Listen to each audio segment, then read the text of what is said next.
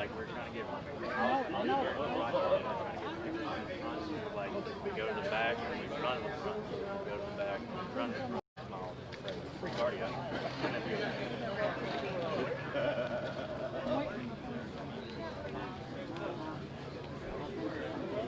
I'm gonna walk around. I don't see really any questions.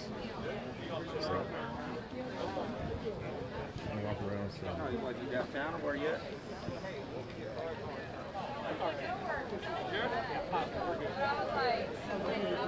Yeah, no, I'm not gonna walk through it. How you guys doing? Good. Good. So there's a lot of Patriots out here. Let's see, sunglasses on. See where to go.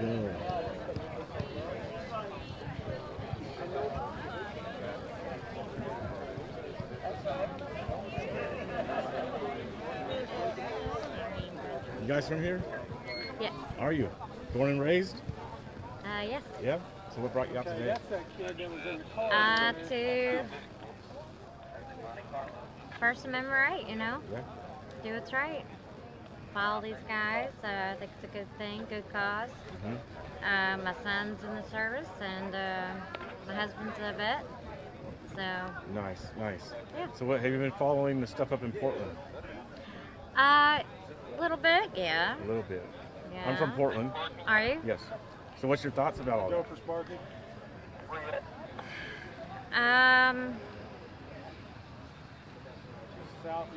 Honestly, I think it's been going on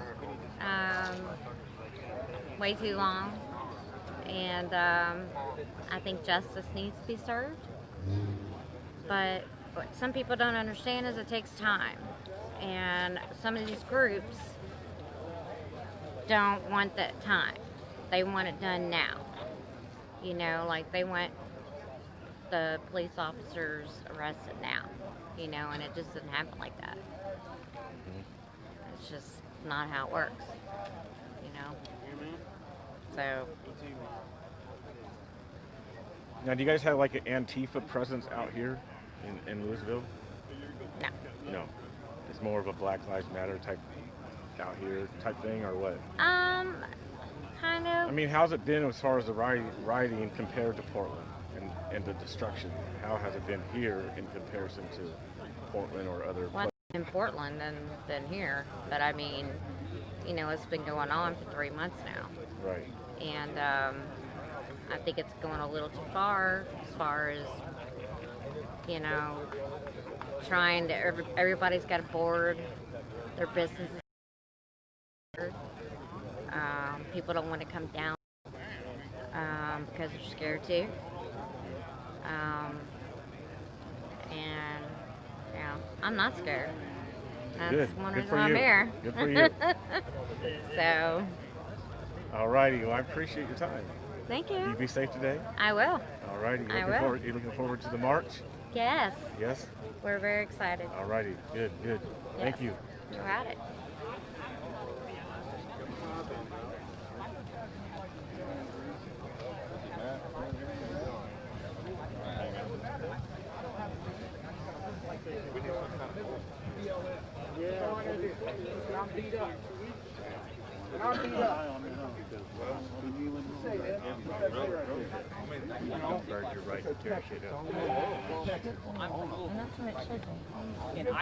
And I've made threats to nobody. Guard in Brandenburg and Orangeburg and and then we can speak afterwards. Frankfurt.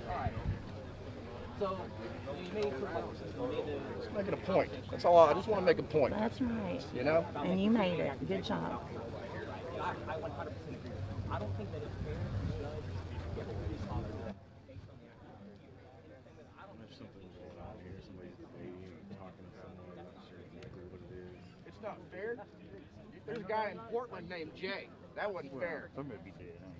You know who Jay is? Say his name, Jay. No offense, but you're Say Jay. Say his name, Jay. Well, Jay.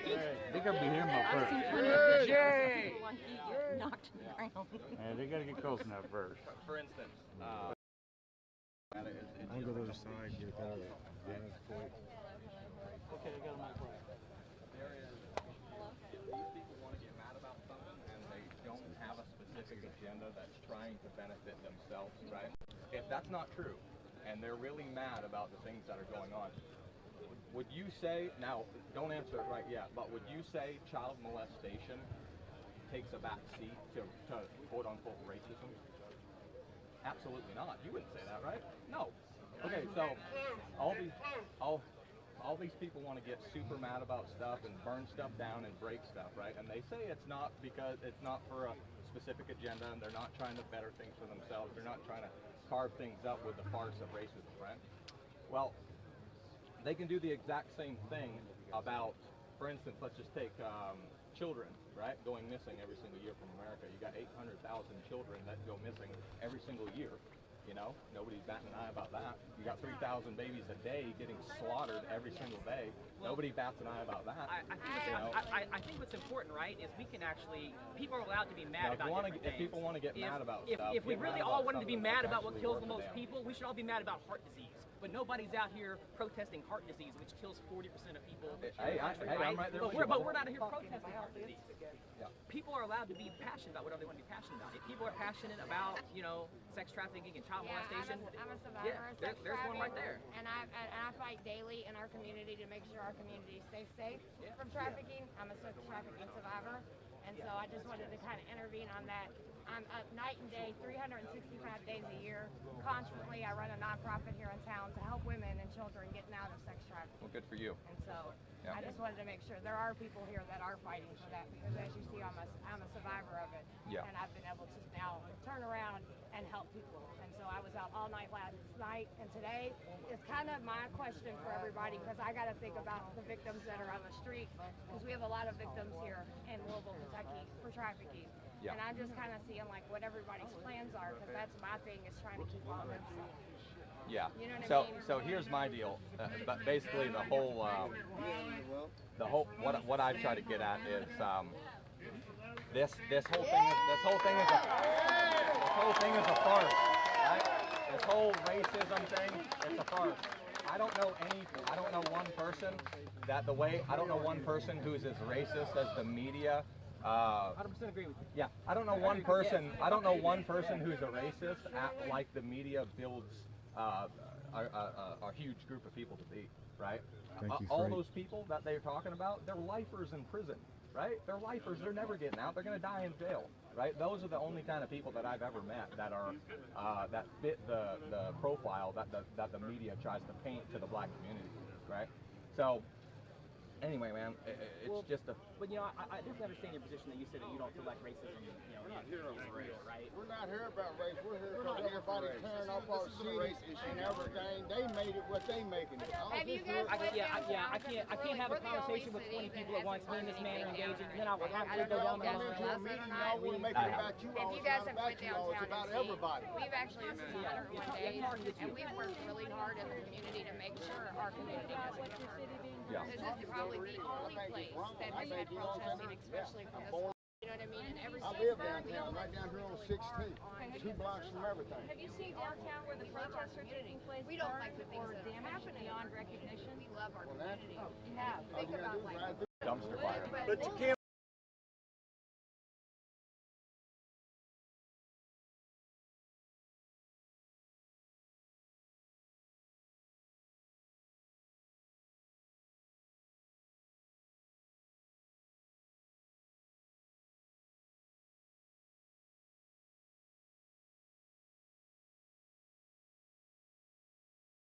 I just want you all, because we're not here for racism, which is fine. We're here to make sure the city doesn't burn down. Well, I can't. Out of 101 days, we have not burned anything down. Yeah. And so I want you all to make sure that you all understand that, and the community has been the one that has worked really hard so we don't have anything. Have we had a couple bad days? Yes. But out of 101 days of standing up for justice, Yeah. we have not gotten nowhere so far. So that's what we're here for. I just want you all to know. I would love for you all to take a look at our city. I will have a conversation with anybody who wants to talk. Not just you. Yeah. You know what I mean? We really take pride in our city. For those that come out. downtown Louisville is not destroyed. I will 100%, if anybody's making it, we will not go downtown. I do want to go ahead and talk about 100% today's day 101. On day 2 and day 3 of protest, there was a block and a half of Louisville that was absolutely fucked up. Like about a block and a half was completely looted. 4th Street Live, a restaurant was broken into, a T-Mobile store was ransacked. And you know what? That behavior is terrible. That behavior has not happened downtown since day 2 and 3 of protest. We are now on day 101 of protest. Has graffiti happened? Yes. Has there been the occasional broken window? Absolutely. But it hasn't been in any increased rate. It hasn't before.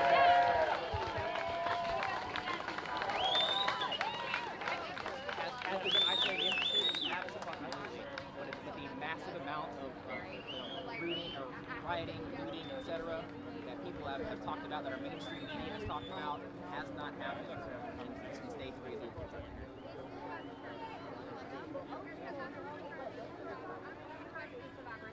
For me, so that's why I have to Buck up to me. He's not going to do anything to you, sweetie. Better not buck up to me He's like not that. going to do anything.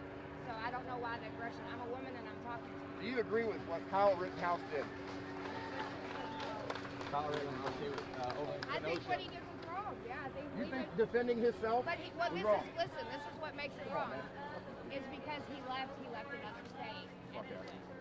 If that was his city. Well, I left another state, but that doesn't mean that I can just gonna let somebody kill me just because I'm not in my own I state. think there was a lot there that media didn't Georgia. allow people to see to happen. You know what I mean? Again, that's that Yeah, but- media plan. Yeah, but what you just said though, that's Well, he was ridiculous. he was a minor.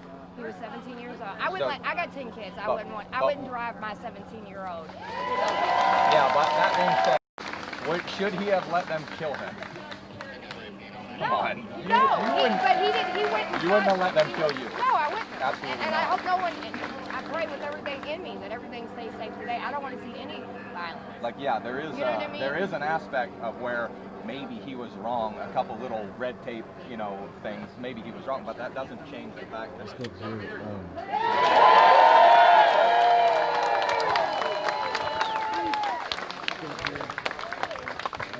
Viking speaking. I'll try to get up to this. Hey, ladies and gentlemen. Excuse me. Hey, Patriots. Hey, our weapons on safe, right? Excuse me.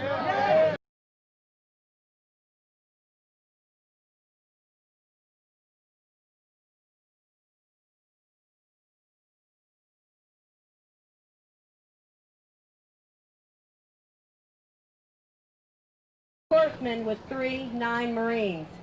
He started the Angry Viking movement because he was tired of turning on his TV and seeing nothing but flags burning, far-left groups rioting, burning cities down, and attacking innocent people, all in the name of social justice. Patriotic groups are being referred to as far-right hate groups. Meanwhile, these domestic terrorist groups are being protected by not only their Democratic counterparts, but also the liberal media. This is his line in the sand, and he wants to know if you are with him. So are you? Yeah! Give him an awesome welcome and a big heck yeah.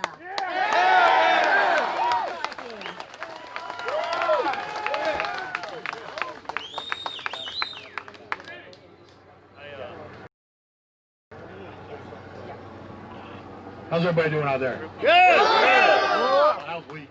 That was weak as shit. Y'all know me now. Y'all know how I get. I get amped up. Come on, how we doing out there?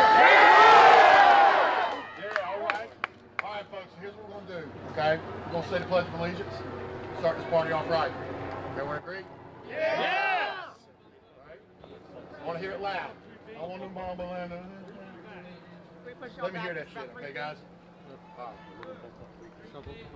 Ready, guys? And just to be real clear, so that I just want to make sure it's real clear. My security detail will not be standing at attention. They will not be. They're here for one reason only, but they love that flight just as much as everybody else. Okay? Amen. Amen. So I want to make sure that's clear. I pledge allegiance. To the flag. Of the United States of America. And to the republic for which it stands, one nation, under God, indivisible, with liberty and justice for all.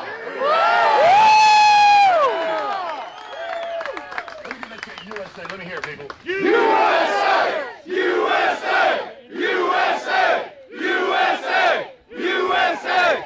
USA! USA! USA! USA! USA! Let me put my hat back on because my hair looks crazy right now. I gotta look pretty for the cameras, you know.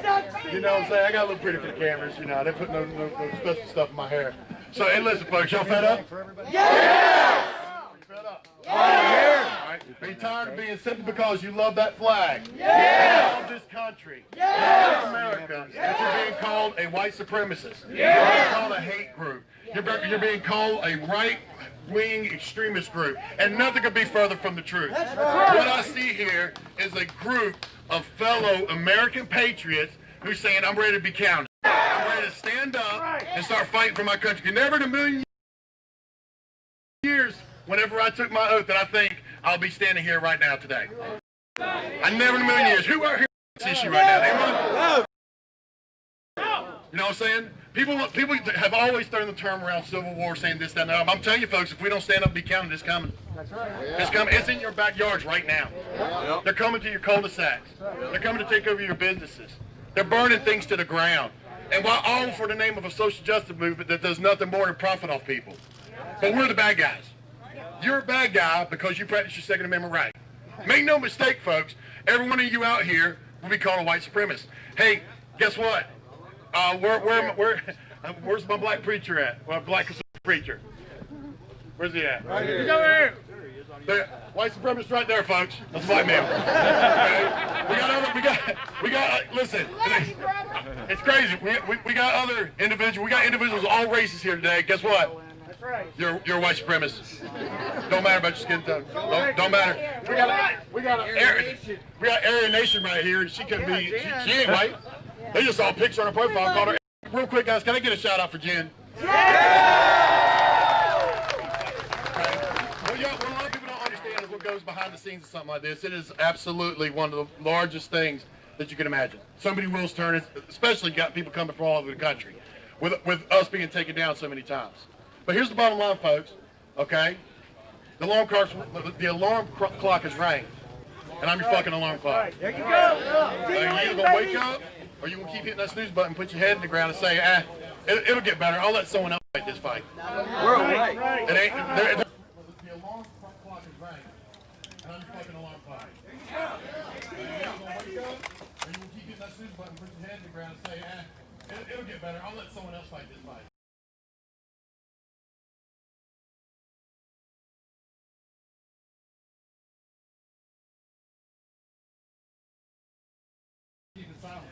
You're literally being labeled just if you wear that Trump hat, guess what? Yeah, where's the outcry for that? That man was murdered in cold blood because he had a hat on. Had a hat on. There's no national outcry for that. Why is that? Because the liberal narrative media right now is all about BLM, NFAC, and Antifa. And it ain't a good kind. I want to put distance between me and them.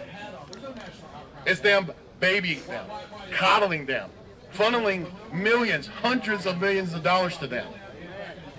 All in the name of a fake social justice. Make no mistake, folks. The BLM social justice movement is absolutely 100% a fake social justice movement. Make no mistake. Make no mistake. If it wasn't, if BLM was actually having an effect on this country, on the communities that they ride in, how come in Louisville passed what it was last year? In the last 2 weeks, I counted no less than 30 murders, all black males and women. Where was BLM for that? Nowhere. Where was BLM? I got the photos on my camera, the names and the ages. Where was all unsolved? Where was the outcry? Where was the rioting? I can tell you where it was. Okay, it was waiting for. All they do is they wait for a police officer to have to save their own life. They have to risk their own life, and unfortunately have to take someone down for them to make their profit. They hitch their wagons to that, say it's a hate crime, right? And then what happens? Millions of dollars flow in. Millions of dollars. I got a good question. I got a lot of cameras here.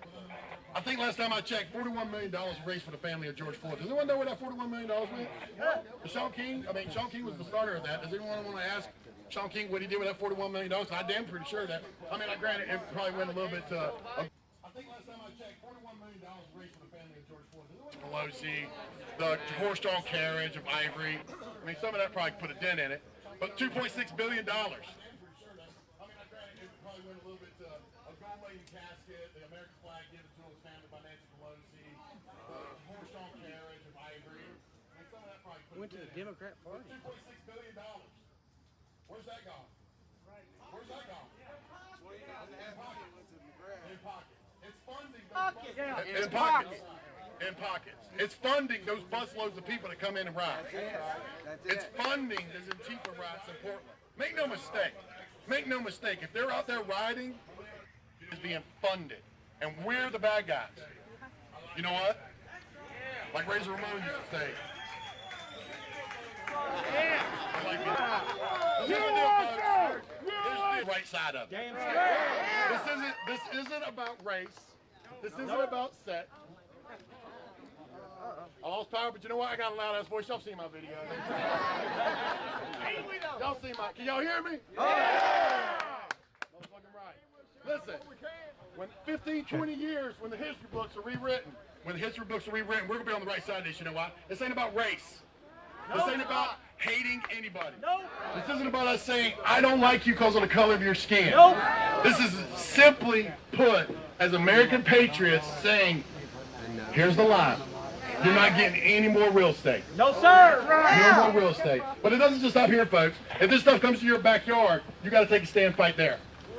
You see someone being assaulted just simply because they want to run their business while being there, you got to take a stand. Hey, you know what? You want to know a perfect example of what an American patriot is, what they can do when they stand their ground? Kyle. Damn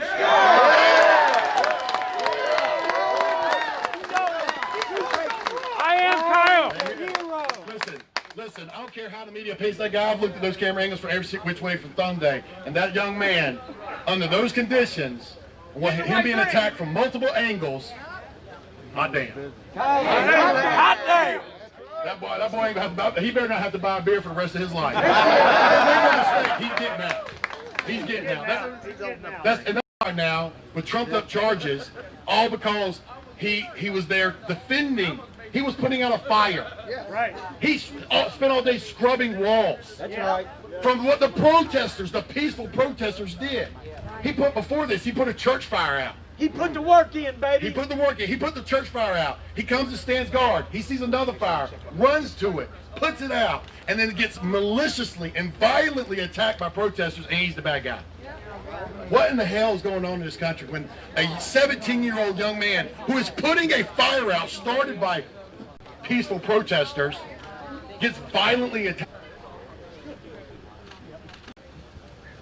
The bottom line is this. We got some good people behind the scenes. Got my page back up real quick, doing a little for Facebook. And let's go. The bottom line is, folks, it can't this out. I'm going to be live through the entirety of the day. Yeah. I shot over some money to the conservative streamers that are out there, and to thank them for being out there and to try to help them recoup some of the streaming costs and the trust that's out there as well. They both travel a long time. Hell, you know, Saul is out there. I'm sure if you guys want more people to spit on, being punked. I don't remember any time I've ever been nice to a cop that hasn't been nice to me. That's right. You show respect, you get respect. Blue lives matter. Blue lives matter. And I'm telling you right now, I stand for the reason we're here. I stand for every man and woman police alive and dead that put their ass on the line to separate the sheep from the wolves. And they need to know that America stands with them too. Yes, sir. And that's what we're doing. We're standing with them. That's right. You know what I'm saying? Exactly. So bottom line is, folks, this ain't about hate. Nope. This ain't about race. No. This is about America standing back up for our rights as American citizens given to us by that damn Constitution that we all fucking fought for. Yeah. And saying you're not going to keep shredding it while I sit here and be quiet. Right. Exactly. That's the bottom line. That's right. That's the absolute bottom line. So here's the deal. My line in the sand is drawn. It's yours? Yeah. That's it, baby. That's it. God bless you. Hey, God bless you guys. Let me get that chant one more time. USA. USA. USA! USA! USA! USA!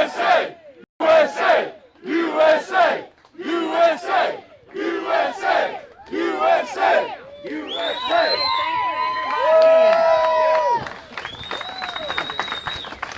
He'll be back up here.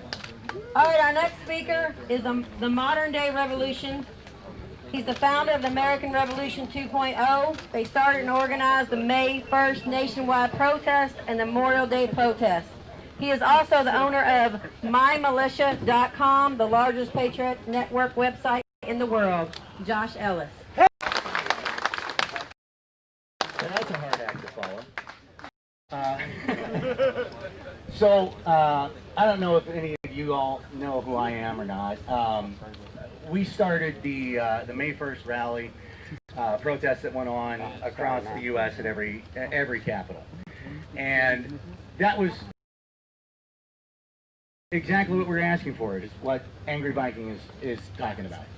For people to get up, to be respectful of others, obviously, but to love your Constitution and to love your country. That's what this is all about, right? And they call us names. They're not names that we all think are bad. They call us conservative.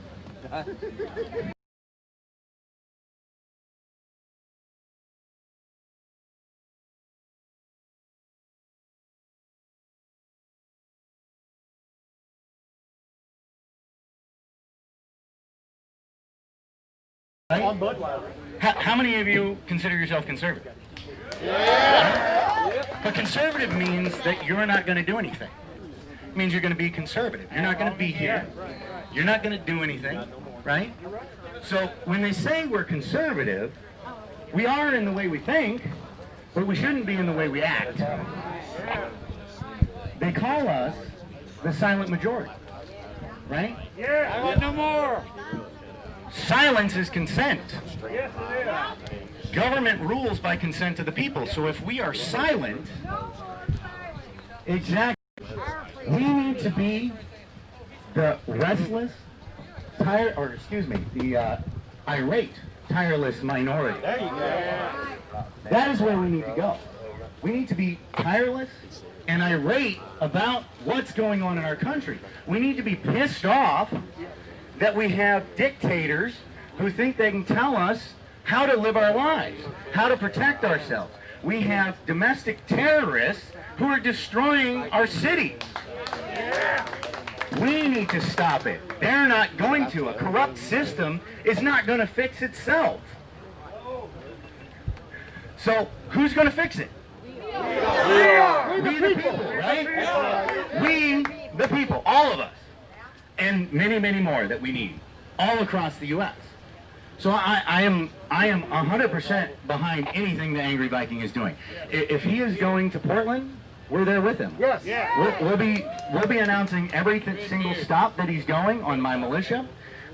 We currently got nuked completely on several platforms.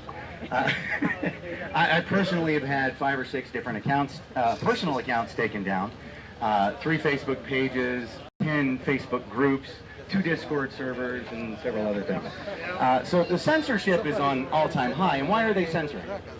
Anybody know? The truth. The truth, right. But they want to stop us from organizing. They want to stop us from coming together. That's what they want. They want to make it look better. Exactly. We the people, united we stand. That's what we have to do. We have to come together as people, right, as a group.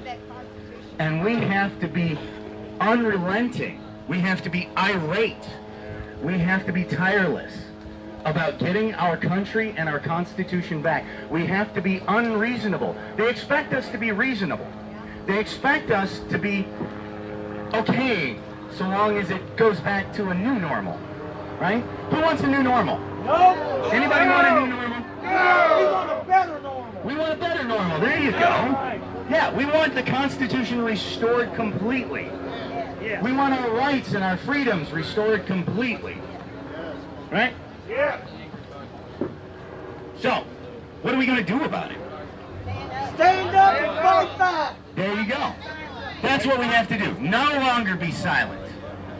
We have to be pissed off. Yeah. We have to not let it go anymore. We can't let the stuff go. just let it float on by like it's nothing. We can't do that. We have to say no, no more. Because they're doing it because we don't say no.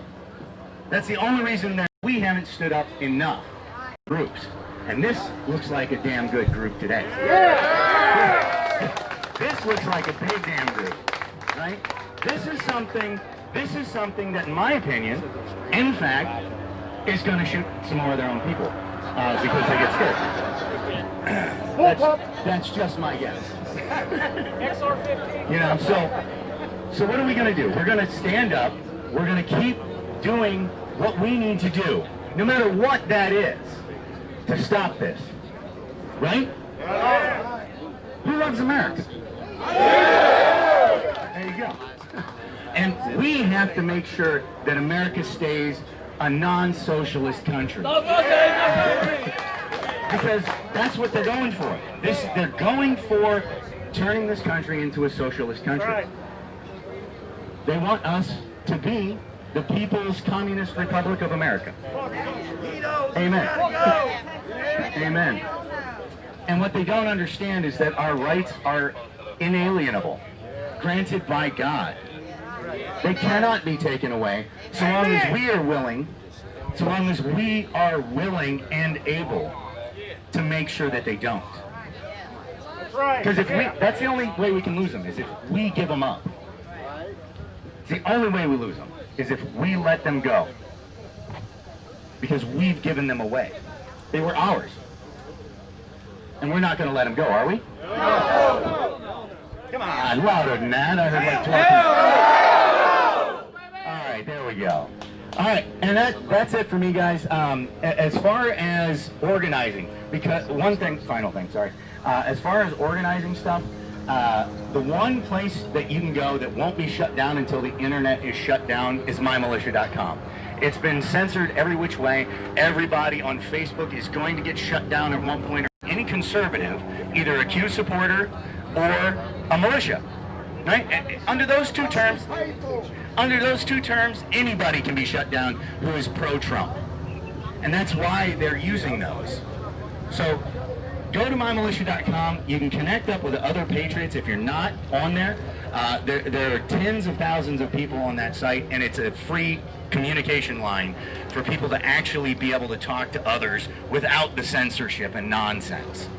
So no matter what Facebook does, no matter what Twitter does, no matter what any of these things do, even if Apple and Verizon and whatever want to censor your phones, they still can't censor this.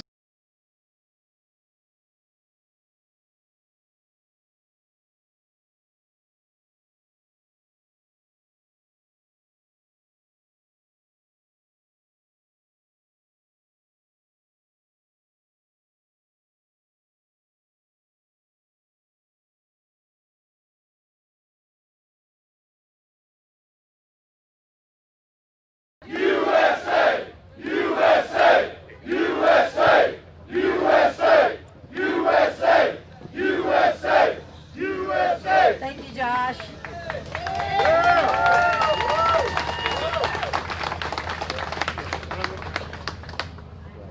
All right. All right, our next Commander War Dogs and Associate Leader of the Southern Indiana 3% Patriots, John Clark. So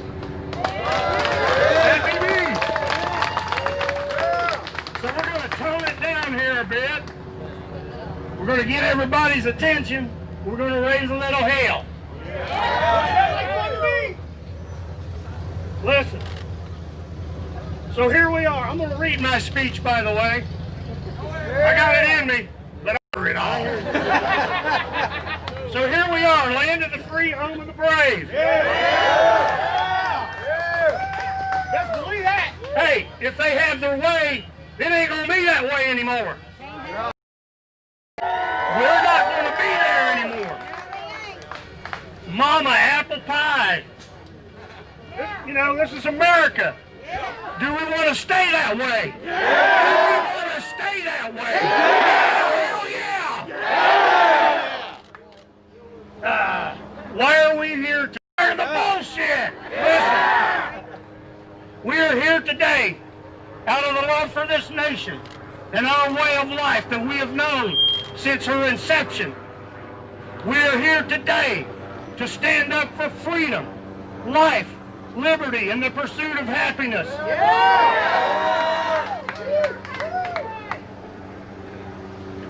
Because we work hard, we raise our families and live a decent life.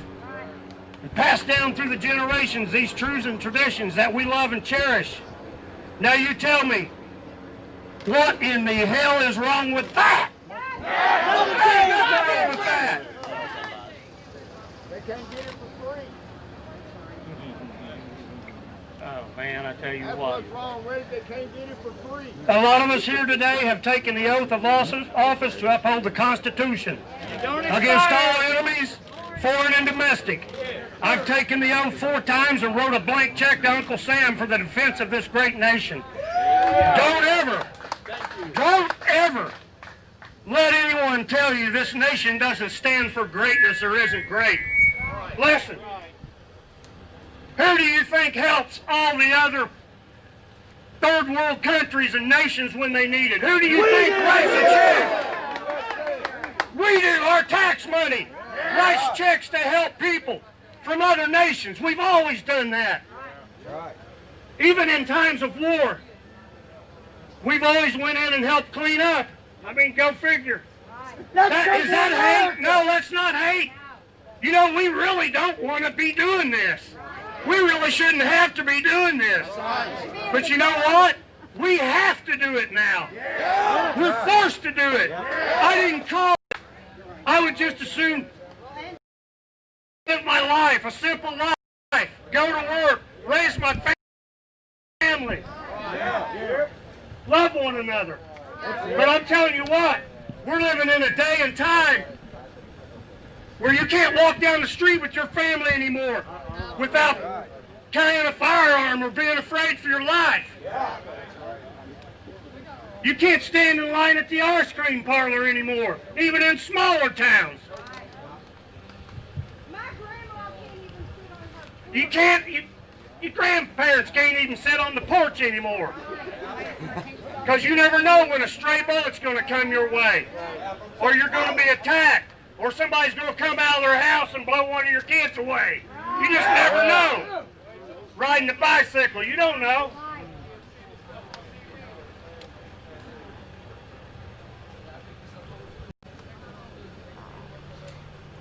I'm going to tell you a little bit about the opposition, as if we don't already know. Their mission is to destroy America and what she has represented since the founders put it on paper on August 2nd, 1776 at Independence Hall in Philadelphia, Pennsylvania. Our national constitution, which is supposed to be the law of the land, and we've got to do everything we can to preserve that. You know what the opposition wants to do? This is the Patriots. They have more than what they did last time. A month ago, they maybe had 30 Patriots that were there. Now they've got, I would estimate, 250, 300 so far. As if we don't already know. Their mission is to destroy America and what she has represented since the founders put it on paper on August 2nd, 1776 at Independence Hall in Philadelphia, Pennsylvania. Our national constitution, which is supposed to be the law of the land, and we've got to do everything we can to preserve that. You know what the opposition wants to do? They say it's outdated and needs replaced. They already have their own constitution. Isn't it mymilitia.com? If they should ever get back into power, we've got to stop that. It's not working. I call that doodly squat. That's a crock of shit. The destruction of the Constitution and the Bill of Rights and the freedoms that we share in this nation and our way of life as we know it has been under attack for a while now, a long while. The First Amendment's gone. Hello? I've been shut down on Facebook. That's fine. They got one one now called magabook.com. Go to that. It's all conservative. Got there's a bunch of them. But you got to admit, that First Amendment's gone. We've lost it. We got to fight like hell to turn it around. The Second Amendment will be gone should the Democrats ever get back in office. I didn't want this to be political, but we know what the liberals are doing. Hey, this is what we're doing now. If they get in, gone. Gone. Everything will be illegal then. I agree. I agree. Anybody ever heard of that new movie out called The Hunt? Do you know what it's about? Yeah. Yeah. It's about liberal elites hunting. This is Chicago, a Trump parade in Chicago Harbor. Side Heights, New Jersey, actually. Say something right there, because when Hollywood starts doing something, yeah, boy. Watch what follows.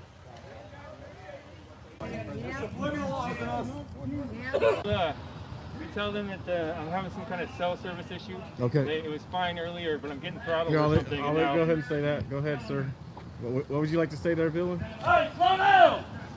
I'm getting some kind of cell service issue here. The cell service is fine. When I started, it was everybody said it was quality.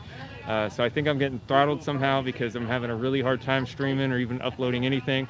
And we are in the same spot just a little while ago. So I don't know if that's YouTube doing that. I was having trouble with Twitter, but for some reason, all of a sudden, it might just because there's so many people here. I don't know. But if you guys are trying to watch my feed or you're seeing anybody talk about it, that's what's going on. Some kind of cell issue. There you go. Those people have been misled. They've been misled by those motherfuckers. They're not all bad. Nobody's saying that. But there's people here that want our destruction, that seek our destruction. Yeah. Listen, folks, we're surrounded on all sides. Yeah. I'm going to tell you like it is. Hollywood, pro sport, we're surrounded. Yeah. The hell with Done with them. The mainstream media, the music industry. Yep. Yeah, hold on. There's a lot of things like that are against it. Apple donated $100 million. Apple. Yeah. But I think they do it for the right reasons, and the money's not put where it's supposed to be.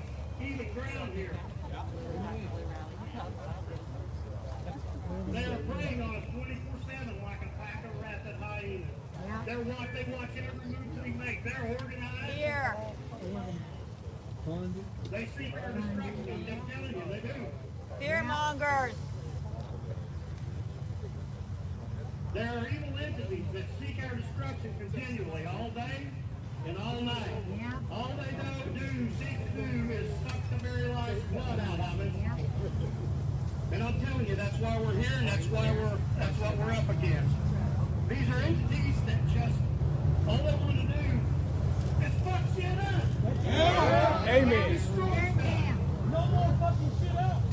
You know, what the hell? You feel something, you want to just fuck it up? What kind of sense is that? None. Zero. Yeah. Yeah. No. And our government's letting them. Like a bunch of kids. They've been misled. That's because they didn't build it. Greed speaks volumes. The word says that they come to kill, steal, and destroy. Here's another one. Our schools are overrun with these same forces that seek to destroy our children. Get into that head. Make them think one way. Right. Save the babies. Make no mistake, though. There is a great separation going on in this country, and the battle line has been drawn. It's quite clear that this battle is no longer just Democrat or Republican. It's no longer the South versus the North. We're standing here today in defense for the very soul of this nation. Yes!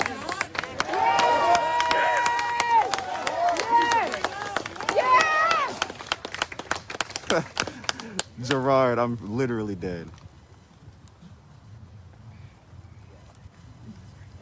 Along with the brother Jackson, we are here today to stand in the gap for those that have gave the ultimate sacrifice, and for those no longer with us, and for the ones that can't mentally or physically do so. For all the battles that have been fought. I got you guys. Let me get forward a little bit more, actually. The word says that there's no greater love than to lay down one's life for a friend. Here's a few things that we can't do anymore. I see how you like it. I mean, most of you know it, but stray bullets flying. People pull up and shoot or snatch the kids for you. You can't walk down an old country back road anymore. You can't walk down a beautiful city street with your wife and kids anymore. Nope. You can try it, but chances are getting greater every day that you're going to be attacked. All right, just a quick little programming alert. If the stream does go down on Facebook for any reason, you guys can go to freightbrokerlive.tv. You can watch there. You could also support the stream by going over there, and all the instructions. You could buy shirts and shit. There's a bunch of stuff. But the live stream is also there as well, in addition to YouTube and Facebook and Twitch. They've been misled. Empty promises. They're being used as tools.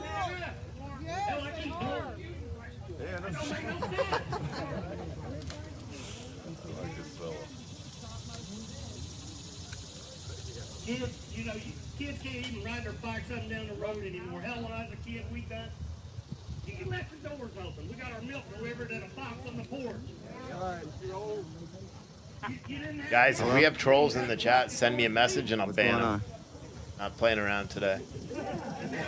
Then you come out with this COVID thing that we've been saying all along, and now they've got new numbers out that say there's only 9,200 that's actually died of the COVID.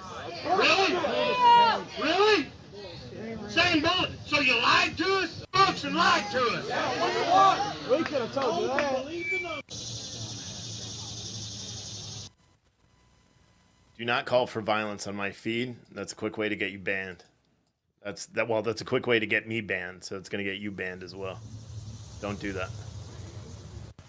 Can't just go to church anymore and country church or anything anymore. Now you never know. Can't sit on the back porch drinking an ice cold glass of sweet tea anymore. They want all this gone. They don't like it. They want it all gone. Please don't put your emails in the chat. Listen. Last time I checked, NPAT, what does that mean? America. How about you come into this country if you want to and assimilate? Do it legally. It's do it right. Do it the right way. I see people I think so too. all the time. I deleted his comment. I'm waiting to see what he does. They done it the right way. Let's do it the right way. This is bullshit. This is also on Parler through YouTube. You can't, as of right now, I don't think you can live stream to Parler. Otherwise, I would do it, but I don't think you can. So I have the YouTube link on Parler as well. You know why they hate authority? Because they desire to do criminal. I am Freight Broker. Or used to. Still own a Freight Brokerage. Don't do much with it anymore. My agents do. A victim always blames somebody else instead of looking at their own damn life and how they might improve their own life. Not playing around today. No, I'm not. To make society a better I want to keep the stream up as long as I can.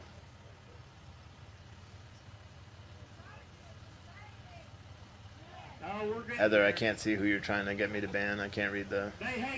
You got to send me messages. If they're bad people, send me a screenshot of what they're saying. Most of all, they hate our flag. They don't like our flag. They like our money. They like our money.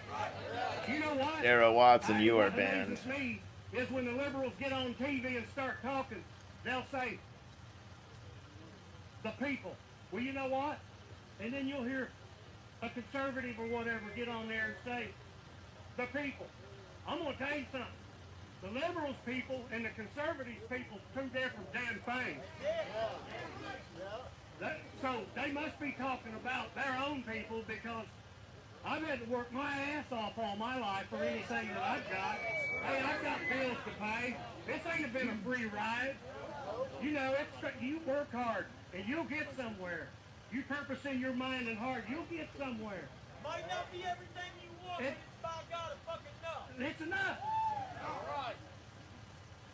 Let me go through and make sure I've got all these live feeds But the up. media wants to try. They try to paint anyone who stands up against any opposite, and they're automatically shot down.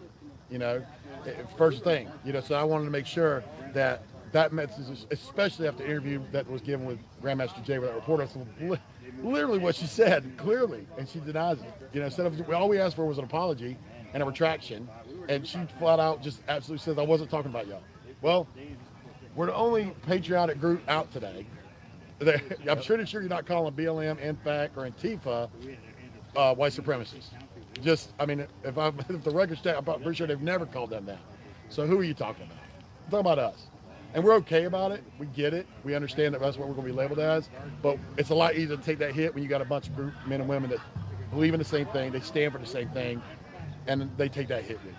I think it's crazy that they get away with using that kind of rhetoric and sophistry, because there's this term that they accuse Trump of, and they accuse white Americans of, and they accuse conservatives of, and they say that we dog whistle. Right. And they say we're saying one thing and that we actually mean something else. Right. And it's a baseless claim when they use that. Oh, but absolutely. They do that. The people that are screaming the accusations at you are usually doing what they're screaming Exactly. at. So they are doing dog whistles. They speak in a way to like, oh, I wasn't talking about you when I asked them to murder you. I mean, murder somebody. Right, exactly. Well, it's the same thing that you see. And the one thing I find absolutely, to me, it's absolutely maddening. And you got a real good taste of it during the Wisconsin riots. When that gentleman the first guy that was shot, the one that was shot in the head, was a white gentleman, was confronting Kyle and antagonizing, shoot me, MFer. He used the N-word around other black individuals probably no less than 15 times. And I'm trying to understand how such an offensive term could be okay regardless of what organization you're associated with. Why is it okay because he associates himself with a BLM group or an Antifa group to be able to use that kind of language? Well, I myself, in a million years, would never say something like that. How is he not a racist or a white supremacist just because he's associated with you? So he can use that term, which is offensive to me, you know, but because he stands with you, it's okay for him to say it. I have never used that term. We told the news lady that did the thing, go to my background, search me, find anything in my history that can be classified as racist, and it can't be done. Because I'm not. But people, they do it on camera. Like whenever they're in the Portland shooting, the first thing he said, "Are you a Trumper? Are you a Trumper?" Yep. "Oh, you're a Trumper," and he fired 2 times, killing them instantly. How is that okay? How is it okay? I mean, to me, it's just amazing that it's okay for individuals. It's like they pick and choose what's okay to say, what's not okay to say, what they're going to be angry about this week, what we're not going to be angry about. And then, you know, so they try to keep you on your toes. Well, we just said, okay, we know you're going to be angry at us no matter what. No matter what we do, you're going to make us hate or call us, you know, hate organization. We're just going to do what we need to do to protect cities, to protect towns, to protect citizens, regardless of what you call us. And that's the ultimate goal.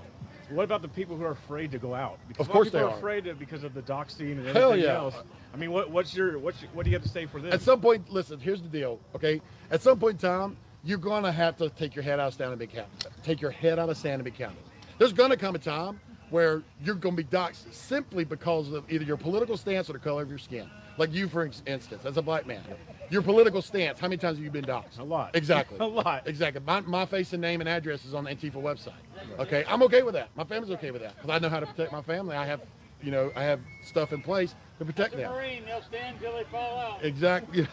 So, I mean, the bottom line is sooner or later, if we don't start taking a stand, what we're seeing now, this is the preamble. This isn't. They haven't hit the high note yet. This is all test cases. How much can we get away with? What can we get away with? What can we? And as that further and further as they push that line backwards, saying, okay, we can do this now. Now we can do this. We can cut brake lines to cop cars. We can throw a Molotov cocktail in the cop car, and they walk in the front door of the police station. They walk them right back out the back because not by the cop's fault, because the DA, the Democratic DA, refuses to charge them, or the mayor says no, let them out, or the Minnesota fund, like Kamala Harris sets up that fund to literally do nothing but bail out Antifa and BLM. That's all the fund is for. How is that okay? That you literally are bailing out criminals who just tried, like in New York City, when they threw that Molotov cocktail in the van full of police officers. How in the world, in a million years, should a public officer, someone who is in government on a national level, bail out a criminal who tried to kill 6 police officers, premeditated first-degree murder of 6 police officers walked in the front door, walked right out the back. How is that okay? Why is that okay? And that's the thing is that this is the what you, and I'm not talking about us. I'm talking about the violence. It's the preamble. If we don't stand up and be counted, if you don't take a stand, you don't want to see the crescendo. Do you think we're behind the curve? Absolutely. 100% we're behind the 8 ball. 100%. We don't have any funding. We don't have anything. What you have is a Just parts. Just parts. Yeah. Because no one set up and said, okay, I'm gonna take the charge. I'm gonna show up regardless of anyone else does. We had no clue if anyone's gonna show up today. But we decided we were gonna show up regardless and stand our ground. Because we're tired of it. You out there that are watching right now, you have to be tired of it. There has to come a time where you say, okay, I'm taking my head out of the sand. I see what is happening in the world today. I'm not going to pretend it doesn't exist anymore. This word is kind of an intense word. I don't want to use it too heavily. But do you feel that a lot of these politicians have actually crossed treason? Multiple times. Unfortunately, that word isn't used Christina, I enough. did get that Cash App. Thank you so much. Because let me thank ask you you so much. this. Whenever Maxine, I use her as an example because she's a perfect example to use because she incited violence. How do you, as Maxine Waters, how in the world can you, as a representative of citizens, all citizens, not just a certain group, but all your constituents, get up and say, if you see someone who is a supporter of this person, or you see them walking down the street, if you see them in a restaurant, if you see them at a gas station, you confront them. And by confront, we know what that means. That confrontation is not going to be, hey, let's talk about this. Why are you a Trump supporter? Why are you supporting a No, it's going to be a violent assault.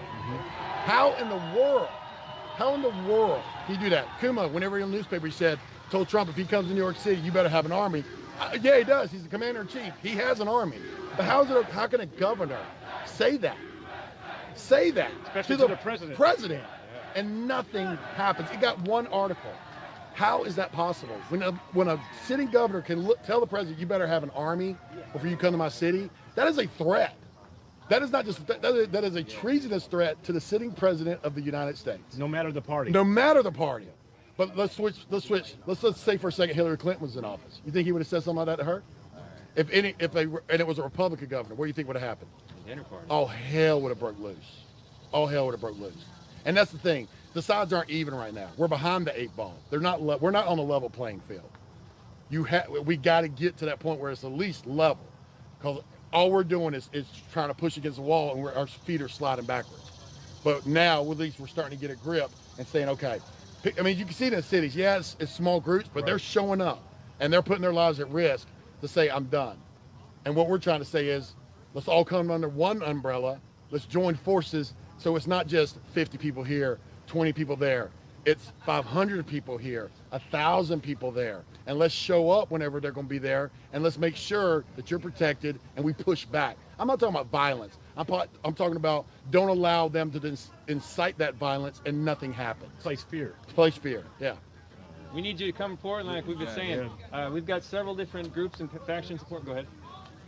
No, you're good, brother. Go ahead. We've got several different factions and groups in Portland that are organizing different patriotic events, and they're like you said, they're kind of their own little pockets, and sometimes they try to get together.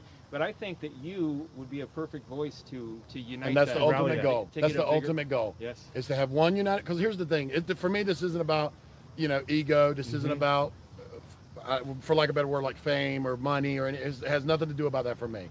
Okay, we're all here right now, and we did this out of our own pockets. This right here is about uniting patriots across this nation and saying, make the call and we'll show up. You're going to stand with us. That's you have to show up and be counted on. You have to take a stand. If we see you struggling, you can best believe the Angry Viking, the Patriots will be there. But we have to know that you're going to show.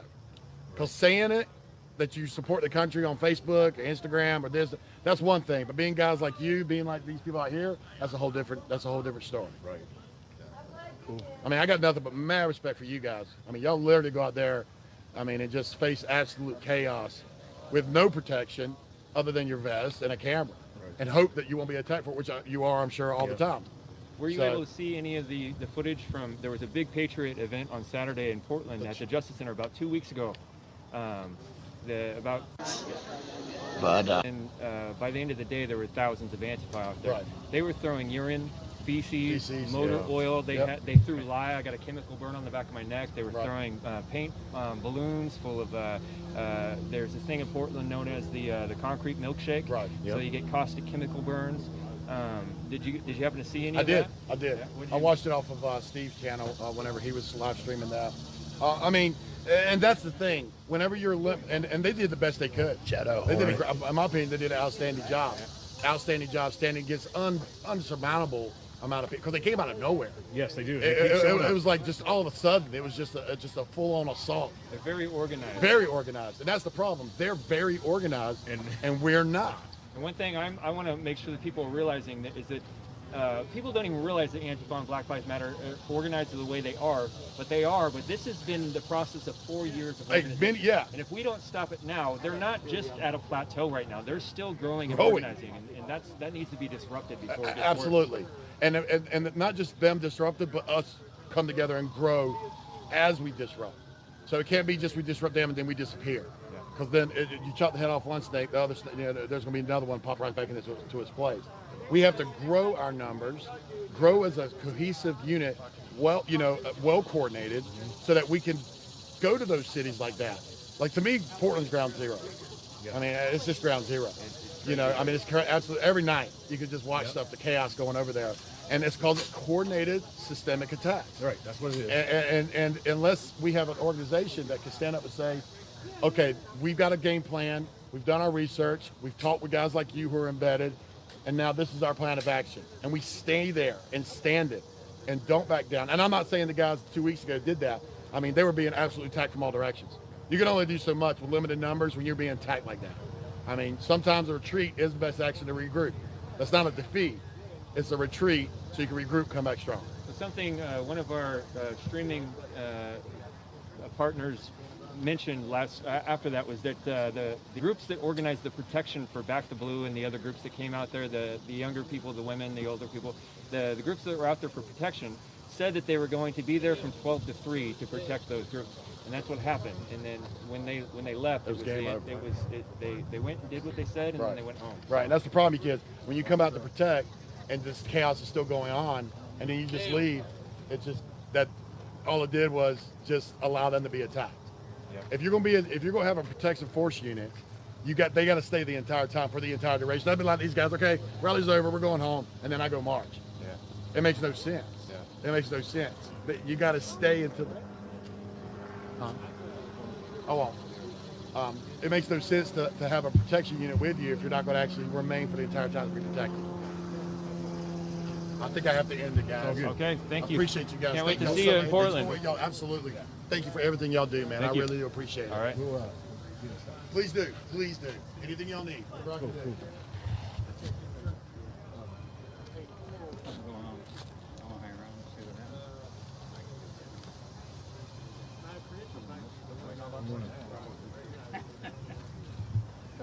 Yeah, I know I got a shout out there. I texted him this morning, and I thanked him for being out there and thanked him for going out. And I said, the world is watching. America's watching right now.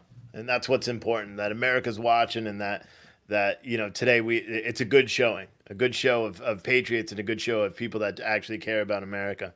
So I appreciate the shout out from Angry Viking out there.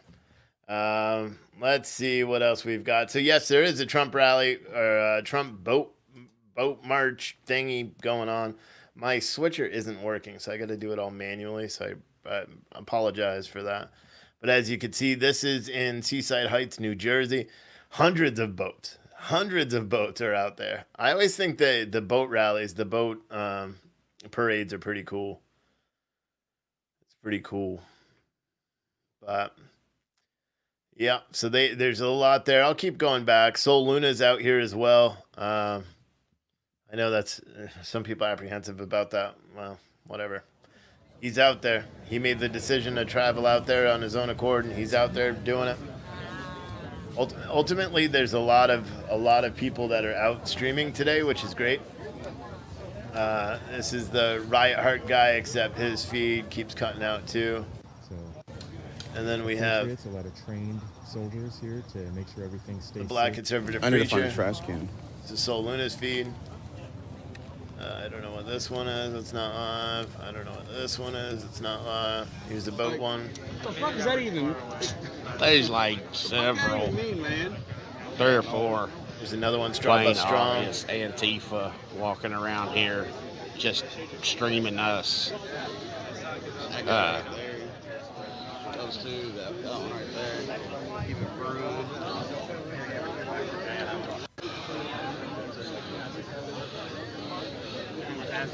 Yeah. Yeah, they're all hanging together.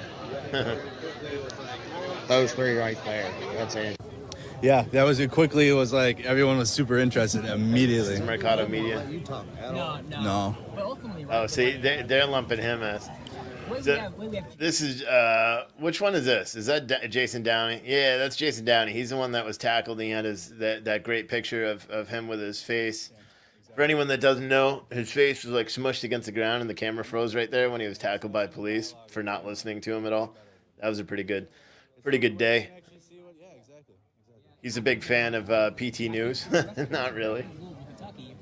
He's with Mercado. I mean, I have a lot of respect for Mercado now, so I'm not even going to say anything bad about him. I agree. I got a lot of respect. I think he was instrumental in helping to save a bunch of lives. That guy with the red beard was... The guy with the red beard that you saw there was Riot Heart. All right, here we go. As we would get if we showed up at yours. Right. Oh, well, I'm sorry. We're friends, so we're just having casual. We know who you are. Okay, yeah, we know who you are, Jason and Maxwell. We know who you are. Well, do we have like a? We appreciate you guys showing up today, but we want you to talk. Yeah. Do we want to do like a panel, or do we want each of us to break off individually and talk? How do you want to do it? Whatever. You gotta ask.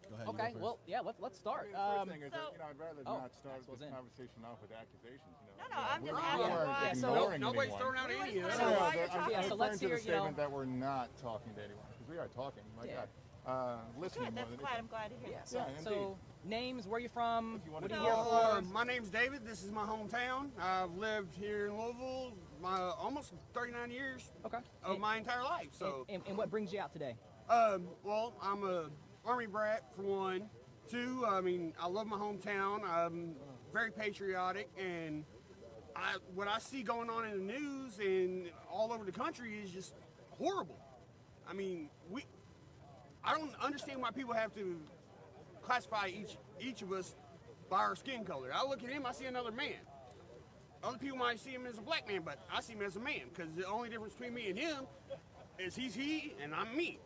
That's it. So we get labeled, white supremacists because we are proud of our flag, we're proud of our country, we support Trump, and we're here to say today that is not who we are. We are not white supremacists because we support our president. Because we see a bigger fucking problem, sorry. No, we see a bigger picture. Cuss on my stream all you want. Yeah. You say you know who I am, we're good. Yeah, I was trying to watch my language. We see the bigger picture of the tyranny that is affecting the major cities in this country right now, of socialism / communism, because it's the same thing. Don't make a mistake that socialism is not communism, because it is Marxism. They want to tear down our democracy, our republic, and do away with our Constitution. Our differences are not based on our skin color, and you guys need to understand clearly what we are here for. And it is I am here to stand against tyranny, against people taking over our republic and trying to bring communism to this country, which is never going to happen. Because our amendments, our rights are God-given, not by our government, not by the politicians, not by the people that would choose to, they're just ripping us all off. Black people are being used as tools just like white people. Just like white people. For decades, we have had our income stolen from us. The property that we own is taxed to higher rates. And they keep us oppressed by basically robbing us of our wealth. There's no, I don't mean to cut you off, but there's a lot to unpack there, right? Yeah, so let's take a couple steps.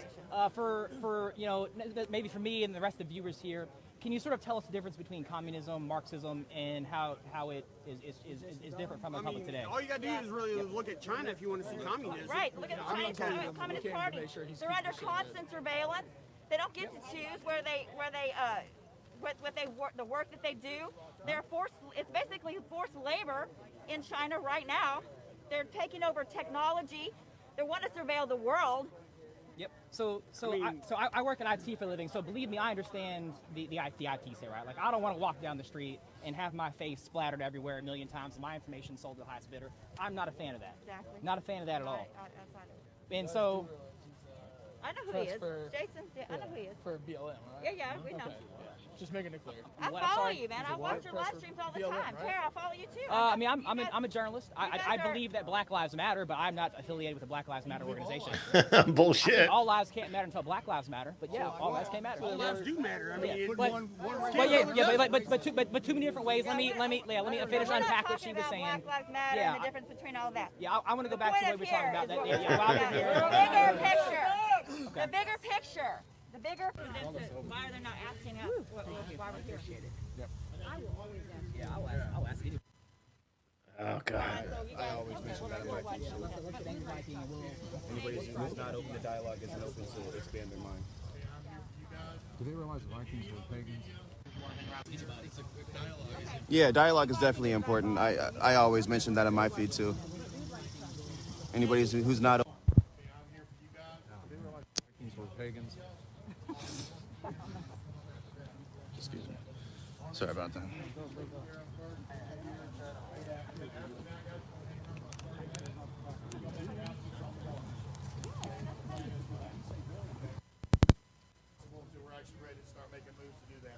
Hey, Janny, thank you for that $50 super chat. If those that are planning on marching with us, we're not going to be actually doing it from here, just so y'all know. Thank you, everyone who became members and supporters. Where we're going to be marching to, and then we'll just have a kick-ass day. That's it. Give me y'all can kind of hang around talk. Give me about 30 minutes to do the interview and then do meet and greets, and then we'll hit the road and get this party started. Yeah. Pretty good? Yeah. Yes, that was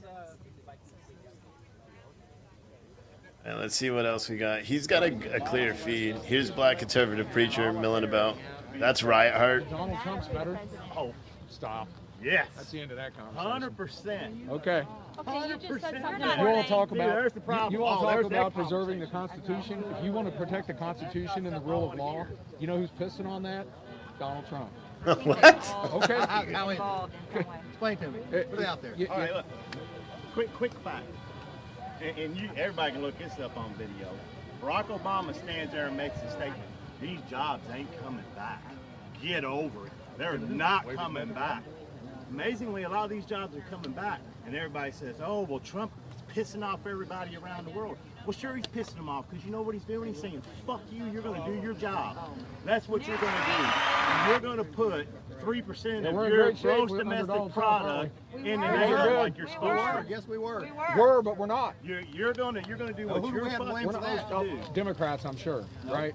Democrats. What's that? with China. Oh wait, Joe is. Exactly. Exactly.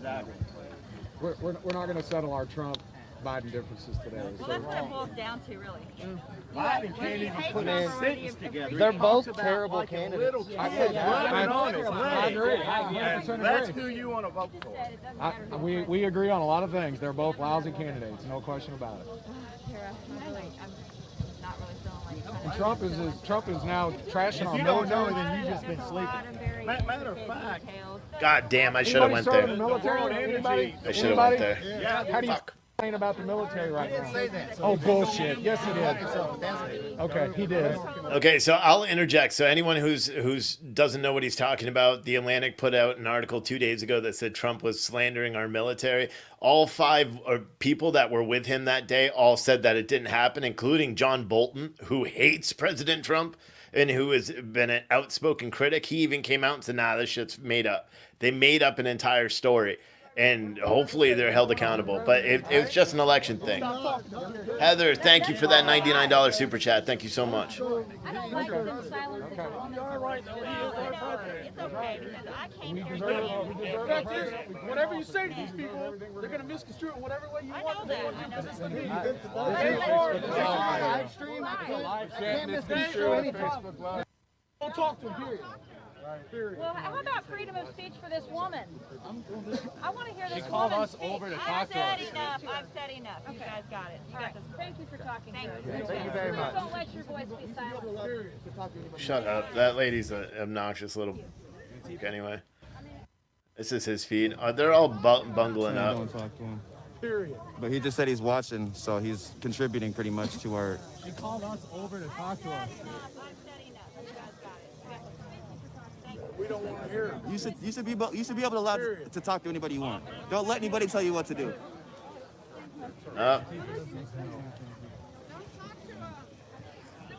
Here's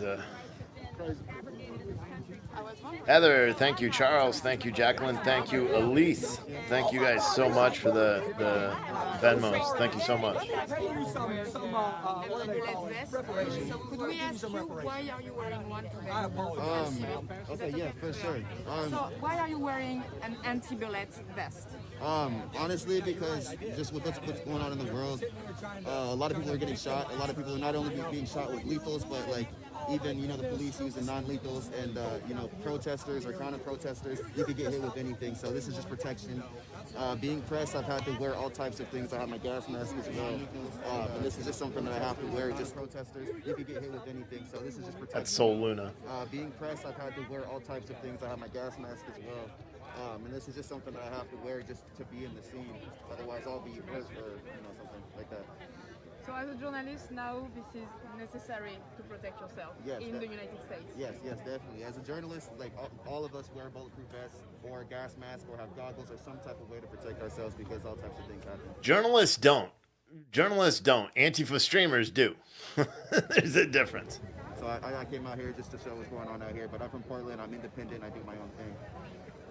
But like, are you reporting, like, do you sell your content to different my live stream's free. See, she just realized he's not a reporter. He's not actual press. Thank you. She's like, oh, thank you. Because he's not. He's not press. And that's the thing. Is he's wearing press. He identifies as press, but he's not press. And that's where it is misconstrued. When you have an actual national or a worldwide media organization, whoever she's with, she said earlier she was from France. She's coming up and talking about, she asked, is this necessary for you to dress like this? Is this, you know, do Americans really need to wear bulletproof vests? And his answer was yes. If I was there, my answer would have been no. We shouldn't have to wear bulletproof vests. We do when we have an armed militia group that threaten to burn down and kidnap and hold cops ransom. That would have been my answer. But, you know, I'm kicking myself in my ass. I was talking about it with my wife this morning. I'm like, you know what? I should have just gotten the divorce papers. The only negative thing that I felt, I have been getting dirty looks from other people, but like a lot of the people here have been hella nice to me. One of the women that was up there speaking, you know, she was super, super nice and opening to me. I came here with the mindset I probably shouldn't have came here thinking I was going to be judged by everybody. I definitely am being judged by some, but like it's not the whole crowd, and I appreciate that for sure. Like it showed me something that I wasn't ready for or expecting. Yeah, white people are not inherently racist like everyone else is. Man, I'm having a hard time keeping these feeds up. I'm starting to get annoyed already, and it's early. This is Villain's feed. It looks like he cut out. Let me see if he came back. What's that? When I'm away, that's why I step away. This is Mercado's feed. I know. I heard. You gonna be mask Karen for me? Just keep an eye on me. Just be like, whether it's a protest or counter-protest is deemed unlawful, and police have made arrests for it. Yeah. That's good to hear. Yeah, and so that does happen. That being said, I'm a firm believer that if your protest follows all of the rules, then everyone's just going to ignore you. I mean, fact of the matter is if all of this movement was girls in yoga pants hanging out, on sidewalks holding up signs, it probably wouldn't get any attention. As John Lewis used to call it, there's good trouble, right? Like, you look at the sit-ins that happened back in the 60s. Completely nonviolent protests where they just sat in cafes and said, we're not going to serve black customers. And they just sat in the cafes. And what they did was that costed those owners money until they changed the policy. It's disruptive. But I'll give a caveat on that. Sure. And they're going into a restaurant to receive service. And I assume that if they would have been given service, they would have purchased those services at that restaurant, the goods. Well, so blocking a highway you are purely disrupting other people. You're not trying to stand up for your right to do something. You're trying to stop other people's right to do something. So the sit-in, I'm for the sit-ins and what happened in the 60s. That's a complicated issue there, and I don't want to get too deep into that right now. That would be a heavy topic to discuss. Go ahead. But they were fighting for the right to do something. They weren't trying to stop other people from exercising their rights. So I don't think that the correlation between the sit-in and blocking a highway is the same thing. And I know you broadly said not following all the rules. And I agree, there's a time for civil disobedience, but civilly disobedience. And so I say this from a place of somebody that I don't organize protests. I don't organize counter-protests. I literally show up with my phone and I hear about shit at the same time. Yeah, the reason why I'm drilling you on these kind of questions is because I saw your dialogue over there and the interactions you were having back and forth. And while I understand you are here on your own and just reporting on your own, you are also giving those opposing ideologies and belief points and arguing for them and defending them. Well, yeah, buddy. That's a good point. Got him. I'm not a protest organizer. It's not on me to tell other people how to protest. Yeah. You know, as a member of the media, no matter what my personal beliefs are, you know, I show up and document. And if people feel like that they need to block traffic, then they can go do that. I'm not saying that they should be met with repercussions, but they can do that, and it's not my position to stop them. So I've been in the Pacific Northwest for quite a while. This is completely off topic.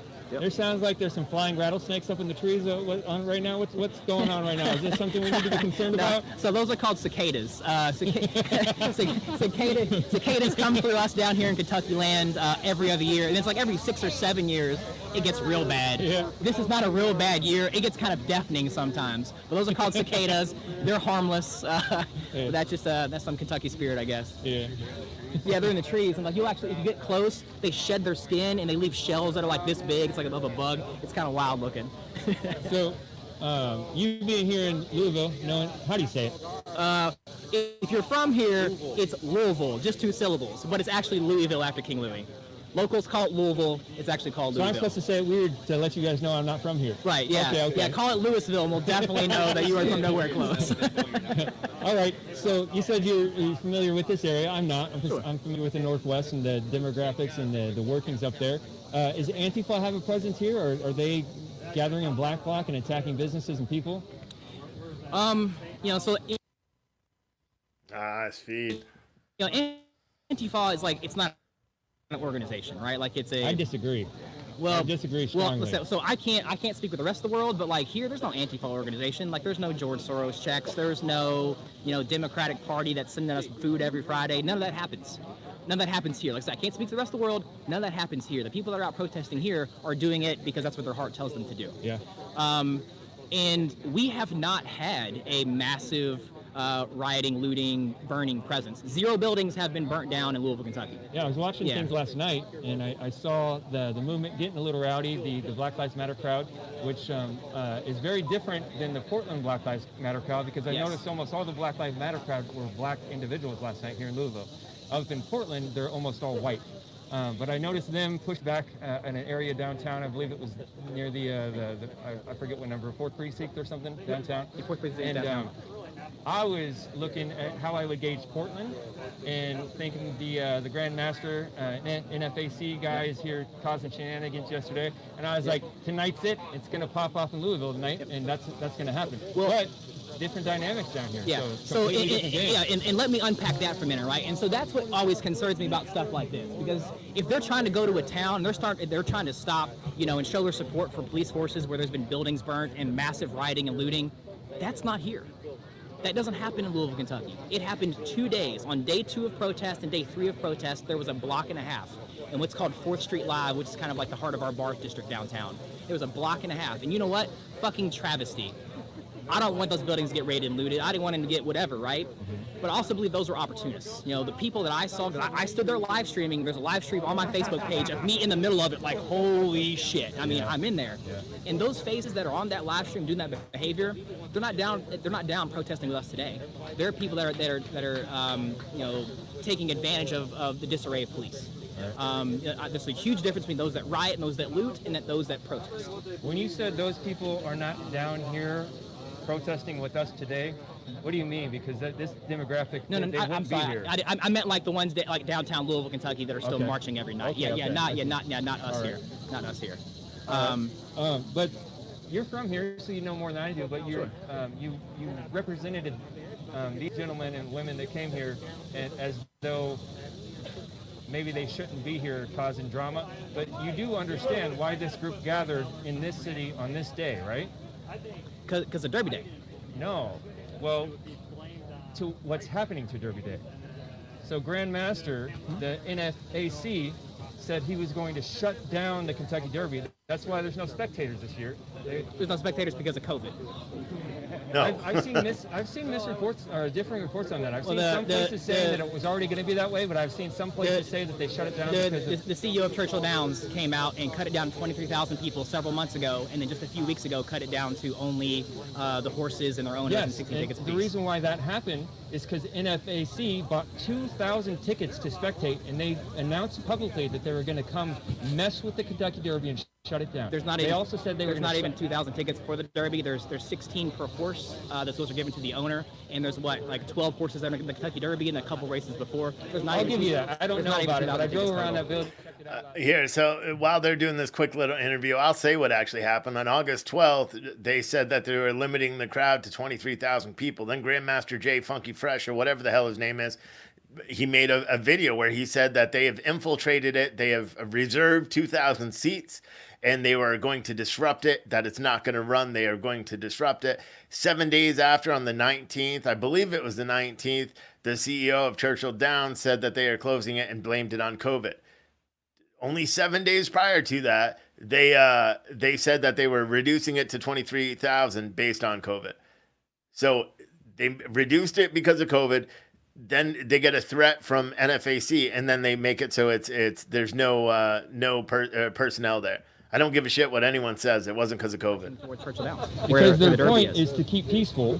Their point is to get here and show a presence to show these rioters that are doing these things that if this keeps on, they've got some strong men that are going to cause some violence if they have to. So to skip back 3 or 4 points, right? Like you talked about counter-protesting, how you felt counter-protesting, was a disruption. True. So when we talk about NFAC's ability to stand out in front, and now you're telling me that this group is here to stop that, isn't that the same level of disruption? We're going in conversation again. Well, yeah, we're moving back to we talked about the previous difference topics, between standing up and protesting and assembling for your right to do something. Sure. And we talked about the difference between a group trying to stop other people from doing something. The NFAC is not protesting to protect their right for something. They are out to disrupt the city's biggest, I assume, the Kentucky Derby is the biggest thing in the world here, right? Before COVID, it was, and now it's not shit. So they're here to stop that, to terrorize people, and to scare people, and to force their views on Breonna Taylor on the rest of us. I'm not trying to get into the ins and outs of Breonna Taylor, but they are trying to use terror to force their view on a city.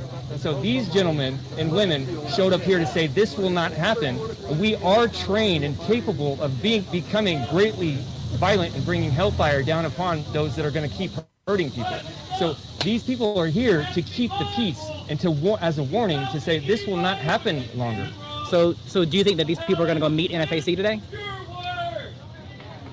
I hope not. I like you, I'm here reporting on things, and so I don't have all the information. But as I understand, and I've talked to the leaders of these groups and the Angry Viking, their goal is to stay as peaceful as possible. They've prayed for both sides. They've asked for everybody to be controlled and do not get rowdy. He mentioned there's another militia group meeting somewhere else today that's a patriotic group, and they were a little bit rowdy, so they distanced themselves from that and wanted to be. So this group is here to protect the American citizens and to show their willingness to use force if it's necessary. So they want to say, if you're going to keep burning down our cities, if you're going to keep attacking innocent people, you're going to get attacked, and we're going to bring the fight. But their goal is peace. So it sounds like some crazy stuff is going on over here. Let's get over it. Stream real quick. Villain Report on YouTube Live, Villain Report on Facebook, Villain Report on Twitter. Villain. I'm just a dude with a... Say your name to the stream real quick. Villain Report on YouTube Live, Villain Report on Facebook, Villain Report on Twitter. Villain. I'm just a dude with a camera. Yeah. I'm Jason Downey, D-O-W-N-E-Y. I'm just a dude with a camera. You can follow me on Facebook. I'm a Louisville native. Watch out for that branch. I see it. I got peripheral vision. Yeah, I'm a Louisville, Kentucky native, and I've been covering down here since about 100 days now. All right. Appreciate it, guys. Have a good night.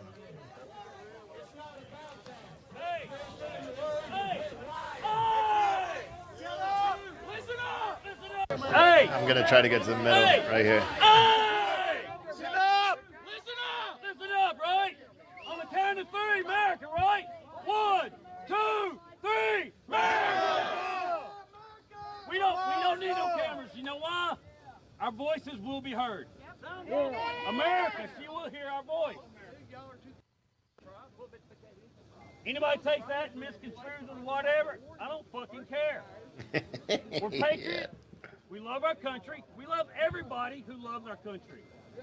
If you hate our country, I'm going to tell you straight up and fucking what? I fucking hate you. If you speak against my country, guess what? Those words apply to you. Yes, sir. If you are not for the love of this country, the U.S. Constitution, you need to rethink your stance in life. Amen. Amen. That's all I got to say on that. Rock and roll. Stop talking to press.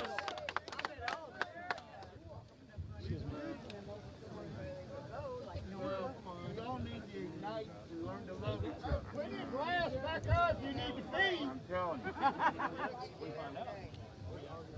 you. Know that.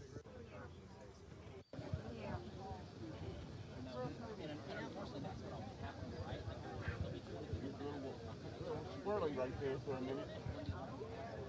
But Voices will be heard. Across America with no cameras. Sounds just like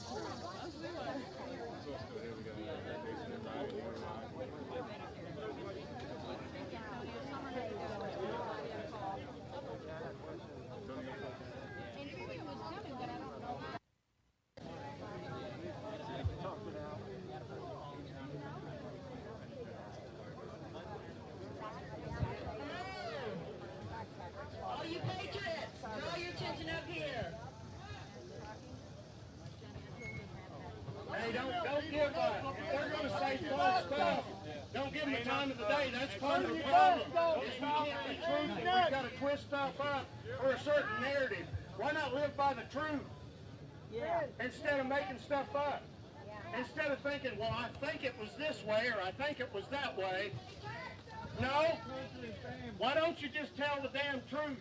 They don't care about your feelings. They We're don't not know here how. because of racism. We're not here because of nationalism. We're not here because we're white supremacists. No. I didn't choose to be born white. I'm sorry. I didn't get to choose that. That's right. Be proud of who the hell you are and make the best of your life. That's it.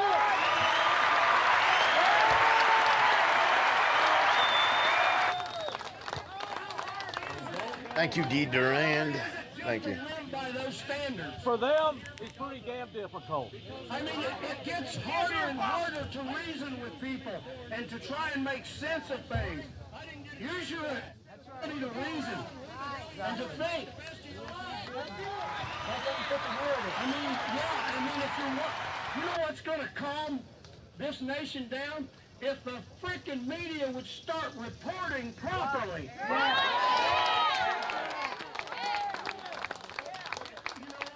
Like PT News Network. Somebody that wants them to show things a certain way. Why don't you quit that job and stand for the truth? Get a real job. Truth don't pay as well. And if the truth don't pay as well, then you're being driven by greed. Sure, we would all like to do a little better, but if everything's about money, then we've missed it. Patriotism knows no color. That's We don't know any color. Why do you think so many people come to this country? Because they want what we have. But you're not just going to get it handed to you. I've got a young Mexican friend. I'm from Cuba. Yeah! Come on up there, brother. Hell yeah. Hell yeah. Hey, socialism. Yeah. They don't want to see that. No. That's right. But here, right here, Know that. right here, you don't know what these people have had to go through that have come from this nation. Hello, everybody. The first I have to say is, You try to get to a better camera angle. no, but here, right here, you don't know what these people have had to go through that have come. Damn, all this sound.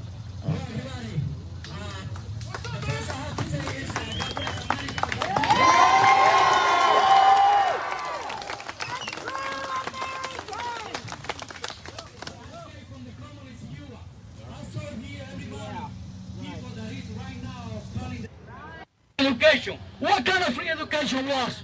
They teach us how to love communist, socialists, and how hate America. That's what they teach us. But you know what? Oh, we're praying for free people. People that born free. It's not break and brain. It's not wash and brain. So we stand down for that shit. Okay, so right now, what I can see, is it happen right now. I'm against, I might support everybody rights, but what I can see right now is a socialist and communist agenda behind everything. We can't allow that. We can't allow any other different feelings, everybody thinking on different ideas. Yes, I'm okay with that. But when you want to take out my freedom, stop. It's time for raise out. We can see how USA! USA! USA! USA! USA! USA! USA! As Donald Reagan said one time on his speak, he got a friend that speak how that Cuban man, and he say, how lucky you are. This is the last place that we find to escape. Now, I don't want to escape to any other place. We want to stand up for this country. This is what we respect everybody. We got in Cuba, we got all nationalities, we got black people, we got everybody. We is our brother. But we stand up for the balance that we have on this country, this constitution. And everybody come to this country because it's a free country. So that we are better than any police that have used of repression, any government that use our power. We need to show that we are better. So we need to build, not destroy. That's what I mean. And that's what I got to say today. I will stand up for this country. Thank you. I feel so proud to give me this opportunity here. Thank you, America. Yeah. KO. Thank you for that. $2. USA. USA. USA. USA. USA. My friend, they want to steal your freedom again. Again. You lost it once. You over here, they want to get you again. Don't let them. Don't let them. It ain't happening. Not in America. It's not happening. It's not happening. Y'all need to check your hearts. If you telling stuff that's not right, or if it's off, or it's skewed a little bit, you try and sell people half truths and that. You better tell the whole truth, because that's what's hurting our country. Because people hear the media. Hold on. Got an important look, dude. Look at that. I just ripped my shirt. I just ripped my shirt with my biceps. Oh, man. How can you live with yourself Can't and get it report switched. something that's half true and half false? Right? Don't you have a conscience? If you're reporting that way, look in the mirror and say, did I do what was right? You might have for your employer, if that's the case, I don't know. But we have all got to check our conscience. And that's part of the problem in this nation. You just heard a Cuban. He just came up out of nowhere. Because he heard and he spoke. And I've met with another Cuban I love lady this shirt. a month and a half ago. She came up to me. She said, you don't want socialism. Trust me. I spent 32 years under socialism. You don't want that. Right. It never has succeeded. Socialism has never succeeded. We were never meant to be dominated in such a way that somebody else had to think for us all the time and tell us how to think. We're not programmed that way. That's why we're here. Yeah. So, I'm okay with trolls being here. We just gotta let them be here. Let them learn, let them live. Shirt's a double XL, bro. It's the biggest shirt that Rogue American Apparel sells. It's a double XL. we're here for people like him. If we're going to be equal, let's be equal around the board. NFAC is here. They're just not here. They're on a different part of town. The police likely are not going to be able to keep them together. He'll be coming back up here in a minute. He's finishing up on his interview. Hey, let's just hang with one another and hang here and let's make... We need this. Sacrifice for all of us. It costs money, travel, time away from family. And Louisville appreciates it. They do. Yes, we do. We appreciate it. They do. It seems that anymore Louisville has become a hot spot. Indianapolis has become a hot spot. Well, we got weak government, that's why. Yep. We got a weak government. Yep. Pussy politicians. It is. We need politicians. They don't do what's right. Council, all of them. Yeah. Any contributions? All right, so let me explain how some things are working today. So what you can do is you can donate. Well, here, let me just start from the beginning. If this feed cuts out on Facebook, which there is a likelihood that it could, depending on what happens later, you guys can go to freightbrokerlive.tv and watch. You could also go to YouTube. You can donate to me and to support this stream by going to freightbrokerlive.tv. You can do Cash App, Venmo, PayPal, Zelle. All the instructions are all on there, should you choose to. Also, the streamers that I recommend supporting today are the conservative black preacher. He's got information out. I don't have it, but if you go to, let me see. Actually, he doesn't have it on his page. I think it's, I did it because I already sent him something this morning. So let me, I don't know. I don't have it open, but you can go to the conservative black preacher on Facebook and you could find it. You could also go to the Villain Report on YouTube, Villain Phoenix on YouTube. He's got a Cash App too. I think it's Cash App $@ Villain Report. I don't know. Just double check that before you do it. Those are the two supporters or the two streamers out here that I would recommend supporting because they traveled all the way from Portland. They're the conservative guys. They're just really truth seekers that are out here trying to show the good thing. There are a bunch of liberal and leftist Antifa streamers that are already out. A lot of them are from Louisville, but you also have Soul Luna that's out there as well. Again, he traveled from Portland. If you feel like supporting him, go ahead. I still think the kid has a good bone in his body. I just think he's trying to find it. Mercado's also out here. I think you guys can support him. I also threw him some money this morning for being out here and doing this coverage. Mercado and CJ were the ones that were instrumental in Kenosha in what I personally believe is saving a lot of people. So I fully back him and think that he should be supported. And yeah, so there. Those are all the people. I'm trying something new and telling you guys support my stream, but also support these streamers out there as well. And just in case you were curious, I did pay Villain and the Black Conservative Preacher. I did send them money for using their feed today because I appreciate them being out there and giving conservative commentary. Excuse me. And I didn't need to. They didn't ask for it. I did it on my own volition.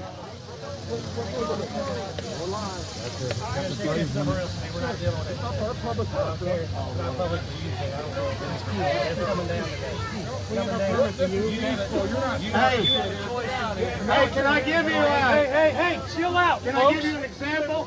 Take that sign down to the track right now and see what happens. And it will be down there. I am going down there. Come with us. Sir. Alright, I'm telling you, you gotta get rid of here, bro. You're a little late for that, pal. Hey.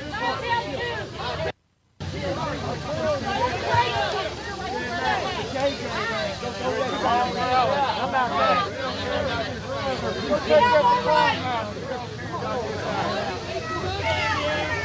If you don't want my gun, guess what? You're not getting it. But my Second Amendment says I can. These feeds are pretty funny.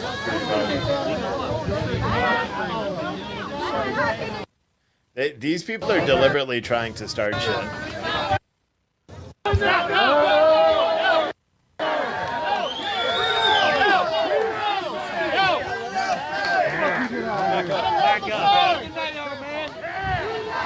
Back up, please.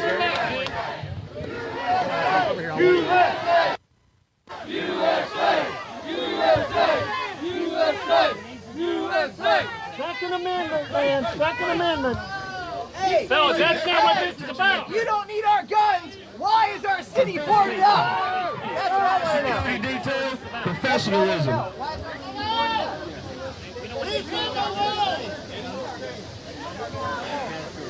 Keep it classy, Louisville. Good. I couldn't bring down there showing that you impact. He will be. He'll be with us. He'll be with us. Please, hey, please, listen. No. Fuck motherfuckers. Hey, we can't silence them. We're all standing for the same rights. Now quit. Please go down to impact. Put that shit Like up. we were. Chill out. First Amendment, Second Amendment. Chill. Amen. Guys, listen. Amen. Everybody, please quit attacking this man. We are standing for everybody's rights today. Give us a little space here. Give us some space. Everybody, we are not here for ourselves. We are here for everybody. This is America. Yeah, buddy. We're not going to stand up here and say we're against hate speech and then hate on this man. Do you understand that? If you have hate for this man, then you can leave. And I'm out of place by even speaking to you people. Start it. USA.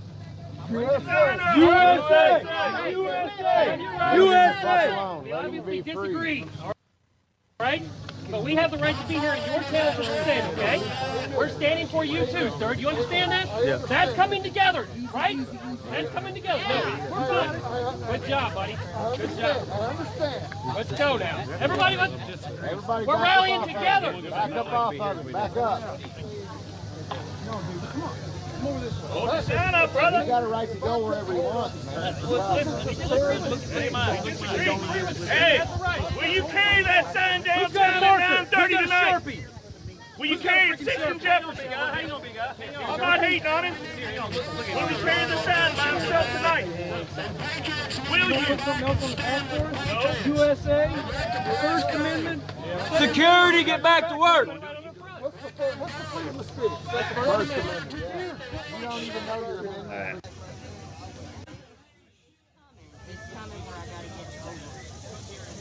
People that are there deliberately. That's what people have to realize. People are there deliberately. That guy is there because you know what? I don't believe that we saw him yesterday standing out when NFAC came downtown yesterday. I don't believe we saw that guy holding the same sign saying we don't need your guns in Louisville. So is he just holding the sign to these guys on purpose, or maybe he was working? In all fairness, maybe he was unavailable to come down late last night when NFAC marched, or a small contingent of NFAC, including Grandmaster McNugget there, decided to go downtown and give a speech about how they don't have COVID because that was newsworthy. And then leave. There weren't people holding signs saying guns aren't needed. This is Louisville. We don't need guns. And that's what the whole big thing about NFAC is that they have guns. So I just wanted to make that clear, open transparency, honest reporting, and all that stuff. Guys, if you don't know, check out Spartan Armor Systems, SpartanArmorSystems.com to get your flak vest, to get your plate carriers, to get plates. American company. Products are made here in America as well. They're based out of Tucson, Arizona. You can use code PTNews and get 10% off your order site-wide. Look at that plug. That was sick. I haven't asked for any of that throughout this whole stream. But now that we're at a good point where there's not much going on, please spam those hard reactions. Share this. He's holding a sign backwards. Just saying. But see, and you could tell, because if you look at all the streams, this is what they're looking for. All the streams, they're all down there.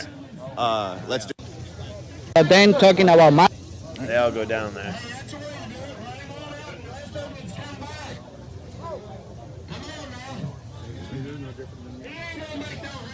I gotta try to refresh some of these feeds because this area does not have good cell service apparently.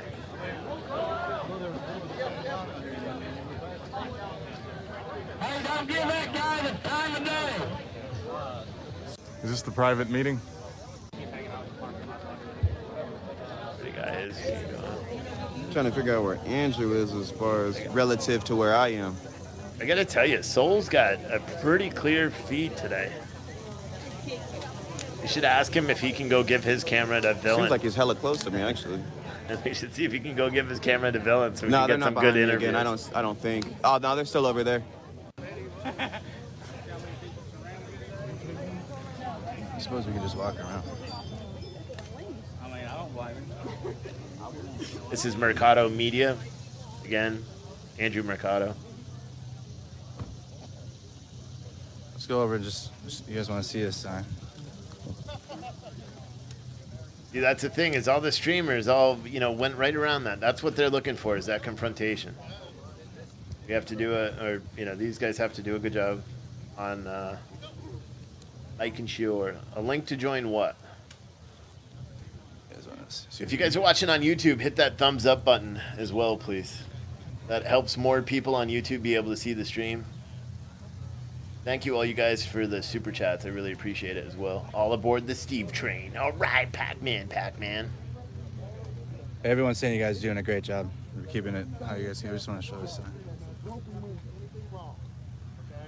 Nothing like nothing like Seattle, nothing like Portland. So it's yeah. Okay, just because it doesn't like that, I don't want to see my town go away. Okay, know what I'm saying? This is not. This is what this was here. We live half a mile up the street.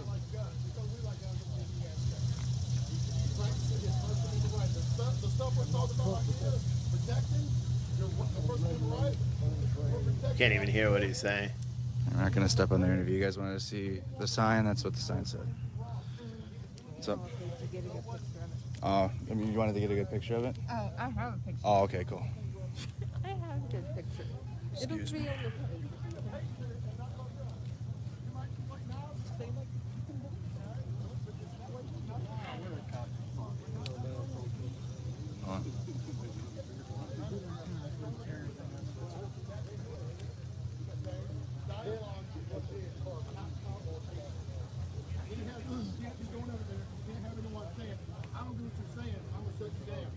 The whole point of us being here is what? The Constitution. We have rights to be here. We have rights to carry these. These are the rights. That sign. Okay? And we'll go. USA! USA! There you go. All right, everybody, we're heading back over there. Let's go back to the truck. I'm going to make an announcement. And then we're going to tally ho. I love it. I freaking love it. He should be wearing that hat. Alright. So for anyone that's curious, that's the Angry Viking. He's out here doing his thing. Look at all the water. Lots of cases of water. For, I'm assuming, the people walking today. Lots of water. Sir, quick question. Are these just donated water? That gentleman right over there bought everything himself. He bought everything himself. So he bought it all for the march. For the cause. He's local. If he wanted to do something, that's what he thought he could do. Somebody's tried to offer him money, he won't take a dime for it. Don't take a dime. So this is all donations right here. Donated water for the march. What's up, dude? Hey, who is this all yours, sir? All the water? So I just wanted, so you didn't take a dime for any of this water. You don't. This is all you donated. Club members donated, but yeah, 4,000 bottles. Awesome, thank you. So he brought this out on his own dime. And here's one thing that I'm fairly confident. I bet none of those bottles will be used as weapons, like they are in Portland and every other city that we see. Perfect. Yeah. Live life to the fullest. Thank you for that super chat. I really appreciate it. No, that or sticker. I don't know. Yeah, the Vikings. Thank you, Amy, but as well. That's from Angry Viking, the guy that was just speaking. Some people are saying go talk to people and they'll see that you're not there under illusion, and I did that. So I do think the leader has changed. Thank you, Mary. I really appreciate that. It's huge. I might need to put the knee brace on soon.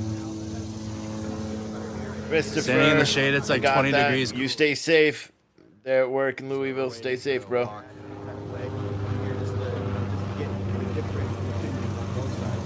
Like I've been saying from the beginning, my whole agenda is to cover all of it, to cover the good, the bad, the left, the right, the middle, all of it. You know, I want you guys to be able to come up with your opinions as far as what's going on. So the man To be able to come up with your own opinions as far as somebody doesn't want to be filmed on either side, I respect that. Parked, as I said, that trailer in the shade. I wish.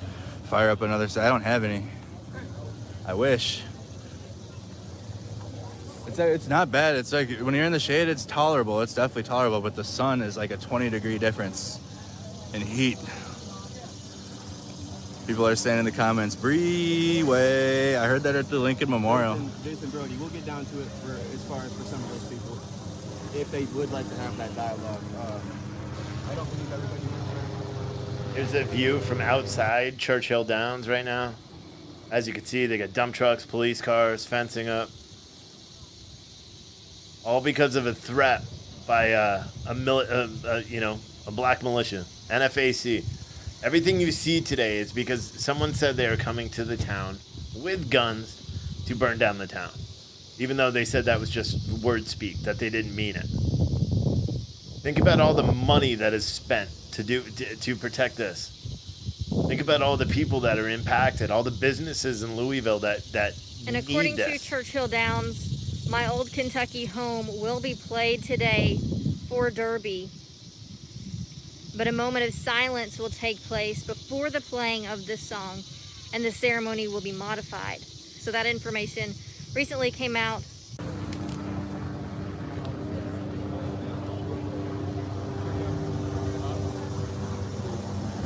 Thank you, Patrick, for subscribing. Really appreciate that on YouTube. Star Up Jack, thank you for covering what MSM doesn't have the balls to show. Are mainstream media even covering any of this right now? I mean, I know they didn't when NFAC was there. Are they covering any of this? Is anyone seeing anything? I don't know.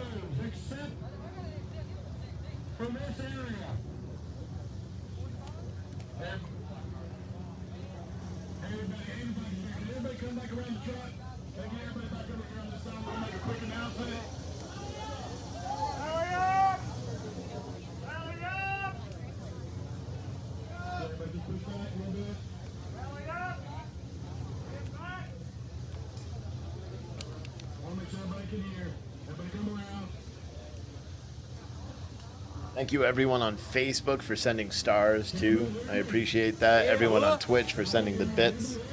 Appreciate that as well.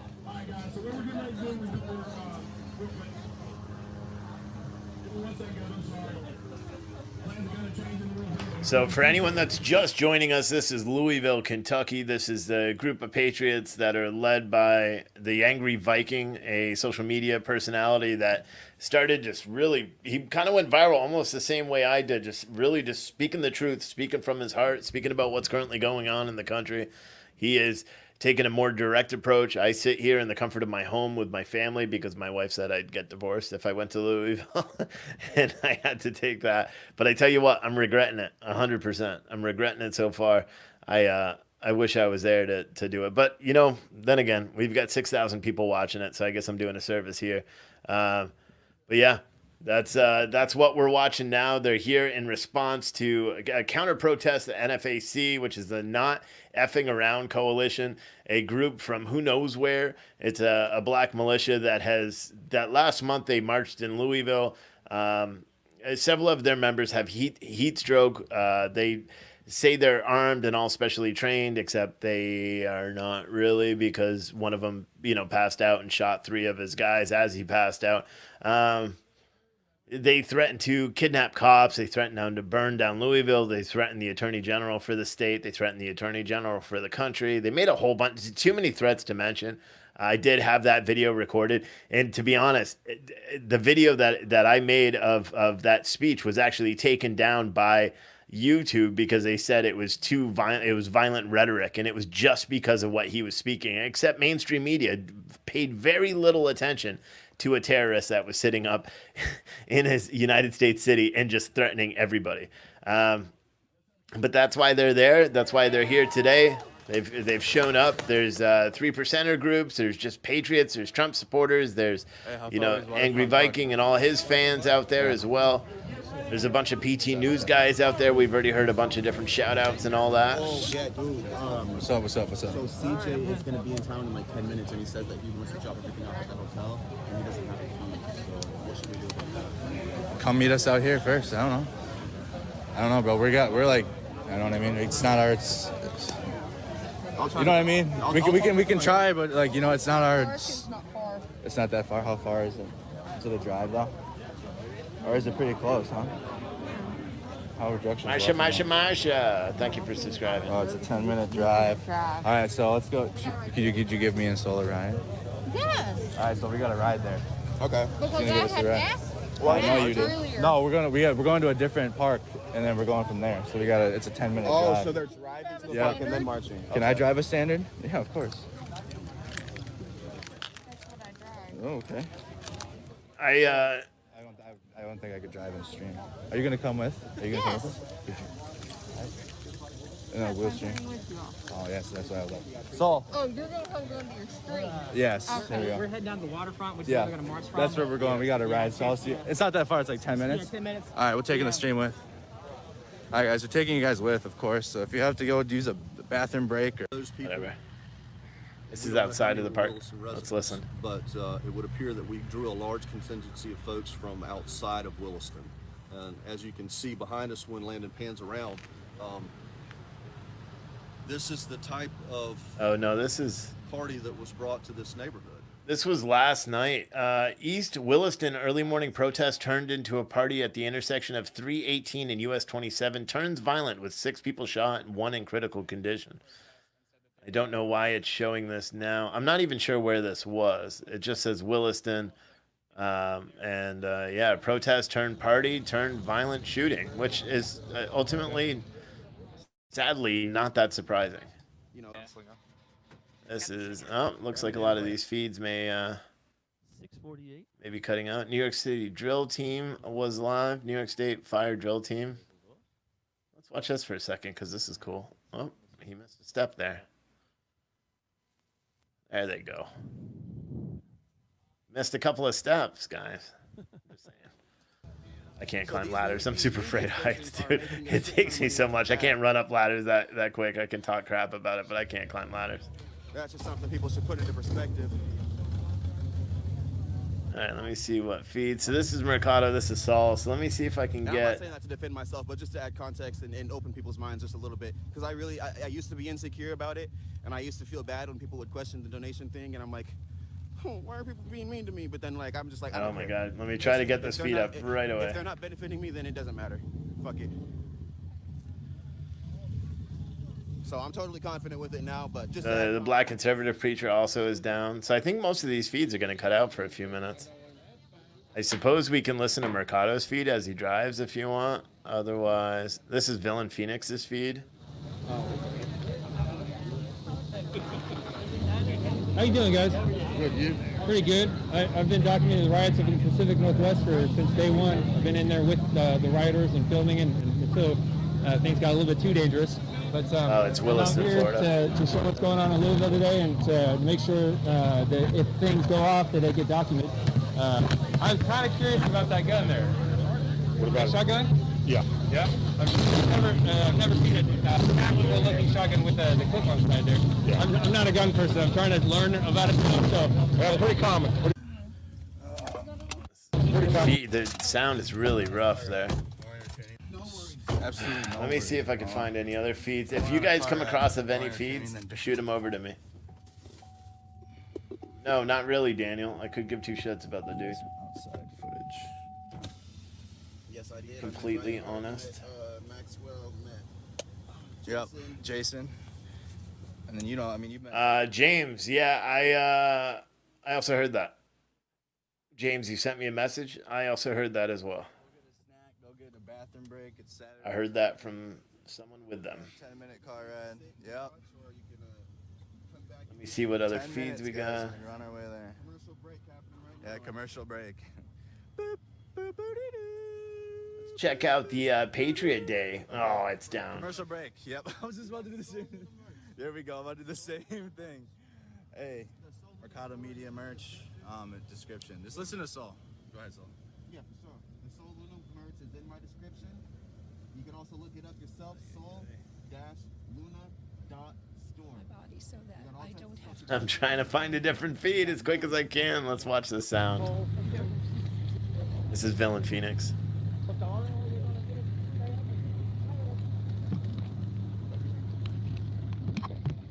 All right, guys, so for security reasons, I'm going to put it on mute for a second, and then I'm going to film. I'm not going to go off stream, but I'm going to film my lap for a little bit, just so I get situated.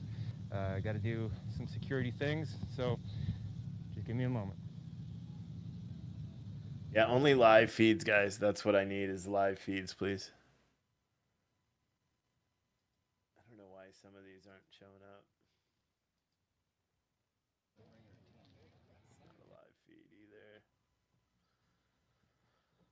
I suppose we'll listen to this. Percentage up for those that subscribe and those that watch. But we have 63% that watch but aren't subscribed.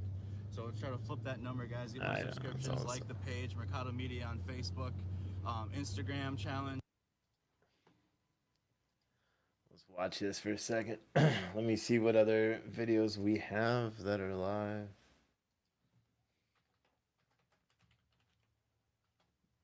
Wonder if I can find the boat one. Boats up in New Jersey, if those guys are live.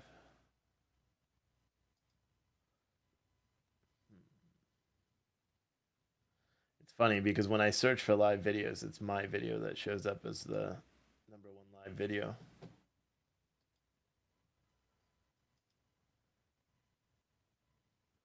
You want to watch the drill team stuff?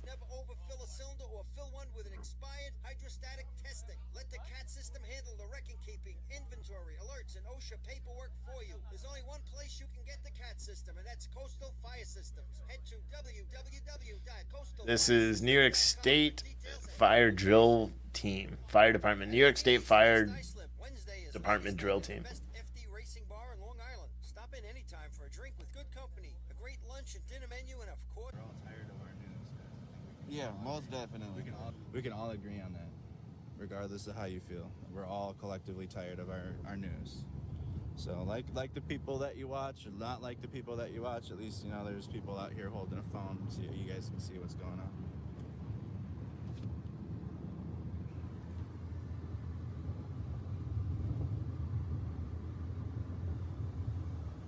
Yeah, that's the commercial breaks you get right there. It's still no cut away from the actual footage, but yeah, that's the new commercial breaks right there. And the only reason the merch is very comfortable. There's about to have new sweatshirts. There's new sweatshirts going to be in the store too, upgraded sweatshirts that are a little bit bigger, but they still have that same texture, that same feel on the inside.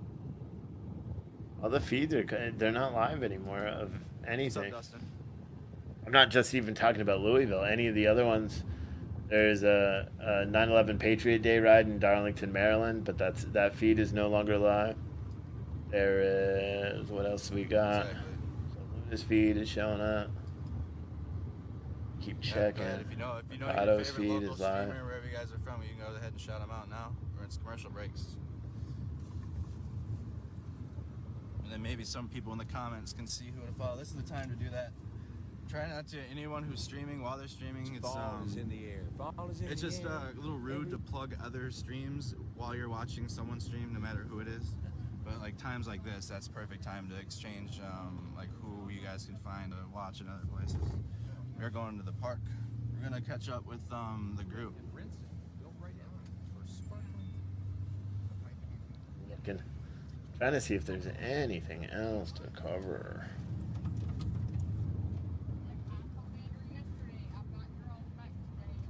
Here's another live feed from the protest, but everyone's moving now. That's where we were at too.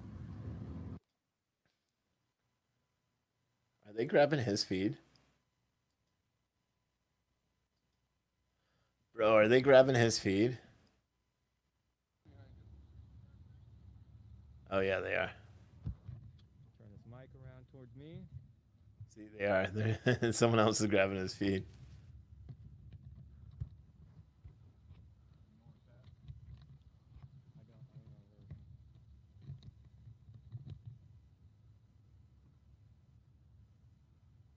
funny.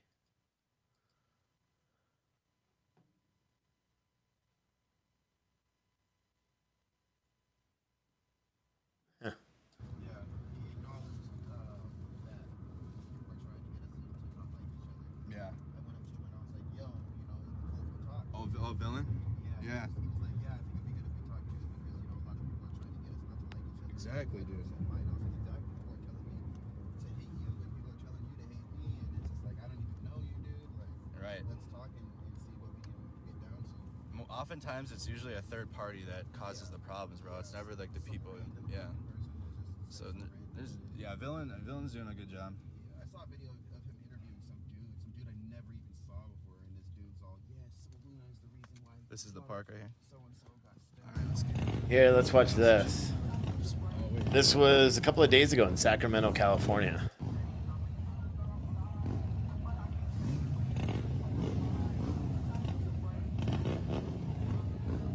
Group of motorcycles encounter a Black Lives Matter protest.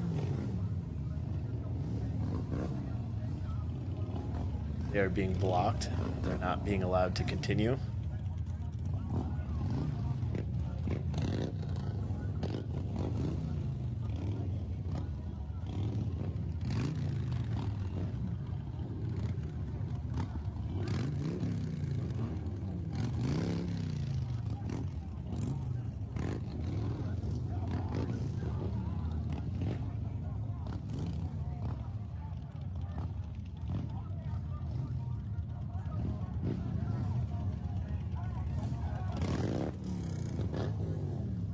The Antifa taking pictures of all their license plates.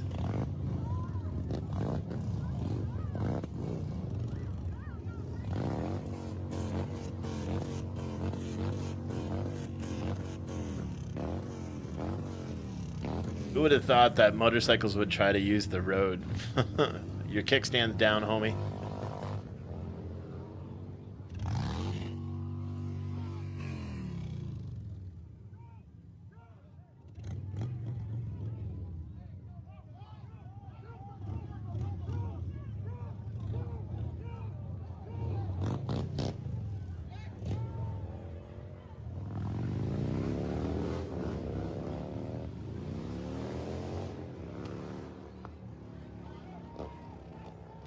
You know, just a peaceful protest.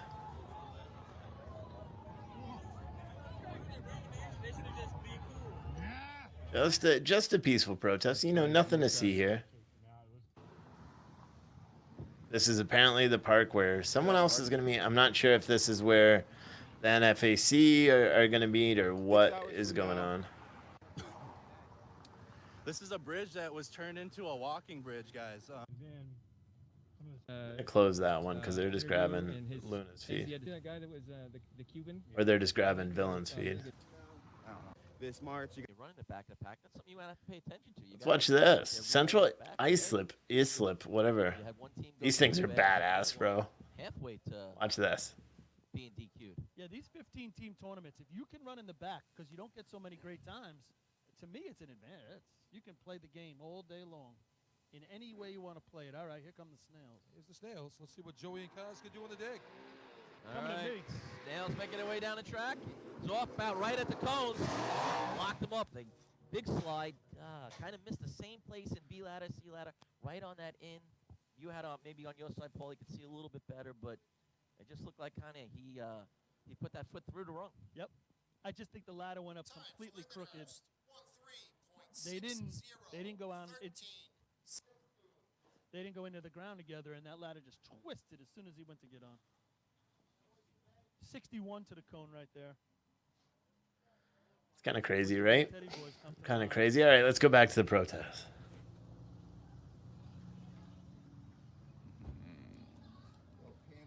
Oh, yeah. So let me give some updates on yesterday. So, yeah, I made a nice little picture, too, of one. So, yeah, last night in Portland, there were some updates. After I ended my live feed, it got a little crazy, right? There were some people that were arrested, including the white Charger guy. Finally, he got picked up. and he got picked up for warrants. A bunch of you guys said he ended up hitting a vehicle and they found firearms and all that stuff. When I looked up his name on WCO, Demetrius something or other, who cares? He ended up getting picked up because he had warrants. He had a long record too of doing a bunch of stupid stuff. But the big one that's interesting to me is, remember the video that I made yesterday? You guys may or may not remember it, but remember the video I made where we were identifying one of the people? This thing isn't working. Hold on. This fella here.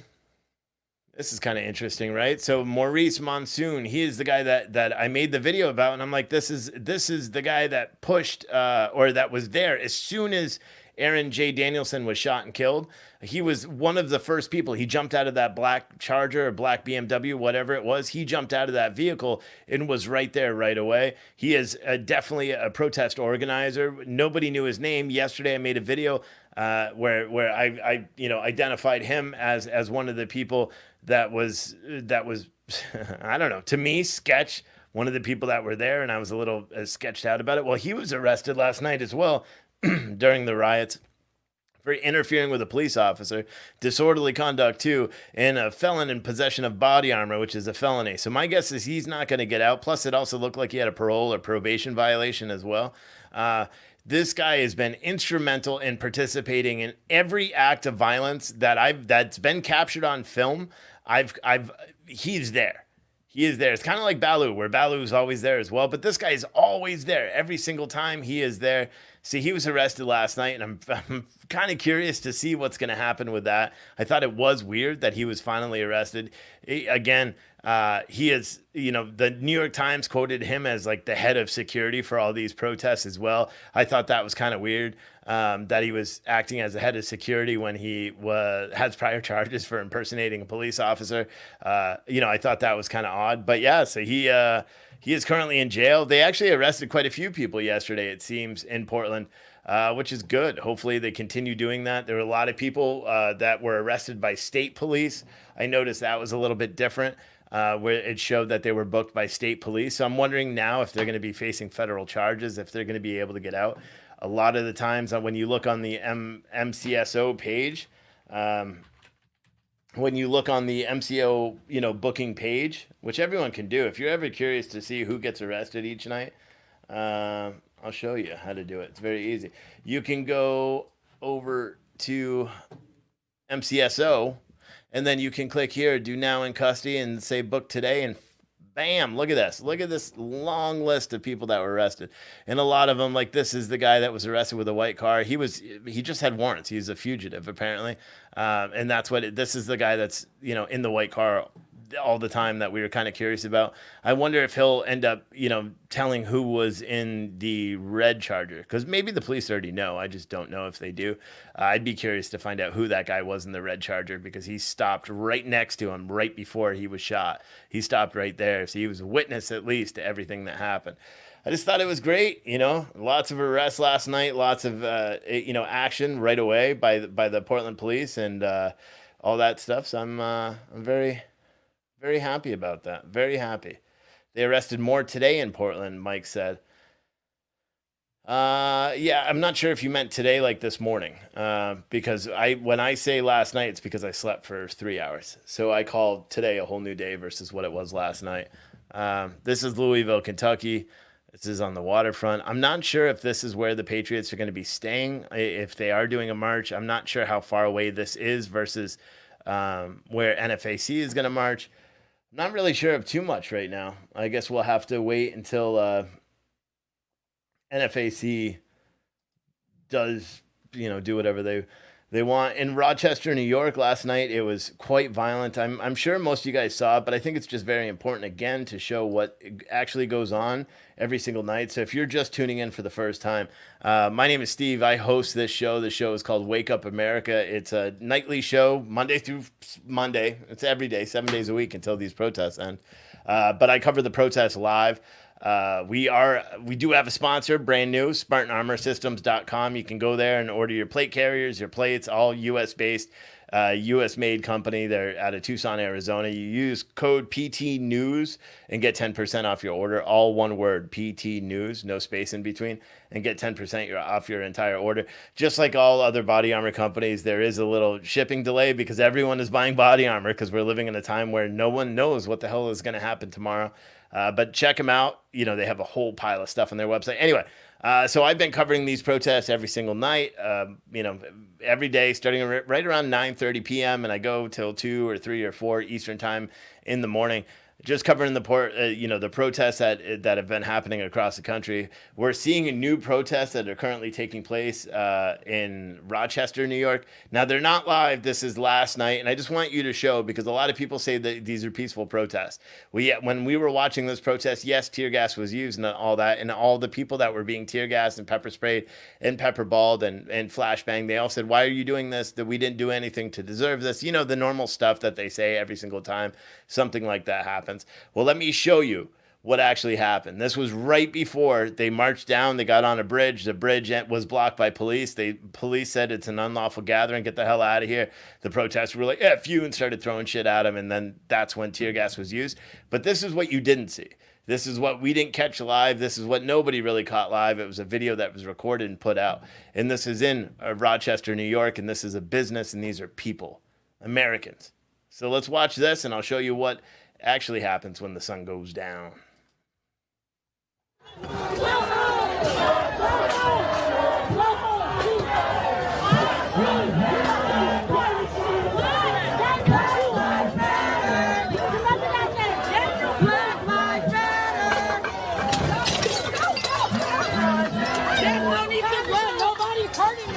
We're shutting the party down. Nobody's gonna touch you. We're shutting your party down. Calm down. Calm down.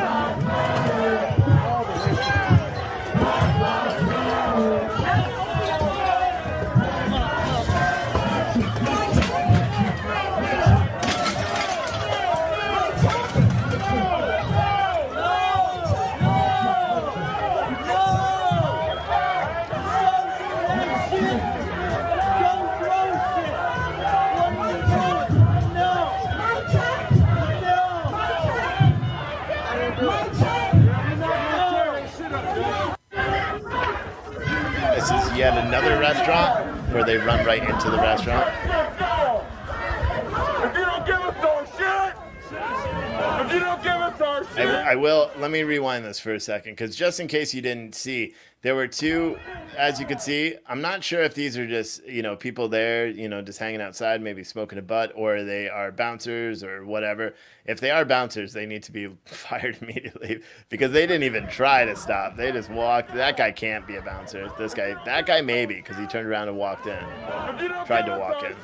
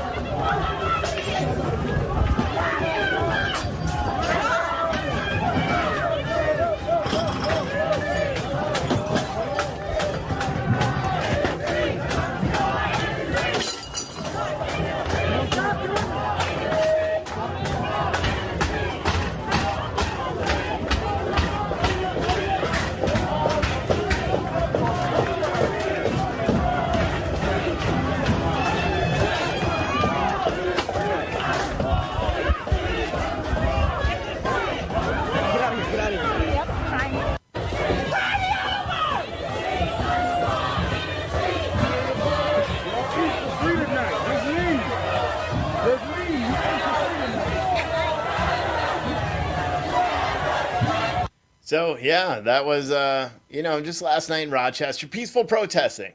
CNN was probably like, this is a peaceful protest. I'm sure that's what they said if they did even air it. Most likely they didn't. Mainstream media tends not to focus on what actually happens in the country, and instead focuses on things that are not happening, or things that they think are happening, or things that they imagine are happening. So I don't even know if that got any play. I know on Twitter last night, within 2 hours, the video had 1.5 million views on it when it was originally posted by the original poster. So that was quite, that was within 2 hours of it going live. So a lot of people have been airing that, and a lot of people are able to see now what actually happens in America. This is what's been happening. Now, this is something that unfortunately, I've kind of built this platform off it, the PT News platform. There's been a lot of riots and a lot of protests, or a lot of peaceful protests, depending on which way you want to look, going on in the country. I know CNN has kind of come under scrutiny for calling protests mostly peaceful as buildings are burning behind them. They really did that. It's amazing because I think a lot of America still doesn't currently know what actually happens when the sun goes down. Now, I know it's different right now. It's 11:30 in the afternoon. I'm sitting out here, or 11:30 in the morning rather, on the East Coast. What is it? 7:30 on the California and on the West Coast. And you guys are probably like, well, so why is Steve up right now? Well, it's very important to bring what's currently happening to mainstream. Now, our viewers, we have 5,700 people watching this right now across all platforms. It'll be watched again and again on replay, and I think it's very important for us all to actually see what happens in this country.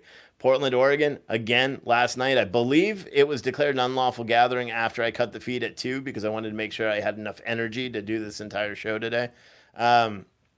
Portland, Oregon, yes, a number of arrests last night, including the white Charger that we've seen that's been almost like a normal sign. We know it's kind of like looking for the green hats or ACLU at riots, because if at peaceful protests, let's stop saying riots, let's call them what the mainstream does, peaceful protests.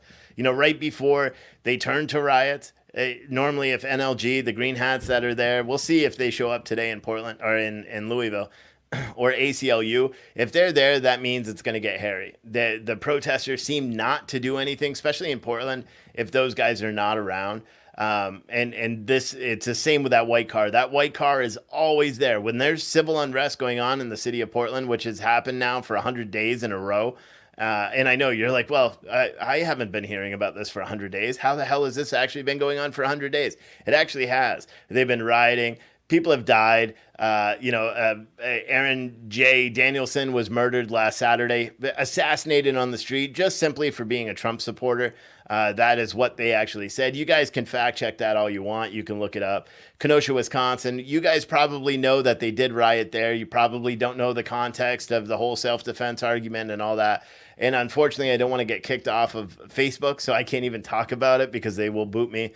Where else? Louisville is contrary to what some of these guys said earlier, where Louisville isn't burning buildings. They've had riots and unlawful gatherings declared almost nightly, almost nightly. Now, and I'll take that back. Several times a week it happens in Louisville. Again, last night as well was one of those. Riot police had to come out again in Louisville. But again, it's super peaceful. They're not burning down buildings and they're not looting it. Well, nope. Actually, just like the local journalist there, Jason Downey, said, they don't loot in Louisville. Oh, but excluding the 3 days that they did loot.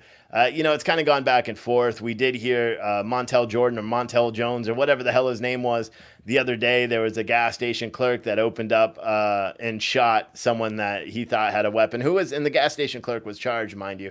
But one of the local protest organizers from Louisville, who I'm sure we will see today, he actually was at that crime scene complaining that the police weren't doing enough, even though every day they're marching to defund the police.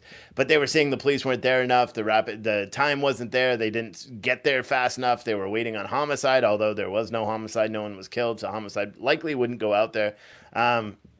And then he just made the overt peaceful threats of that he was going to start killing police officers.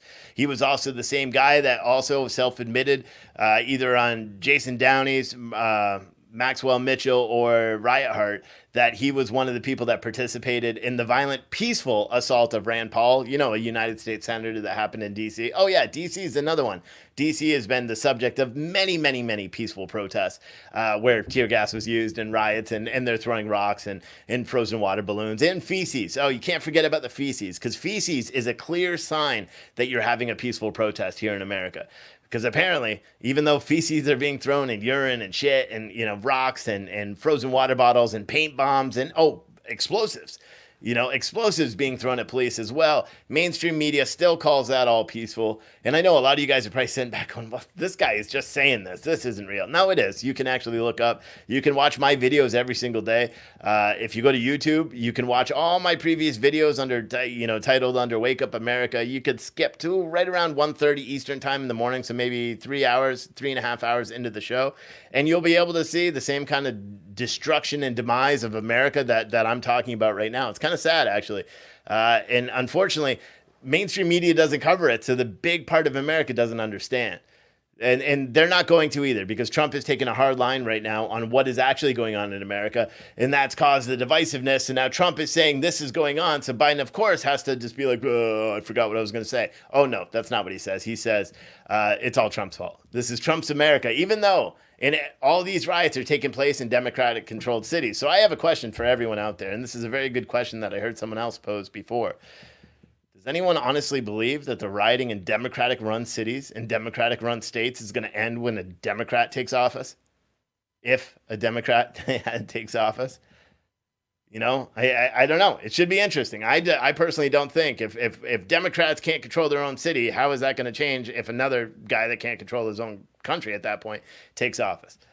I don't know. It should be interesting, but there's a good recap of what's been currently taking place for the past 100 days in the United States of America. Hopefully you're able to keep up with what we're going to see here. We're watching Louisville protests. Louisville, let me give a little bit of background of what's happened in Louisville. About a month ago, NFAC. Now you probably don't even know who NFAC is. They stand for the Not Effing Around Coalition. They're a group of idiots that originally they marched to Stone Mountain a couple of maybe 2 months ago. They marched to Stone Mountain. They were all dressed in full black. It's a black militia group. They were all dressed in full black tactical uniforms that they got on Fiverr. Or they got on what's that Chinese one, that the app that's always on the Facebook. I don't remember what it is. Wish. That's what it is. So they bought a bunch of tactical stuff and flak vests without any gear in it. They bought a bunch of that, and then they grabbed some guns. Some had 22 like replica AR-15s that were completely jammed. You could tell they were jammed with drum magazines. Other ones were just, they couldn't afford real guns, or maybe they were convicted felons, so they were carrying airsoft guns that looked like real guns. And then they marched and they threatened people that were walking by, telling them they were going to kill them, telling them they needed reparations and all that. Well, that didn't really make national news. So the NFAC leader, Grandmaster Jay McNugget, or whatever his name is, he decided that he would march to Louisville and start, protesting about Breonna Taylor. Now, Breonna Taylor is someone that was killed by police. When they had a no-knock warrant, they knocked on the door, even though that is messed up, or that's conveniently left out by a lot of the journalists that cover that. They knocked on the door. One of the subjects inside the house opened fire. He shot once, hitting a police officer. Police returned fire. Breonna Taylor was in the hallway. She was killed. She was an EMT 4 years before. A lot of people just say she was a current EMT. She wasn't. She was an EMT 4 years before for the Louisville Metro Fire Department. It's a tragic scenario. She ended up passing because she was shot several times. And they're waiting. They want the police officers charged, even though the person who shot and injured the police officer in the leg, he admitted to shooting first. They did have a warrant for that location. And a lot of documents were just released in the past couple of weeks too. A lot of leaked documents that say that, hey, the connection to the drugs was quite a bit more, that they did have a warrant, and then all the people that were involved, even, the people that did not make it that night, they were all named in that warrant. So it's kind of interesting, but long story short, there's been no determining decision yet on what's going to happen with Louisville and with the Breonna Taylor case. I suspect that nothing is going to happen with it. They're going to decide not to charge those officers, my personal opinion, based on the facts I saw of the court. But again, you can't really take anything with a grain of salt anymore. Everything is just so fluid and so effed up in this country that who knows what actually happens until it comes out later. Anyway, so NFAC, about a month ago, they marched to Louisville. And they all got out there. They stood in formation for several hours. That's why I'm kind of surprised we didn't see any live feeds about NFAC yet. But they stood in formation in the blazing sun in their black, Wish uniforms, and they stood out there for hours and hours and hours. Now this time they had real guns because Grandmaster Jay McNugget, or whatever his name is, he ended up making a video when he was talking about pre-planning. Now the video did come down, but he made a video where he said, guys, do not bring fake guns this time because people that use real guns like me and the rest of America, we can tell if a gun is fake. Anyway, so they marched and they stood there, and while they were standing there, before they even started marching, a couple of people fell out from heat exhaustion from standing there and standing in formation for so many hours, because that's pointless anyway. One of them, as he was falling out, he ended up shooting his gun, injuring 3 people. And then they marched, and a couple more people had heat stroke. And then Grandmaster McNugget there goes up on the steps of a Louisville courthouse, I believe, and he gives this great speech where he threatens to burn down the city of Louisville. He threatens to kidnap cops, hold them for ransom. He threatens the Attorney General for the state of Kentucky. He threatens several United States politicians and appointees or office holders in the United States. He threatens just everybody. For about an hour he talks, and he watched one too many Shaft movies because he wears the sunglasses and sits and drops the F-bomb every single other word. And we'll likely see some horrible speech by him today too. So it should be kind of interesting because this time, last time there were counter protesters there, but they, as soon as they started shooting each other, the NFAC, shot each other. The militia's like, oh, guess what? We don't need to be here anymore. These are not a real threat. So they actually left. Now there's a big contingent of Patriots or 3% groups. The Angry Viking is there with a lot of his followings. There's a huge group of Patriots that are sitting in Louisville right now that are actually getting ready to, I'm not sure if they're marching or they're just going to have a cookout. Who knows what's going on? They're there to provide support for the Louisville Metro Police Department, the Jefferson County Sheriff's Department, the Kentucky State Police, and National Guard, or whoever else has been called up because these boneheads want to march and threaten to burn down a city. Even though they did do a press conference, and I will say in full disclosure, Grandmaster McNugget there did go on a local television station and say that he didn't actually mean that he was going to burn down the city. He just meant that was a figure of speech, in that they were going to shut down the Kentucky Derby. Oh, that's another thing. The Kentucky Derby has been effectively shut down. Now they're still racing today, but we saw a video clip before of local news walking around the Derby. It's completely blocked off by trucks and fences and all that stuff. They're out there. There's no fans there. Now, some people believe that there are no fans because NFAC on, I think it was August 12th, the CEO of Churchill Downs ended up giving a speech saying they're going to reduce the amount of fans that could be there to 23,000 as it related to COVID, that they're going to limit how many people are actually there for social distancing and all that stuff because again, we do have this national pandemic that's floating around out there. And then NFAC said that they have secured 200 seats to this, and they were going to infiltrate it and disrupt it and all that. And then a couple of days later, Churchill Downs again put out another statement saying they are closing it down. There's going to be no spectators available. Blamed it all on COVID as well.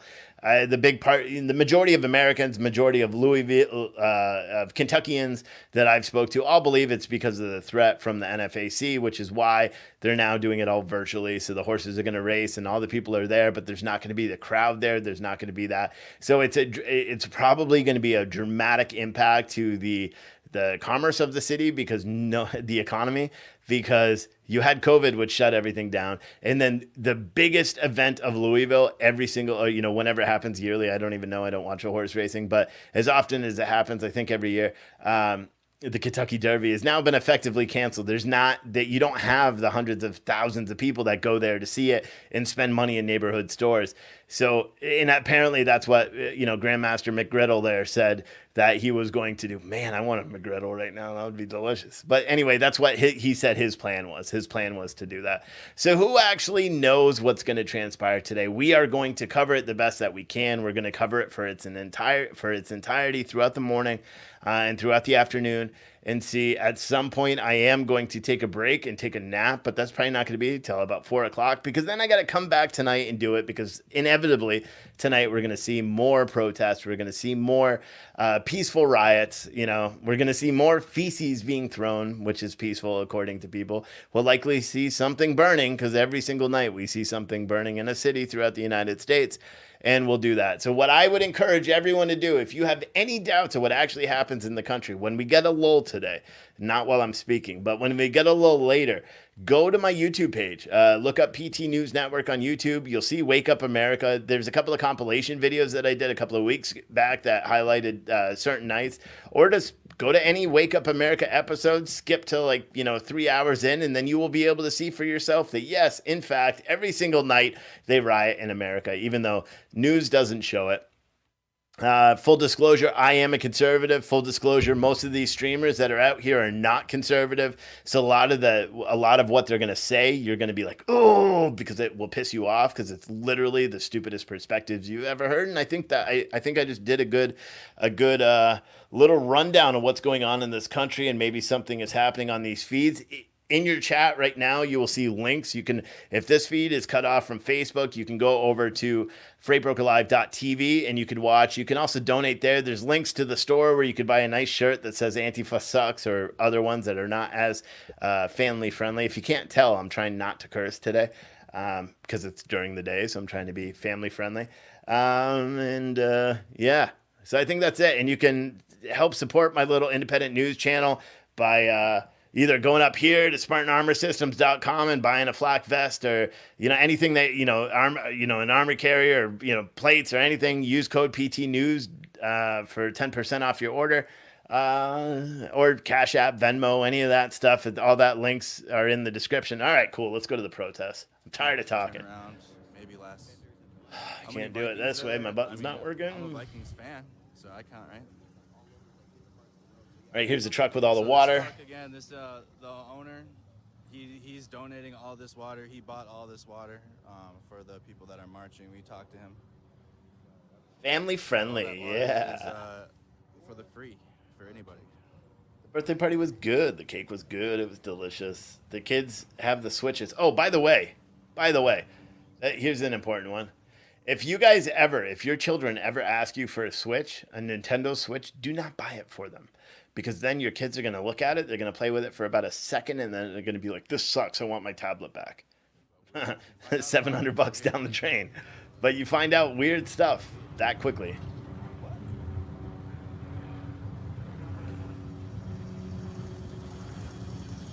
Thanks, D.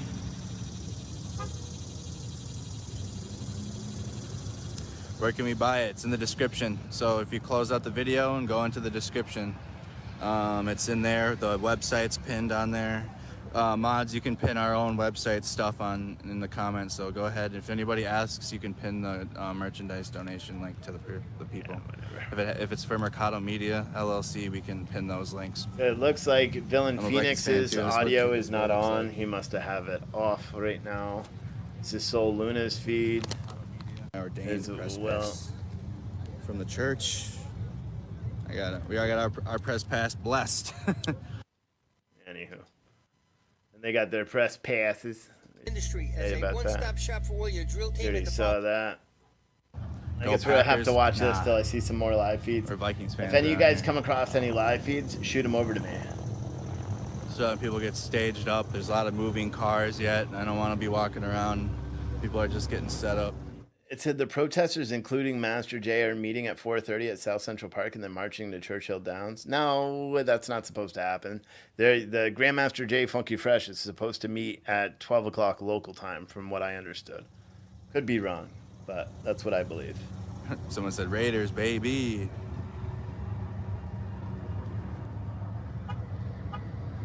Here's another live feed. Now people like from. This one is by Shay Media.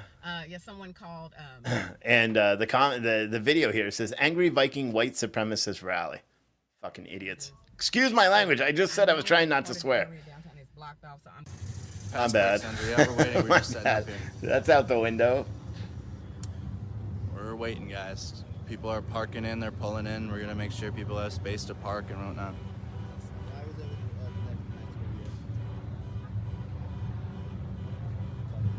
49ers. Okay.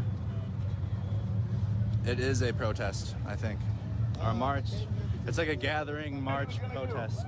Counter protest to It looks here, this is Dallas, Texas. This is another rally in downtown Texas. Hundreds are out there, put on by the Walkaway campaign.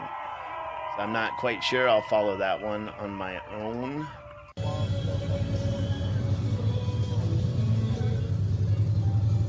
Play Minnesota, what's going on?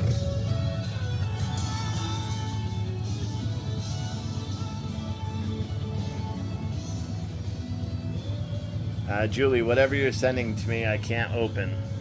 It doesn't even show. It just says it's unavailable.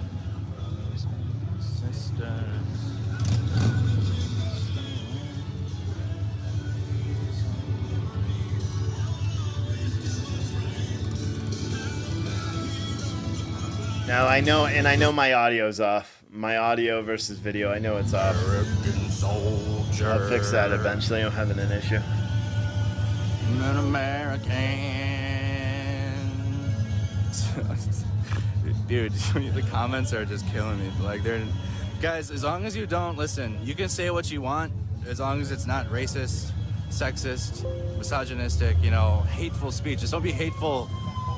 Don't call people names in the comments. You can agree and disagree with what you see, but don't attack the people for who they are. Hey, Tom H. Actually, I'll say your name. Tom Howard. Can you type something into the chat for me, bro? Just type something into the chat on Facebook. I can't find your name here. Because I disagree with them. That's an ad hominem attack. Don't do that. Or I mean, free speech, whatever. But you'll get a better point across if you go for the person's argument that they're trying to make instead of them. It's just respectful. Thank you, Linda, for the stars. We can always disagree. We're always gonna have disagreements. Let's just be more respectful about it.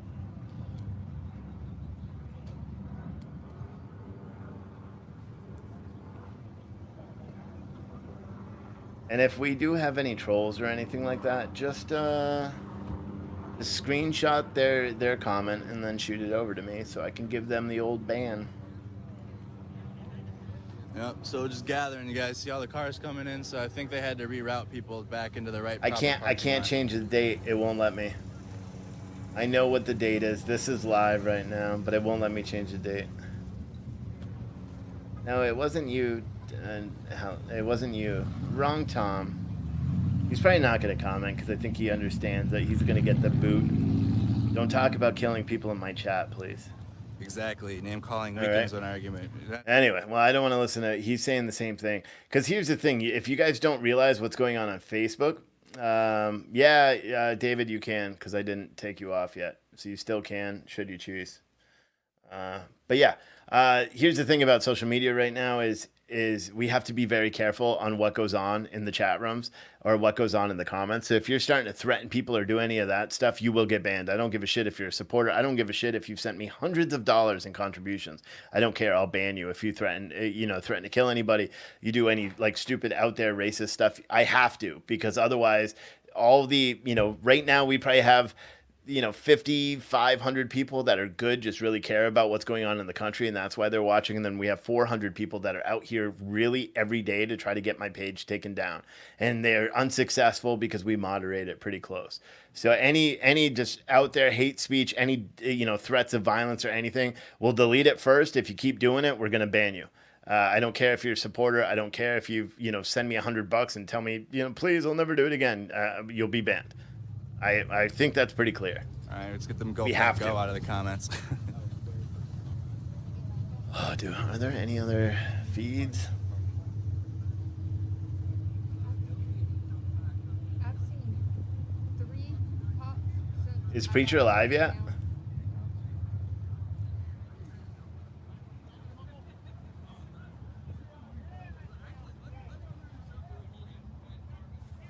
Oh yeah, you're right. He was with Villain, wasn't he?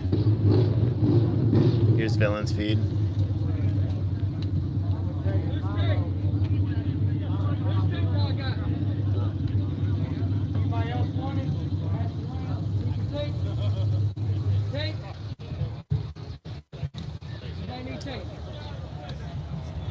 No. Need help there? Who's that? I did. You need help? Yeah. I got a clip here. If you just grab the lanyard somewhere, find that for me. There we go. Thank you. I appreciate that. Thank you.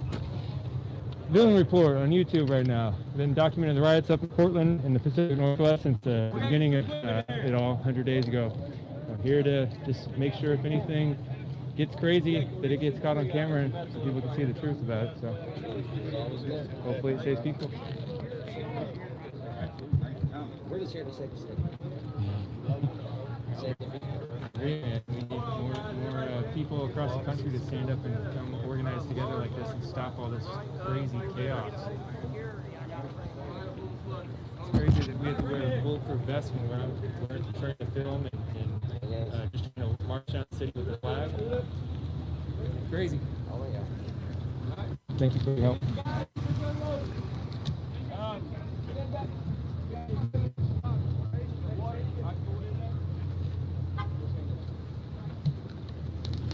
So everybody jump in one. Somebody out of load there.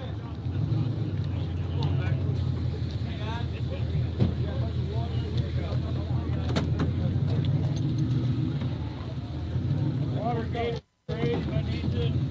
If you need one. Big canopy.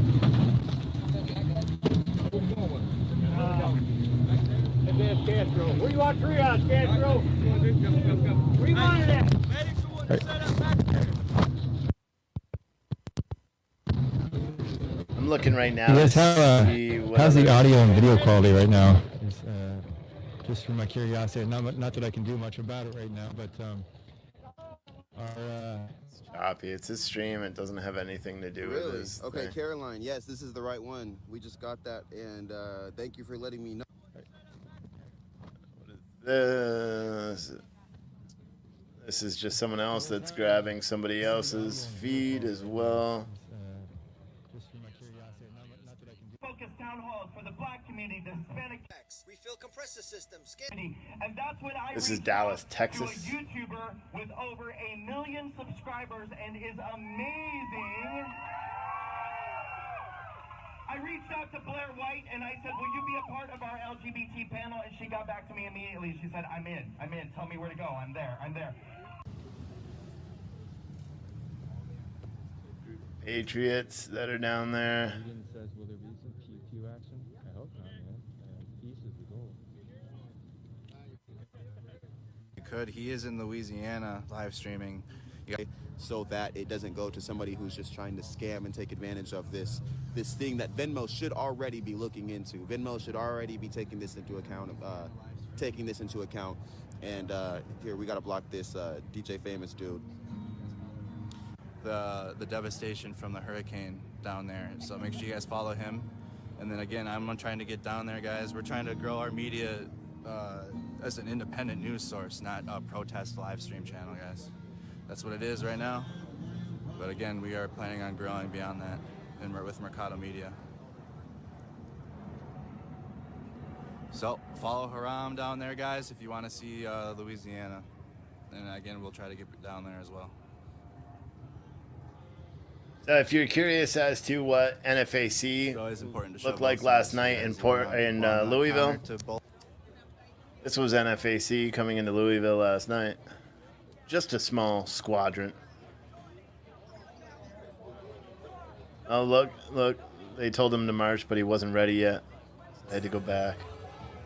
Let me just skip through the bullshit. See? There's Grandmaster Funky Fresh right in the middle there. I know, I literally just said.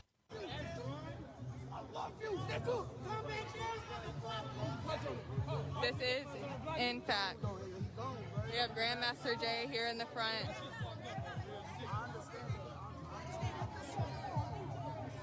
Again, it's worth mentioning that they are not wanted there by the local protesters. They are not wanted in Louisville. You'll hear that. And I apologize in advance for all the language you're about to hear. Put the earmuffs on the children.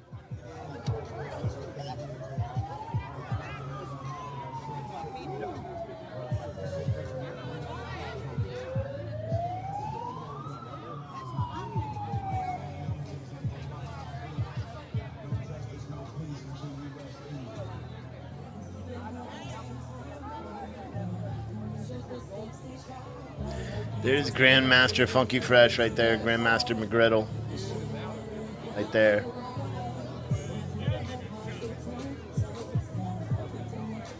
I don't own the rights to any of this music, by the way.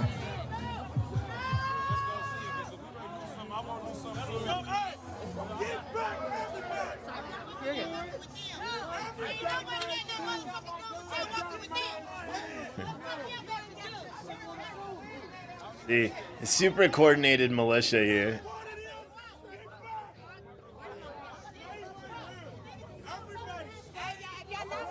Super coordinated. And they do this for a little bit. They just walk around. Oh, and then he gives this speech. This is a good one. Let's listen to this. Actually, the last time NFAC came, the first day they were out here, it was a small group like this as well. Tomorrow is their planned day to be here. I'm sure there'll be 400 plus out here. I got this motherfucker turned up. All right. And I ain't gonna do this for one time. Somebody told a lie. Somebody went out and told the NFAC was not coming to Louisville. Yeah, they put that shit out on the news. They lied. They said we got COVID-19. That we wasn't coming and shit. So guess what? The NFAC is in your city. Y'all join us tomorrow. Look at the Kentucky Derby. We want the whole fucking city to come out. Freeway! Freeway!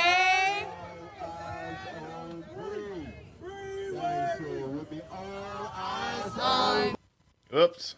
Free. That's all you need to know. So whoever told that motherfucking lie that we wasn't coming to your city, the NFAC is up in here. Burn this bitch down! I better not flex either. I better not flex either. I better be there. You better be there. And then you're going to hear the sheer amount of love that the local people have for them here. Here. Yeah, we do. Yeah, we do. Yeah, we do. As you can see, so that person that changed, and then they disappear into the night, just walking away. And then they get into it. Local protesters get into it because the local protesters also said that they didn't want them there, that they didn't want that to happen. But then again, ooh, look at this. So these are the American Patriots that are out there today. Close out some of these tabs to make sure it doesn't slow this down.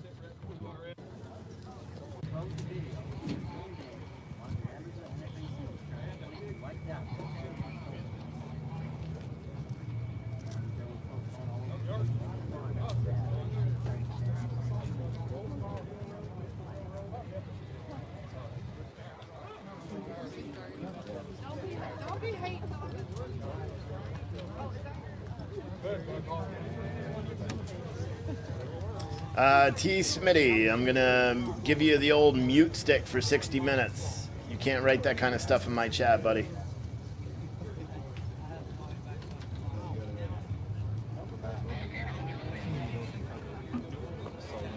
There he is. We're out here. Welcome. USA! USA! USA! Guys, if I end up having to restart this stream,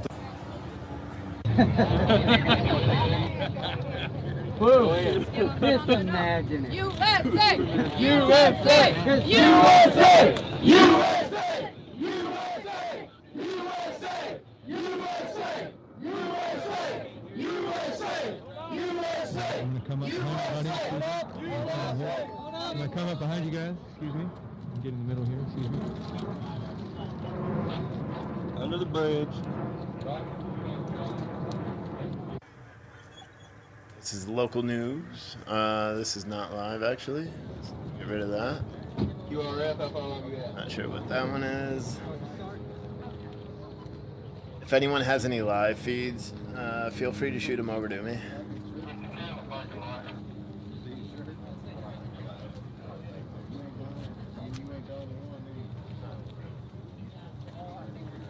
What's up, Mike?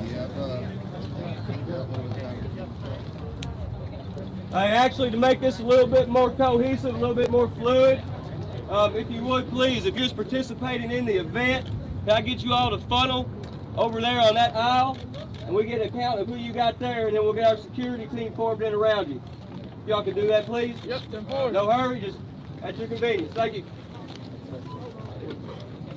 Here you go. Lisa, set up. Set up. Yep.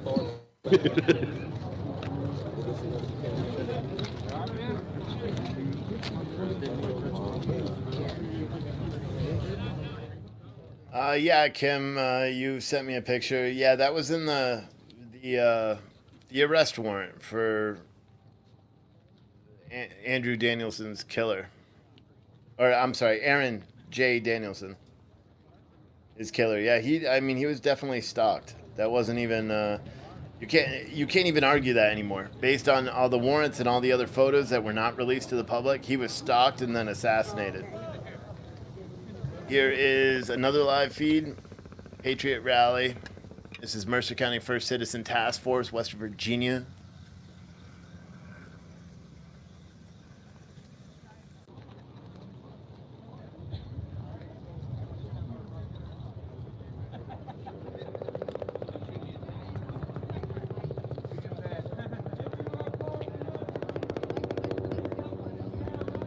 There's another live stream here. This is by the American Revolution 2.0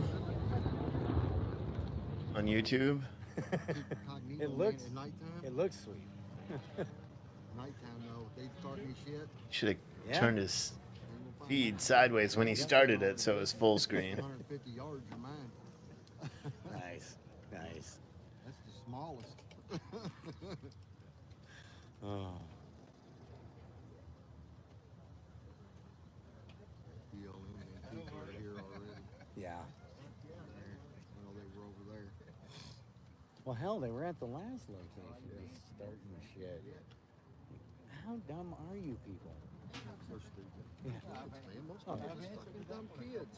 They, Well, my favorite was the guy with the LOU hat. Yeah. Standing next to, I think his name is Maxwell. Oh yeah. He's a Maxwell fucking Mitchell. white guy, Yeah. and he keeps talking about Maxwell how the Mitchell. black man has been oppressed, but Maxwell ain't saying a damn thing. Yeah. Like, you realize you're white. Why don't you let him speak for himself? Most of them, if you watch them at nighttime, most of them are smart asses. Oh yeah. Let the man speak for himself. Yeah. Christ. Yeah, no shit. If he's oppressed, he should say so. There you go. But is what you're saying is that the black man can't even say that? Like, you have to speak for him All right. because he's too stupid to So speak? Is that what you think? I'm not going to leave this one up. If anyone knows who this is American Revolution 2.0 on YouTube. If anyone knows who he is, tell him, when he does restart his One of my stream favorite to start it videos in I landscape, saw, and then it I will forget the be guy's name, full like this. Ari something. He did a. So what are you going to do about it? This feed's over.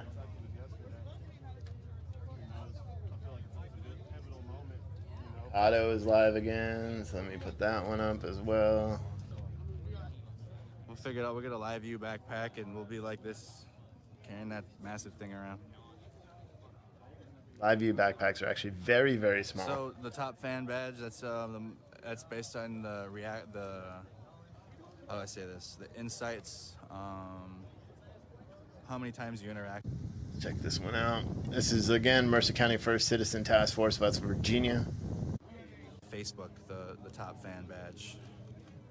So the top fan badge comes and goes based on how often you interact with the page. All right, so his feed is frozen. This feed is done.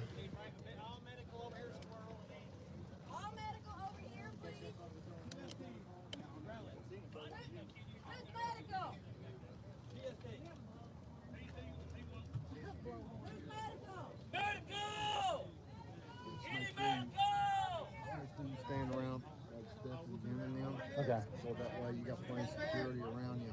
All right. I told him to make sure he stays around you all. You and Jim, that way you got plenty of security around you. We had a couple of viewers that were going out there too to march and catch their names right now to see if they're alive.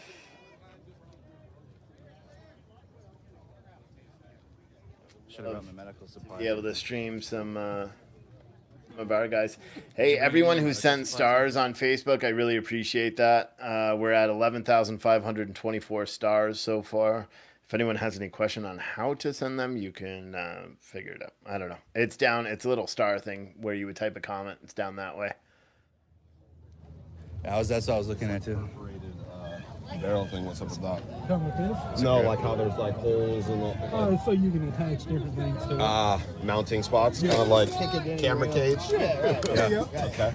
Like different type of weapon these days is the camera. Lights, lasers, whatever you want to put on it. Perhaps. I take a little. Yeah, go ahead. Absolutely. How much does this run? Yeah, how much does this run you? This setup right here. This one right here, probably I've got. Oops. Probably $500-600 in it. $500-600. Oh, so like components. Okay. So it's cheaper when you build it. Okay. How much would it cost for like something that's built like with all the components already in it? With all the components already in it, they'd probably charge you $1,000. Oh, so, okay. Yeah. You got it. Yeah, you saving money on that. Yeah. Yeah, I'm built like $500. All right, everyone on security detail, I want in this aisle. Everyone in the march, I want in this aisle, please. We're not with security, so we're gonna be like in between. We're gonna be in between. This is the Black Conservative Preacher. He's out now streaming. Good dude. If you guys haven't followed him, the Black Conservative Preacher, go follow him on Facebook. You just look him up. He's good and he speaks the truth. It's not even truth with a TH. That is truth with an F because he just puts it right out there. Very good dude. Very in-your-face guy and really just asks the questions. So make sure you guys follow him on Facebook. This is Villain Phoenix too.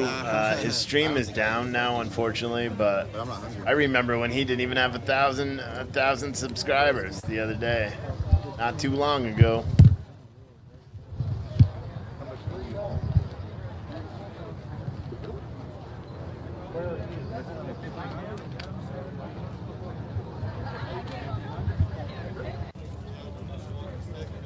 This is Mercado Media on Facebook. I forgot that I did bring my portable charger. I was like, dang it, why did I leave my portable charger? I brought it. You can follow him if you so choose. Soul Luna on Facebook. Thank you. You as well. We have a security guard around there who wants to get that box. You're in with that, okay? So the people back against the outside rotator, check. You guys can have a choice. You can either pop start and get out of there, or follow with the security. You can stay right there with us. What the fuck is his name? George Floyd? Yeah. With his shit, they started marching there, and they marched all through the town. All right, I'm going to leave it on this. I'm going to step away for a second. Make sure you guys check out SpartanArmorSystems.com. Use code PTNews for 10% off your order. They got plate carriers, plates, US-based company. Products made here in the United States as well. Get your orders in. We're all going to need bulletproof vests eventually, right?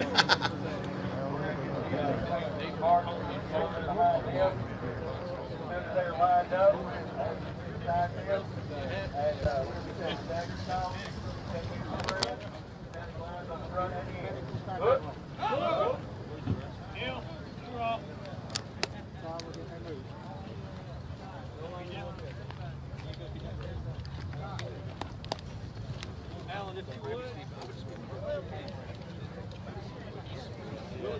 We're going to look down.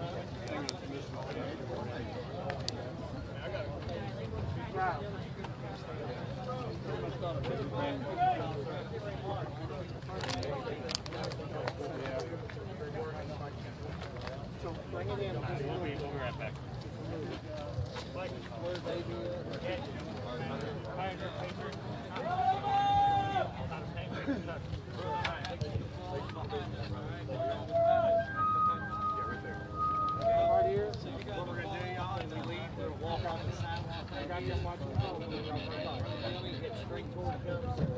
You guys want to go ahead and set security out over there? Just line up right there. We'll meet you out there in a second. Stay with him. Stay with him. Off the back there.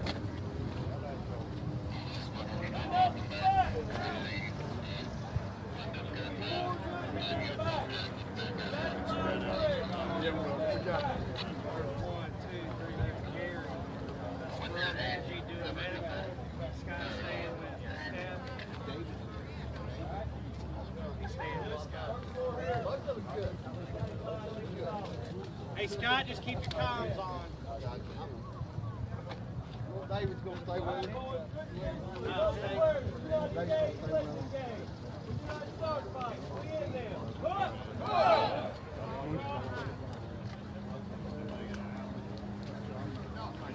Do some details, folks.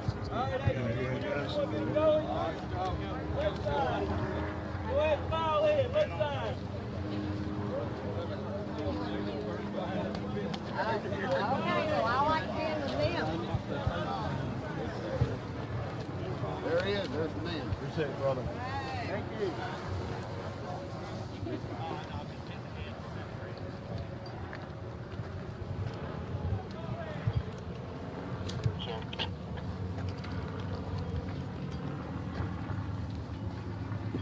Heads up. Remember, there's a red car that is egging people. We on the sidewalk? You gotta stay on the sidewalk. Stay on the sidewalk. Rest if you're in the roadway. Eyes up, heads on the swivel.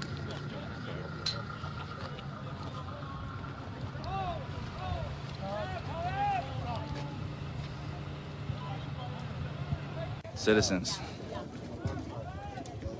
Shit. I don't know if I like being in the middle of this. Let's get to the outside. Hey, come over. Yeah, stay with me.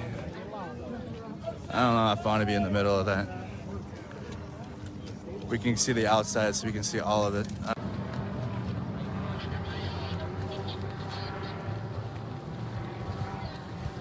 Like your face mask. These two guys up here, as far as the ambulance is concerned, that's so we'll get it.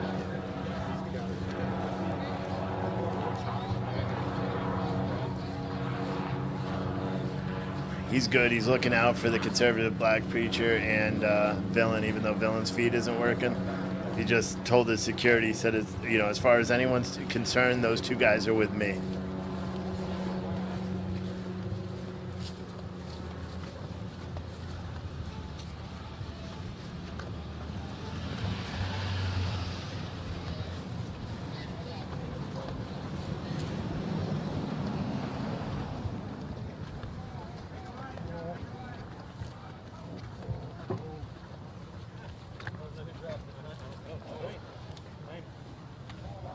Hang on to it.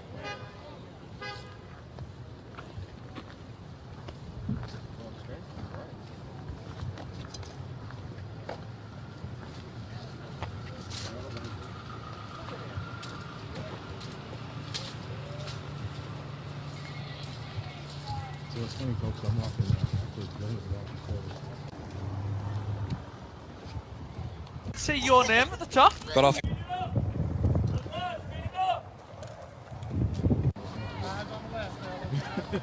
There we go.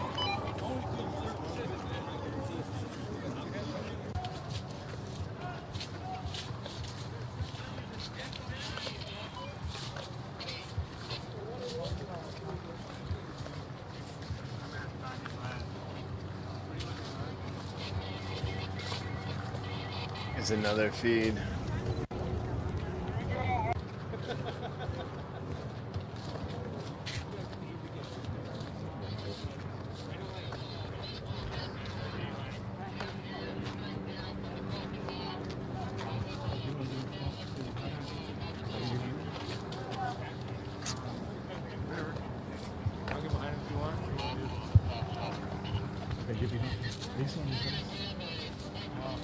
Finally.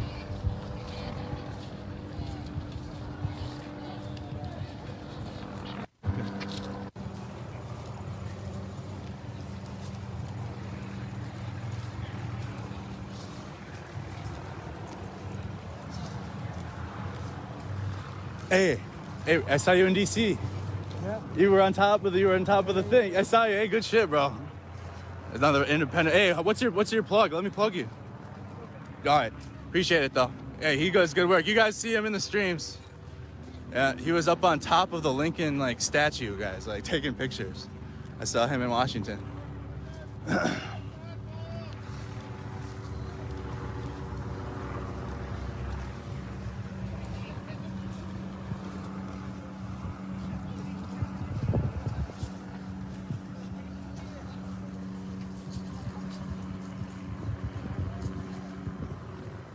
Shout out to Deborah and Christopher. The Venmos, I appreciate it.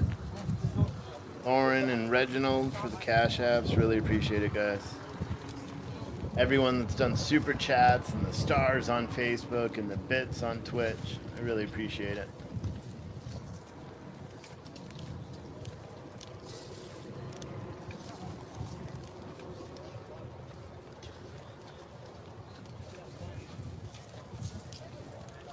Much bigger group than the first time we saw a month ago. A month ago, the Patriots only, yeah, it's a much bigger group. But look at this, holy shit, they got some numbers today.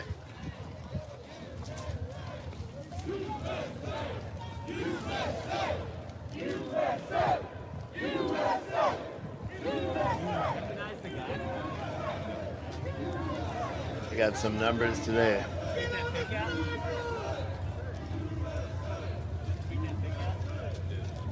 So if you have a weapon, you got to be on the sidewalks. How many are there now? A few hundred.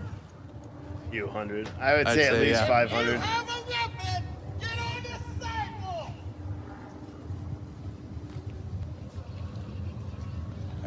That guy's taking charge. It is the best chant ever. USA is the best Security chant detail ever. doing good stuff. Making sure everyone's on the sidewalk. It seems like the security detail it's a group completely separate.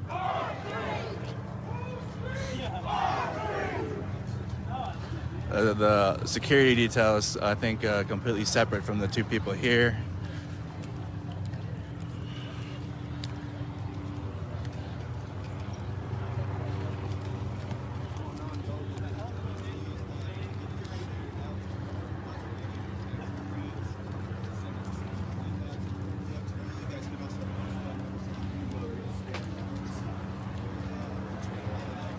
I think there's at minimum 500 people. A big showing.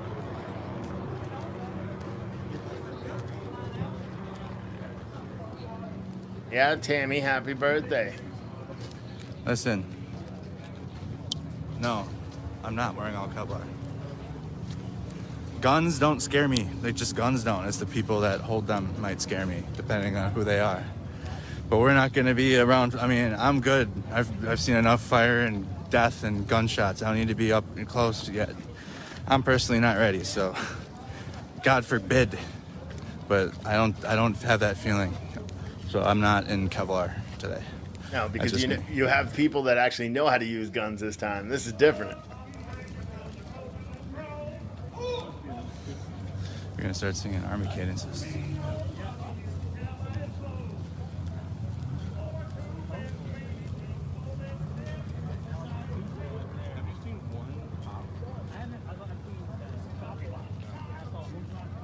Yes, Jason. Big Luke. Big heart. Especially when we got here and a dude fell. Like, he fell backwards because his Kevlar was a little too heavy. And, like, his weapon wasn't unsafe when he fell down. Like, I was like, bro, come on. Well, the security detail, as you can tell, is definitely, they're veterans. They know what they're doing. The security detail does. There's people in the crowd that are not a part of the security detail that are carrying, though. So. Thank you, Mindy, for the super chat. Thank the man you, that yelled, Dennis, for the super everyone chat. with your weapons, Thank stay you. to the sidewalk. Live He's life part of the to security fullest. detail. So. Pac-Man, thank you, guys.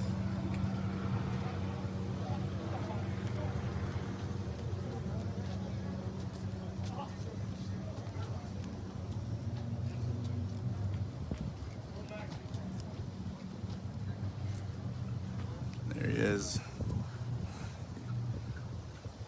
I'm not the one talking, so I can't ask him the question if he feels safer. That would be a good question to ask him. Does he feel safer walking with these guys? Hold on, I got a phone call.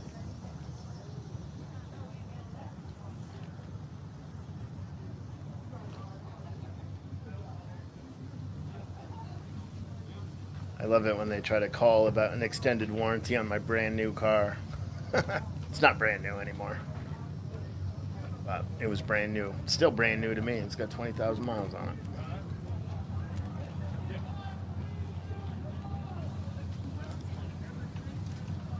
Oh no, you will see NFAC. They will march right down the middle of the street. Yeah, thank you for those stars, Lisa. Much appreciated. I happen to be watching YouTube right now. Or I'm sorry, Facebook. So I'll see some of the questions. NFAC actually shot 3 of their people. You guys asked me a bunch of military questions. Yes, the answer is yes. It's tough seeing it, but there are a lot of veterans in the crowd too, so they could make corrections as well. So their job isn't to make corrections regardless, but there are veterans in this crowd that could easily also make corrections. 10 years. Right. That ain't how a man.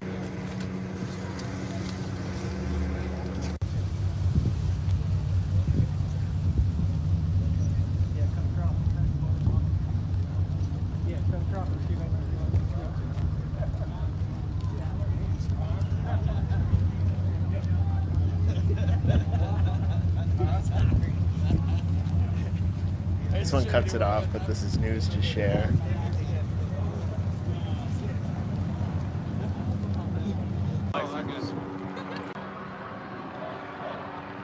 The Black Conservative Preachers feed right here. As you can see, that's Angry Viking leading the front. Slow walk.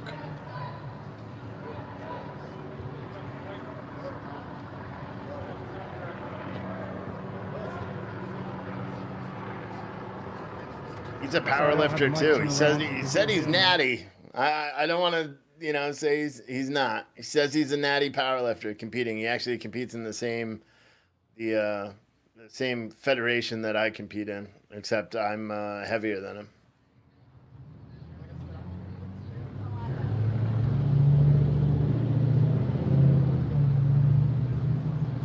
He's a good dude.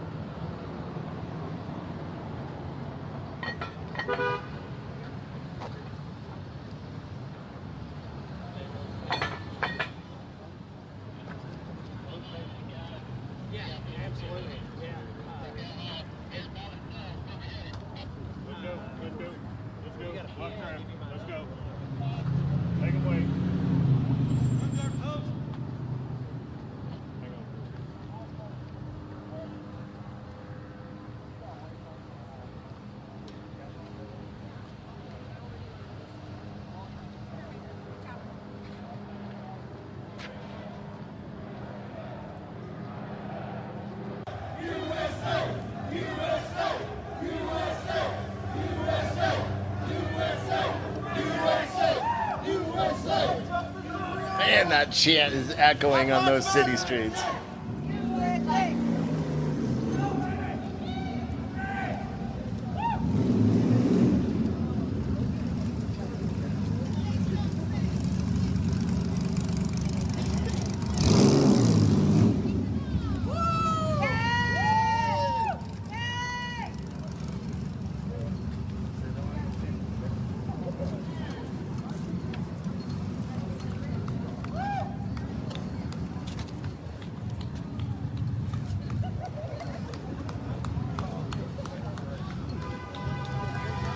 Yeah. Guy's out there, lone guy out there clapping. Good for you. Here.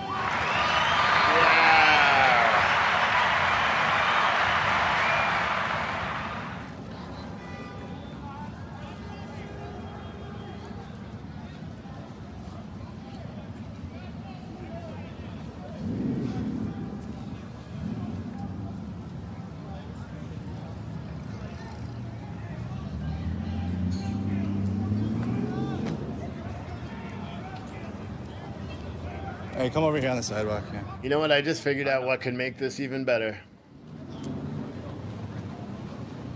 All right.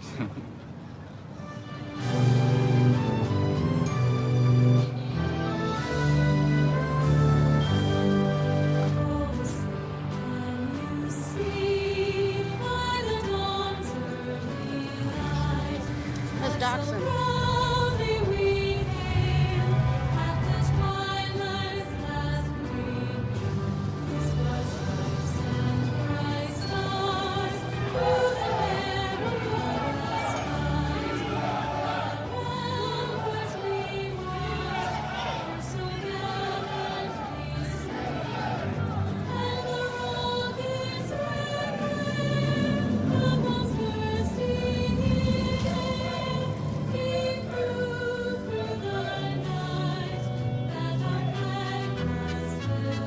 That guy, he was on top of the Lincoln Memorial. Now look at him.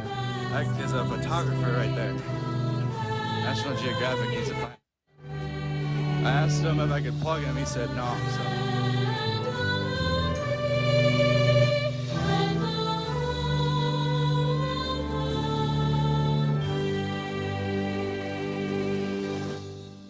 Yeah.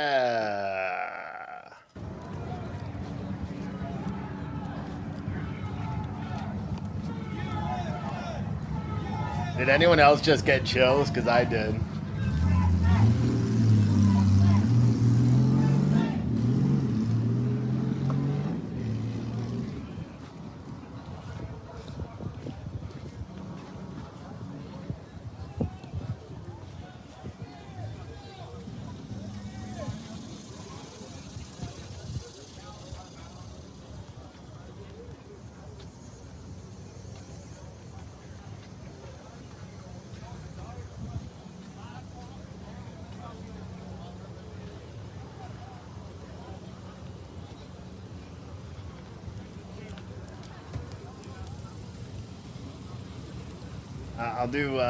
I'll do this one next.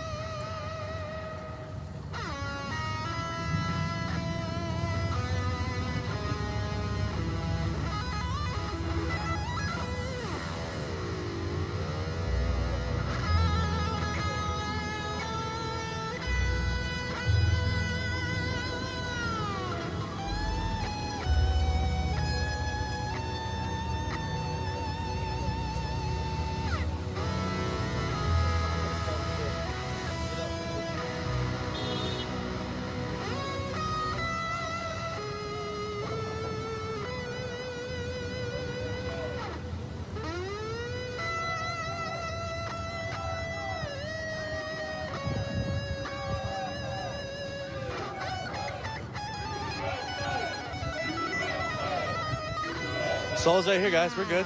Hey, listen. Saul's a grown man.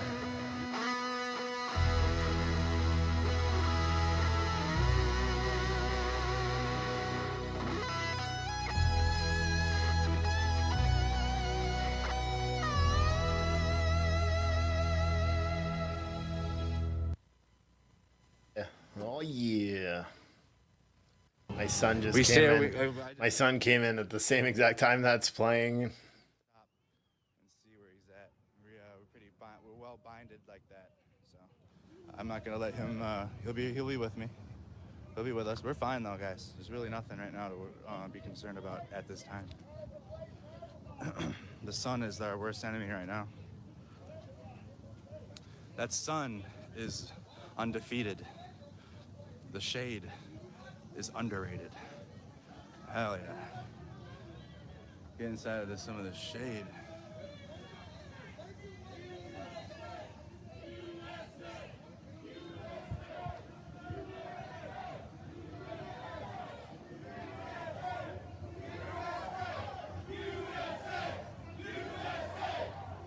Hello, all the people Wait. I don't know. Hey, well, wait.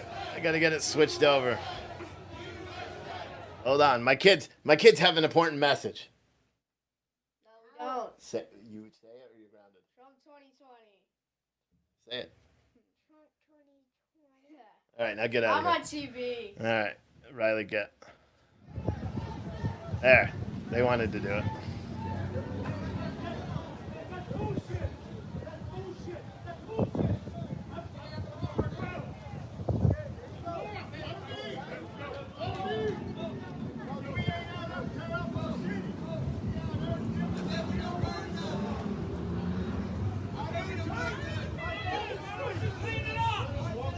You like how I said "set it" or you're grounded? Say it or you're grounded. Are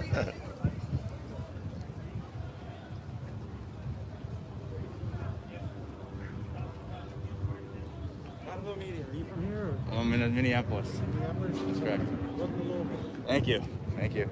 I've been to the museum before. Which one? The Slugger? The Slugger Museum. In previous life.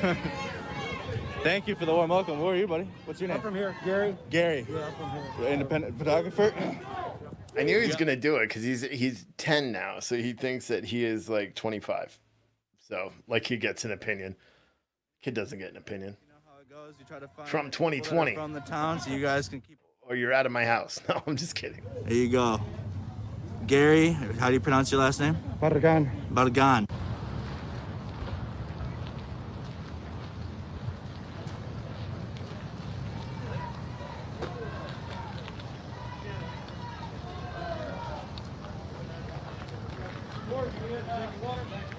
The Spartan Armor code is PT News, all one word.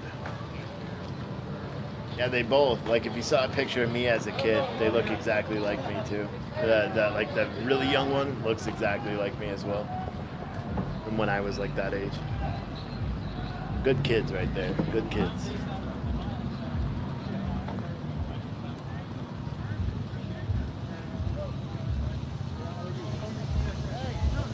My son turned 10 yesterday, and he like woke up this morning. He's like, "Yeah, I'm not doing any chores." I'm like, "The hell you're not." You guys all drinking water, right? Yes. Everybody's hydrated. Everybody feels good, right? All right. If you blow up, we got to give you an IV. And I'm not good. That's right. And then I'm going to make you talk to my sister. You don't want to do that, sir. Even I don't do that, sir. Not when she's mad. Half Cherokee and the other half Spartan Irish, sir. We can't put on the water. Yo, check this out. I have brought her down here, but Look at this. Someone's at a rally wearing one of my shirts. See it on the far left, Sash? That's sick. Sick.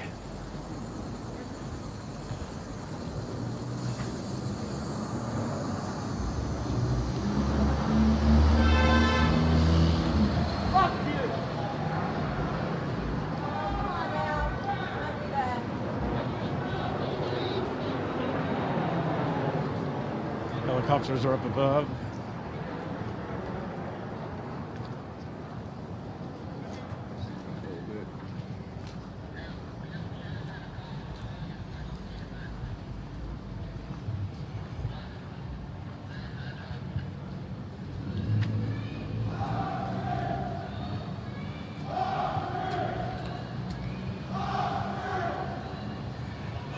They are chanting, "Whose streets? Our streets."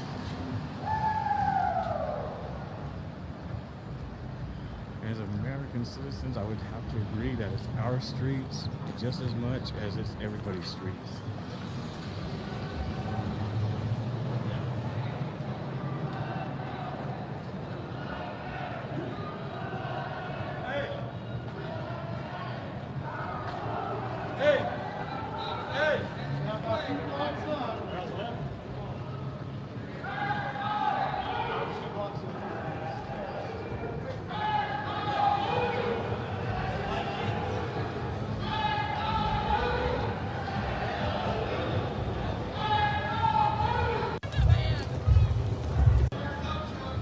Looks like there's people up ahead.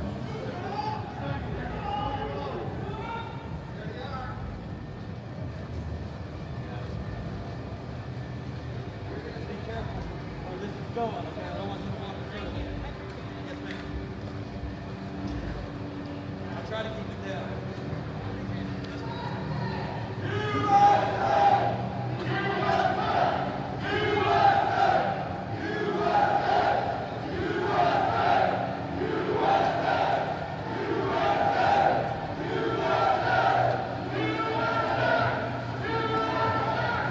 Hey, so my Portland folks, I did have a good interview with Viking earlier this morning. Y'all was probably still in bed.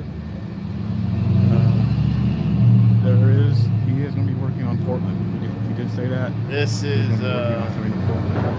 what you're seeing right now is Dallas, Texas. This is where we have some yeeters here somewhere. I'll go back to the other one. I want to see the shirt. It's so sick. This is Dallas, Texas. I think that's her right there on the other side of this dude. No, maybe not. I'll watch this one. I'm gonna open that on the other screen.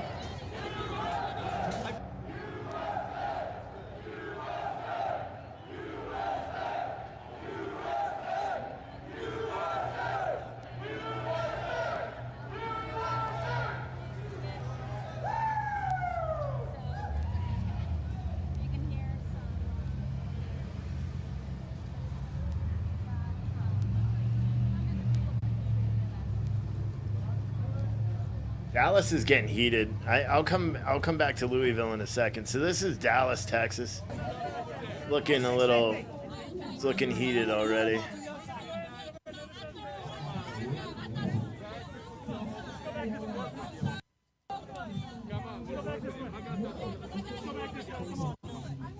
Police broke up whatever that was. There was an argument between I guess this is a walkaway movement, and then some Black Lives Matter protesters showed up, and they're pushing them away now. That mace hurts. Jesus. It is a perfect place for the F Antifa t-shirt.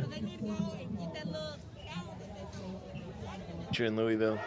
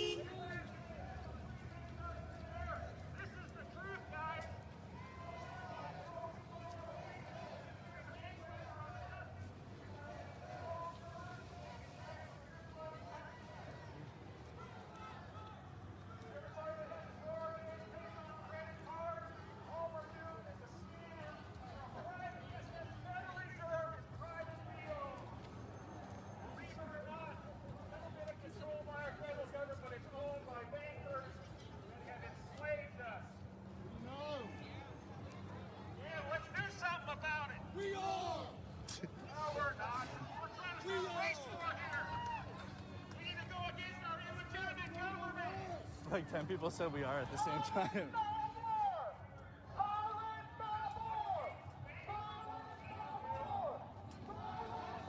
Local news out there as well in Louisville.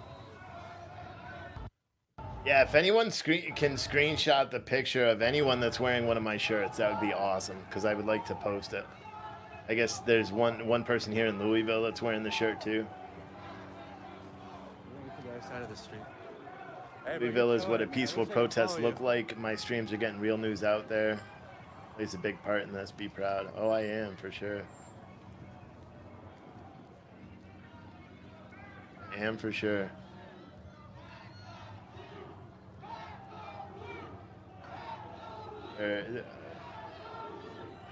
We're being, some Patriots are being assaulted.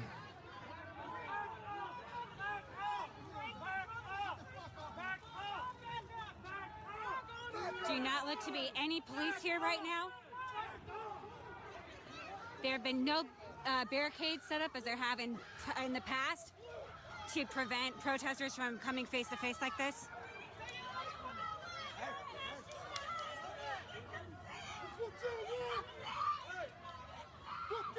They're just laughing.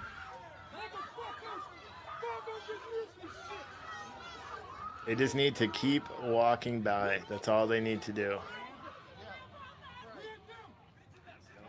Shit, just keep walking by. Like I said, LMPD is not present right now. They have blocked off this street to traffic, but there are no officers here. This is local news.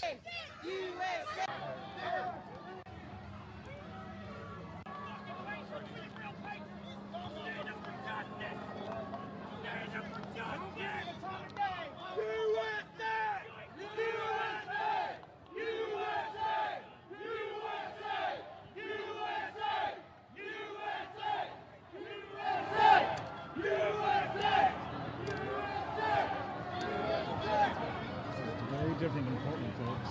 Very different ballgame.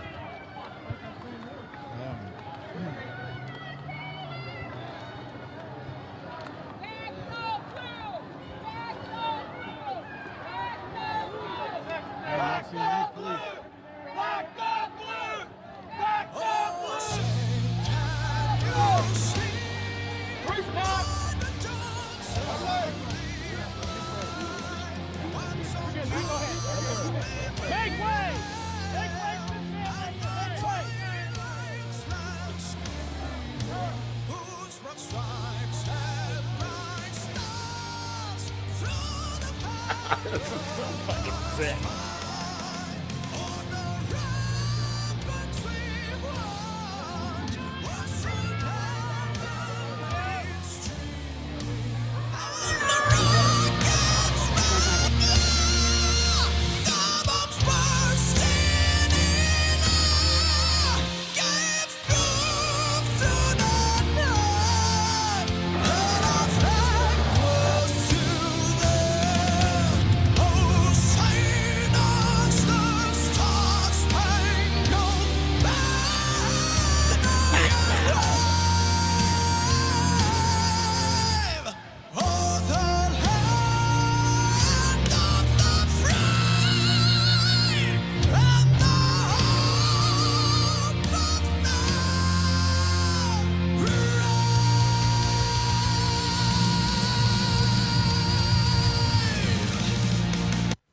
Yeah, boy, that was sick. That guy's name is Dan Vasc, DANVASC on YouTube. I know I'm gonna get a copyright strike because of that, but bro, that was so worth it. I don't even care.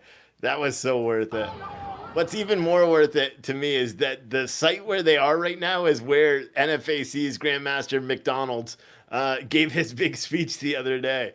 Or, last month. He was on these steps where he threatened to burn down America. This is so sick, dude. This is so great that they're out here doing this. So great. And look at the numbers. Look how many people are there. They have well over 1,000 people. 1,000 Patriots are here. American flags are waving. This is so great.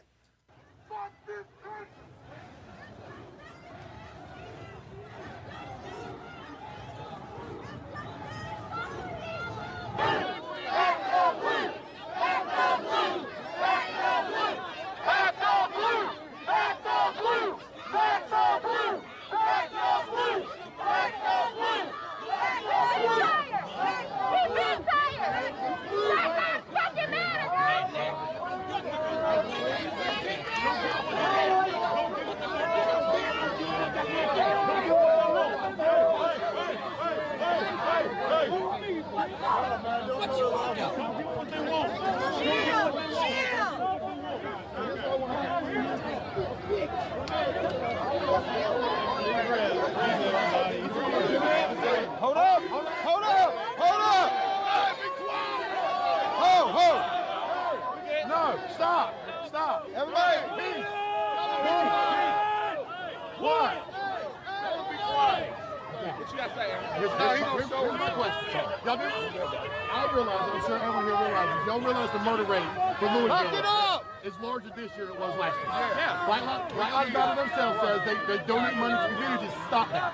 Stop black on black. Exactly. Now let me ask you this. It's a staged event. Now let me ask you this. Everyone relax. You good? Come on. No, he's trying to record. I'm trying to listen to what I'm saying. I'm not talking about him. I'm talking about him. That's what I'm talking about. Just don't push up. Just don't push up. This is the last 2 weeks. This is the last 2 weeks. My question to BLM is, why don't their lives matter? They do though. But where's the march? Where's BLM at? Hey, they're going to jail. The white officers are not going to jail. They're getting administrative leave, and they're their job. I'm not arguing that part. I'm not arguing that. My question is this. That's why we're out here. Okay? We're out here not in argument of Breonna Taylor. We're only out here for the violence that erupts in the streets. What violence, though? Like, look at nothing has happened since day 3. Day 3? It's 101. Listen, I just want to talk. It's for like 2 minutes. No, you haven't known me yet, okay? What's going to happen to you? Let's have a Tuesday. they're releasing the results of whether they're going to be charged on, correct? How do you know it? It was posted. If we don't know it, I'll tell you why. Because it was posted on a news site, and within 1 hour, they yanked it down. They know that. But when 1 hour, it was yanked off the site. It clearly said they were going to be posting the results on Tuesday. I wasn't privy to the information. It was forwarded to me of the news site, and I'm not lying. I shared it with. Okay, why is that? Y'all side. Patriot side. That's what they want. Yeah. But wait, I'm not against it. But y'all have so many. I'm sorry. Oh man, calm down. Y'all have so many Marines, people in the Army who fought for the country. Exactly. Of all nationalities. They have every race. Y'all make it feel like we're going to Black Lives Matter. No. You know why they're not here? Because they know what they do. Right. We don't get justice for everything. They know what they do. Me and Harris talk to everything. They kill them. No. And we kill them. No. There you go. Now here's my question. Only why we kill them by slavery. For many years, 300 of y'all got a 500 among each other. I'm not saying it's just on your side. Okay, it works both ways. Yes, sir. We can sit here and have a civil conversation. That's what I'm here right now. We're not against y'all. How many? It's more today with us has nothing to do with John and Taylor. Okay, here's my question. Okay, here's my question. When an organization, y'all live here, right? When an organization comes out on live national TV and says, in 4 weeks, I'll come back and burn your city to the ground. And that's why we're here. Because that was, he said it. That's why. That is good. Someone said Steve is gallantly restreaming. That's so good. He said, 4 weeks I'm coming back and I'm burning this motherfucker. We're going to burn the system down. No, wait. I agree. Now, others have said that. They said we're burning the establishment. This is our city, so I'm telling you, we're not going to burn our city. I'm not saying y'all. What they do, here's what they do. Here's what BLM does. They bust in individuals to agitate local citizens. Yeah. They get local citizens. You know those but we don't support BLM at all. We don't support Black Lives Matter. That's a whole different organization. We are separate protesters. Okay, let me ask you something. We don't support when we came up, we're not against y'all. We're not against you though. We want to march. We love our country. We love you. Listen, I love you. I love you. I have no ill will against anyone. That's something. What do you agree with Trump or not? Why? Okay, you know, that's fine. But my question is, why does that have to be divisive? Just because I like support someone you don't, why does that have to be divisive? We need 400 years. I mean, they killed 100 years. I understand. I'm not arguing with anybody. I'm 100% with you. When I'm saying this, I want to get close to that time. Excuse us. I don't want to feel like I'm yelling at you. Hey, my name's Dylan, man. All right, but man, listen. What the city wanted, what all this media out here right now wanted, was to see us go at it. Yeah. Right. They wanted to see blood. They wanted to see.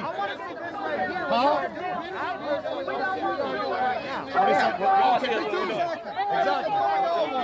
So the leaders, whoever they be, want to see us at each other's throats. Right. I'm sitting here, and anyone's actually watched all my videos, from beginning to end. I am not against BLM. Exactly.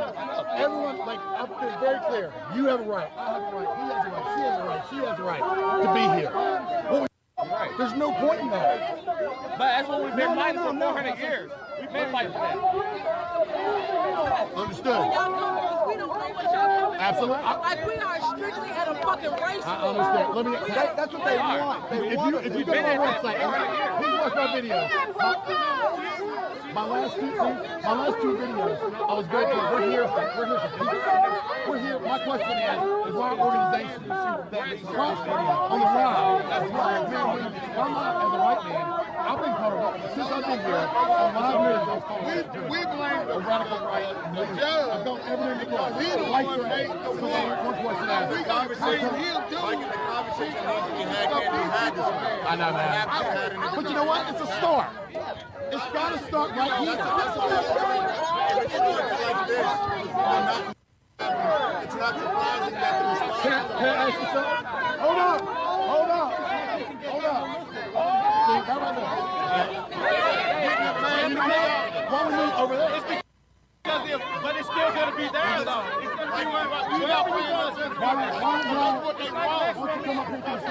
Where is the police now? You know what he's doing because y'all here, but no. Okay, that's It's really hard to hear with everything. There's a lot of people on noise. It's The hard to only hear. reason we marched up here was to stop an organization that told flat out that whether it was burn the organization to the ground, burn the establishment. They're not even here. You at the wrong spot. We did this deliberately. You know why? We originally put the delivery spot. You want to know where we're at? Waterfront Park. You know, Get the fuck out of goddamn shit.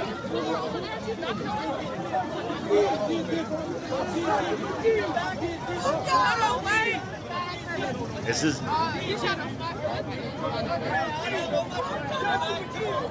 I want everybody right now to share this out, please. I think it's very important for everyone to share this out so we could show what really is going on, because we already know how the mainstream media is going to spin this.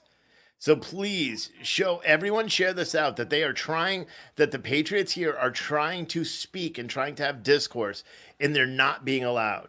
Because we all know if a skirmish breaks out or something, they're going to show this, and they're not going to show what we are trying to do as Patriots and trying to open and engage conversation.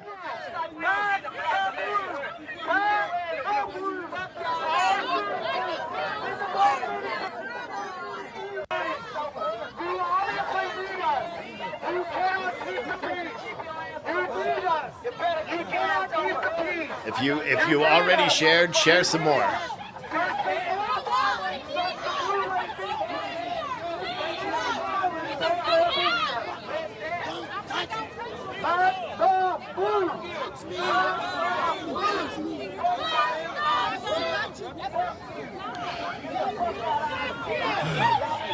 I don't feel comfortable at all around here, man.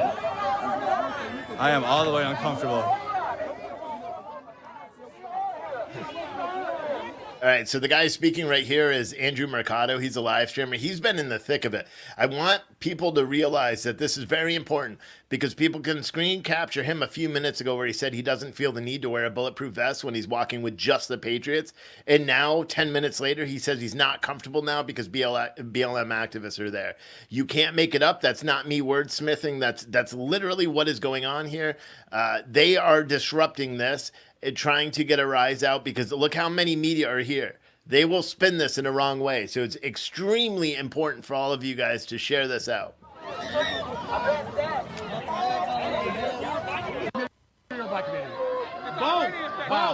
Boom. Because we don't want police in our communities, really. But we really don't want police in our right now, communities. We really don't want them. Let me ask you this. We should be policing ourselves, But how- like you all do. Exactly. You police your community, right? Well, we still have cause. We all should. Absolutely. But let me ask you something. Right now, the murder rate has almost doubled from last year, and it's not even the end of the year yet. Right. Okay? Yeah. Black on black crime in Louisville is at 80%. Right. I literally looked it up. I looked it up on Louisville time. I'm not down here to 76%. It's your angry president. In 5 years, Louisville has the highest murder rate that we've ever had. That's true. Right. I'm not going to denounce facts. I'm not. With police to schedule this rally today. We coordinated so that we can have a rally in the park. And you notice there's no police here. That's the thing. That's another thing. They were both up. They were both up for us. The mayor flat out told them, don't help us. They're flat out. Are you familiar with the mayor? I'm familiar with the mayor that got on TV and called me the leader of the 3%ers. We are here talking about police brutality. And we're not killing the black folk. As I stated, yeah. Okay. That's why the young people are mad. Here's our answer. That's why the young people are mad. We 100% support your right. I mean, your right to do that. We're not against you. Yeah. My voice is going to be louder than yours. If you got something to say it. And you do understand, one important thing I need for you. I don't have time. Go ahead. One of the things everybody's really afraid of right now is that this memorial to Breonna Taylor is going to be damaged. Oh, okay. And that's what a lot of people are concerned about, because this has been the central point of this rally and this protest. So with this presence here, the folks who are at the square are afraid of damage to the memorial and to the zone. We get you up on the steps and let's have 150 yards. People on the roof. Any damage or any destruction to that memorial. Not at all. Not at all. We would have no hand in it, and if I saw someone doing it, I would deal with them myself. Okay? If we can separate this and get you up there, I think it would make a big difference. If they'll listen. Because you got great people listening, but you got angry. That's the thing. The reason for that anger is because, in my opinion, this was not planned the best of good to really get that message. We didn't, honestly, it wasn't our intention to interrupt y'all's protest. That's the thing. We had no clue y'all were going to be here. We didn't hear That's the thing. Viking. Oh, I didn't know. I didn't Viking. know that. Do you feel like law enforcement is letting us all down right now? Let it what? Do you feel like law enforcement is letting both sides down right now? I feel like LGBTs is doing the best they can, but I feel like they're limited by the government they have supporting them. Here's the thing. We got to come together and actually have, like you said, they have to sit down and have that conversation of how do we fix this. There is an issue. I'm not denying that. It's an issue nationwide. There needs to be better training. There needs to be a step program. But I think We can't even hear it. According to the rules and This is Dallas as well. It's going off in Dallas. Ricardo moved away. His feed is local. Oh crap, I just pressed the wrong button. Local news feed.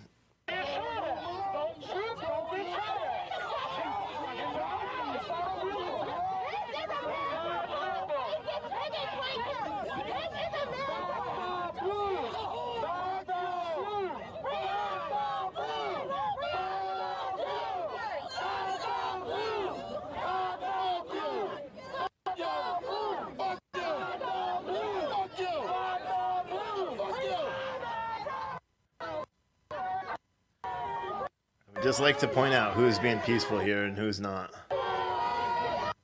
So these are the same two feeds. Let me get rid of that. There's another feed. We are showing it for the viewers because local feed. And that's right, brother. Hey, I support your protest. I do. Miss Rosie, I want to go drink a beer with Miss Rosie. that's fine. But we are here peaceful. This is not peaceful for us. We're here for us. Y'all could have picked any day to come and do this. NFAC, like they're going to show up. That's what I'm All over the media is there at church here now. Y'all chose to come here. Y'all chose to come here. This is what the mayor allowed us to do. Y'all was told, I was at the news press conference. Y'all was told they was at Church Hill Downs. Why are y'all here? If y'all here for NFAC, why are y'all here? So why is the bickering and arguing back and forth? I don't know, because we're not having a good conversation with me. That's my point. This being here is troubling to us. What about all us, like I say, if they're trying to shut down the race, why? Y'all support. Exactly. Y'all won't go where the NFAC is.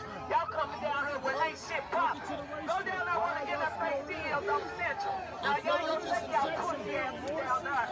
Cause they pussy is y'all pussy. Y'all pussy is they pussy. Go shoot it out together then. Take y'all pussy asses down there with the other pussy. On Central. Go down. Is that making a contribution to peace and harmony? But it has nothing to do with either peace, harmony, or violence. It's a constitutional right for every single one of these people out here, as the Second Amendment of my Constitution, to be able to carry my arm. This is an open constitutional carry state. Literally, anyone can carry any weapon as long as they're not a felon above the age of 21 or 18, and isn't back in child support. So it has the weapons itself has nothing. We're not violent. I think this needs you. This needs de-escalation from you. Yeah, that needs you. That needs that needs you. Yeah, that needs you. Yeah, because the question is the NFAC said 4 weeks. Tyra, we beyond 4 do you Tyra? Do you have the information? We need. Hey, TJ, well, fucking ask where he's at then. I don't know what to do for you.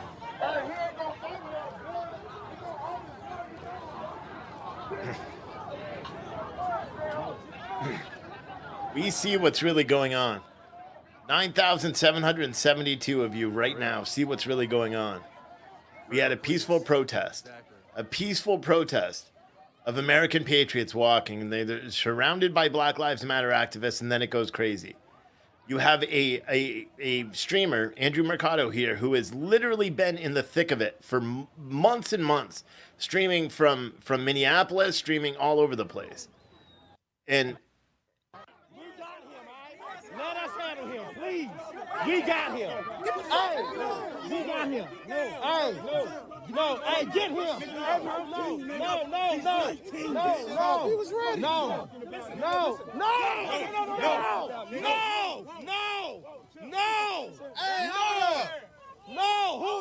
hold up. Who was it? Watch out. Hold up. No. Twine, get them. Get them.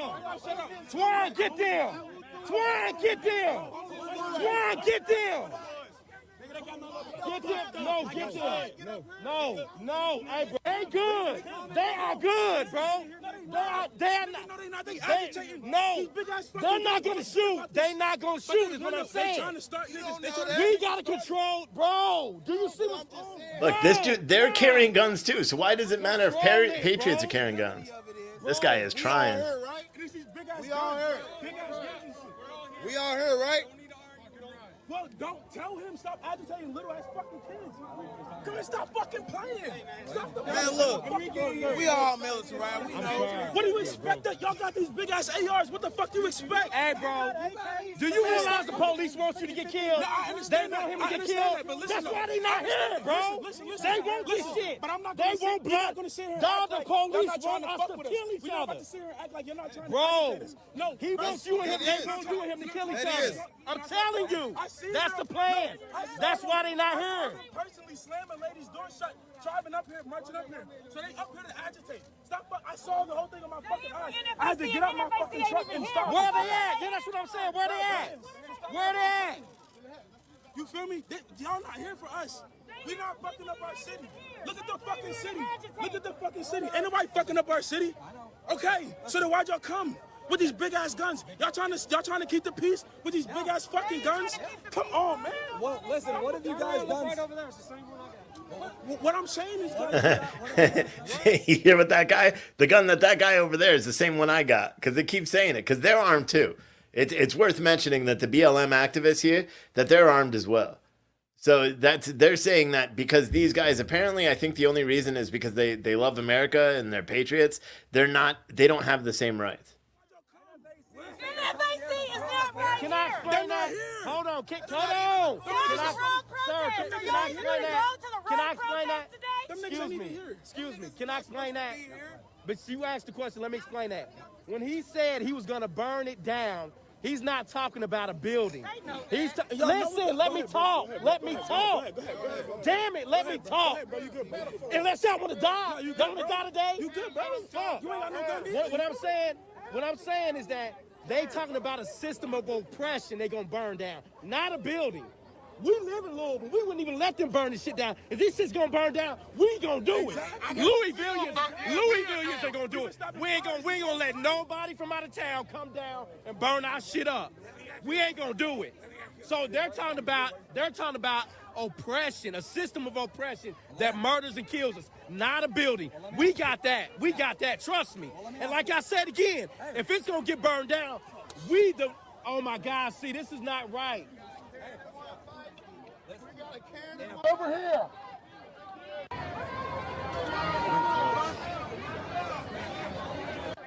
Should also be. Why are we letting somebody racist? Because I don't know if he's racist or not. That's your opinion. That's your opinion. No, he doesn't. Into our group, you are welcome. Sir, that's his right. I watched you run you. They're not here. Hold on.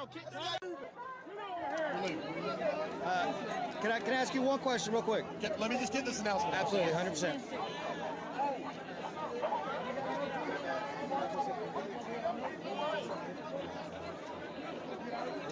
So, Mr. Viking had some conversations with some of the daily protesters down here, including Mama Rose, and he has decided, he said that he didn't know that we would be down here. I want to believe him. He is now trying to round up his group to get away from the park. Seems like he might actually be a decent dude. The guy speaking is Riot Heart, and granted, he just said it seems like Angry Viking. It might be a decent dude. The guy that just said that, Riot Heart, is not a decent dude. He's Antifa through and through. He actually said that yesterday, I believe. I think it was him that said he identifies as an anti-fascist. We were given Waterfront Park. Then we were told we couldn't be there. We had to be at South Central Park. Then we were told denied the freedom, whatever. Until freedom. Then we were told we already talked about it. We just walked through. We had no clue y'all were being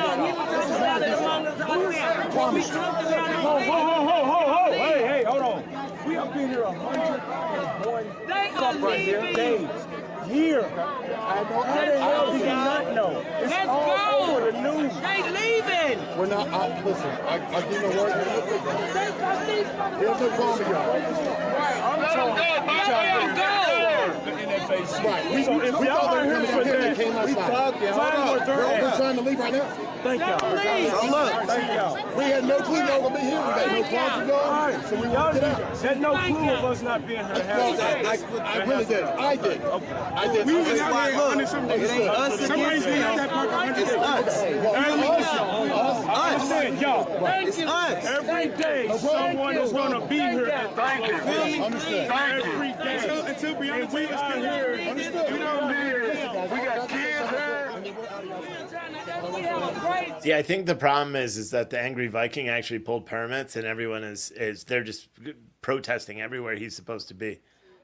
I've talked to Angry Viking several times over the past couple of weeks, and this is stupid.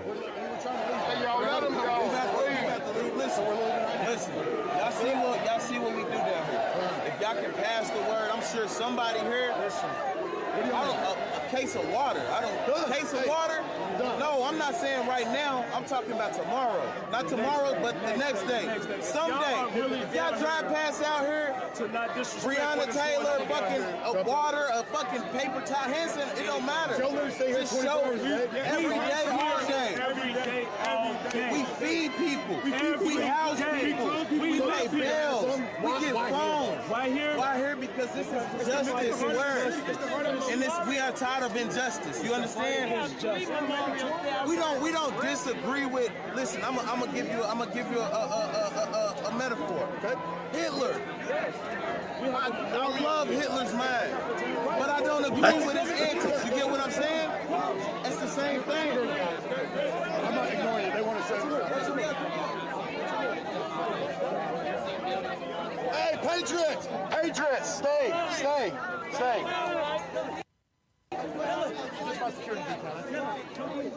Angry Viking calling off the Patriot. He's got a security detail following him, but that's it. No, ain't no come on. Clear the way.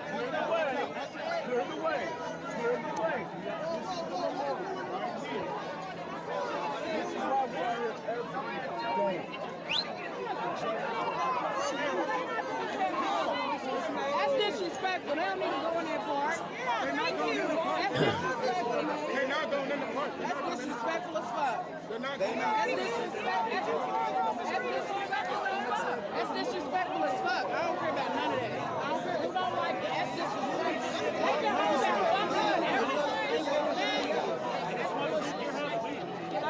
I'll be. You know what? Here's the first thing I'm gonna do. When I get back, I'm gonna go on my site, and whoever's in Louisville that comes by this location, I'm gonna make sure you guys get water, food, whatever I can get brought down to you. Okay? Listen, this isn't. I want to make this clear, and I've said this multiple times. This isn't you and me. Okay? Whatever the problems we got, we're gonna ultimately have to fight them together. We're gonna have to join something. It doesn't seem like it's metaphorical. Yeah, but do you realize that black people throughout the history of America have been killed, traumatized, whole cities burnt down, and killed by white people? Do you understand that? So that's where that anger comes from. I mean, have you ever heard of Rosewood?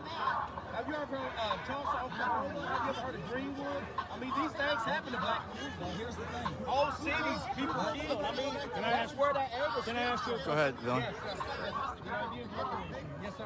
We're talking about the black community in America was slaves, and they weren't allowed allowed to engage in the commerce with the white slave owners. Exactly. I have a question for you. If we look at the bigger picture in history, every single culture has had slaves and been slaves. And how do we decide who gets reparations and who doesn't? How do we go back through history and try to change everything and perfect every wrong that's ever happened? Yes. I don't think that's possible. I'll give you an example. That's a great question to ask too. So I'll give you an example. The only people who would get reparations would not be every person of color. It would only be the American descendants of slaves. So let me give you an example. Barack Obama, the first black president of the United States, he wouldn't be able to get it. You know why? Because neither one of his parents were ancestors of slavery. His mom was a white person. Where's dad? Hold on, I'm answering the question. All right, well, whatever. That's fucking bullshit. I'm the angry black. It's just a page. It's a page, it's all put together. It's a protection thing. Yes, Yo! Hey, y'all, listen. I'm gonna try to find a better feed here. The Rosewood. You ever Tulsa, Oklahoma? When you're not even here, you tell motherfuckers to go back to their country. We're in. Here's the thing. Whole cities. Hey, come on, let's go.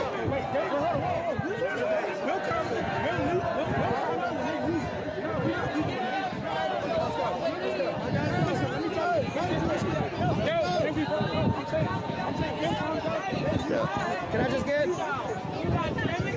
Still just got one question. Just go.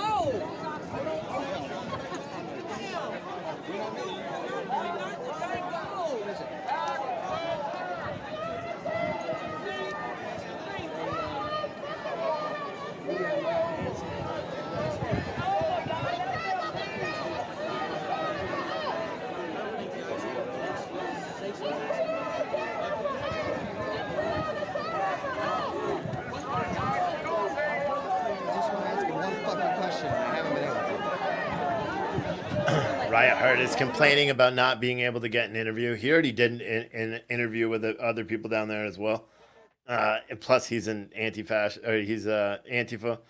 So I wouldn't give him 2 minutes of the day. I really believe that he didn't know that we were here. I think he said it again and again. He seems like that he doesn't, but he seems genuine. Shout out to Lily's mom and dad. I'm glad you're watching. This is what's really going on in America.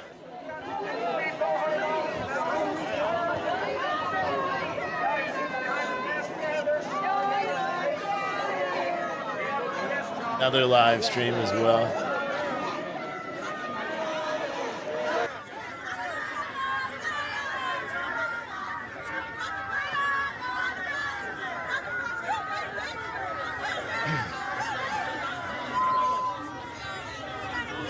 Guys, if you want to support the stream, you can do it via the link in the chat.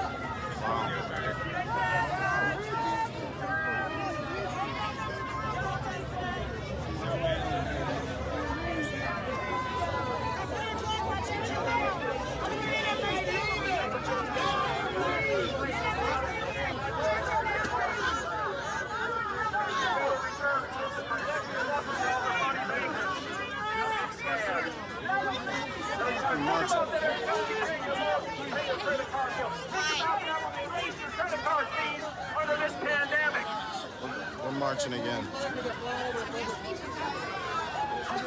So again, you may be confused. There was a black dude over there and then a white guy that was dressed up in the militia thing. They are actually BLM security. They've been providing security.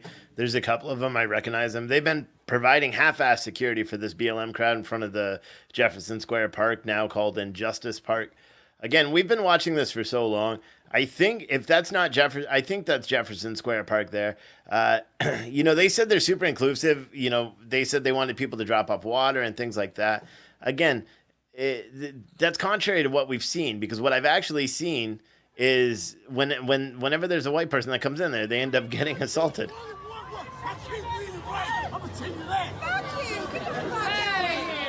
Wow. I think that's that French journalist that was out there before.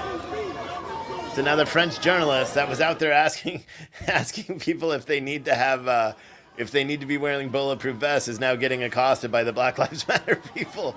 Oh man, this is so crazy. I'm glad I'm covering it, so I'm able to show what's actually going on in this country.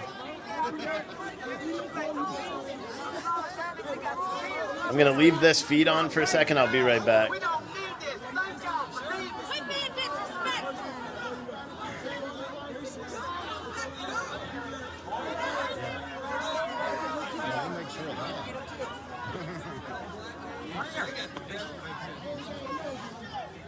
Wow.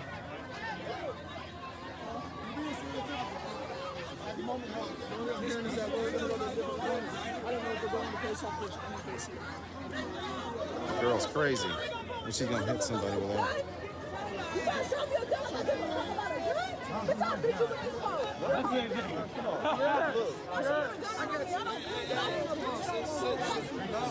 Where you walking to? I'm walking to them because I can.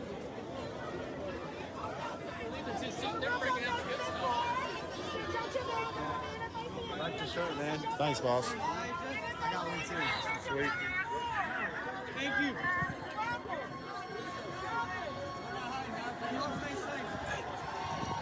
Oh, wow. Patriots, woo! I just rolled up in an Army Jeep. I think.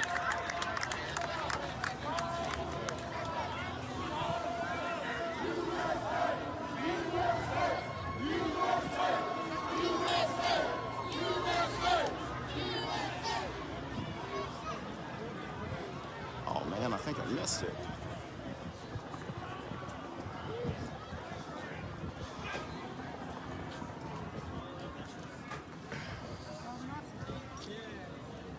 All right.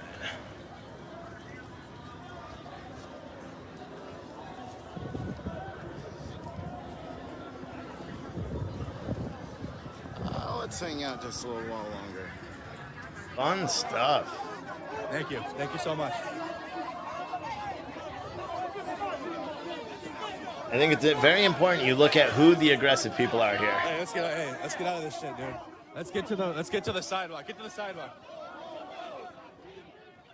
Oh fuck. Oh shit. Woo. I didn't know. That's how. Fuck that. Fuck that. Nope. Nope. Nope. Nope. Nope. Not around all those guns. Nope. Fuck you mean. Fuck you mean. Nope. Hell to the no, not to. I think. Wait, what's going on? They're gone? Does he not know what's going on there?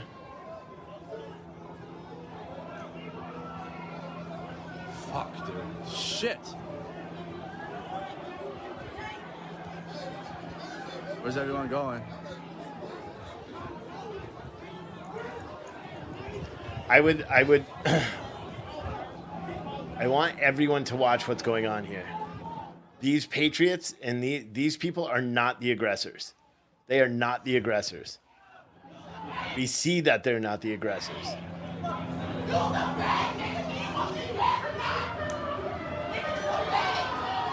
Let me see if I can find a feed in the middle.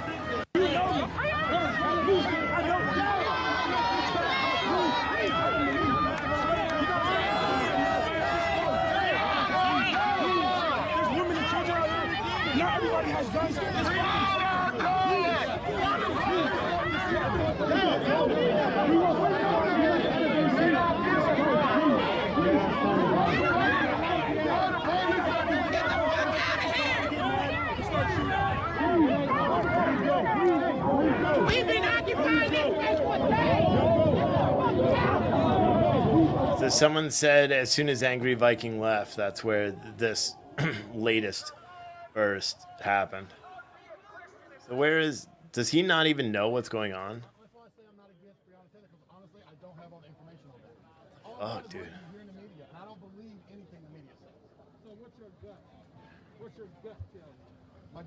He doesn't even know what's going on.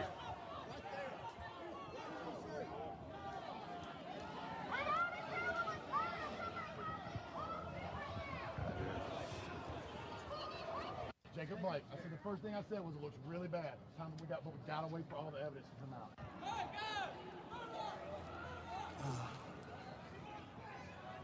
Where's his guy? His guy isn't with him either. Oh, no, yeah. I'm sorry, I was told we were all good. We just stand fast right here. Yeah, they're supposed to be in the line.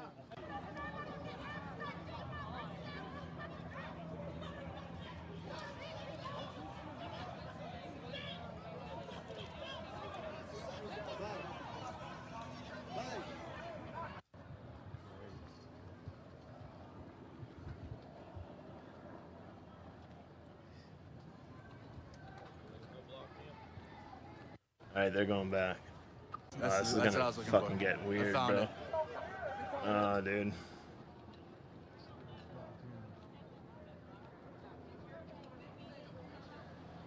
All right, for anyone that's just watching, I will give an update while they're walking back.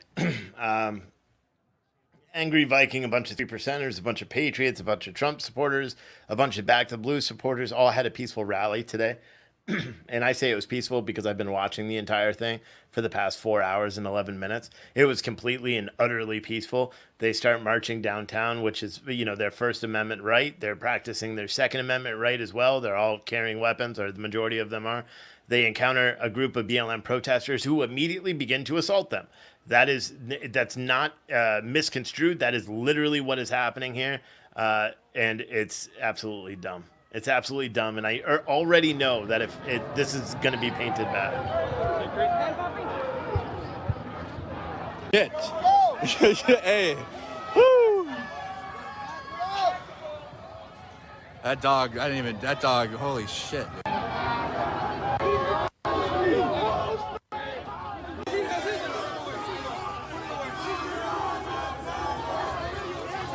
Let them leave, bro. Let them leave. They gonna pull out. They gonna pull out. Let them leave, man.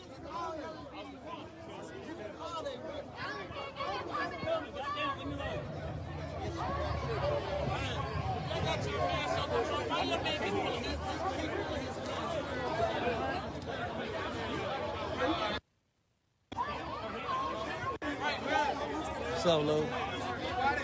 This is fucking insane.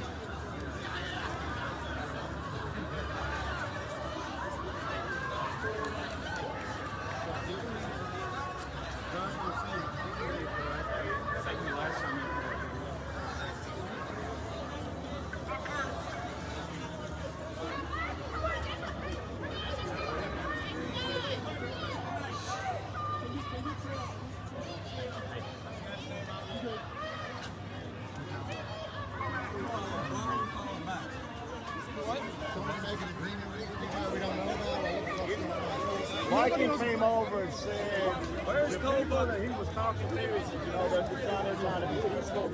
We're agitating them, and we're going to leave. So, they're easily agitated. We're agitated because we're here. That's right.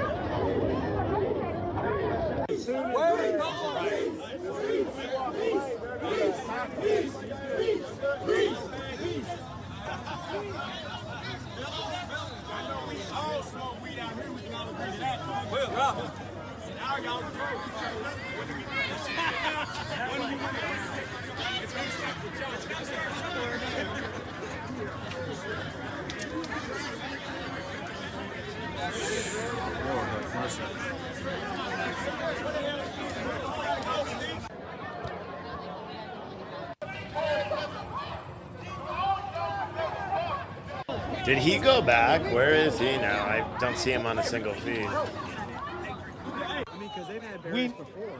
Exactly. That's why. Here, guys.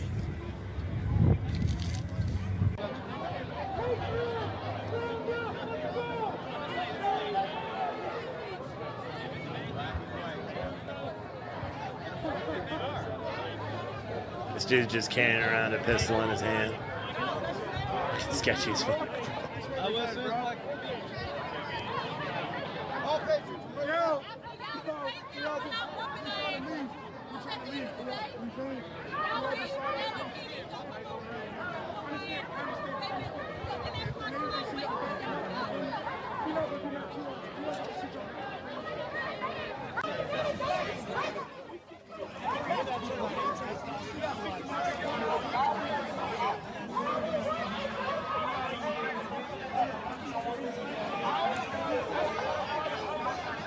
You know what they should do is hopefully they've been handing out business cards.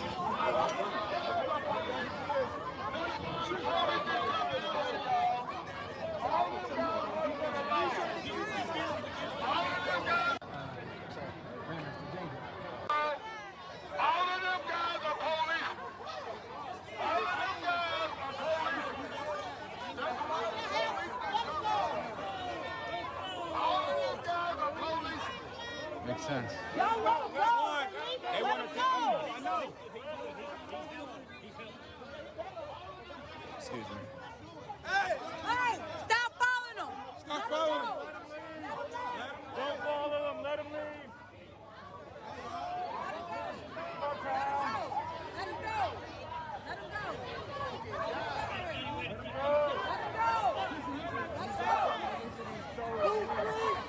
This guy's just holding the pistol in his hand. It's so dumb. This is so dumb. We know who instigated this. I live streamed this. 4 hours and 16 minutes. We know who instigated this nonsensical spatter back and forth. Here's a very sincere question I have for everyone. Everybody that's watching this. I have a very sincere question. And this is going to piss you off. But I need an answer. When did it become illegal to be an American? When did it become illegal? When did it become illegal to be white and carrying a weapon? What is the difference between white people carrying guns versus black people that are carrying guns? When did this flag become illegal? When did it become illegal to be a patriot and to care about your country? Or not even illegal, just not permissible. Fuck.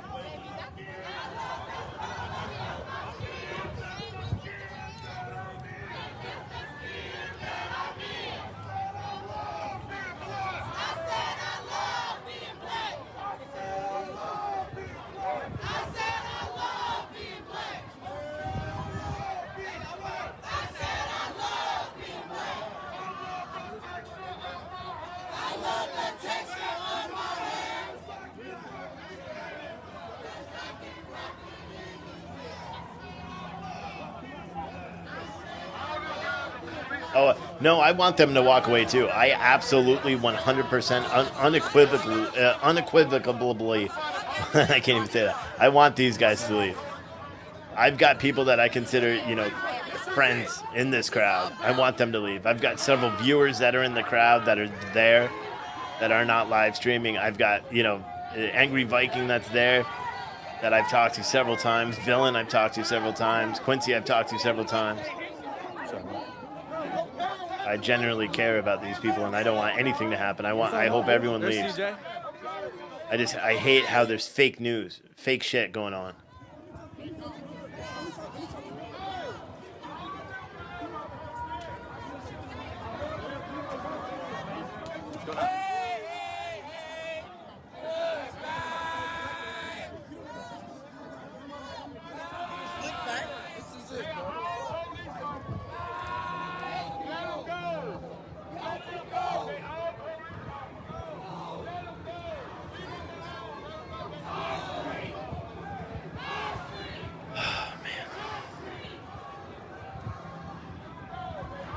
If anyone wants to support the stream, you can do so via the link in the chat.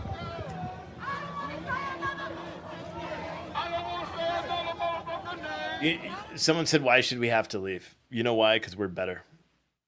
We are better. That's why we should leave. We are better.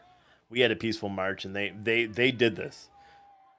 And by the Patriots doing what they're doing right now, no violence. They didn't act violently towards anybody. They're walking around. They're being safe, and they're leaving on their own. Weapon, dude. When you walk, guys, if you carry 2 hands on your shit, dude. Seriously. Those watching, keep 2 hands on your weapon at all times. It's fucking reckless shit right there. Regardless. Especially in this environment. Fucking A.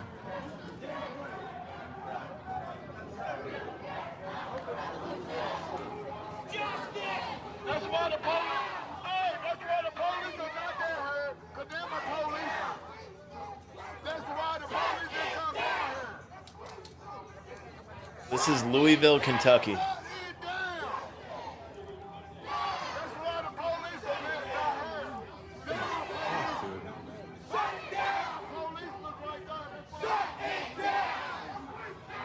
I complete and utterly back them leaving. Keep marching. Just march somewhere else.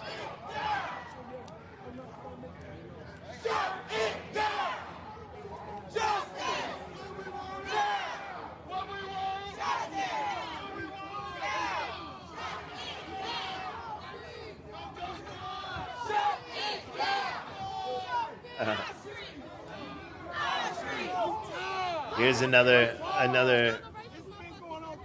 guy with wearing one of my shirts, the F Antifa Yeet Yeet shirts down there in Louisville. That's sick too.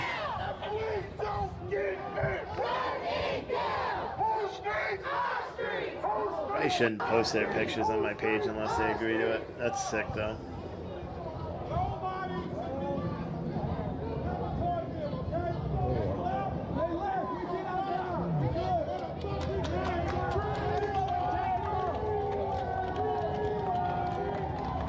Louisville Metro Police Department also has a live feed. I'm trying to bring it up to see where they are, if they're even anywhere.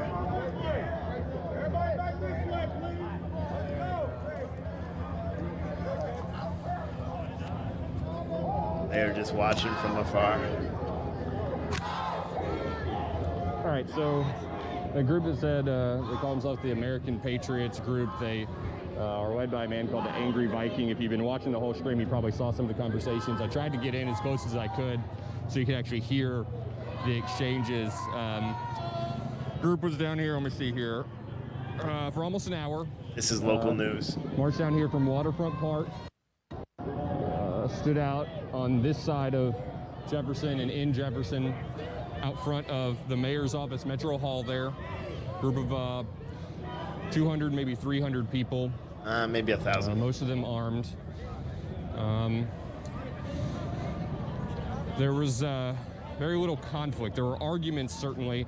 The only time we saw anything physical was two men one from each group pushed each other. There was some kind of scuffle we couldn't see. They kind of got surrounded by other protesters from both sides, and then they were separated. Ultimately, I saw them, if you were watching, they kind of smoke down there. I don't know what that is.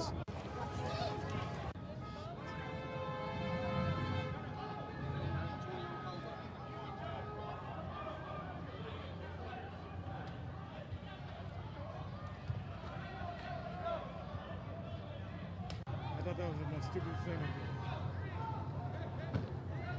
I thought that was the most stupid.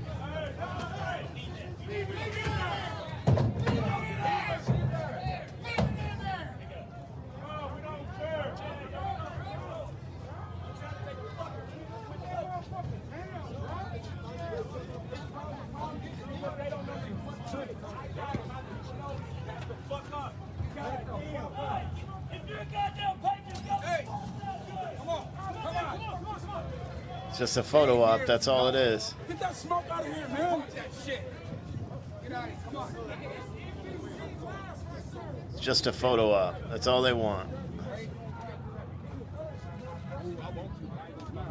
Watch the link.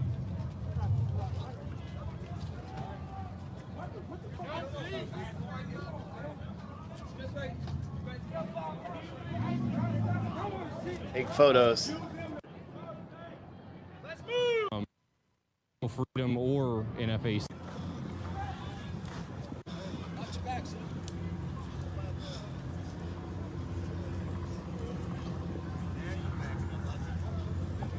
I don't know if we'll go to the Derby or what. I have no idea. See, I don't know much about military formations or anything. I'm kind of, what if they lose a Patriot or two that are in this crowd?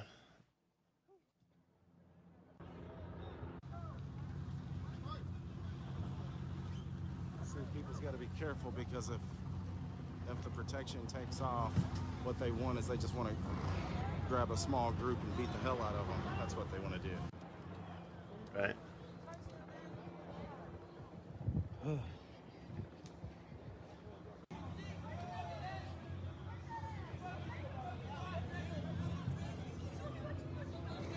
So again, right now we're watching Andrew Mercado's feed, Mercado Media. He's been with the Patriots all morning. And this guy's been in some hairy situations. So let me mute this and just give a synopsis of what you all saw. So he's been in some hairy situations. He was in Minneapolis when they rioted right after George Floyd was killed in custody. He was there in the middle of those riots. He went to Portland. He was in those riots. I believe he went to Seattle. He was in those riots. He was in Kenosha. He was in those riots as well. He's been in the thick of things. I think he was even in D.C., although not much happened when they were there in D.C.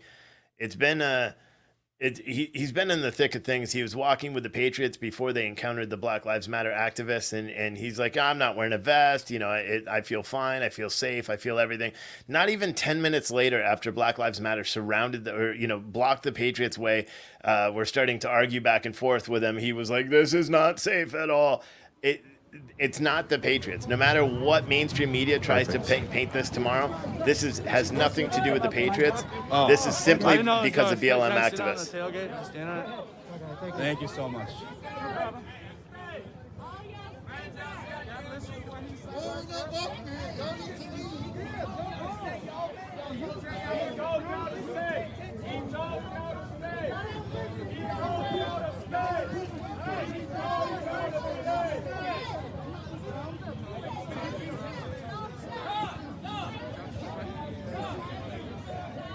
See, look, the photographers they're trying to jump in and take pictures of when it goes bad. That's what y'all need to do.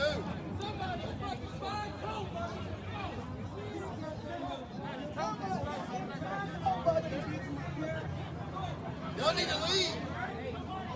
Let's go. You guys go down. Y'all go back. All right? So you guys go that way. Let's go. Let's go. Let's go. Let's go. Let's go. Hey. Oh, I know, Jen. Protection format is awful. We came from another state to support Breonna Taylor, right? But it's bad.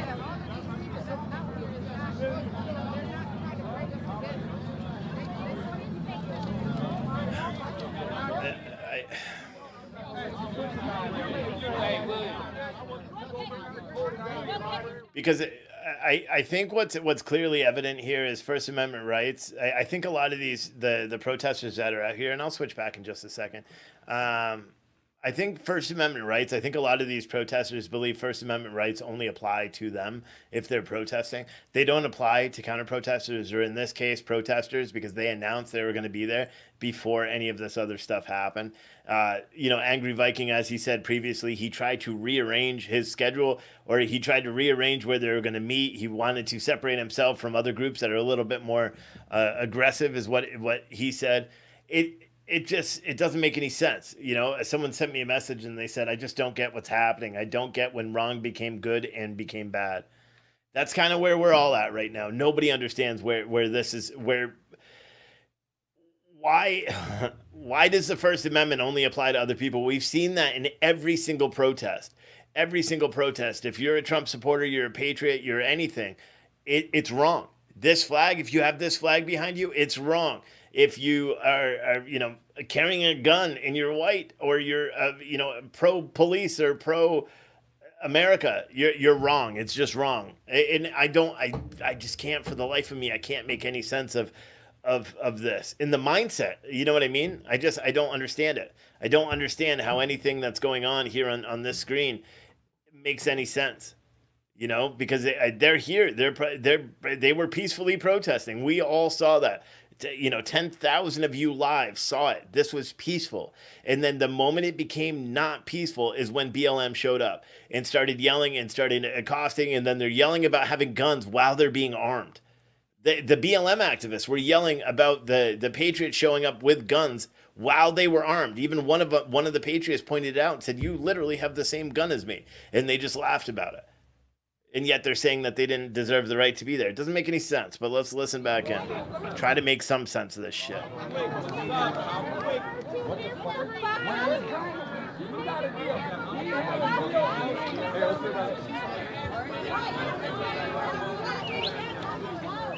Hey, you guys drop back. Drop back. I'll sit here and wait. All right, just drop back. Well, drop back to the tree. All right, just drop back to the tree. Just back up. Y'all don't gotta be up right here with me. Just step back to the tree. See if I start getting my ass beat. We gonna burn this motherfucker down. We gonna burn it down. Enough is enough. The man don't give a fuck about us. Y'all said y'all didn't want us to burn it down. We gonna burn this motherfucker down. So y'all gonna have to come back. Y'all gonna have to. So we unified, right? Let them know. Yeah, we okay. Okay, because they think we got bullshit. Just back up. Hey, just back up.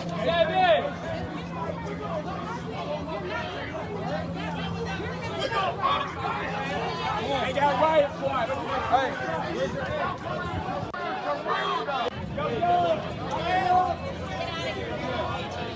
Then we're gonna burn it up. Yeah, we're gonna burn it up now. The man don't give a fuck about us. We're gonna burn it up. We're gonna burn this goddamn city up. No, you're not, man. We're gonna stop everything. Get down to your city, tell them to burn it up, man. Oh, fuck.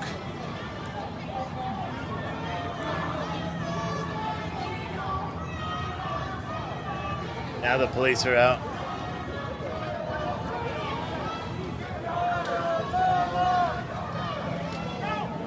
God, can you imagine being them right now? I wouldn't want to be any of those cops right now. I mean, they're going to have a lot of backing on the Patriot side, but these dudes don't want to be out there either. So they're live streaming. So let me get that feed up. Let me try to find it. Guys, someone, if you have the... Oh, I got it right here. This is the police feed. This is Louisville Metro's view.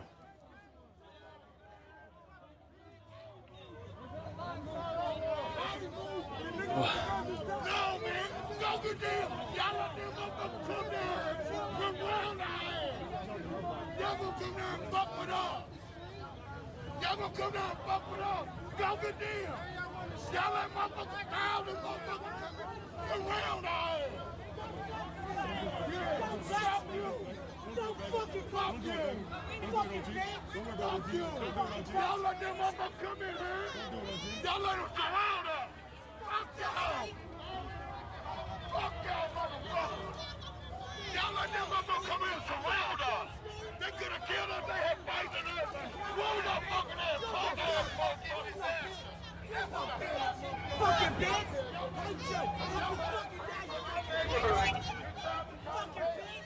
All right, so for anyone that's just tuning in that hasn't been watching this for the past 4 hours and 33 minutes like we have, let me just give a little synopsis. Since about 8 o'clock this morning, Angry Viking, who is a social media guy that's kind of gone viral for, just basically speaking his mind, similar to what I do every single day. He does the same thing. Very patriotic fella, very pro-police, pro-America, pro the flag, pro cutting through the bullshit that we currently have to deal with as Americans every single day. He was very upset with the NFAC's comment about, coming to Louisville September 5th and burning down the city. We all know that. It's something that I actually had him on my show and I interviewed him a couple of weeks back rather. It's been something that's gone on for quite some time. He ended up, arranging a big counter protest to NFAC today in Louisville. They marched. They've been out there since 8 o'clock this morning. Super peaceful. Even when they had counter protests show up at their rally point this morning, they were very, very respectful and giving and expressing to the other people that had the other people within their group that had a problem, saying we protect the First Amendment right. So it's he's out there anyway. So they ended up marching down towards Jefferson Square and Justice Park, whatever. And I am going to turn up the audio so we can hear this because I think this is important. So I'm just going to finish talking. They marched down there, super peaceful. One of the live streamers, Andrew Mercado, who's been in the thick of things for months and months. So I'm giving that dude a lot of credit. You guys should all check out his page, Mercado Media, and contribute to him because he's out there doing all this stuff all the time. I believe he I believe he helped save people's lives during the shootings in Kenosha when he was there filming. So I think he deserves credit. Anyway, counter protest, or the Patriots and the I'm just going to call them Patriots. They ended up marching down toward Jefferson Square Park. They were encountered by this group of Black Lives Matter activists who immediately started doing what we've seen every single night for the past 100 nights. They started acting aggressively towards these people. They started complaining that they had guns, that they were white supremacists, saying they have guns. And even though a lot of them are quite as armed as you could tell, a lot of these guys, a lot of the Black Lives Matter activists all have weapons of their own, some long guns, some handguns. This guy may still be holding a handgun. The guy that was dressed in black with the tactical gear there, he'd been walking around with a handgun, holding it even though he's got a rifle. That dude right there has a rifle over his shoulder. Everyone was armed, but they took offense to the fact that there were Patriots that were armed and started yelling at them and causing conflict and pushing and doing all that stuff back and forth. And here we are. So the Patriots have pulled back a little bit. Police are now separating the two groups, which they probably should have done before, or at least given some guidance on where these groups can go. So now we're live here. This is the police feed. So I'm going to switch back and forth to all the other ones. But that's the update. I mean, this has been peaceful the entire time until they went and encountered the Black Lives Matter activists and who were not peaceful. In Jesus Christ's name, God, and we just ask for your supernatural protection over this group and that group, God. It says we battle not against flesh and blood, God. God, take away the division, dissension, it says comes from the flesh and not the spirit. God, help us to be unified in you, God. One nation truly under God, not just one nation under a certain political party or this. Help us to be one nation under God. And God, we repent of any demonic division or racism. It says favoritism is a sin in the Bible. God, help us to not show favoritism. One time a pastor and told just put me a when I was peace a little in boy Jesus' to name. pray and run at the same time. So we're going to keep praying and we'll walk. So you guys have a good job. God bless you. That's funny. Villain walks up and goes, one time when I was a little boy, pastor said to pray and run, and we're going to run because they're smart. They're not going to be left alone. Mayor's order. The only way he's going to hear my This is Mercado Media. What did I tell him? What did I tell you? I said, go tell Lieutenant Humphrey. And just so y'all know, we know each other. That's why. Who did I ask him to go tell? I said Lieutenant, but see, you got to know the whole story. Now that I do, I'm going to be quiet. You got to know the whole story. Now that I do, I'm going to be quiet. You understand? You got to know the whole. You can't just show up. You good? Why you spiritual for no reason? I ain't angry for no reason. I'm media. It ain't even my time to be angry. I report this shit that goes on. I'm just holding them accountable. That's all I'm doing. That's all I'm doing. I'm holding them accountable. It's not a secret. I like to stay all covered up. You're going to be hot no matter what. Yeah. That Man. cotton shirt underneath everything kind of just makes me all sweaty and wet. Pulls me up a little bit. Let's see what else we got. This is local news feed covering the police line. Here's the Patriots marching back. Now, I'm not sure where they're going now.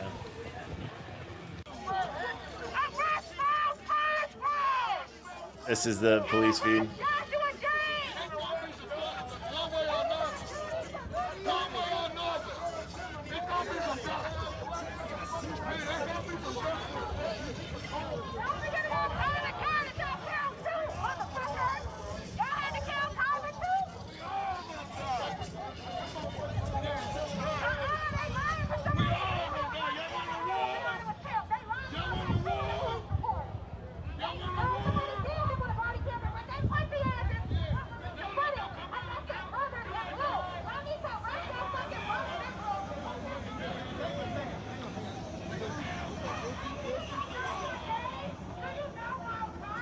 And as you can tell, the Patriots have left. The only people that are sitting there berating police are not Patriots. Can I tell you something? It's a whole line for them.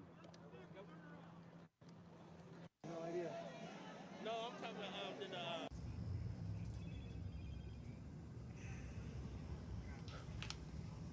about Man, where's Villain now? Or not Villain, what's his face? Angry Viking. Viking, Angry Viking, keeping eyes on him, watching his interviews. See, here we go. What's this?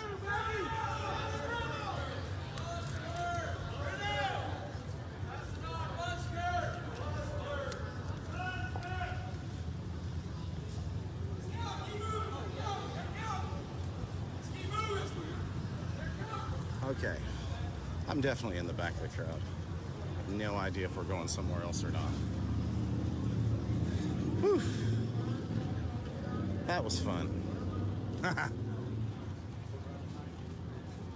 Well, nobody got shot. I guess that's good news. Someone wanted me to point out, please point out the fact that they didn't have a problem when NFAC was walking the streets while carrying weapons. They actually did. The BLM activists there did have a problem with NFAC being there. Not necessarily because of the weapons. They had a problem with the fact that NFAC decided to march down the middle of the road. And when they were marching down the middle of the road, all the local Louisville protesters got super pissed off because they didn't... They don't listen to anybody. They didn't want to be told to walk on the sidewalk while these guys walk down the middle of the road. So they actually had some squabbles back and forth. Again, we covered that live as well. I'll definitely be. I'm gonna tap into freightbrokerlive.com. Yeah, and bro. I'm going to share his watch party because he just freaking rocks. Yeah, buddy. So as soon as I turn this off, I'm gonna start sharing his live feed. And he will take you, he will be all of the hot spots in Louisville, everything that's happening, every city, if it's in Portland, look at this, Chicago, LA, New York, it does not matter. And I would definitely encourage everybody to watch him. His name is Steve, and his show is awesome. Yeah, it is. So I'm gonna shout out to this dude. Shout here. out to Nate, buddy. Thanks for watching, guys. Nobody got killed, nobody got shot. Maybe a couple punches. This guy right here was accused of being an antagonizer. Yeah. No, he's not. What's your name, bud? You got to say hi to everybody. Hey, what's up? Daniel Cavanaugh. There you go. Well, no last names. Dan. Dan is his name. Anyway. All right. I'm logging off here, and I'm going to share immediately Steve's feed from live at freightbrokerlive.com, so you can just tap right back in, and he'll be taking you to each and every single city in the U.S. that is hot and everything's going on. Yeah, buddy. Love you guys. Bye-bye.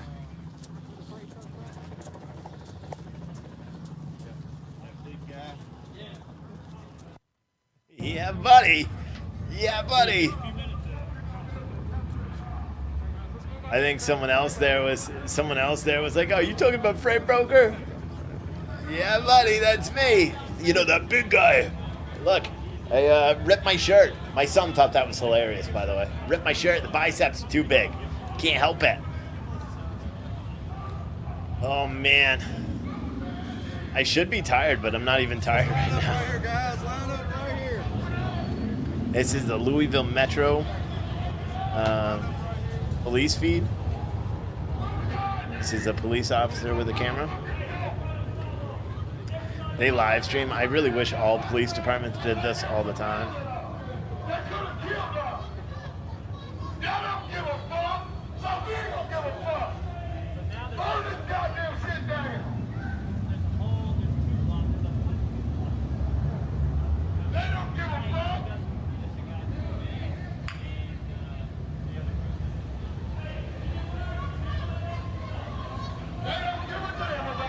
Yeah, the Angry Viking, I think they took one of his pages down, but he said he got it back up. Unless they took it down today since the last time I looked. I don't know. I didn't check.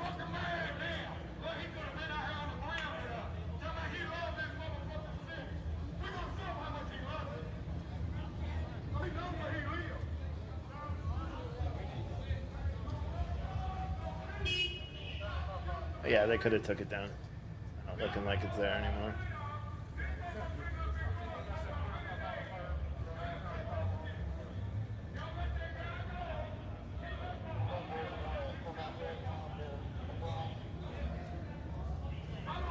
They did. They took his page down again. That sucks.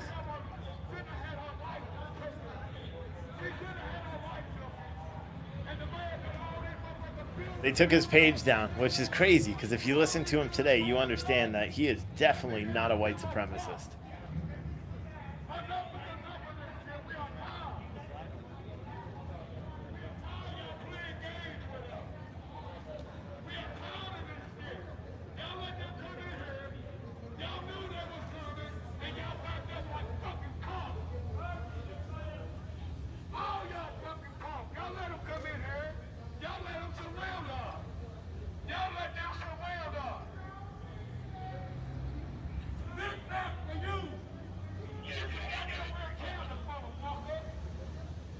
Audra, if you have any questions, because I'm guessing you're watching the feed. Now, why did I say that I supported them pulling away there? Because the environment was completely different. In Portland, Oregon, you guys didn't have weapons. Well, maybe some of you did, but it wasn't this was different. Because there, where you guys were fighting, it was already done. It was already escalated in Portland, Oregon, because I know who you are. It was already escalated before anything even happened. Before you guys even got down there, it was already escalated by the presence of some of the groups that were down there. And I know you can't control all the groups that were there, but you know exactly what I'm talking about. What happened just now, I think, and I didn't hear the Angry Vikings, speeches about whatever you just said. He kept going on and on about police brutality against the black community. He mentioned that he supports them and what they're trying to do. Yeah, because he's a constitutionalist as well. We believe in the First Amendment. That's the beauty of being a constitutionalist, is we believe in the First Amendment, and it doesn't matter who uses it. Even if it's BLM that's out there spatting whatever bullshit that they have, it is still a protected right, and it still has every right, and everyone has a right and responsibility to protect that right as Americans. If you believe in this flag, then you believe in the right for Black Lives Matter to go out and spout their bullshit, as long as they're being peaceful. As long as they're being peaceful. And that's what he was saying. I also, like him, believe that we have a problem with police brutality. Why? Because we have a problem with police brutality in the country. Is it enough that they should be rioting and doing what they're doing across the country every day? Absolutely not. But do we have officers, even one officer that has committed an act of police brutality in the past year? Absolutely. And that is one too many. It's just like I always say, every single death is a travesty, and it's something that needs to be protected. Not because it's black, not because it's white, because it's an American that's being killed. It's irrelevant on it. What I said last week, and I corrected what I said, I was disappointed in the fact that there was a protest that was geared for interaction between. And I heard all the conversations. I believe I heard your conversation with one of the Black Lives Matter activists when they leaked the phone call.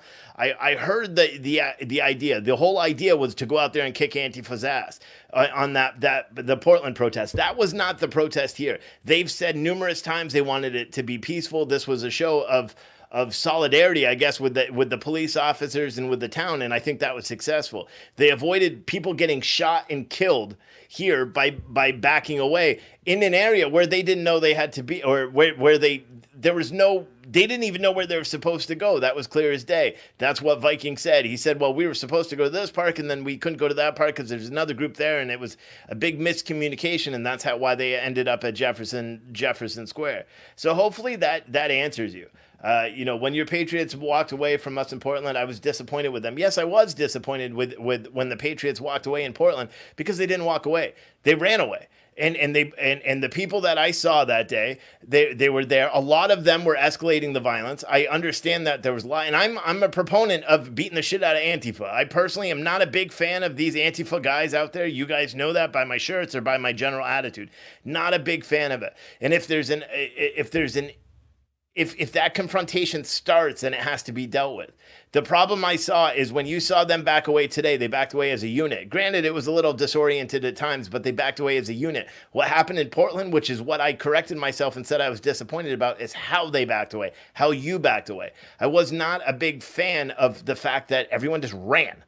And I understand it's because a large portion of the security group that was there in Portland ended up just leaving. They were there from 12 to 3. When the 3 o'clock strung, they all just disappeared. I understand it. I understand that's why it happened then. When you watch my live feeds, I talk with emotion. That's who I am. But I hope that clarifies your reason. If you ever want to do an interview with me, my email is live@freightbrokerlive.com. Rather than just making Facebook posts, which inevitably get shared to me, you are more than welcome in front of 9,500 people that are watching this live feed right now to send me an email, and we will do a live on-air interview, and then you can get out what other gripes you have. I firmly believe in trying to be peaceful until you can't be peaceful anymore, and I also don't believe in stoking a fire if it's not gonna be fed, if that makes sense. Because what I saw in Portland wasn't that it wasn't a good show of Patriots or anything like that. I never made that. I was disappointed to see the fact that with the camera angle that we were watching, Antifa moved on the Patriots and the Patriots left. And I understand the strategic or whatever, the lack of strategic planning there and why that occurred, but I didn't know at the time. And I don't think most of you guys knew at the time either. And then it wasn't until the next days when a lot of people took offense to what I said, because that's what happened. People ended up having to flee. I talked to several people that were there. I had friends that were there recording, and I talked to them, and they said it was like one day all the protection people, or 1 minute the protection people were there, and the next day everyone was running, and as they're getting chased by Antifa. Different kind of scenario. Here you have hundreds of people with guns facing off. There you had hundreds of people with bear mace and rocks and shit and feces and urine. Different kind of scenario. You know why? Because feces and rocks and urine, they're not going to kill you. A bullet's going to kill you pretty damn quick.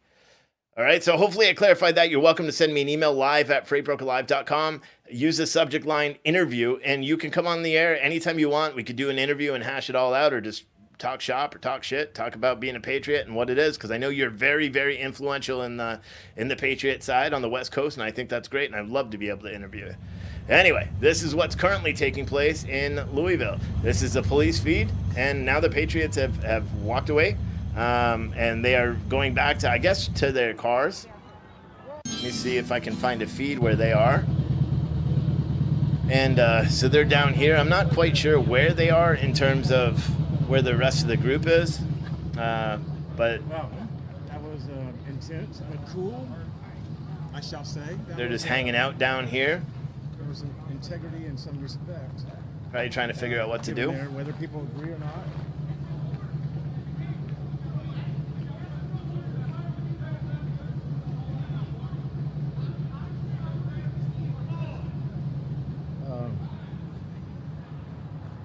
Whether people agree or not with one philosophy or ideology, another, I don't agree that he's oppressed. I think media and things have heightened that. I believe that man is driving down this street. No, my audio is a little, it's not on point today. I apologize. And he may even have a job. He probably lives in an apartment or a house. I also said I wouldn't vote for Biden. So nice try. I want these protests to end. I really do. I think this is hurting our country. Every single day that it goes on, I think it's hurting our country. This is not a live feed. I do not think that a civil war is good for our country. And I think, unfortunately, if there's not something done fairly quickly, we're not going to know what the hell to do. Does that make sense? I don't think that we're going to be able to recover if we keep destroying ourselves as a country. This is not live. This is a recording. This is still live. Police are marching somewhere. They may have just cut it off, though. Now it's live. It's not live. If I tell you that I'm a member of an African American militia group that stands for African American freedom, that stands for African liberation. I don't want to hurt your kids, but I certainly can't allow the American government or the system, the beast, whatever you call it, to continue to hurt mine. You understand that?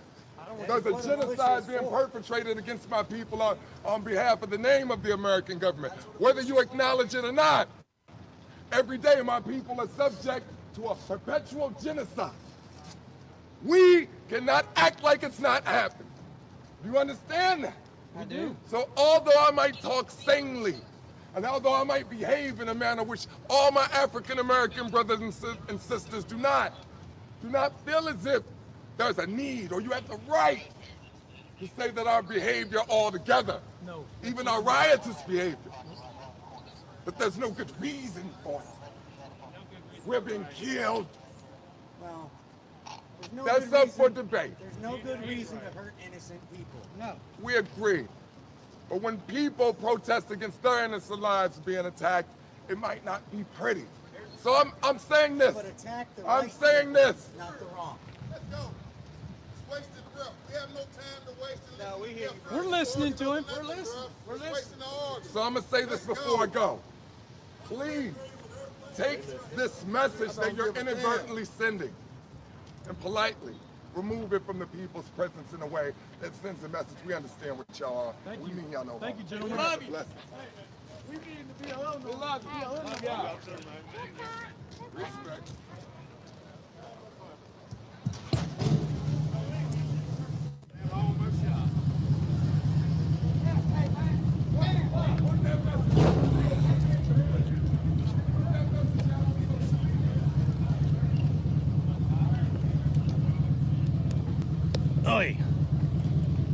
All right, are we back there? There we go.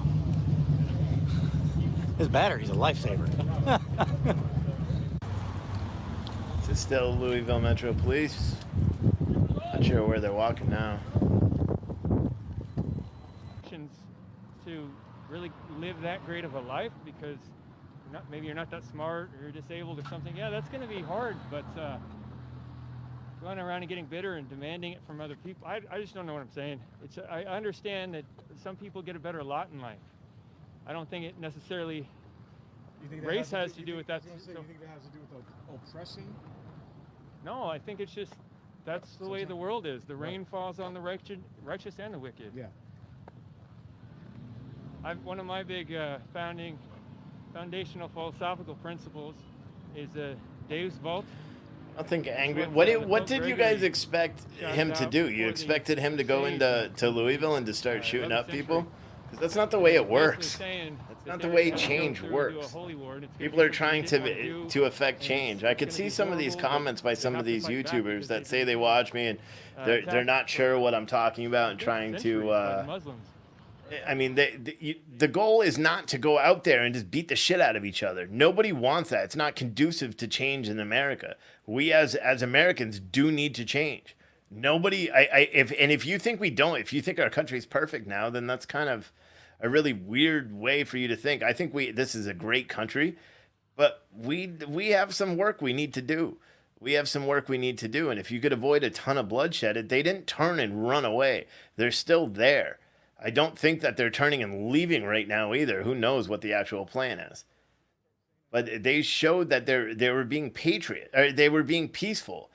You know, the object of going out there was to show that when patriots go out there, they're peaceful. Because look at how every single other thing is portrayed. Look, that's just how it always is it's always portrayed. If you're a Trump fan or you're a patriot or whatever, you're just anti-American or anti-free speech and white supremacists and all that stuff. You know, that's not the way it is. You know, but HB and the other guy that was out there running your yap on YouTube, you're welcome not to follow the page instead of just, running your shit. I don't necessarily think it's a good idea to go and try to engage a bunch of people. It's not. You know, he opened up, platforms for conversation.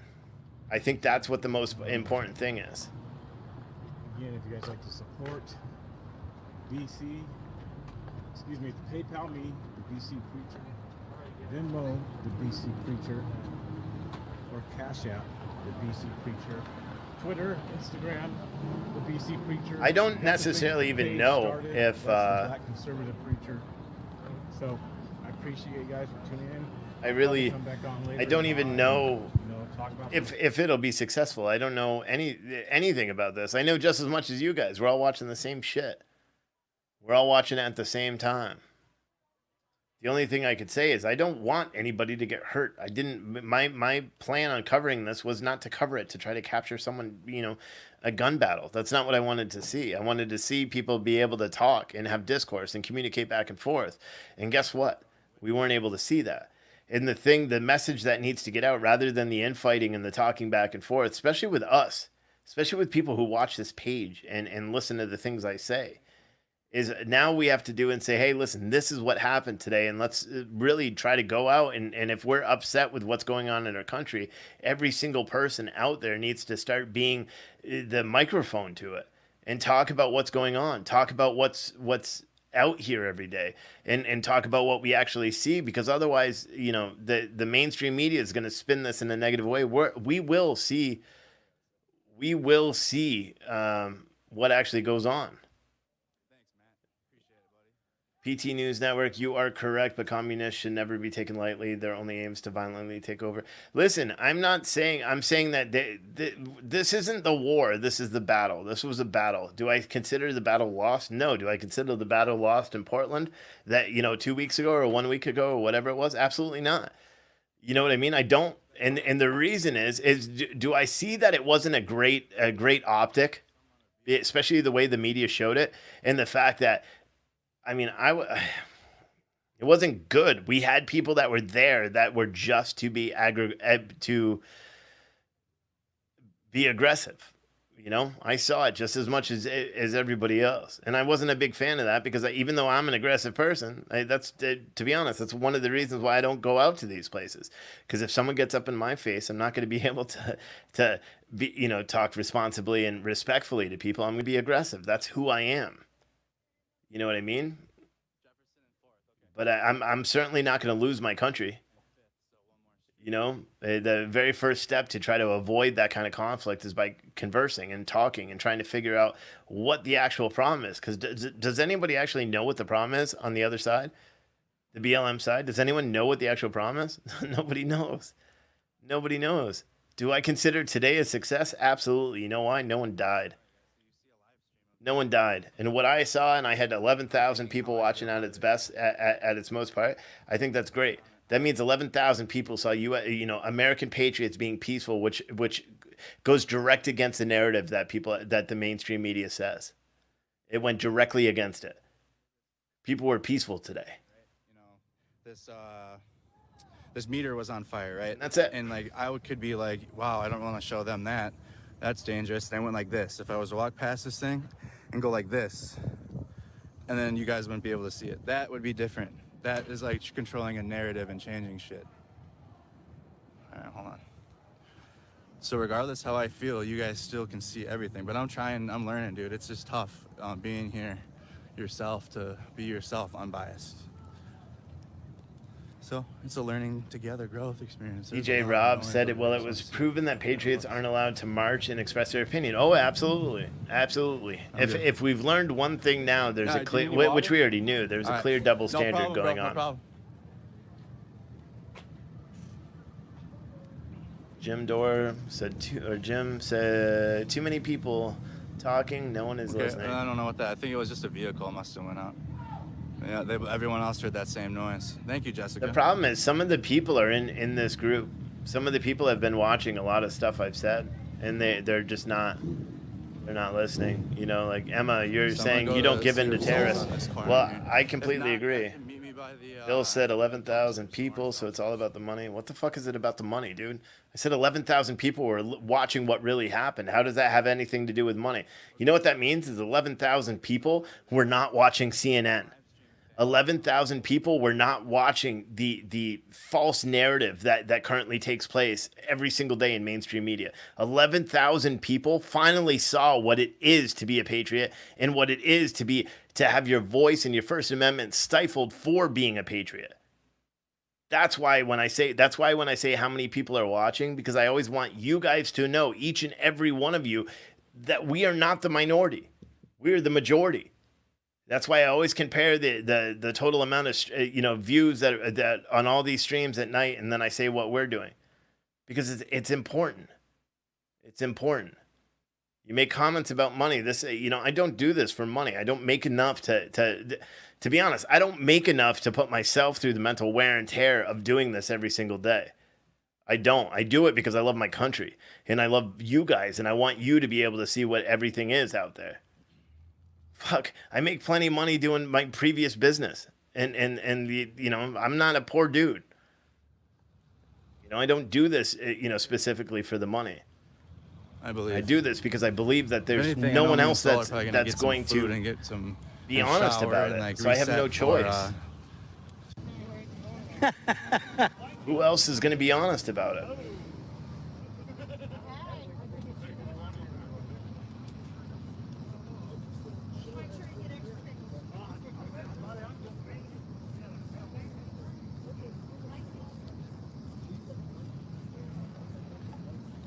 Anyway, I'm done reading the YouTube feed.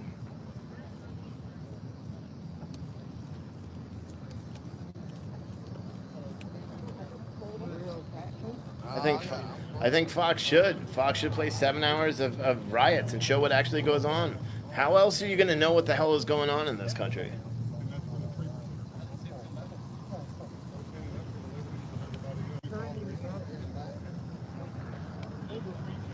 I don't think any amount of money would make me enjoy doing this, to be completely honest. Think about it. Pro-American constitutional government. Think about it. It's a Saturday. I was up till, 2 o'clock streaming last night, covering the protest. And now it's a Saturday. I've been live streaming now for 5 hours away from my wife and kids, who I don't get to see during the week now because they're back in school and my wife's a teacher, so she's gone. And I'm spending Saturday covering this. Why? Because this is important.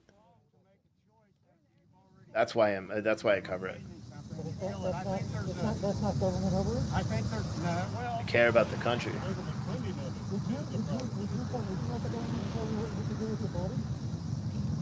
Well, I'd consider that a body inside a body. Yeah. I just don't believe that we should just be going out and getting laid and then thinking, okay, I'm done with this. Someone said I had to eat what I missed. Oh, just people are just running their yaps, you know, because every now and then I engage in the trolls. And I mean, murder is covered by the Constitution. And if there's a situation where a woman is going to die or something like that, I don't think there would be specific situations.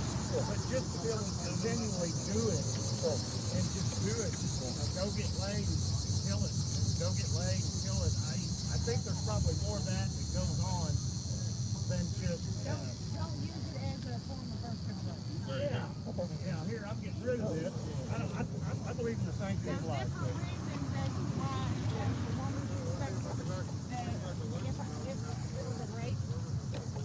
Or if it was incest, or if I'll be honest. I was just trying to get him to talk again, so I could ban him. But they know they don't do it because they know. Especially when I start watching the chat and I talk about it, they know. But you're right. Trolls are good because then I go into the dialogues, and that was a good little dialogue. That was a good little bit of commentary. Portland Andy does say yeet quite a bit. He loves it.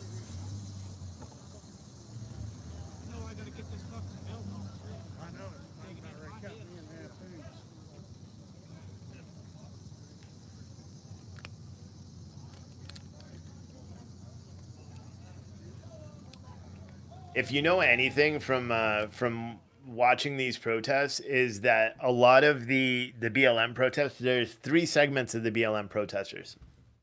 You have the leaders that aren't listened to, you have the leaders that are listened to, and then you have the followers. So it just seems that a lot of the times the leaders that aren't listened to, those are the guys that are out there every single day trying to affect change. They have good points of view. They're just not being taken seriously for whatever reason, especially in Portland. Portland is a place where the Black Lives Matter activists do not get the real Black Lives Matter activists, the ones that understand there's a problem in the country and they want to get it fixed. I'm not talking about the extremist ones. It looks like all these feeds may have just shit out. Let me see. Whatever, I'll put this up. It looks like all my feeds just ended anyway. So maybe now will be a good break until 4:30 when NFAC is supposed to march. Because I think NFAC is... someone said they're going to march at 4:30, and I wonder if they're going to get the same reception as the Patriots did. Will they get the same warm welcome that the Patriots did when they got to Jefferson Park? You know? But I doubt Facebook took those posts down. You know, it's interesting. What goes on in this country is an interesting. It's pretty alarming to see how everything works. When you watch it as much as I do and you analyze everything as much as I do, because my day doesn't end. Actually, here's another live view from Louisville. But you know, my view doesn't end the second I'm, you know, when I turn off my feed. It's not like I stop watching this. I watch all this stuff.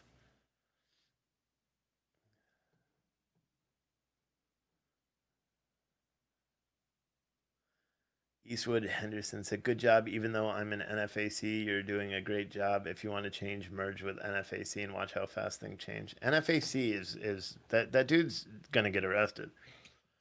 George McGrid, you know, Grandmaster McGriddle or whatever his name is, he's going to end up going to jail. You know, he made threats against America. He made threats against the city. He made threats against people. He said he was going to kidnap cops. There's no way I'd ever back that. It doesn't matter if it was a white dude that going out and doing that same thing. I wouldn't support that either. You know what I mean? I don't support that kind of racist ideology. You say merge with NFAC, you know that they only allow black people in there? Not that I would ever merge with them in the first place, but that's one of the things that they've said numerous times. They are a racist organization. They are the KKK, but for black people. And I wouldn't say heavily armed either, because they're not heavily armed. They carry airsoft guns and 22s, replica weapons. You know, Grandmaster McFluffy or whatever his name is. That guy is he had a failed presidency bid in 2016. He's watched one too many Shaft movies, and he has some grand idea of what he's going to be able to change. You know, and unfortunately, he's not even wanted in Louisville. Didn't you see what happened yesterday when he walked into Louisville to give his little speech about not having COVID? Because that was what the most important thing was for him, to go out, march, all gallantly into the middle of the crowd yesterday, and down here in Louisville and Jefferson Park, which you're seeing on your screen now. And he gets out there and he goes, "I just want to say one thing. If you're listening to the media, we don't have fucking COVID." And then he's like, and then he said the thing about Breonna Taylor, and then that was it. And then he left. And everyone there was yelling at him, "We don't want you here.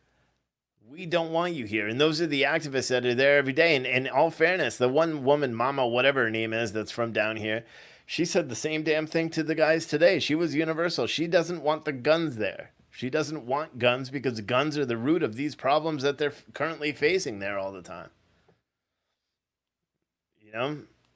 Laura Fox said the Breonna Taylor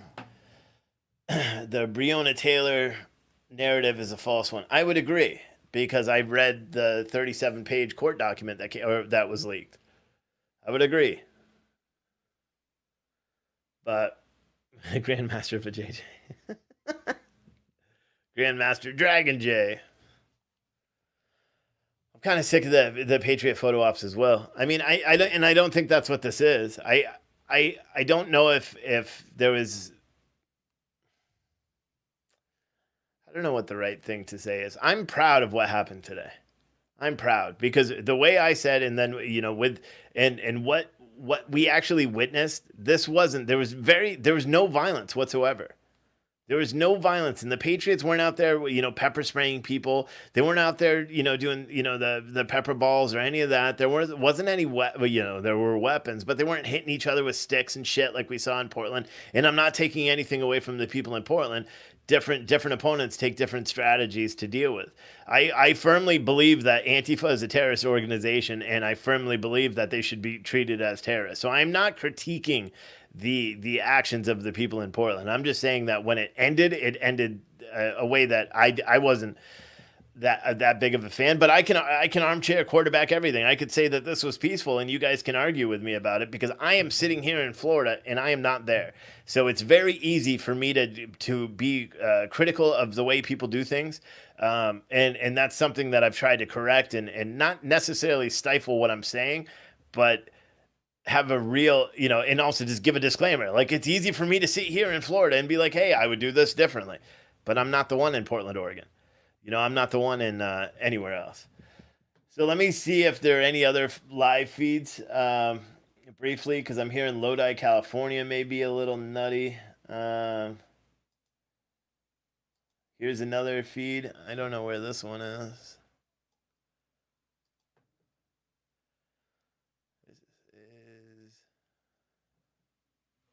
Raise your kids. Quit having them if you ain't gonna raise them. I don't know where this is, but let me put this up. You guys couldn't even carry my... This is not Louisville. Where is this one? Mental illness. You couldn't carry this shit. This is Lodi, maybe Lodi, California. These men have concave chests, dude. Their chests go inward like they're nuts. You low-T little bitches. No facial hair growing pussies.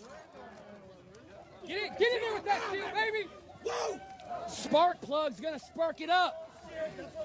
Spark it up, Sparky. What do they got? They got a Trump rally marching on one side and BLM on the other side. I got kids. They'll combat this shit. I'll raise them to fight the commies. Trust me. My son's already fighting the commies on the daily at the playground. Thank you, officers, very much for being here and keeping these commies safe. Because I think if you weren't here, we might just beat the brakes off of them. You know what I'm saying? Yeah, and you might just get sold into sex slavery with your people. You never know. The left will just take you and throw you in, you know? Cartels, MS-13, fuck it. They love pedophilia, dude. That's why they're stopping us, folks, from stopping the child trafficking, from stopping the pedophiles and the rapists, because they know that's what the left is filled with, right? Harvey Weinstein, the Oprah. All right. Dude, they'll take down my video so quick by doing any of that.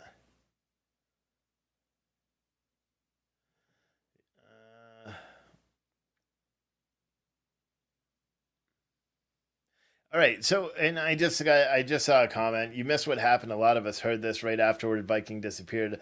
A lot of it, I don't think most of us wanted violence, but to feed and water Antifa. Do you understand that the groups that are in Louisville are not Antifa? They're not Antifa. Those are Black Lives Matter people. Do I disagree, or do I agree with him saying that he'll bring food and water down to those people every single day? No. You know why? Because I've seen them every single day from Jefferson Park, and you guys have seen it too. They chase out people. They chase out white people that are there. They say they have ulterior motives. We saw it with the homeless guy that was in the car. They chased him out. They sucker punched him. That's where Maxwell Mitchell turned his cameras but he still caught the tail end of them, or the beginning of them sucker punching the guy that was sitting in the car. We've seen that numerous times. And so do I agree with providing them food or water? Absolutely not. Do I think it was a gesture to try to fix a narrative? Yeah. But it's sad. I mean, what can you do? There's not much that there's not much that a lot of people can do. Let me see. This guy is live again. One. Do one a little further from everybody. Not right up on them. Oh, what's it smell? That's my urine. Why does it smell like that? Oh, monsters. So these are where all the Patriot groups are. They're in the parking lot. I think a lot of them have already left. Oh, shit. Yeah? Yeah, the parking lot is thinner. I mean, it's also, what, 2:30? They need to go out and eat. They've been out all day long. Yeah, what's the deal?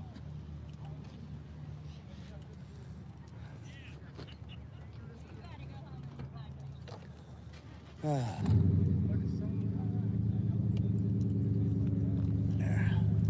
I don't know what's going on. This is Louisville, but I don't know if they're leaving. I don't know if that's what they're doing. This is the protest march in Lodi, California. Again, I have to be wary of what is said in the videos because they'll pull down my videos. And I really don't want the videos being pulled down. I want people to be able to see what goes on. Yeah, all of his pages have been taken down again. I saw that. It is the guy. So yeah, I talked about that. I'll talk about it again tonight. Someone sent me an email. There's another protest. I mean, there are protests across the country right now. There's protests in Rhode Island again. There's protests all over the place. It's just going to continue happening every day. So again, I don't think that this is a loss. I think that they backed down. They went and they tried to have dialogue. They proved it wouldn't work. They had national media attention there. It wasn't like what happened in Portland. Portland didn't have a ton of national media attention for whatever reason. It could be that the politicians and everybody really stoked the fire that it was going to just be white nationalists there, which we all know is not true. But that's the fire that was stoked by Commissioner Hardesty and all that stuff. These two scenarios that happened in Portland versus today in Louisville are completely different scenarios. They're completely different scenarios. And I'm not a big advocate of going out and just even though it's fun to say to go out and beat the shit out of people, if you're trying to affect change and you're trying to make the country better, and these guys didn't go out there to do anything but to make sure And and here, I'll be honest. And then I'm going to end this feed and then take a nap or something. And then I'll come back on live later on today. But here's the truth. And this is the one thing I'm kind of confused about. If they were supposed to be out here marching for, if they were supposed to be, this is not a live feed. If they were supposed to be out here marching for, to stop NFAC, how come they didn't do it at the same time? That's my real question. If they're there in Louisville to counter NFAC, NFAC isn't marching till 4:30. That's been a known schedule for quite some time. How come you're not marching at the same time? Because what happens at 4:30 if NFAC, if those guys do go, nutty? Where are these guys? Are they all packing up and leaving? And I'm not saying that they should stay or anything like that. But if the goal is for them to be there, maybe time to go get lunch and then meet up. Maybe that's what they're doing. Who knows what the actual strategy is? I don't know. But I think overall, I think it was successful. They went in, they showed that they could be peaceful, even while heavily armed. They showed that they could be peaceful. They offered for discourse. They offered to talk back and forth and communication, and it wasn't really successful. But there were a couple of big photo opportunities that could change the narrative. So we're going to have to wait and see how mainstream media decides to play this out. But I think in my opinion, it was good. And again, completely different situation from what was going on in Portland. That's my opinion on it. And I know a lot of people may have a difference of opinion there, but it's a different, what happened today was completely different than what happened in Portland. My videos aren't monetized. What I make money on is when people, just to answer the questions, when people say I don't want them to pull down my videos, none of my videos are monetized, because when you go live on Facebook, you can't monetize the video. So I don't get views, or the amount of views I get doesn't dictate how much I get paid, because I don't have the videos monetized on YouTube or on YouTube won't monetize these videos anyway, because they consider them violent or, not really kid friendly, so they don't monetize them. That's why you never see ads on YouTube on these videos, the synopsis or the recording ones that I put up. And you can't monetize live videos on Facebook the way I do it. You could do it if I did it from my phone or something, but I don't do that. So to say, because I have 200,000 views, I'm making 15 per thousand or whatever the case may be on YouTube, I actually don't, because they're not monetized. This video, the only way I make any money is by people contributing and things like that. And as I said today, I was trying to direct people also to contribute to the 3 streamers that were out there that I respect. Someone said rumor is that it may get ugly after dark today. It could be. I think Louisville got ugly the night NFAC was out there last time. I think Louisville, the riot police, had a busy day. Who knows? I think tonight's going to be an interesting night across the country. There's a lot of protests scheduled. I think Rochester last night was eye-opening, so we'll have to see what happens to Rochester today and see if it's good. He did exactly what he said he was going to do. He did have dialogue. And he did. I hope they don't leave, because NFAC isn't marching until 4:30. And if that's the case, and the whole object of going there, I thought, was to protect the city from NFAC. And that's the only thing I'll say. So if they leave and NFAC does go a little nutty, which they're liable to do. They're run by a guy that is a complete and utter moron. So who knows what's going to actually happen. Angry Viking on YouTube. Is he live? I know he's on YouTube, but because his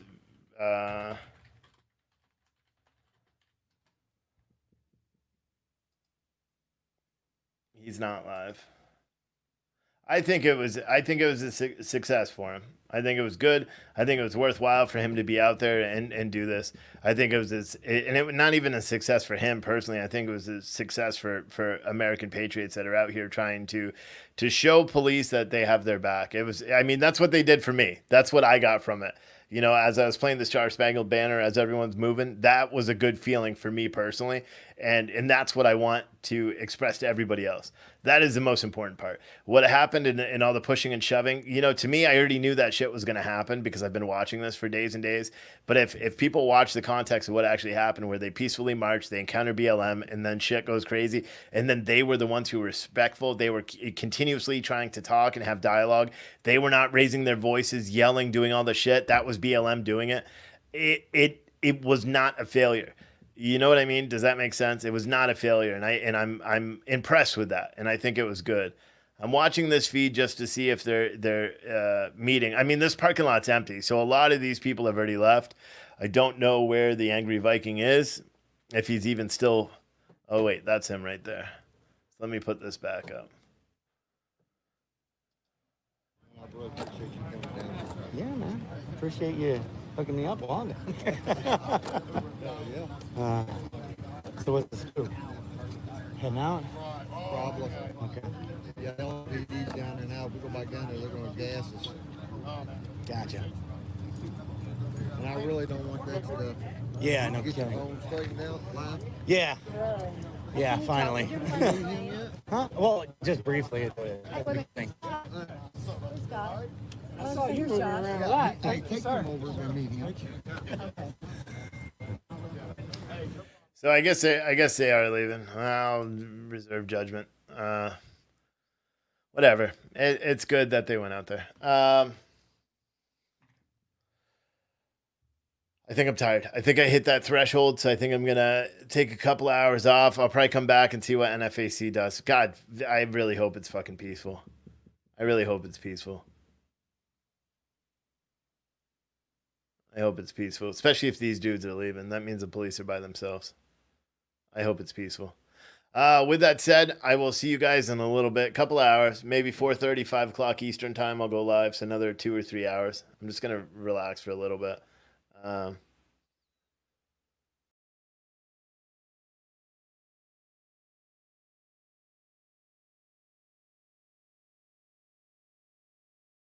A federal appeals court is blocking a New York prosecutor from obtaining President Trump's tax returns while the president's lawyers continue to fight a subpoena seeking the records. The three-judge panel ruled after hearing brief arguments from both sides. The president's lawyers had asked for a temporary stay while they appealed the lower court ruling granting Manhattan District Attorney Cyrus Vance Jr.'s office access to his tax returns. A lawyer for Vance's office had argued further delays would only impede his investigation. Fox News has learned House Speaker Nancy Pelosi visited a San Francisco hair salon yesterday for a wash and blowout, despite local ordinances keeping salons closed amid the coronavirus pandemic. Security footage obtained by Fox News, time-stamped Monday 3:08 p.m. Pacific, shows Pelosi walking through E-Salon in San Francisco with wet hair and without a mask over her mouth or nose. Pelosi spokesman Drew Hamill maintains the speaker was following the rules. Quote, the speaker always wears a mask and complies with local COVID requirements. However, the owner called the whole incident a, quote, slap in the face. Let's go in depth on the presidential race tonight here in Pennsylvania. Joining us, Vice President Mike Pence. Thanks for joining us. Good to see you, Brett. Obviously, you have a lot of supporters here. You see fertile ground in Pennsylvania. A lot of enthusiasm on the ground. You know, Joe Biden's boyhood home is not far from where we're seated, but this is Trump country now, Brett. And I think it's because of the choice in this election. In President Donald Trump, the people of Pennsylvania see someone who's kept all the promises that he made. We rebuild our military. We revive the economy through less taxes, less regulation, more American energy. We stood by the right to life and religious liberty. And Joe Biden, by contrast, despite his heritage in this area, now leads a party that I think has been overtaken by the radical left. They want higher taxes, socialized medicine, open borders, abortion on demand, and actually want to cut funding to law enforcement. And what I saw here today, what I saw on the road the way here is that we're going to win 4 more years for President Donald Trump in the White House. You know, Vice President Biden was here in Pennsylvania yesterday. He said, among other things, does anyone believe there'll be less violence in America if Donald Trump is reelected? How did you take that? Well, I didn't know how to take it, to be honest with you. Yesterday we heard Joe Biden kind of, you know, mouth words against violence in the streets, but then he very quickly criticized law enforcement. He described an unwarranted police shooting while an investigation is still going on. He never mentioned Antifa. He never mentioned the radical left mobs that have been tearing asunder and setting fire to many of our major cities over the last 3 months. And I think that what the American people know, and they saw it today in Kenosha with President Trump's visit there, is we have a president today who is going to stand for law and order. We're going to stand with the men and women of law enforcement. We're going to give them the resources and support they need. And we're going to continue to call on governors and mayors to do their job and restore order in the cities where we've seen the kind of violence that we've seen over the last several months. Here's more from your predecessor, former Vice President Biden. This is a sitting president of the United States of America. He's supposed to be protecting this country, but instead he's rooting for chaos and violence. The simple truth is, Donald Trump failed to protect America. So now he's trying to scare America. Trying to scare America? Well, I think that's the kind of rhetoric that people here in Pennsylvania and around the country see straight through. I mean, what the American people are concerned about are these left-wing mobs that have been allowed to run roughshod in places like Portland and New York and Seattle and over the last several days in Kenosha. I mean, look, there's no excuse for what happened to George Floyd months ago, and justice will be served. But there's also no excuse for the rioting and the looting and the violence that has followed. And the American people know they have a president who is going to demand that governors and mayors in these Democrat-run cities and these Democrat states step up, do their job, restore law and order. And that's really the choice that we have. You didn't mention Jacob Blake there? Well, Jacob Blake, that's a tragic situation that's under investigation today. What, 7 times? It's shot 7 times, and you know, we grieve an incident like that. We really do. But I want to let the investigation play out. It's remarkable that Joe Biden yesterday announced that it was an unwarranted police shooting before we have all the facts in. But frankly, if you look at the last administration, Joe Biden and Barack Obama often reflexively criticized law enforcement. Hey, I just read an unbelievable article in the Epoch Times. Take a look. It's an investigation into the mysterious origins of the current outbreak. What other paper do you know that's questioning the official narrative that it came from animals and looking at the real facts? And it's not just that. Look at an investigation into how the countries that have been most affected are the same ones that have been the most deeply infiltrated by the Chinese Communist Party. And not just that. Look at this report about how China now has 21 million fewer cell phone users, which calls into question the whole narrative and all of the numbers being released by the communist government. This is some of the deep reporting that you can only find in the Epoch Times. And it's not just that. We just released a phenomenal magazine. It's a 58-page investigative magazine that covers not just the origins of what's happening, but take a look at this. A timeline of how the Chinese Communist government covered up what was happening in China for 6 weeks until they couldn't cover it up anymore, and the problem spread throughout the world. This is a phenomenal piece of reference material that you can get for free when you click that button below and try the Epoch Times yourself. Just try the paper for a full month for a single $1, and we'll send you this magazine as a free gift. And it's not just about this topic.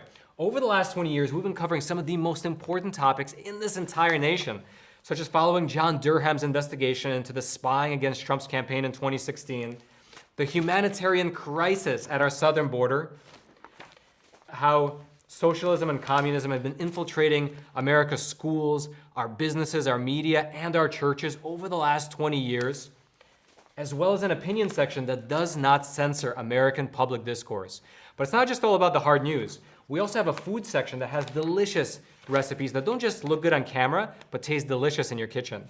We have a holistic mind and body section that'll keep you fit and keep your immune system strong, particularly in this trying time. We have 2 full pages of puzzles in every single paper that'll keep your mind fresh and active. And my favorite, we have an arts and tradition section that explores what it really means to live a virtuous life. So if you're looking for an honest source of news that's based in traditional values, check out the Epoch Times newspaper. It's one of the last sources of pure American journalism in the entire country, and now you can get it delivered to your home every single week. Just click that button below and try the paper yourself for a full month for just a single $1. You'll absolutely love it.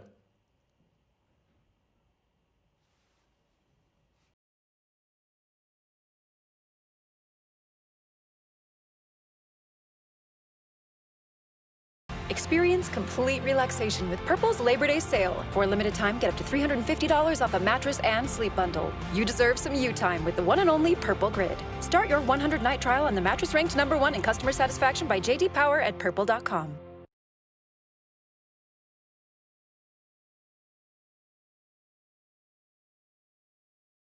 One of the reasons why in the last campaign, President Trump enjoyed so much support from law enforcement, because we're going to follow the facts. Justice will be served in every case. We abhor violence in any circumstances, but we're not going to reflexively condemn law enforcement. President Trump, his vice president, our administration are going to stand with the men and women of law enforcement. We're going to let investigations proceed and justice served. Speaking of facts, we're trying to get to the bottom of this story that the president has now told twice to reporters, that a person was on a plane, said there were 6 people dressed in black, filled with looters, rioters, anarchists, people looking for trouble. Do you know what he's talking about? Well, I think what the president's referring to is actually what we heard in many of the cities. That I know in Detroit there were a large number of arrests several weeks ago, and the vast majority of people were from out of state. The same thing occurred in arrests that took place in recent cities. I mean, look, there's something going on here where the radical left, these anarchists and Antifa, are moving people around the country, and it's one of the reasons that the Justice Department is looking into where is the funding for this coming from. I think the American people can see what's happening or here. A charge against anybody funding this? I mean, it's been going on for some time. We haven't seen any Antifa arrests or people tied with the funding of this operation. Well, that's actually not right, Brett. The Justice Department has overseen about 300 arrests. Well, specifically, but not since the violence has broken out in cities around the country. And we're going to continue to lean into that effort. We're going to make sure the American people know that we're going to work closely on the with state officials and law enforcement side, but we're vigorously investigating where this is being organized from. I remember when the rioting and the setting fire of buildings in Washington, D.C. was taking place, we actually heard that some organization was pre-positioning assets and resources around the city. And so I think people can see this is an organized effort in part. Some of it may be spontaneous, and the radical left certainly has its adherents in every city in the country. But we're looking to the Justice Department to get to the bottom of it. I want to turn to COVID in a second, but I want to fact check another thing. The president tweeted out today, "It never ends." Now they're trying to say your favorite president, me, went to Walter Reed Medical Center having suffered a series of mini strokes. Never happened to this candidate. Fake news. Perhaps they're referring to another candidate from another party. This refers to Michael Schmidt's book, where he says the president went to Walter Reed, which in fact happened in November of last year. He says in the book that you were put on alert to take control, to take office essentially, if he went under for anesthesia. Is that true? President Donald Trump is in excellent health, and Brett, I'm always informed of the president's movements, and whether it was on that day or any other day, I'm informed. But there was nothing out of the ordinary about that moment or that day, and I just refer any other questions to the White House physician. But as far as being on standby, I don't recall being told to be on standby. I was informed that the president had a doctor's appointment, and I don't want to spend too much time on it, but I just want to. Yeah, I got to tell you, part of this job is you're always on standby. As your vice president of the United States, but the American people can be confident that this president is in remarkable good health, and every single day I see that energy in high relief. I want to talk about COVID. In hindsight, do you think the lockdowns were a mistake? I don't. I really do believe that when the president made the decision to suspend all travel from China, when he stood up the largest national mobilization since World War II, when we asked the American people for what became 45 days to slow the spread. I think we saved countless lives. And those lockdowns permitted us to stand up the literally billions of supplies to our doctors and nurses and hospitals around the country, manufactured more than 100,000 ventilators in less than 100 days. And I really do believe the sacrifices the American people made during that time made it possible for us to ensure that no American who required a ventilator was ever denied a ventilator. Our doctors and nurses had the PPE that they required. We were able to reinvent testing to where we're doing 800,000 tests a day, more to come with the announcements of this last week. And, and ultimately, it put us in a place where every single day, I think we're one day closer to the day we have that vaccine, in addition to the therapeutics that we have, and we put this coronavirus in the past. You did a lot, but I guess I was asking whether you look back and could have done something different. We learned a lot as the virus was continuing, as did you. You were the head of the coronavirus task force, right. You've talked out about wearing masks and social distancing. Take a listen. Wear a mask whenever your state and local authorities say it's appropriate. So it's always a good idea to wear a mask when social distancing is not possible. What further evidence does anyone need that this president didn't care less about the spread of this virus than to see what he did, vandalizing, by the way, the White House by bringing all those people there, no mask, no distancing, and the rest? He slapped science right in the face. Talking about the speech there on the South Lawn, no masks, no distance, but that's kind of what you were saying all along. Respond, if you would, to the House Speaker. Well, I appreciate the Speaker's concern about the American people, but President Trump and I trust the American people. You give the people the best information, and people make decisions in what they believe is most appropriate to their health. That setting at the White House was not only inspiring, but we also provided masks, anyone that wanted one, hand cleaners and sanitizers.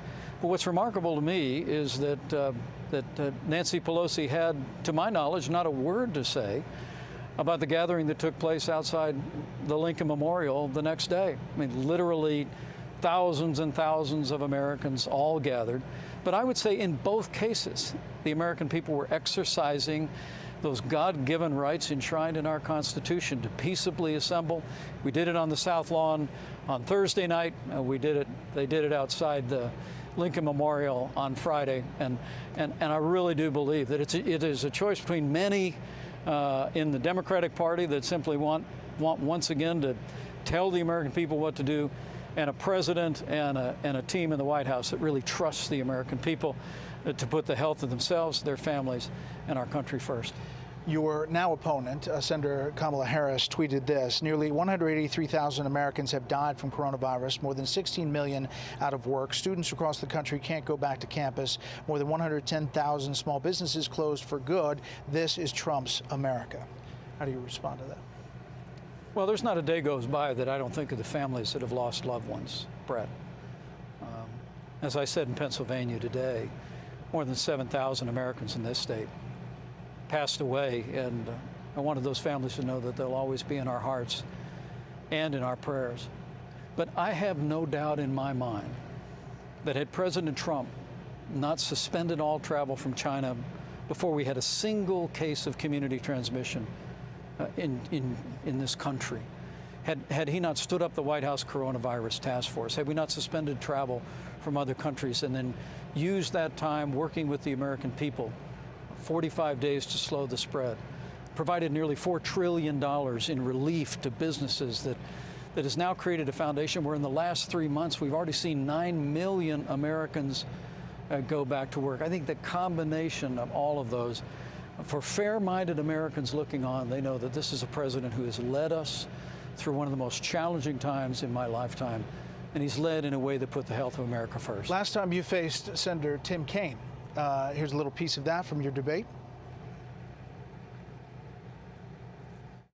Donald Trump supports our veterans. He won't pay taxes. Donald Trump has paid all the taxes that he's... Do you not take deductions? Gentlemen, this How is does that work? Americans need to worry about whether Donald Trump will be watching out for America's bottom line or his own bottom line. So it's a different person that you're facing in Kamala Harris, but along the taxes line, why haven't the American people seen the president's taxes? You know, at first there was years of it was under an audit. Now his lawyers are spending a lot of time fighting a subpoena by the Manhattan District Attorney to try to get the taxes. Why not put him out ahead of this election? Well, the president's responded to that many times, and as I said in that very same debate, you know, the president literally has produced hundreds of pages of financial disclosures, which is what the law requires. But, you know, different than the time I was sitting for that debate and today, the American people actually voted 4 years ago to elect Donald Trump to be president of the United States. So you think that ends that issue? Well, look, I think at the end of the day, the American people are more concerned about their bottom line and their income than about the income of the President of the United States. I really believe that when you look at the fact that in our first 3 years, because this president kept his word to the people of Pennsylvania, we cut taxes for businesses large and small and working families. We rolled back more regulation than any administration in American history. We unleashed American energy so that states like Pennsylvania now are part of an American energy renaissance. I mean, Joe Biden actually has repeatedly said that his administration would abolish fossil fuels. Now, I know he said yesterday that I'm not banning fracking, but that flies in the face of what he has said over and over and over again over the past year. And when you look at their agenda, his version of the Green New Deal, they'll make good on it. Joe Biden and the Democratic Party have been overtaken by the radical left as an agenda to abolish American energy. I think the enthusiasm you saw in Pennsylvania today tells you that this president's commitment to less taxes, more jobs, more American energy, it's going to be a winning message in Pennsylvania. I've got to hit a break, and I could talk to you all day with a lot of questions, but two very quick ones. One, will the president assure that there's not a government shutdown? And is it possible that the coronavirus bill, whatever it is going to be tied to that effort? Well, we're continuing to have discussions with leaders in Congress about another coronavirus relief bill. And I can tell you, nobody wants to send more support to American families and businesses than President Donald Trump. But we're not going to allow Democrats in Congress to use a coronavirus bill to basically bail out badly run Democrat states around the country. We're going to stand firm, but the president's looking at a variety of options. We're going to bring the American people through this challenging time. We're going to be there to support families, to support businesses, and we're going to bring America all the way back with 4 more years of President Donald Trump. Mr. Vice President, we appreciate the time. You've been in the broadcasting business. I've got to hit a break. Thank you very much. It's been great to have you here.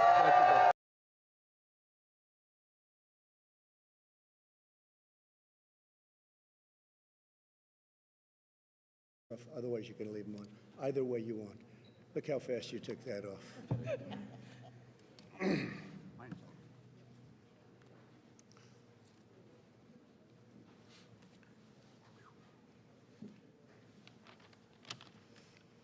Well, thank you very much, everybody, for being here. We took a really incredible tour, and law enforcement has just done such a great job working with the National Guard and working with a lot of people, but we're here to show our support for Kenosha and Wisconsin. The state of Wisconsin's been very good to me.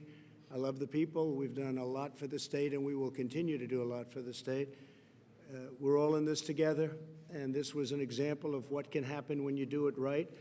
I'm pleased to be joined today by Attorney General Bill Barr, who's doing really a fantastic job. And Bill, thank you very much for being here. Secretary Chad Wolf. Chad?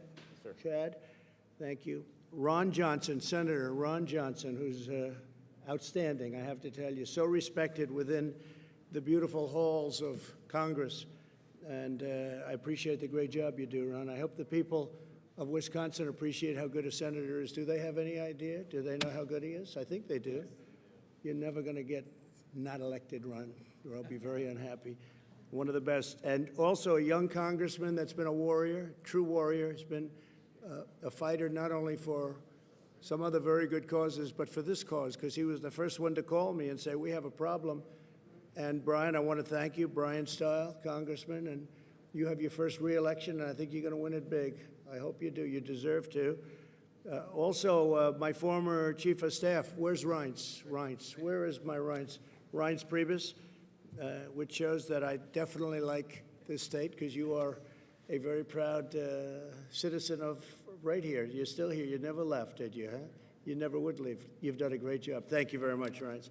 Kenosha has been ravaged by anti-police and anti-American riots. They have been hit so hard, and we were able to get involved. David Beth and Daniel Miskinis, who I've been watching a lot on television. Now today I got to know them both very well, and they have done an incredible job, and you're going to say a few words in a couple of minutes, and we would appreciate it.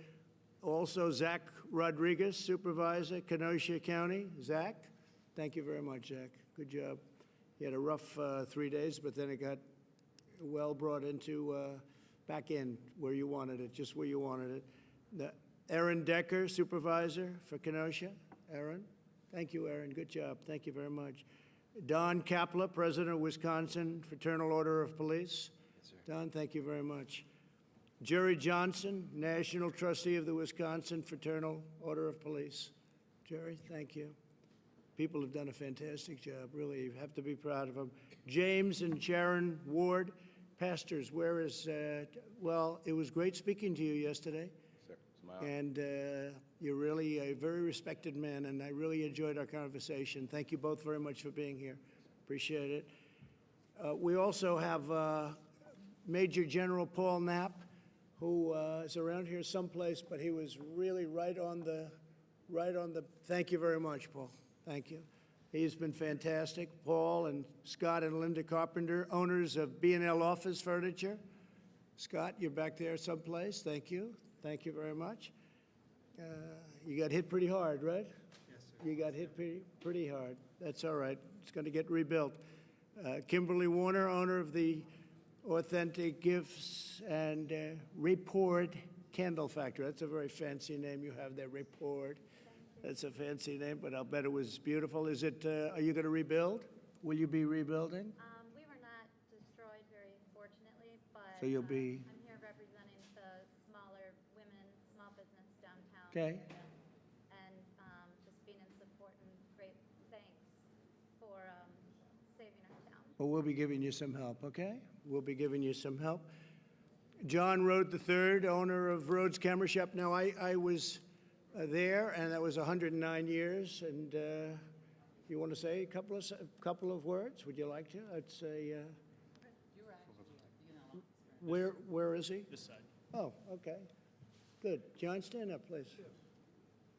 109 years. 109 years. Thank you again for coming. Thank you for sending the National Guard. And again, the police and the Sheriff's Department did an awesome job, as well as the fire department. Kept up as good as they could. I thank them all. And we're going to help you. That's a very, very complete rebuild we're talking about down there. That's incredible.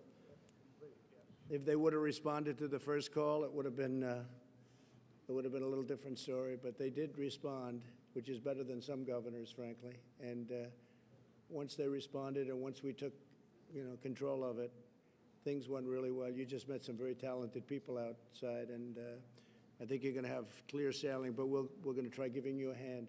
Your insurance company, you're insured, right? Yes, we are. And so they're helping and they're being responsible. So far, everything. You'll let me know.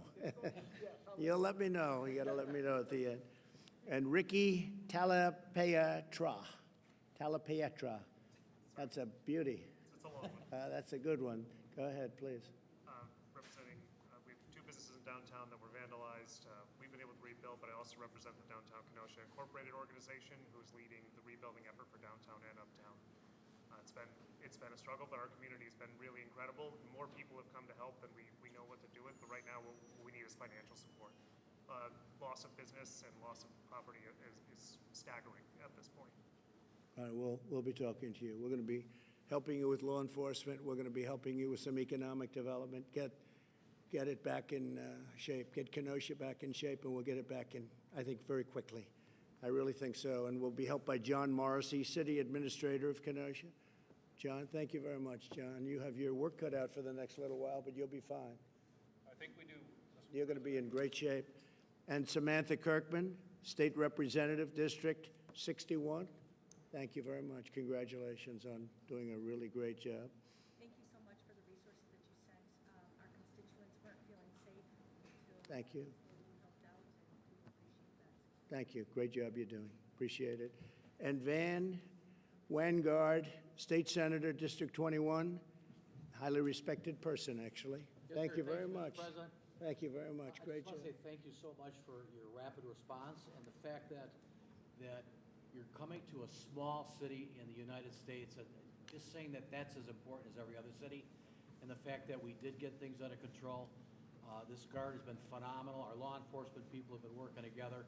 We usually work pretty well together in southeastern Wisconsin. Yeah. But this really helps, and Ryan's has a lot to do with that too. You can tell because you Good. worked with him. So thank you so much. You're in our prayer. Yeah, thank you. And your reputation's a great one, so thank you very much. And also, this area is a special area. We can't let that happen to this area. So we got here quickly and did the job. Violent mobs demolished or damaged at least 25 businesses, burned down public buildings, and threw bricks at police officers, which your police officers won't stand for, and they didn't stand for it. These are not acts of peaceful protest, but really domestic terror. My administration coordinated with the state and local authorities to very, very swiftly deploy the National Guard, surge federal law enforcement to Kenosha and stop the violence. And I strongly support the use of the National Guard in other cities, and the same thing would be happening. If we did that, you'd have the same thing happen in Portland, and it would happen very quickly. It would all be over very, very quickly. And I just want to thank the two of you for acting so strongly and so bravely and getting it done, and the coordination has been fantastic. You still need that coordination no matter how many people you send in. I just came from a visit of one of the businesses that was burned down, B&L Furniture, and the great 109-year-old camera shop, which I really respect because that was had a reputation far beyond the state even, and it's terrible to see. Several other business owners, they're joining us, and we have some in the back also. To stop the political violence, we must also confront the radical ideology that includes this violence. Reckless far-left politicians continue to push the destructive message that our nation and our law enforcement are oppressive or racist. They'll throw out any word that comes to them. Actually, we must give far greater support to our law enforcement. It's all about giving them additional support. These are great people. These are great, great people. These are brave people. They're fighting to save people that they never met before in many cases, and they're incredible. We must really be thankful that we have them, and we have to help them do their jobs. We can't be threatening them with their pensions are going to be taken away, their jobs going to be taken away, everything's going to be taken away. They're going to be living a bad life if they utter an incorrect word. You can't do it. We have to have our law enforcement. We cherish our law enforcement. We wouldn't be here without our law enforcement. Even me, I'm here today. I feel so safe. And you went through hell just a few days ago, but I feel so safe. I better be safe, right? I better be safe. But we're all safe, and we're safe because of law enforcement. And we honor you, and I will say this, we have to condemn the dangerous anti-police rhetoric. It's getting more and more. It's very unfair. You have some bad apples, we all know that, and those will be taken care of through the system, and nobody's going to be easy on them either. And you have people that choke. They're under tremendous, I said it yesterday, I said it last night, they're under tremendous pressure. And they may be there for 15 years and have a spotless record, and all of a sudden they're faced with a decision. They have a quarter of a second to make a decision. And if they make a wrong decision, one way or the other, they're either dead or they're in big trouble. And people have to understand that. They choke sometimes. And it's a very tough situation, right? It's a very tough. Then people call them bad and horrible, and they made a bad decision. But if you think of it, when they have, and I know you practice this all the time, where you give people literally a quarter of a second to make a decision. And a lot of them can't make that right decision. It's a very tough thing to do. The vast and overwhelming majority of police officers are honorable, courageous, and devoted public servants. They're incredible. Yet many politicians ignore their sacrifice and ignore the African American and Hispanic American victims. We have people, there was love on the streets, I can tell you, of Wisconsin when we were coming in. There was love on the streets, and so many African Americans, Hispanic Americans, I can see waving. Pastor, it was so beautiful to see. They want to have safety. They want to have safety. You look at, I'm not a huge believer in polls, obviously, but you look at polls where it's 87% want to have great police. They want to have strong police. They want to have safety. They're the ones that are most affected by tragedies like you'll see going around. When these allegations of police wrongdoing, and when you see that they have made allegations, they must be fully and fairly investigated, and that's what we're doing. Bill Barr's done a fantastic job in that respect, and we fully understand that, because you do have problems the other way, but they're very few. You know, the sad thing is you can do 10,000 great jobs as a policeman or a policewoman. You can do an incredible job for years, and then you have one bad apple or something happens that's bad. And that's the nightly news for 3 weeks. That's all they talk about. They don't talk about the thousands and thousands of good jobs, the lives that you save, they never talk about. So I'm committed to helping Kenosha rebuild. We all are.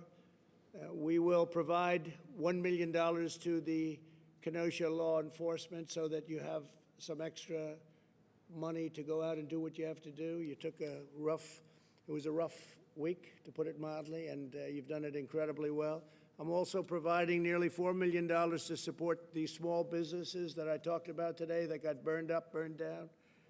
And we're going to be providing over $42 million to support public safety statewide, including direct support for law enforcement and funding for additional prosecutors to punish criminals and resources to provide services to victims of crime. And that was Bill Barr wanted that money put in. So that's $42 million. That'll help with prosecutors and all of the other things that are so important to you. You need that, because when you grab them and then nothing happens and they're back on the street, that doesn't work out too well. My administration is restoring public safety. We're hiring more police, surging tough-on-crime federal prosecutors, increasing penalties for assaulting law enforcement, and for dismantling Antifa. They don't want to mention the word Antifa. Nobody mentions it. There's a bad group of people. Very, very bad, very dangerous group of people. And we are doing a big number on Antifa. They're bad. Earlier this year, we announced Operation Legend to surge federal law enforcement to high-crime neighborhoods. It is a thing that has really worked out amazingly well, Bill, but it's really really understated in a sense. We've already conducted more than 1,000 arrests in our first month in Chicago. We went to Chicago very recently. Obviously, that's been a disaster, Chicago, total disaster, with, again, radical left Democrat, and we just have to it's all Democrat. Everything's Democrat. All of these problems are Democrat cities. We don't want to say it, but it is. The top 10 are Democrat, then you go into the top 25 and take a look at that. It's the same thing. We cut the number of murders in Chicago last month in half. Still way too many, but Operation Legend was very, very, very successful. Now it's just really getting going, but they cut it in half and just at its very early stage. This is in sharp contrast to those who want to slash police funding, oppose using the National Guard, and want to hire radical judges and prosecutors who will release rioters, looters, and criminals. We have that in Portland, where the prosecutors don't want to do anything. You can catch somebody doing the worst crime and they don't want to do anything. So we're very, very upset about that. So we're not going to cut police funding. If you look at what they want to do, they want to cut police funding. We want to increase police funding substantially. They want to end cash bail, which has been a killer for New York. If you look at what's happening in New York, they allowed thousands of people out of jail in New York, and they're walking around and they're causing nothing but problems. Who would not know that? You don't have to know anything about policing. I'm not a policeman, but I would know that if you let these people out, many of them are going to cause tremendous problems. So they want to end cash bail. incentivize prison closures. They want to close the prison so that can't hold anybody. Reimagine public safety, end immigration enforcement, resume catch and release at the border. As Chad will tell you, we've had tremendous success on the border. We're up to over 300 miles of border wall, and we're having the best year we've ever had in the border. People are coming in, but they only come in legally, or for the most part, they only come in illegally. The wall will be finished very shortly. It's had a tremendous impact. So, and the other thing, we want to appoint Supreme Court justices and judges. We'll be up to almost 300 judges by the end of the term and 2 Supreme Court justices. And so we have a lot of things to do. We have a lot of great things to do. But it's an honor to be in your neighborhood. It's an honor to be in your great state, Wisconsin. And we're here for you all the way. Some people thought it would be a good thing for me to come, a bad thing. I just wanted to come. I really came today to thank law enforcement and to just really that what you've done has been incredible. It's been really inspiring because you see it happening all over, and it just never seems to end. And it never seems to end because it's almost as though they don't want it to end, because you ended it really fast. And Congressman, I want to thank you for the job you did. You were the first call, and I want to thank you very much, Brian. Great, really great job. With that, I'd like to introduce Bill Barr, Attorney General of the United States. Say a few words. Thank you. Thank you, Mr. President. As most of you know, whenever there is an officer-involved shooting in our country, it's reviewed by local authorities to ensure that it was reasonable force. And when there are questions raised about it, the federal government also, the Justice Department, also reviews it. And like all procedures and processes in our country, we do it under due process. And we try to reach a dispassionate, reasoned decision based on an analysis of the situation. We do not allow judgments to be reached because of mob violence. We do not have mob violence in this country make our decisions over the fate of individuals when their actions are challenged. And when the shooting occurred here in Kenosha, under the direction of the President, we told the DOD, the Defense Department, to get ready some National Guard units in case they were needed to help here. And from several states volunteered to supply National Guard if they were needed. And the President directed me to assemble a group of federal law enforcement that could be dispatched here, which we did, and staged them in Chicago. And we were picking up information that these violent instigators were coming to Kenosha. They were coming from California, Washington State, a lot from Chicago, and they were coming up to Kenosha. So we expected matters to get worse. The violence that erupted shortly after the shooting is simply not a legitimate response to a police shooting. And the looting and the arson were unacceptable. And as it progressed, it became more and more distant from the issue of racial justice. It was violence for violence sake. And once again, we saw the hijacking of a protest by a hardcore group of radicals who were carrying out, planning a coordinated, violent attack on law enforcement, on public property, and on private property. And that can't be tolerated. These are the same people, many of them who came from out of town. Out of 175 arrests, 100 were from out of town. And these are the same people using the same tactics that have been used in various cities, Washington, D.C., Atlanta, Chicago, now Kenosha, Portland. And they use these black bloc tactics, throwing projectiles at police, and literally trying to inflict injuries on police, arson, and rioting. They came equipped, as even the mayor of Washington acknowledged, they come equipped to fight. And it's completely unacceptable, and the state is the first line of defense. If local leaders are committed to keeping the public safe, it can be done. And while it was slow in getting off the starting block, this is an example that when you have the local political leadership backing the police, you have the state willing to put in the resources in terms of National Guard, and the federal government able to come up with support such as the FBI, the Marshals, and ATF, who have some special skills and forensic ability to help, there will be peace on the streets. And there's going to be accountability. What people don't see is that in all of these cities, there are task forces of federal and state officers reviewing all the video that we can get our hands on.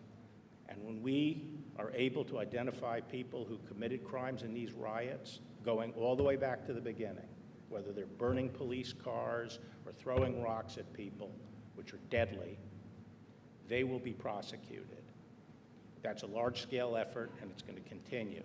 So I can tell you, Mr. President, that as far as the federal government is concerned, we welcome the opportunity to work with state and local to deal with this public safety issue. Law enforcement is used to working together. We do a good job when we're allowed to work together.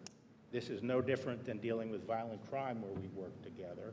We can achieve results, and the federal government is willing to use all our tools and all our laws to bring these people to justice. Thank you. Thank you very much. You're doing a great job, Bill. Thank you. Senator Ron Johnson from your wonderful state, and he is one of the great senators, I can tell you that, in the U.S. Senate. He's one of the best. Ron, please. There's no doubt what you've been talking about in terms of the decisiveness, the resolve, the surging of resources. I think 44 different counties sent representatives from different sheriff departments that really helped stop the rioting and bring peace to the streets. But we have, Pastor Ward and his wife, and I reached out because I was just so appreciative of Julia Jackson's words of forgiveness and of healing. And so you combine the proper role of law enforcement, the support for law enforcement, with people that also want to end the violence, that are willing to forgive and are willing to offer those words of healing. So I thought that was very powerful. I was really appreciative of, and Mrs. Ward, thanks for talking to me, and then, Pastor Ward, thanks for calling me back. Pleasure. That's also incredibly important. Is here in Wisconsin, a little bit of a side, but Charles Krauthammer once gave a speech here and he said, "You always hear Minnesota nice? I say Wisconsin even nicer." And that's true. I mean, we are nice people. We have common sense. We all share the same goal. We all want a safe, a prosperous, but secure Kenosha, Wisconsin, America. So we really do share the same goal. So as important, and it's so important to support law enforcement. My message to the folks out here is that it's a very small percentage of the American population that are doing the rioting, that are trying to defund the police. The vast majority of Americans are so appreciative of the service and the sacrifice and the help they get from law enforcement. So I don't want law enforcement to be dispirited at all, because the vast majority of Americans are for you, the vast majority of Wisconsinites.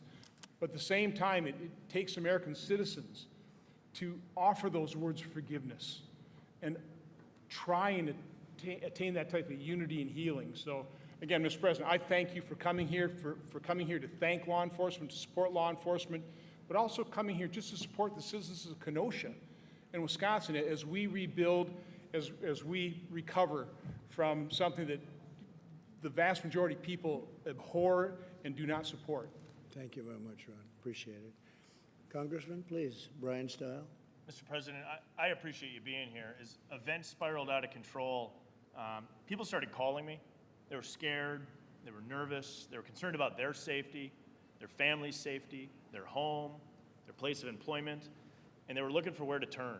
And it was very clear from talking to folks here in the city of Kenosha, local elected leaders, that we needed additional resources in the community of Kenosha immediately. That's ultimately why I called you on Tuesday morning.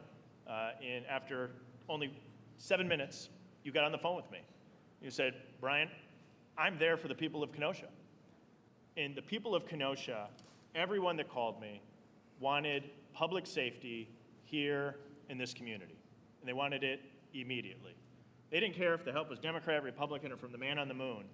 But what you did is made the call and said, enough's enough. We need to get resources into the community of Kenosha. And ultimately, when that offer was accepted, I think it became very clear to the criminal element that they knew that Kenosha meant business. We made some significant arrests in conjunction with local law enforcement, working very well with the federal government, hand in glove when I talk to folks in law enforcement here in Kenosha. And when the federal government works hand in hand with the state and with local government, you can get a lot done. And I think it speaks volumes about the people here in the community of Kenosha. This is a hardworking, family-loving town that wants safety in their community. And one more piece is I've had the opportunity to talk to a lot of the men and women in law enforcement, those on the front lines. I spoke to a gentleman that had a brick thrown at him. I've spoken to law enforcement officers who had horrific words said about them. And these men and women are members of our community that wake up every day, put the badge over their heart, walk out the door, sworn to answer the call to protect our community. And I think you coming and saying thank you to those men and women in law enforcement speaks volumes. And today we have public safety restored. We appreciate all the work you did on that. And now we begin the work of healing and rebuilding Kenosha to make Kenosha stronger than it's ever been before. Good. We thank you very much for being here, Mr. Thank you, President. Brian. Great job. David Beth, Sheriff, please. Mr. President, thank you so much for being here. When this started Sunday night, we knew it was going to get worse, but we really didn't know how bad. And there was no way that one, or in our case, two agencies can work together to fight what happened. When we put out the call initially to the state and local law enforcement here, it was a tremendous response, but it still wasn't enough on Monday night. The National Guard started coming on Monday night and started helping us, and their numbers kept growing. And we called Brian on Tuesday morning early, the leaders of Kenosha, and we said, we'll take help from whoever will send it our way. We want to protect the people of Kenosha, the city of Kenosha, the county of Kenosha. We want to protect it. And Brian said, I'm going to make a phone call. And a short time later, we knew that the resources of the United States, of the federal government, and of the president were on its way.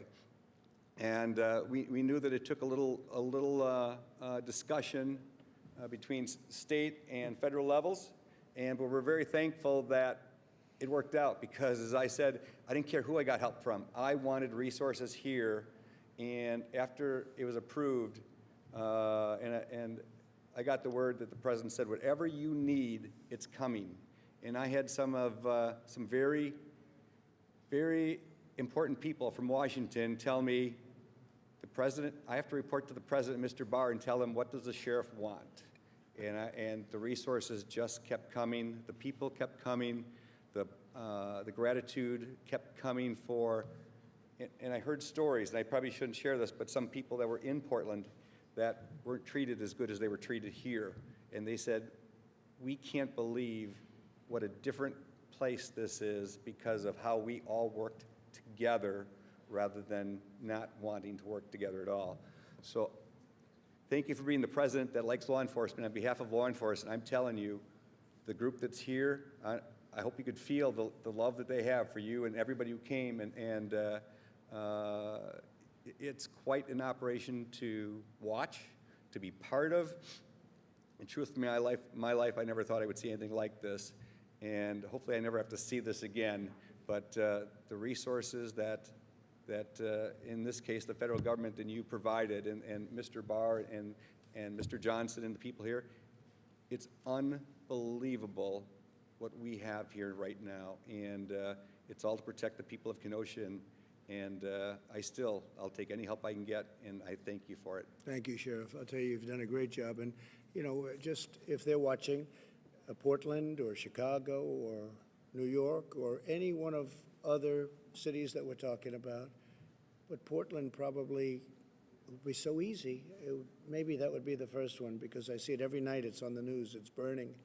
And they're always playing games, and I don't know. Then he gets up and says, we're trying to work together, and the whole thing is great. Then they want to burn down his house last night, the mayor. But we're ready, willing, and able to send in, a massive group of people that are really highly trained. You saw that. They're here. With your experience, right? And we could solve that problem in less than an hour in Portland. So I hope they call. Eventually they'll call. And at some point, Bill, we'll just have to do it ourselves. We're going to have to do something that's that I think the people will be extremely happy with. Maybe the mayor won't and maybe the governor won't, but I don't know if they know what they're doing. I just so sad to watch it happen. But here you acted and acted appropriately. Please, Daniel, go ahead. Mr. President, first of all, thank you for the support. Thank you for coming to what is small town America. Kenosha is 100,000 people. By national standards, we're still small. But what you also have here is a reaction to, is an attack on small town America.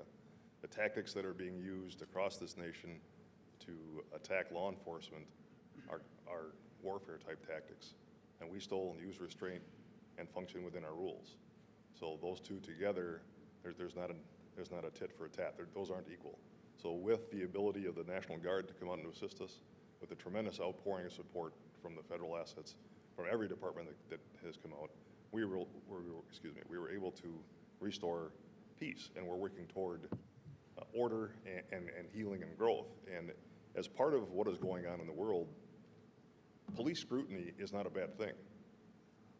Police, or attacks on the police, and the things that are happening that lead to riots, that's not about police scrutiny. That's not about anything else. Those are legitimate attacks. So what worked for us was we certainly had a unified command. We had a unified mission that normally takes some time to build, but instantly, between myself and the sheriff and the local leaders, the city administration, county, we pulled together. We worked with the city. We worked with the state. We worked with officers from southeast of here, and there's not a lot southeast of Wisconsin, or Kenosha, to the northwest corner of the state. We had people from 2 steps away from Canada sending officers down here. So the response here in the law enforcement community was tremendous, and everybody I talked to was here to help restore peace and order for the good people of Kenosha. And thank you for helping us. Thank you, Daniel. Great job you did. Thank you. And you two worked together beautifully. It's really good. Really good job. Please, Jed. Well, thank you, Mr. President. Americans need and deserve both law enforcement and public safety, regardless of where they live, and regardless of their politics. The decrease in violence that we've seen here in Kenosha over the last several days is really just a prime example of how federal, state, and local law enforcement can work together. It's really a model that we can replicate elsewhere, Portland and other cities across the country. And this administration, Mr. President, you've been very clear. If cities need help, they need assistance. If they need resources and capabilities beyond their reach, all they have to do is call law enforcement, the federal government, and we will be there. DHS partners not only with the Department of Justice, but with local communities every day to protect the citizens of those communities. We're providing law enforcement here in Kenosha some assistance until you're able to rebuild and get back on your feet. So certainly want to extend our appreciation for what you do. And let me just say, the attacks on law enforcement recently, I've been very vocal about that, are very disgusting. We need to thank our men and women of law enforcement. They put on a badge and a uniform every day. They're attacked every day for simply wearing that uniform and doing their job. So again, on behalf of the 240,000 men and women of the department, I want to say thank you to the local law enforcement for doing your job and protecting your communities. So thank you. Really nice. Thank you. Pastors, would you like to say a prayer? Yes, sir. I'd love to have that because you are so highly thought of in the area. So please, James, Sharon. Sure. You should pray. Please. Father, we come to you in the name of our Lord Jesus Christ, and we thank you for this time that you divinely ordained. Father, we ask you to forgive us all where we've strayed from your ways and where we've not acknowledged your word. We ask that you would continue to cause this nation to be one nation under God, that you alone are the one who can make us indivisible. And by being indivisible, there will be liberty and justice for all.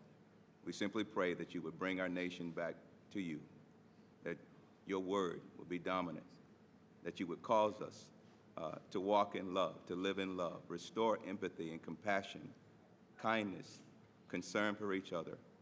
Lord, I pray for our president, as your word says, that you would strengthen him and continue to give him the wisdom and the heart to lead during this time, as well as all of the leaders that are here. We give ourselves to you, and we ask you for your good hand to be upon us. In the name of Jesus, our Lord, we pray. Amen. Amen. Thank you very much. Sharon, would you like to say something? I would.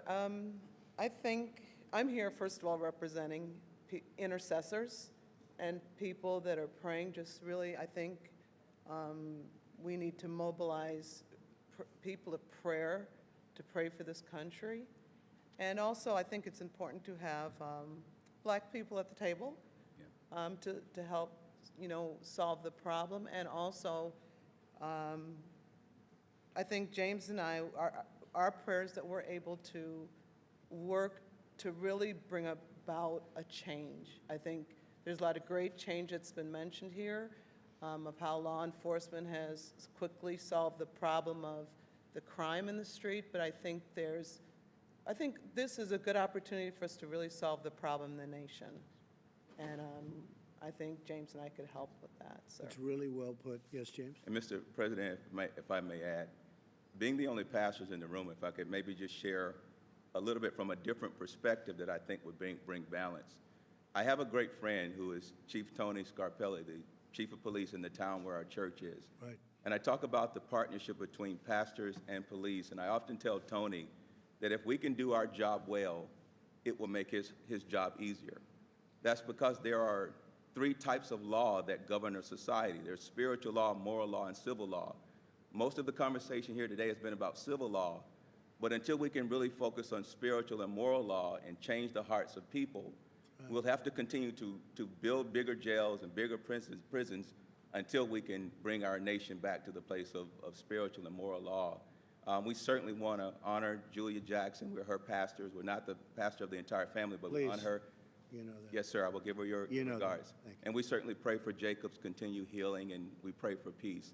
But I just want to offer to you, Mr. President, that Jesus himself says, blessed are the peacemakers.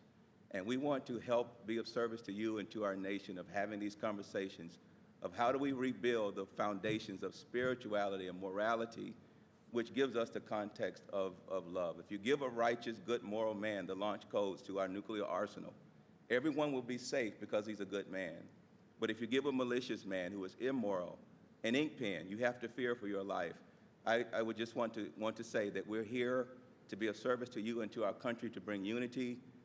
We believe that we can help to listen with empathy and compassion to the real pain that hurts Black Americans, but we want to be of service to you and to our nation to do whatever we can to bring true healing, true peace, and to really see God's very best in our nation. We're available anytime you will call upon us.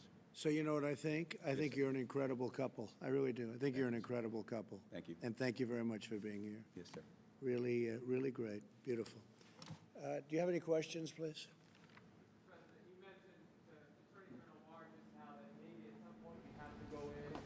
On your own. Is that a suggestion that you'd like to send in federal agents to cities like Portland or Chicago? No, it's not, but yeah.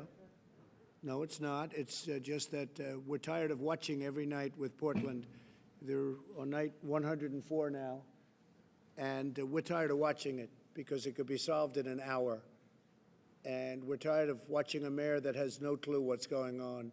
And people are calling our office, and people are calling Washington that live in Portland and live in the state. And they're saying, please, please send help. And the governor, we call the governor often, and they say, no, we don't need your help. But I say, your community is burning down. They don't need our help. Now, I don't know if that's political. I don't know what is going on. Certainly not common sense, but we could solve it just like here. We all work together. We came in the federal government, the state government, the city government. Everybody worked together. The senator, the congressman. It was like a beautiful thing. It just worked.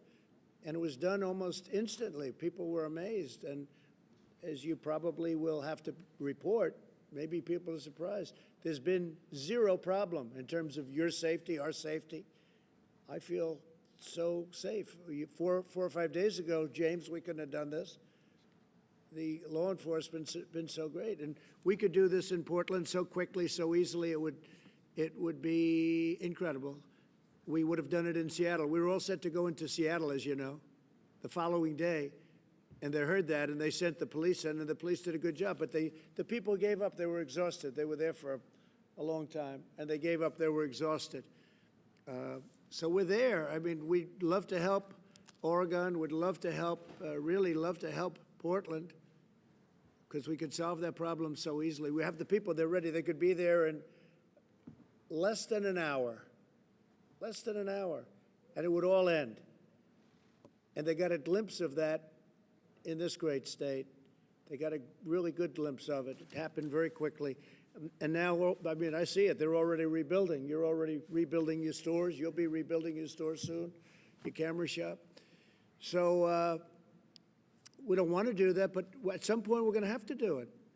We're going to have to do it, okay? Mr. President, can you tell me what you would say to the Blake family? I know you didn't get a chance to talk to them, but what would you say to them in terms of the pain they're going through and the questions they have about what happened? Well, I feel terribly for anybody that goes through that. That's why I was so honored to meet the pastors. I feel terribly for anybody that goes through that. As you know, it's under investigation. It's a big thing happening right now. I guess it's under local investigation. I know, Bill, you're also participating, but it's under your local investigation group unit, and I hope they come up with the right answer. It's a complicated subject, to be honest with you. But I feel terribly for anybody that has to go through. And I didn't get to speak to the mother. I hear she's a fine woman. I've heard that from the pastor, a really fine woman. But you can see when I spoke to the pastors, I see exactly what it is, and they understand where I am. And if we can help, we're going to help. But it is a question. It's under investigation. A lot of things happened with that, and other things, frankly, that we're looking at very, very closely. Okay? Mr. President, can those employees do not wear body cameras? Should every police officer in the United States wear a body camera? Body cam? Well, that's very interesting. Let me ask Bill to answer that question. Go ahead, Bill. Well, generally, that's a local issue for each police force and each community, the political leaders of a community, to decide upon. But I think most law enforcement people I know who were originally skeptical of body cameras are now coming around to feeling that they actually are a net benefit. Pastors, if I might. It's a very tough, you know, the whole thing with the body cam, you read it and you read two sides of the story. How do you feel about it, Daniel? I believe that body cameras would be very helpful for us. You think they're good? I believe they show both sides, where right now officers would be vindicated for some of the things that they've been accused of, and certainly if there were inappropriate actions, those would be captured. But you overall... I support them. How about you? We're good with it. It's already been put into the budget for 2021, and... Okay, so you'll be having them? We'll be having them. Okay, good. They like them. Questions to pastors. The problem of police violence has been described as just the problem of a few bad apples repeatedly. You're going to have to speak up, please. Yeah. The problem of police violence has been described by you, including the President, as just bad apples, a few bad apples, or people who choke occasionally. Some African-American community leaders, and a lot of others actually, have said it's systemic. Where do you stand on that? I don't believe that. No, I don't believe that. I think the police do an incredible job, and I think you do have some bad apples. I think you'd agree. Every once in a while you'll see something. And you do have the other situation, too, where they're under this tremendous pressure and they don't handle it well. They call it choking, and it happens. And no, but I don't believe that at all. I think I've met so many police. I have the endorsement of, like, so many, maybe everybody. And frankly, I think they're incredible people. They want to do the right thing. It's a tough job. It's a tough job. It's a dangerous job. But I have to say this to the police. The people of our country love you. You don't hear that. You don't hear it from them. But the people of our country love you and they respect you. And you know it. You feel it in your heart. Or you wouldn't be doing it. Or you wouldn't be doing it. But there's a great love.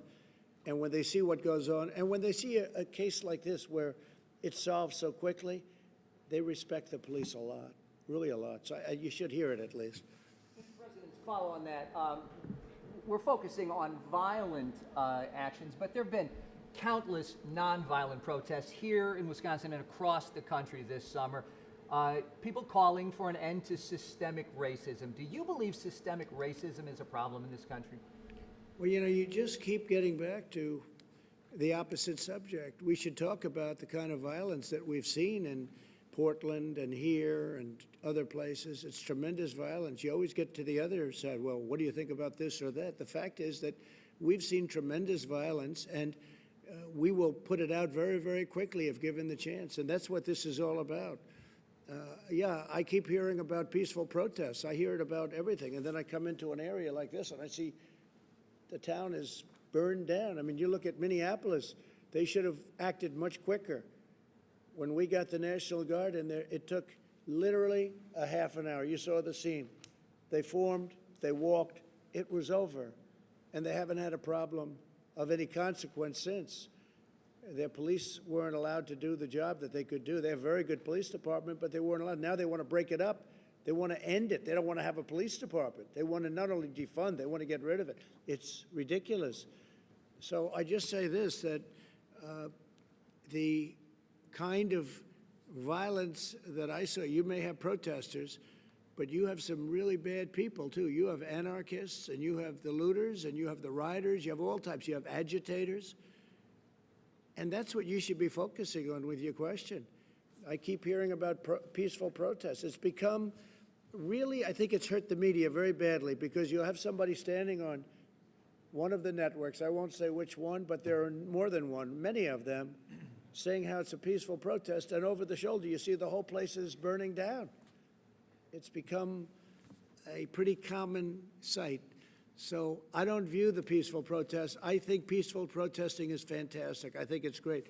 But by and large, this is not peaceful protest. When you walk into an area and you see buildings that have burned down, and fortunately here we stopped it early, and so the damage is relatively minimal. But when you look at some of these areas that they just don't ask for the help, they refuse to allow us to go in and help them. And by the time you get there, the place is disintegrated. And then they say it was a peaceful protest. It's not a peaceful protest, and you shouldn't call it a peaceful protest. Okay, one more, please. Could the pastors answer my question, please? My question was to the pastors. Say it again. The peaceful protests that have happened. You're going to have to speak up, sir. The peaceful protests that have happened, you've acknowledged some of them are peaceful. They're calling for structural change. Mr. Blake was shot something like 7 times in the back. Sure. Do you believe that there is a need for structural change? What is your message? Well, I think people are calling for structural change, and then you could take the people of Kenosha that aren't here and that you won't see and that aren't protesting, but they want change also. They want to see law and order. That's the change they want. They want law and order. They want the police to be police. They want the police to do what they do better than anybody else in the world, and that's what they want too. You don't see them marching and you don't see them on the streets, but what they want is they want great police force. They want people that are going to keep them safe, where their houses aren't broken into, where they're not raped and murdered. That's what they want. And they're protesters too, but they don't walk down the street, up and down the street. So, you know, just the way it is, just the way it is. So I want to thank you all, and I'll see you back at the plane. Thank you very much. Thank you. Thank you. Great job. Fantastic job. Thank you, everybody. Thank you very much. Appreciate it.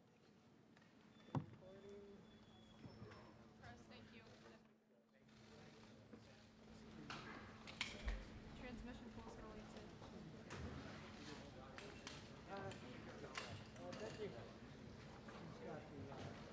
Yeah, great teamwork.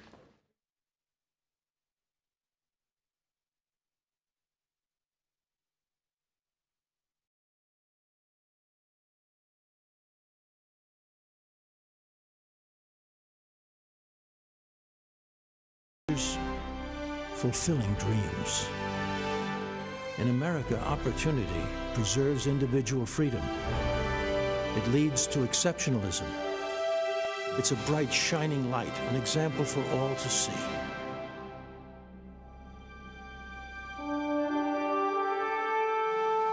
Tonight, we explore together America, land of opportunity.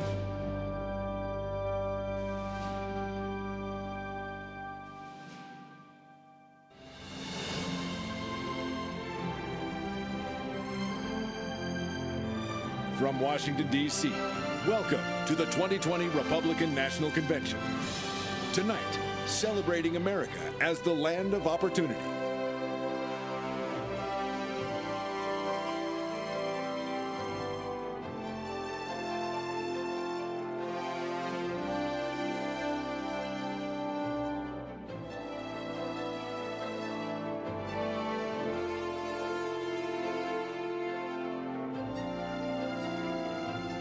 I'm going to invite you to join your faith with mine, and let's pray in agreement. Lord, we come before you to ask for your spirit of peace to come over hurting communities in Wisconsin tonight. We pray for healing and comfort to Jacob Blake and his family.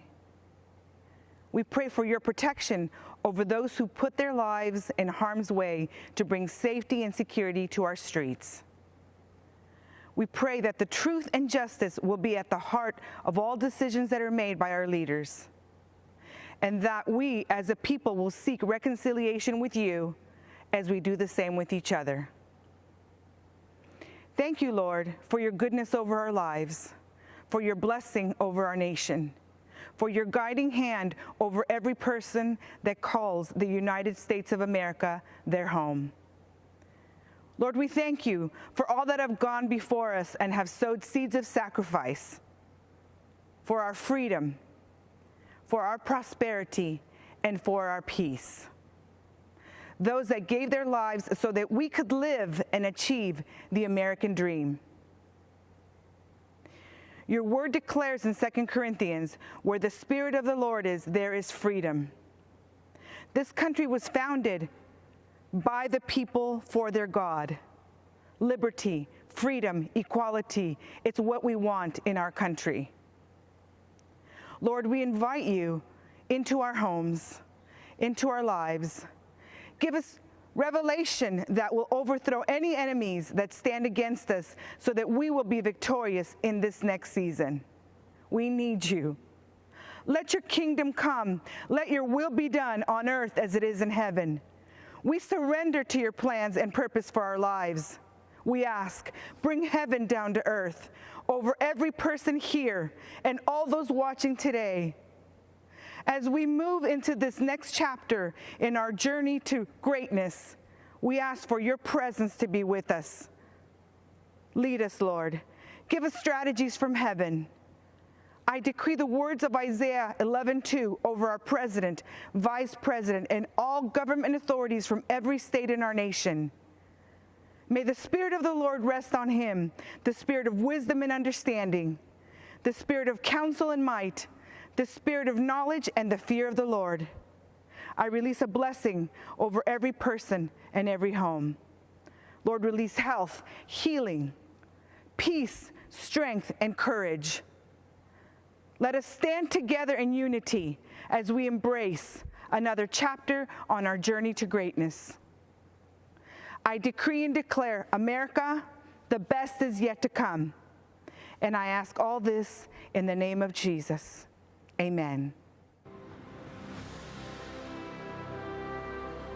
I pledge allegiance to the flag of the United States of America and to the republic for which it stands, one nation, under God, indivisible, with liberty and justice for all.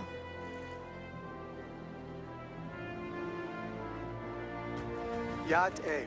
I'm Myron Lizer, the Vice President of the Navajo Nation. I give this address from the majestic rock spires of Shiprock, Sebet-ai, or Rock with Wings as known by our Dene people. It is here as well that many of our ancestral leaders sought to govern and lead a nation within a nation. They sought to lead their people into the promises of a better way of life for their children's children. It is also where they have not been as successful as the rest of America. Our First Nations people, the host people of the land, we are still here. Our Creator placed us here and knew for such a time as this, we would have an opportunity for an appeal to heaven. You see, our people have never been invited into the American dream. We, for years, fought congressional battles with past congressmen and senators that were part of a broken system that ignored us. That is, until President Trump took office. President Trump delivered the largest financial funding package ever to Indian country. The $8 billion in CARES Act funding to Indian country was a great start in alleviating the devastating effects that the COVID-19 pandemic has inflicted on our Indian tribes. The Navajo Nation once led the nation in per capita positive cases because of the health disparities that previous administrations failed to improve. Whenever we meet with President Trump, he has always made it a priority to repair the relationship with our federal family. Recently, President Trump signed the first ever presidential proclamation officially recognizing missing and murdered American Indians and Alaska Natives. He established a task force called Operation Lady Justice to address the problem. The president also provided $273 million to improve public safety and support victims of crime in the Native American community. As a result, a cold case office was recently opened on the Gila River Indian community. The president has reactivated the White House Council on Native American Affairs to promote economic development and rural prosperity in Indian country. President Trump also strengthened the Supreme Court by nominating strong conservative judges like Neil Gorsuch, who supports Native American rights. Thank you for the opportunity to be here tonight. I'm excited to endorse President Trump's re-election. And Mr. President, we look forward to hosting you very soon. Come visit our land we call Denetra. Akia, thank you very much. I had always had this unshakable sense that I know that life has to be more than what it was I've been living. I caught my very first felony conviction at 16 years old, and that type of behavior had led me into more and more arrests, getting in trouble until the age of 37 years old. I was arrested for a string of bank robberies. And based off of my criminal history, there is a potential that a federal judge can sentence me up to 23 years in a maximum security United States federal penitentiary. And in that moment, I played a let's make a deal with God. And I asked God to climb into the robe of that judge. Whether it's 10 years or 50 years, I'm going to invest the rest of my life serving you. And I stood before that federal judge. Judge Mahan took his glasses off, leaned back and said, I don't know why I'm going to do this. But he said, I'm not going to give you what you deserve. Then he gave me a lesser sentence. And as I laid on that stainless steel cell, shackled by my hands and my feet, I heard God utter into my spirit, my son, I honored what you asked me to do. He said, never forget the promise that you made to me.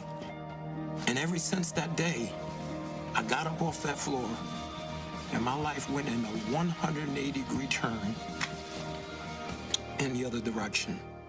When John got that sentence, I just shook my head. I said, wow, John, you are destined for bigger things than prison.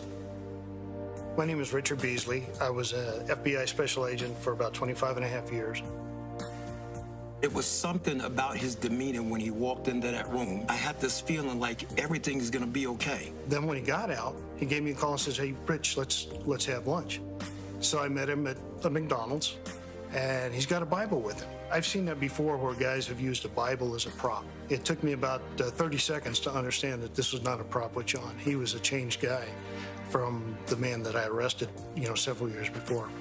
When I saw the way that he treated me fairly, I saw the man behind the suit. I started thinking, man, if that worked for me with this law enforcement officer, how can I multiply that and get more law enforcement officers involved so that we can impact this on a larger scale?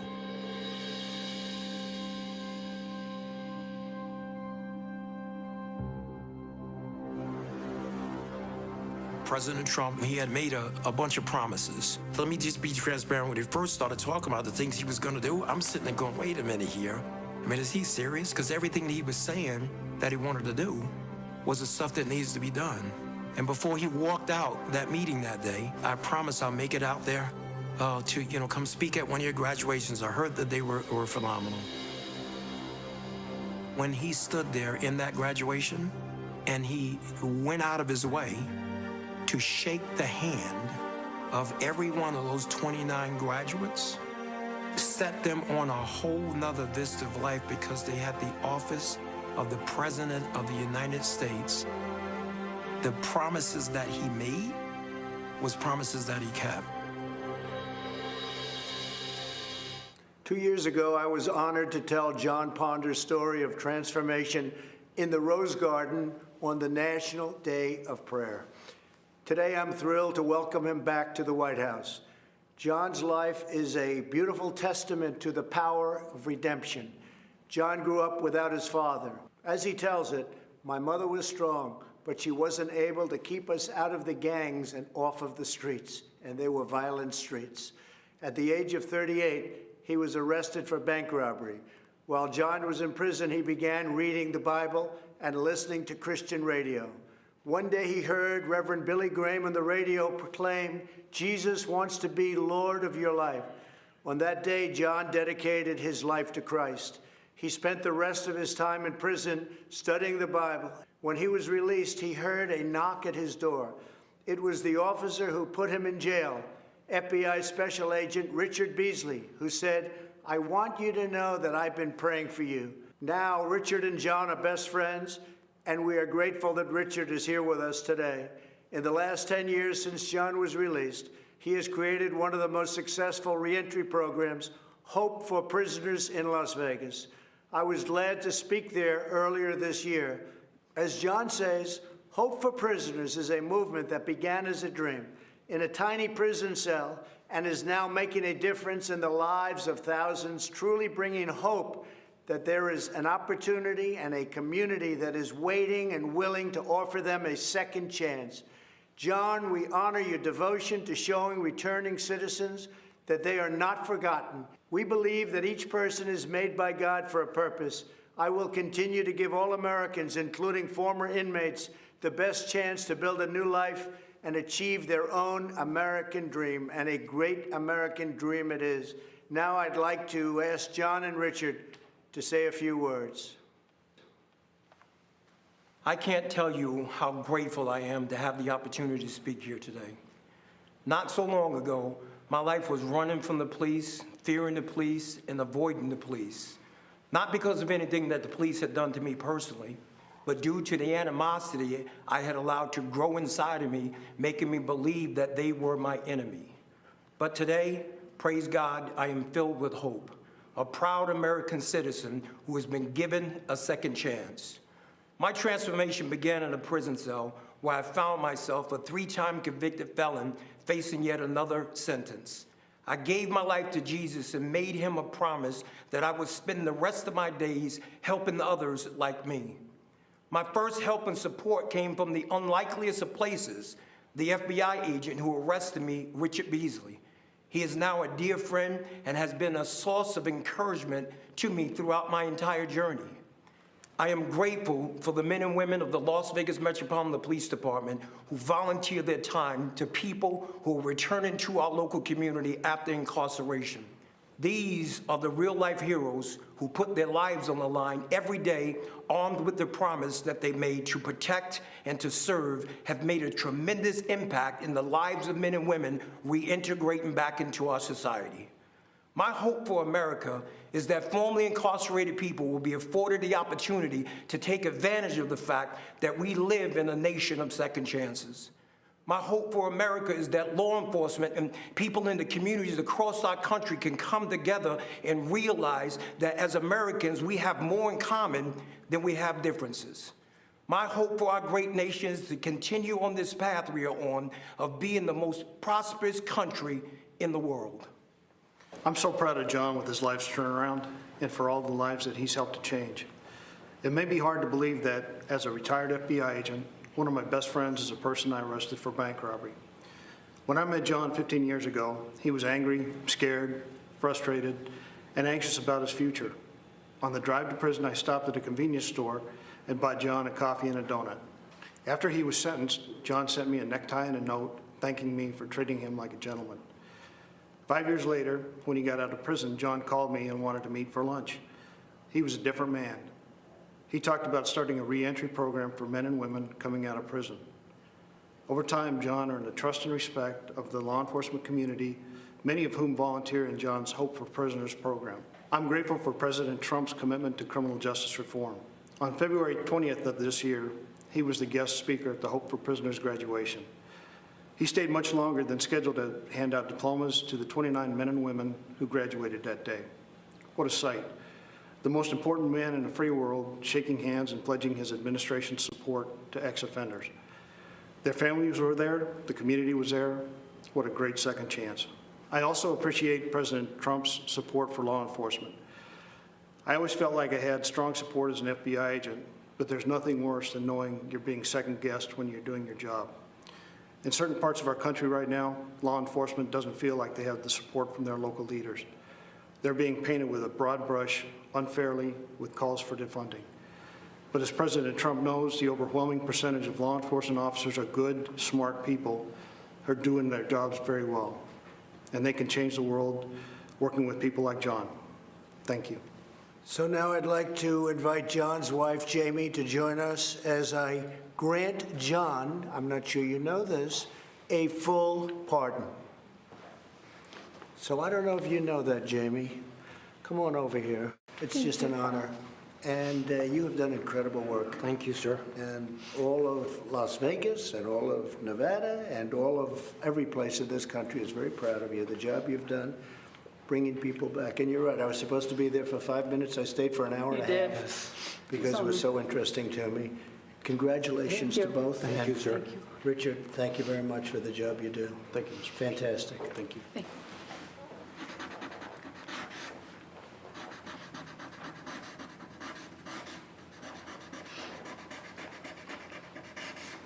Okay. I think I'll give it to Jamie. What do you think?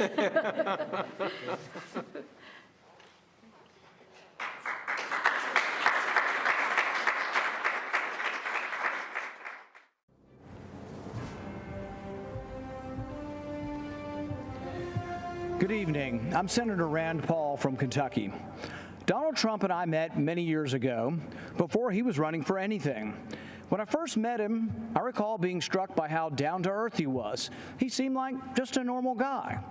Okay, a normal guy with his own plane and helicopter, but who's counting? I was planning a medical mission trip to Guatemala to perform charity eye surgeries, and we needed money to fund the trip. Donald Trump offered to help and immediately came through for us. Not only did he support my medical mission to Guatemala, but he also contributed to another mission trip to Haiti a year later. We performed hundreds of cataract surgeries in both countries. Nothing is more amazing than removing the bandages from a person's eyes and watching them as they see their loved ones again. Donald Trump helped me make that happen. A few years later, we were opponents, both running for president, and we all know how that turned out. But I'm proud of the job Donald Trump has done as president. I don't always agree with him, but our occasional policy differences are far outweighed by our significant agreements. But more important than simple agreement is accomplishment. President Trump gets things done. When some in Congress wanted a so-called revenue-neutral tax plan, Donald Trump and I worked together to make sure that it was a true tax cut. I brought President Trump an idea for better, less expensive health insurance called Association Health Plans. Donald Trump overturned years of red tape and bureaucrats, and he made it happen. While others talked about criminal justice reform, President Trump actually signed the First Step Act, the first real reform in a generation, and one that sought to undo the harm that others, like Joe Biden, have done. For those of us who lament the Biden crime bill that locked up a generation of young black men, remember that Biden bragged about a bill that still wreaks havoc among people of color. I'm supporting President Trump because he believes, as I do, that a strong America cannot fight endless wars. We must not continue to leave our blood and treasure in Middle East quagmires. I flew with him to Dover Air Force Base to honor 2 soldiers whose remains were coming home from Afghanistan. I'll never forget that evening. I can tell you the president not only felt the pain of these families, but that the president is committed to ending this war. President Trump is the first president in a generation to seek to end war rather than start one. He intends to end the war in Afghanistan. He is bringing our men and women home. Madison once wrote, "No nation can preserve its freedom in the midst of continuous warfare." I'm proud to finally see a president who agrees with that. Compare President Trump with the disastrous record of Joe Biden, who has consistently called for more war. Joe Biden voted for the Iraq War, which President Trump has long called the worst geopolitical mistake of our generation. I fear Biden will choose war again. He supported the war in Serbia, Syria, Libya. Joe Biden will continue to spill our blood and treasure. President Trump will bring our heroes home. If you hate war like I hate war, if you want us to quit sending $50 billion every year to Afghanistan to build their roads and bridges instead of building them here at home, you need to support President Trump for another term. So to our soldiers and their families, join me in supporting President Trump. To those of you who want lower taxes and better, less expensive health care, join me in supporting President Trump. To those of you who want to stand up and fight the socialists poisoning our schools and burning our cities, join me in supporting President Trump. Let's rebuild America together.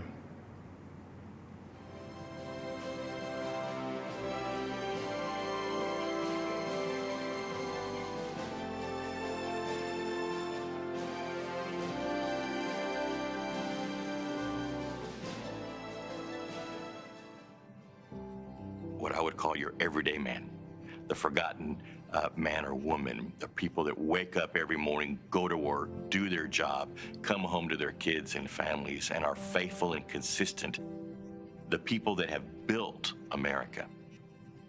There are people in our country that have been forgotten, that are hard workers. We do not hold signs. We are not on street corners. We are waking up at the crack of dawn, working and earning our living. But every single day, men and women from across this country are affecting people in positive ways. Real people that work hard every day, and they just want to earn a good living and enjoy life. And he really knows them, understands them. It's clear he has been on the job site, interacting with people from all backgrounds. I've never had someone care so much about making sure people have job security. The president's job is to protect us, keep us safe, and help make our life better and the opportunity to pursue the American dream. That's what Donald Trump is doing. As a cattle rancher and a farmer, I do feel that we are not forgotten with this administration. We have hope for preserving our industry. My hope is that we lift the regulations that have stripped away the working class Americans' ability to do what they innately know how to do best. I feel like Trump is definitely pushing more for the steel mills, the fishermen, just us making our own products and bringing everything in. He's pushing so hard, and I see it truly coming alive. I do feel that President Trump has the interests of all those Americans tied together. I really do.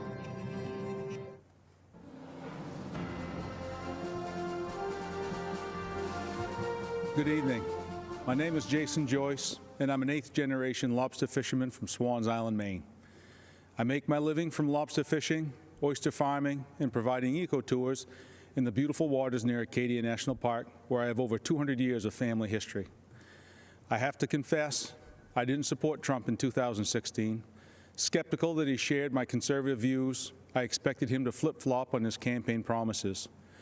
But he has followed through on his promises, including last week when he brokered a deal to end European Union tariffs of 8% on Maine live lobsters and up to 20% on Maine lobster products, which is great news for Maine's lobstermen and women. I live on an island with 370 residents, and lobstering is how we provide for our families. Maine's lobstermen are true environmentalists. We practice conservation every day. If we didn't, we'd be putting ourselves out of business. 4 years ago, the Obama-Biden administration used the Antiquities Act to order thousands of square miles of ocean off limits to commercial fishermen. They did it to cater to environmental activists. Although Maine's lobstermen don't fish there, Obama's executive order offended us greatly. It circumvented the Fisheries Council's input. President Trump reversed that decision, reinstating the rules that allow stakeholder input, and he supports a process that seeks and respects fishermen's views. As long as Trump is president, fishing families like mine will have a voice. But if Biden wins, he'll be controlled by the environmental extremists who want to circumvent long-standing rules and impose radical changes that hurt our coastal communities. I strongly support President Trump's re-election. When he sees something isn't right, he's fearless in fixing it. He listens to working people. He nominates judges who respect the Constitution and the right to life. He keeps his word, like eliminating the European tariffs and moving the U.S. Embassy from Tel Aviv to Jerusalem. I hope you will join me this time in voting for President Trump. Stand up for your country. Thank you.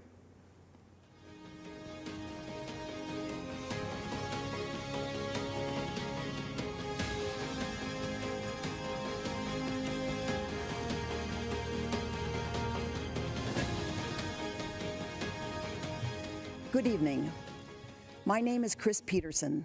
My husband Gary, our family, and I milk 1,000 cows on a dairy farm in Grantsburg, Wisconsin, a small middle American town.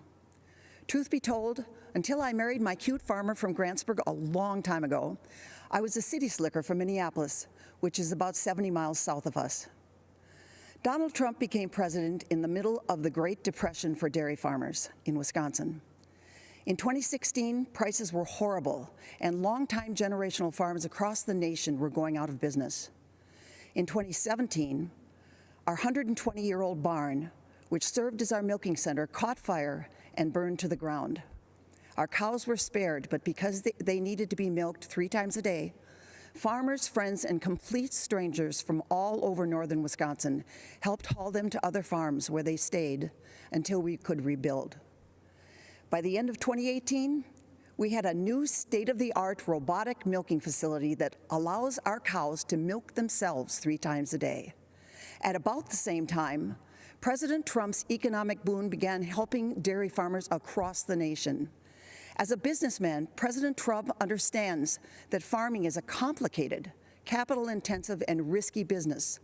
More than any president in my lifetime, he has acknowledged the importance of farmers and agriculture. That support and focus on negotiating new trade deals gave us the confidence to rebuild our barn and dairy operation. Business was booming again, and business boomed right until the COVID-19 shutdown in March. Many people probably don't realize that our country is one of the few in the world that produces nearly all of its own food. Fewer still understand how close our food production and distribution system came to collapsing this past spring. But President Trump understood and again took steps to provide the supports we needed. President Trump took the necessary action knowing that agriculture is our backbone and strength, critical to our national security. Our entire economy and dairy farming are once again roaring back. One person deserves the credit and our vote: President Donald J. Trump.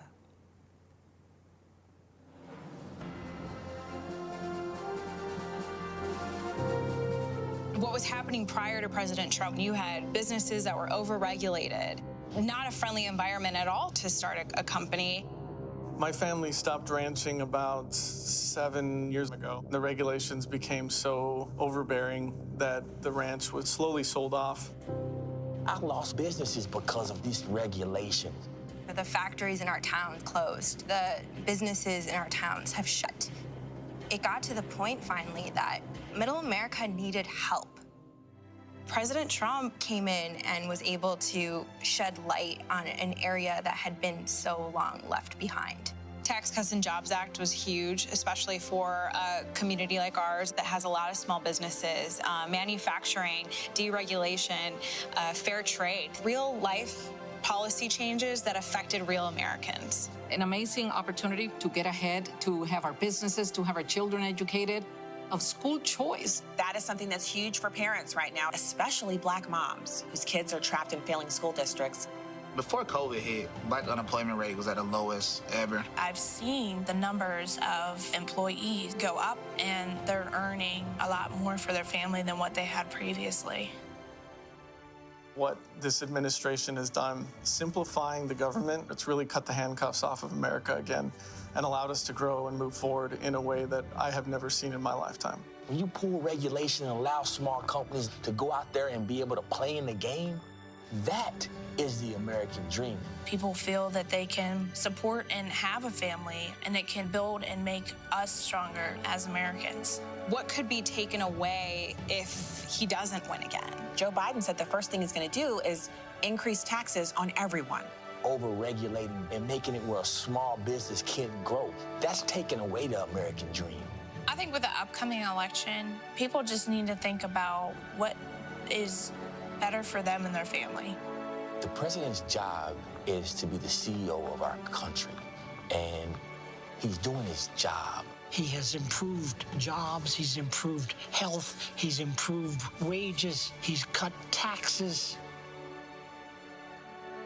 I could go on for an hour and a half. The plan was working. Everybody had a job, making money, spending money, boom, bada bang, boop, we good. My kids are gonna look up to me and say, you are the best mom for working, raising us. It's just tremendous what I could do, I guess. This is somebody who loves his country. He's truly fighting for the American people. Hello, folks. You know me from TV and radio. I'm Larry Kudlow. Years ago, I worked for Ronald Reagan. More recently, I helped the team craft Donald Trump's economic plan during the campaign. It was a roaring success. Inheriting a stagnant economy on the front end of recession, the program of tax cuts, historic rollback of onerous regulations that crippled small business, unleashing energy to become the world's #1 producer, and free, fair, and reciprocal trade deals to bolster manufacturing, agriculture, technology, and other sectors. The economy was rebuilt in 3 years. Unemployment fell to the lowest rate of 3.5%. Blue collars, African Americans, Hispanics, women, all groups benefited enormously. Everyone was better off. A rising tide lifted all boats. Then came a once-in-100-year pandemic. It was awful. Health and economic impacts were tragic. Hardship and heartbreak were everywhere. But presidential leadership came swiftly and effectively with an extraordinary rescue for health and safety to successfully fight the COVID virus. A great bipartisan rescue also saved the economy. Right now, our economic health is coming back. With emergency spending and tax cuts, Americans are going back to work. There's a housing boom, there's an auto boom, a manufacturing boom, a consumer spending boom. Stocks are in record territory. A V-shaped recovery is pointing to better than 20% growth in the second half of this year. Now, looking ahead, more tax cuts and regulatory rollback will be in store. Payroll tax cuts for higher wages, income tax cuts for the middle class, capital gains tax cuts for investment, productivity, and jobs. Much more regulatory relief for small businesses. In economic terms, folks, this is no time for a $4 trillion tax hike. Coming out of the deep pandemic, who in their right mind would pick the pockets of taxpayers and drain money from their wallets and purses? Look, our economic choice is very clear. Do you want economic health, prosperity, opportunity, and optimism? Or do you want to turn back to the dark days of stagnation, recession, and pessimism? I believe there can't be better economic policies than we've had in recent years. So I say, stay with them. Thank you.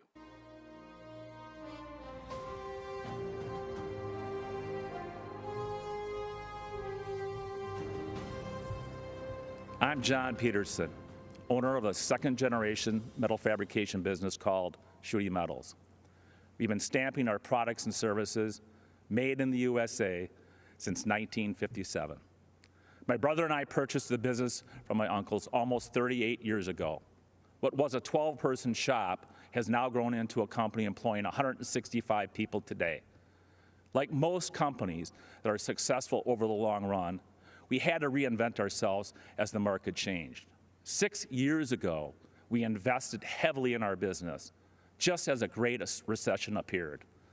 Barack Obama and Joe Biden, two career politicians who knew nothing about business, couldn't get the government out of our way, and it put our business in a tailspin.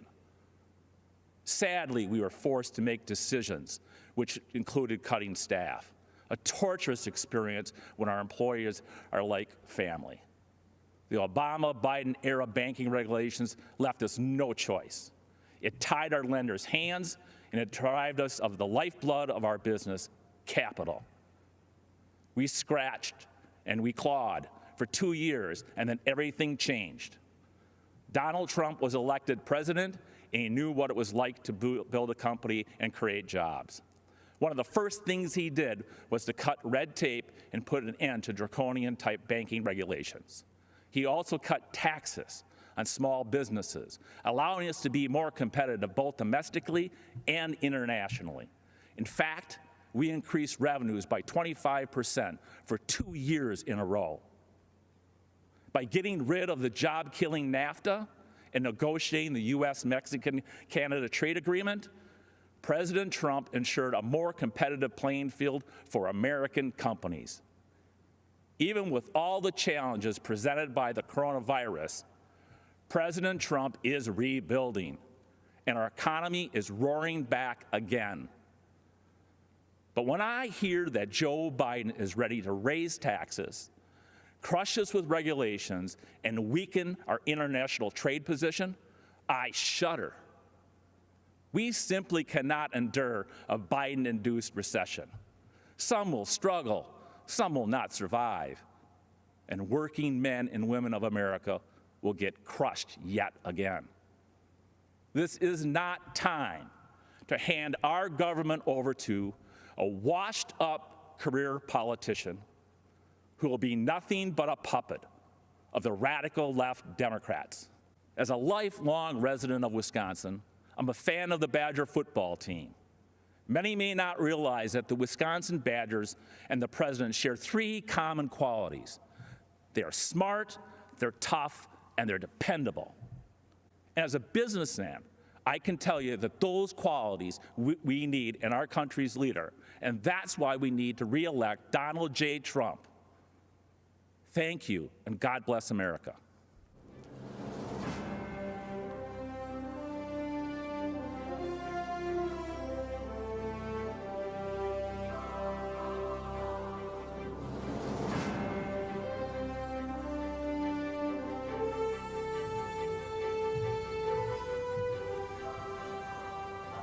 Good evening. I'm Sissy Graham Lynch, and I'm honored to speak to you tonight about something that is so important to all of us, our faith. As Americans, we know the first line of the First Amendment protects our freedom of religion. But what we often forget, the actual words are free exercise of religion. That means living out our faith in our daily lives, in our schools, in our jobs, and yes, even in the public square. Our founders did not envision a quiet, hidden faith. They fought to ensure that the voices of faith were always welcomed, not silenced, not bullied. But during the Obama-Biden administration, these freedoms were under attack. Democrats tried to make faith organizations pay for abortion-inducing drugs. Democrats tried to force adoption agencies to violate their deeply held beliefs. Democrats pressured schools to allow boys to compete in girls' sports and use girls' locker rooms. Those are the facts. But then, we, the people, elected Donald Trump. People of faith suddenly had a fierce advocate in the White House. He appointed judges who respect the First Amendment. He supported religious beliefs in court. He ensured religious ministries would not be forced to violate their beliefs. He withdrew the policies that placed our little girls at risk. And on the world stage, President Trump became the first president to talk about the importance of religious freedom at the United Nations, giving hope to people of faith around the world. In America, we have not yet experienced physical persecution, even though the left has tried to silence us. Even during the pandemic, we saw how quickly life can change. Some Democratic leaders tried to ban church services, while marijuana shops and abortion clinics were declared essential. But you know what truly is essential? Our right to worship freely and live our faith in every aspect of life. The Biden-Harris vision for America leaves no room for people of faith. Whether you're a baker, a florist, or a football coach, they will force the choice between being obedient to God or to Caesar, because the radical left's God is government power. So in the words of my grandfather, Billy Graham, let us stand for political freedom, moral freedom, religious freedom, and the rights of all Americans, and let's never give in to those who would attempt to take it from us. Tonight, I'm proudly standing in that public square, and I hope and pray you will join me in voting to re-elect President Trump. I am Bob Vlasolovich, Mayor of Eveleth, a small town in the Iron Range of Minnesota. My father and grandfather earned their livings mining the raw materials that made the steel that built America. This election is a make or break for workers who are carrying on the legacy of men like them. Since the Iron Range economy is vulnerable to economic trends and to foreign trade, we have always needed a strong voice in Washington. We looked to Democrats to fill that void for many years because we actually thought they cared about our welfare. Not anymore. The radical environmental movement has dragged the Democratic Party so far to the left they can no longer claim to be advocates of the working man. This is hard for me to say because I am a lifelong Democrat. But for far too long, members of both parties allowed our country to be ripped off by our trading partners, especially China, who dumped steel into our markets and slapped tariffs on our products. And what did so-called leaders like Joe Biden do? Nothing. The human cost has been devastating. We lost thousands of jobs. We lost a generation of young people who had to leave the Iron Range to find a livelihood. And worst of all, we lost hope. Then something unexpected happened. A straight-talking New Yorker burst onto the scene, promising to stand up to China and the rest of the world on behalf of the American worker. 4 years later, the Iron Range is roaring back to life, and we have one man to thank, President Donald Trump. He made good on his promises by cutting our taxes, rolling back senseless regulations, and delivering trade deals that put America's interests first. But the fight is not over. Joe Biden has allowed radicals like AOC to craft his environmental policies. Their so-called Green New Deal is a job-killing disgrace dreamt up by people who don't live in the real world. But Biden is too weak, too scared, and too sleepy to stand up to the radical left. He has been doing nothing in Washington for 47 years. Why would year 48 be any different? President Trump won't back down to anybody. He delivered the best economy in our history, and he will do it again for all of us. The Iron Range's economic future and survival is at stake, and so is America's. We know we can count on President Trump to fight for us and win. Let's make sure he wins on November 3rd. God bless America.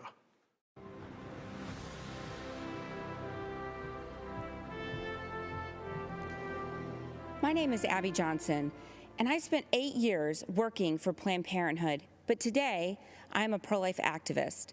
When I was in college, Planned Parenthood approached me at a volunteer fair. They talked about helping women in crisis and their commitment to keep abortion safe, legal, and rare. I was convinced to volunteer and later offered a full-time job as a medical assistant before my promotion to director of the clinic. I truly believed I was helping women, but things drastically changed in 2009. In April, I was awarded Planned Parenthood's Employee of the Year Award and invited to their annual gala where they present the Margaret Sanger Award, named for their founder. Now, Margaret Sanger was a racist who believed in eugenics. Her goal when founding Planned Parenthood was to eradicate the minority population. Today, almost 80% of Planned Parenthood abortion facilities are strategically located in minority neighborhoods. And every year, Planned Parenthood celebrates its racist roots by presenting the Margaret Sanger Award. Later in August, my supervisor assigned me a new quota to meet, an abortion quota. I was expected to sell double the abortions performed the previous year. When I pushed back, underscoring Planned Parenthood's public-facing goal of decreasing abortions, I was reprimanded and told, abortion is how we make our money.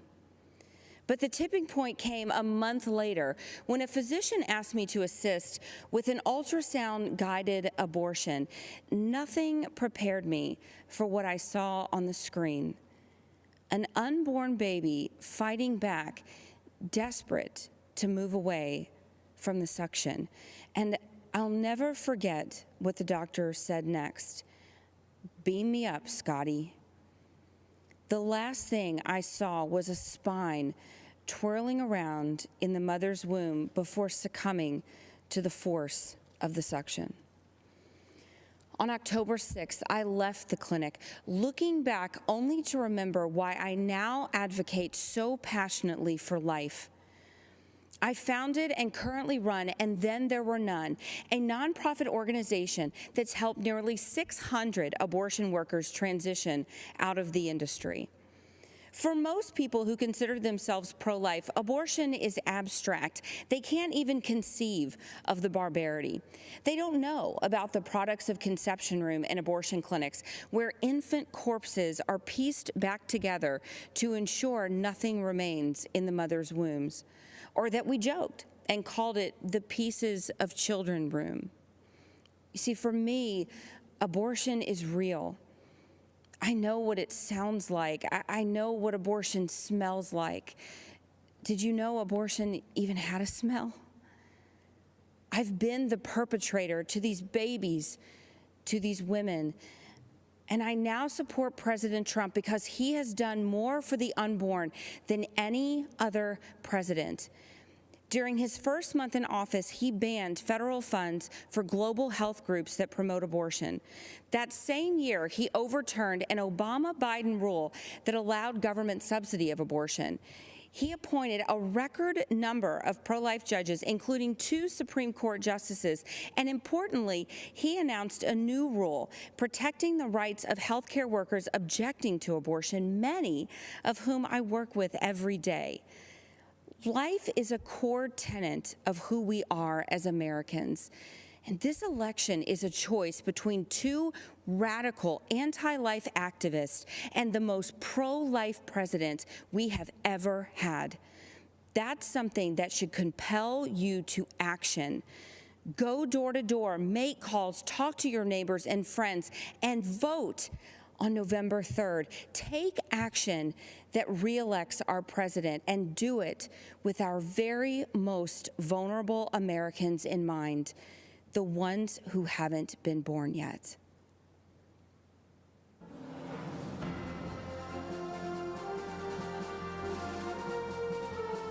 It began as a class trip to join thousands for the annual March for Life. These Catholic young men traveled from Kentucky to stand up for what they believed in. But what happened was something very different. Crackers with Make America Great hat on. You little dirty crackers, your day coming. Young Klansmen. Look at our Make America Great Again hat. Social media, the news, and even celebrities launched a campaign of persecution that was completely false against a boy in a Make America Great Again hat. The MAGA hat carries a certain connotation that provokes a conditioned reaction. I blame that kid. What a little crap. Everyone that sees that smug look wants to punch that kid. Nicholas Sandman received death threats, and his school was forced to close. Tonight, Nicholas tells his story. Good evening, everyone. My name is Nick Sandman, and I'm the teenager who was defamed by the media after an encounter with a group of protesters on the steps of the Lincoln Memorial last year. Before I begin, I'd like to thank President Trump for the opportunity to share some of my story and why it matters so much to this November's election. In 2019, I attended the March for Life in Washington, D.C., where I demonstrated in defense of the unborn. Later that day, I bought a Make America Great Again hat because our president, Donald Trump, has distinguished himself as one of the most pro-life presidents in the history of our country, and I wanted to express my support for him too.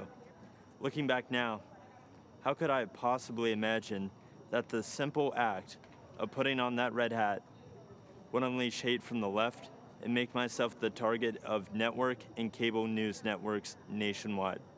Being from Kentucky, the birthplace of Abraham Lincoln, my classmates and I visited the Lincoln Memorial. I found myself face to face with Nathan Phillips and other professional protesters looking to turn me into the latest poster child showing why Trump is bad, while the media portrayed me as an aggressor with a relentless smirk on my face. In reality, the video confirms I was standing with my hands behind my back and an awkward smile on my face that hid two thoughts. One, don't do anything that might further agitate the man banging a drum in my face. And two, I was trying to follow a family friend's advice, never to do anything to embarrass your family, your school, or your community. Before I knew what was happening, it was over. One of Mr. Phillips' fellow agitators yelled out, "We got him. It's all right here on video. And we won, Grandpa." What I thought was a strange encounter quickly developed into a major news story, complete with video footage. My life changed forever in that one moment. The full war machine of the mainstream media revved up into attack mode. They did so without researching the full video of the incident, without ever investigating Mr. Phillips' motives, or without ever asking me for my side of the story. And do you know why? Because the truth was not important. Advancing their anti-Christian, anti-conservative, anti-Donald Trump narrative was all that mattered. And if advancing their narrative ruined the reputation and future of a teenager from Covington, Kentucky, well, so be it.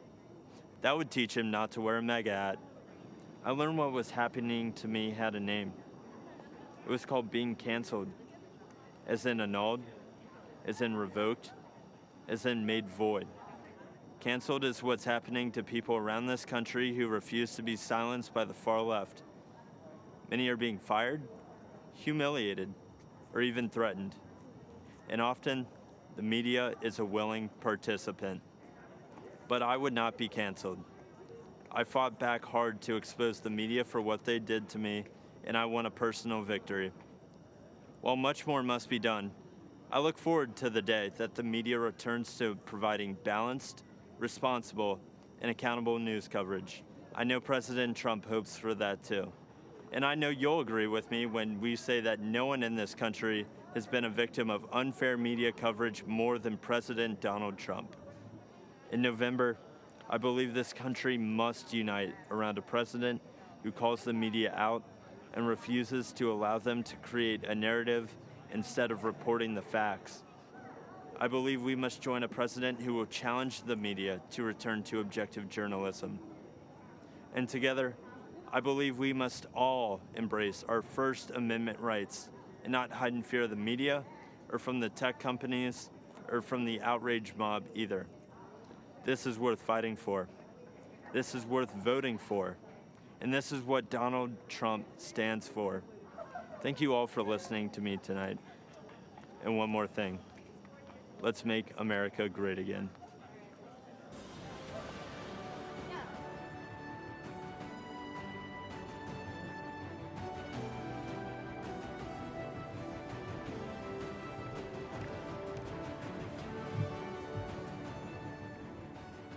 I'm Pam Bondi. Our party's theme tonight is America, the Land of Opportunity. And listening to the stories of discoveries and deliverance, you can't help but be proud to call this country home. But for Joe Biden, it's been the land of opportunism, not opportunity. As a career prosecutor and former Attorney General of Florida, I fought corruption, and I know what it looks like, whether it's done by people wearing pinstripe suits or orange jumpsuits.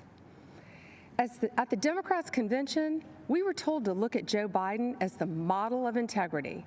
But when you look at his 47-year career in politics, the people who benefited are his family members, not the American people. Let's take a closer look. We all know about Joe's son, Hunter Biden.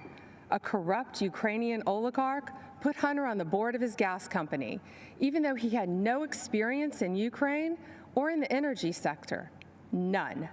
Yet he was paid millions to do nothing. He only had one qualification that mattered. He was the son of the man in charge of distributing U.S. aid to Ukraine.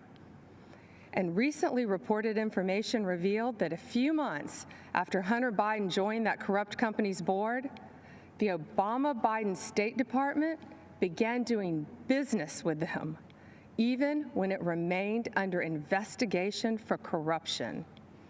And it gets worse. That very same company was being investigated by a Ukrainian prosecutor. Joe Biden, the Vice President of the United States, threatened to withhold aid to Ukraine unless that same prosecutor was fired. And then he was fired. Hunter only resigned from that board just before his dad announced his campaign for president. Now let's talk about China. Fact, Joe Biden flew to China on Air Force Two with Hunter along for the ride. They said he was just there as a family member, but we know that's untrue. In Beijing, Hunter didn't just go sightseeing. He had meetings with his Chinese bank partners. Hunter even arranged for his dad to meet with one of the partners. 10 days later, those Chinese communist bankers approved millions to go to Hunter's firm. And those bankers work for the Chinese Communist Party, which oppresses their people, cheated American workers for decades, and covered up a deadly virus. To this day, Hunter controls a 10% stake in that firm. And Joe Biden's done more than look the other way on China. He said, "The Chinese aren't our competition. Come on, man, they're not bad folks." Come on, Joe. Talk to the folks in Middle America who lost countless jobs to China while your son was getting rich with them. But there's more. Fact. There have been numerous press reports that have shown other close Biden family members benefited from Joe's 47-year political career. Joe Biden was point person on Iraq. The president of a construction firm met with Biden's team in the White House, and then who did they hire to build thousands of houses in Iraq? Joe Biden's close family member, who, you guessed it, had no experience in the industry and no experience in Iraq. A company official bragged that it helps to have a family member, the vice president, as partner. The family member put it more bluntly by saying, "There's a line of 747s filled with cash ready to invest." Now let's follow the money down south. Again, as reported in the press, yet another close family member of Joe's set his sights on Costa Rica and Jamaica, where millions of dollars flowed from the Obama-Biden administration in taxpayer-backed loans to projects linked to, yes, that same family member. These aren't isolated incidents. It is a deliberate pattern of conduct. And that's just what he did as vice president. Imagine what he'd do as president. How many American families would be allowed to get away with this? Why should there be one standard for the elite political class and another set of rules for the rest of us? When millions of Americans voted for Donald Trump, they knew he'd be different, and he is. He's a tough, no-nonsense outsider who can't be bought or intimidated. He won't even take a paycheck from the American people. He donates his paycheck to charities across this country. Democrats have been lecturing America about integrity for 4 years, while their nominee has been writing the textbook on abuse of power for 40 years. If they want to make this election a choice between who's saving America and who's swindling America, bring it on. Joe says he'll build back better. Yeah, Build the Bidens back better. Our president is in this to build a safer, better, and stronger America, and he will finish what he started to keep this a real land of opportunity for everyone. If you want to check your voting status, secure your ballot, or register to vote, text VOTE to 88022. Remember, the best is yet to come.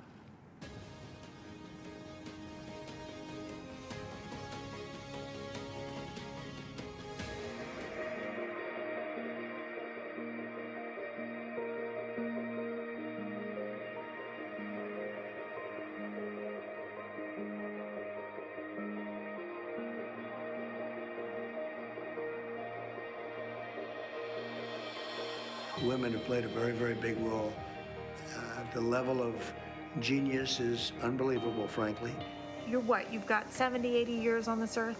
What are you going to do with it?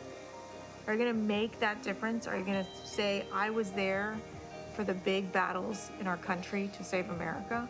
It's what I feel very much called to do ever since I was a very young girl. In 2016, Donald Trump made his historic run for the office of United States President. Knowing the monumental task he would be undertaking, he rested all of his hopes for winning on one woman. Because of that trust, he became the 45th President of the United States, and Kellyanne Conway became the first woman in U.S. history to manage a winning presidential campaign. This president has been a champion for women mostly because he speaks to them as if they can handle and tackle all issues. I don't want a job because of my gender. I want the job because I'm the best person for that position. That's it. And he respects that. And he appreciates hard work. You can't ask for anything better, especially in a boss. President Trump continues to place strong women into significant positions throughout his administration and campaign, far more than any other president in U.S. history. That he has had and does have more women on his top team than any president before, but it actually goes down to his deputy assistants, to his special assistants, to our awesome teams throughout the West Wing. And when he called me and said, I want you to represent my entire campaign, I became the first Black woman to represent a Republican presidential campaign, winning presidential campaign in United States history. Throughout his career, Trump has always touted family first as a core value. He shows this especially with his choices of press secretaries, choosing Sarah Sanders, the first mother to become a press secretary, Stephanie Grisham, the first single mother to serve as press secretary, and Kayleigh McEnany, who transitioned into the job while also transitioning into the job of mom. I have 4 children, Kellyanne Conway has 4 children, Ivanka has, I think between all the senior staff women, we might have 75 kids. I'm not sure, we've lost count, but the importance of the work is never lost on any of us. And truly, it is those children that we are fighting for and for their future. With these capable women placed in positions of powerful influence and authority, President Trump has proven that when the stakes are highest, he is proud to entrust many of our nation's most crucial jobs to women. The number of dedicated, amazing, brilliant, relentless women that are dedicated to the country and to the president and to preserving the American dream is one of the greatest, if not the greatest things I'll ever be a part of.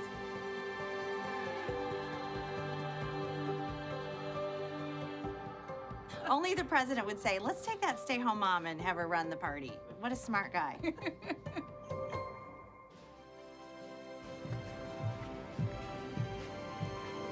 Good evening. I'm Tiffany Trump. Since speaking at the Republican convention 4 years ago, so much has changed for the world, for our country, and for my family. Like so many students across the world, I graduated from law school during the pandemic. Our generation is unified in facing the future in uncertain times, and many of us are considering what kind of country we want to live in. As a recent graduate, I can relate to so many of you who might be looking for a job. My father built a thriving economy once, and believe me, he will do it again. This election, I urge each and every one of you to transcend political boundaries. This is a fight for freedom versus oppression, for opportunity versus stagnation, a fight to keep America true to America. I urge you to make judgment based on results and not rhetoric. If you believe in criminal justice reform, there is only one president that passed the First Step Act, giving people a second chance, a chance at a life once again. And if you believe in expanding quality and affordable health care, only President Trump, my father, signed the right to try into law the Favored Nations Clause and other actions to lower drug prices and keep Americans from getting ripped off. People must recognize that our thoughts, our opinions, and even the choice of who we are voting for may and are being manipulated and visibly coerced by the media and tech giants.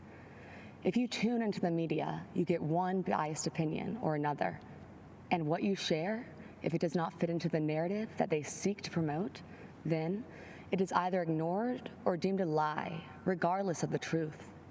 This manipulation of what information we receive impedes our freedoms.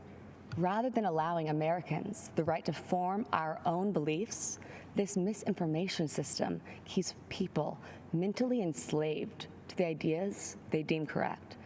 This has fostered unnecessary fear and divisiveness amongst us. Why are so many in media and technology, and even in our own government, so invested in promoting a biased and fabricated view? Ask yourselves, why are we prevented from seeing certain information? Why is one viewpoint promoted while others are hidden? The answer is control, because division and controversy breed profit. But what are the consequences when only one side of the story gets out, or when only one viewpoint is acceptable?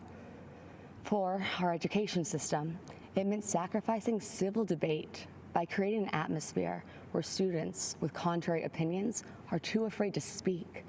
Many students find themselves suppressing their beliefs to fit into what the acceptable groupthink is. In short, our nation suffers by inhibiting our diversity of thought and inclusion of ideas. Working together outside of our political comfort zones will accomplish so much more. Some cynical politicians do not seem to believe in the miracle of America. Well, I do. As Maximo Alvarez said so eloquently last night, if freedom is lost in this country, there is nowhere else to go. Having hope is not weakness, and believing in miracles is a gift from God. So tonight, I want to tell you the uncensored truth of what we believe in. We believe in equality of opportunity. We believe in freedom of thought and expression. Think what you want. Seek out the truth. Learn from those with different opinions, and then freely make your voice heard to the world. We believe in school choice because a child's zip code in America should not determine their future.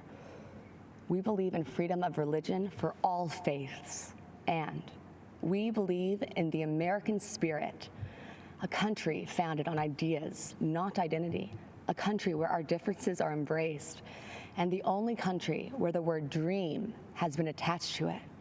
Because in America, your life is yours to chart. So if you're hearing these things and thinking to yourself, that is the kind of country that I want to live in, well, whether you realize it or not, you are a Trump supporter. I encourage you to see beyond the facade that so many other politicians employ. They mask themselves in disguises of decency as they try to pressure us to mask our own identities and beliefs. My father is the only person to challenge the establishment, the entrenched bureaucracy, big pharma, and media monopolies to ensure that Americans' constitutional freedoms are upheld and that justice and truth prevail. My father does not run away from challenges, even in the face of outright hatred, because fighting for America is something he will sacrifice anything for. He dreams big dreams for our country, and he is relentless at achieving them. You see, make America great again is not a slogan for my father. It is what drives him to keep his promise of doing what is right for American citizens. The energy of change and opportunity is with us. God has blessed us with unstoppable spirit, his spirit, the American spirit. My dad has proven to be driven by that spirit. He has demonstrated his faith and his uncompromising heart and actions. My father has made me believe that America can truly be great again. If you care about living your life without restraints, about rebelling against those who would suppress your voice and building your American dream, then the choice in this election is clear. A vote for my father, Donald J. Trump, is a vote to uphold our American ideals. Be true to yourself and stay true to the dream of America. Thank you, and God bless you all.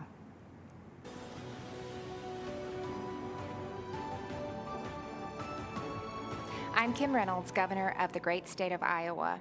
I love this state, and I'm so proud to serve its people. Iowa truly is a land of opportunity. It's the birthplace of the computer, it's a landmark of the financial services industry, and as so many of you already know, it's filled with farmland that feeds and fuels the world. It's also home to people who care for one another, who work hard, who love this country, and are truly grateful for the freedoms it provides.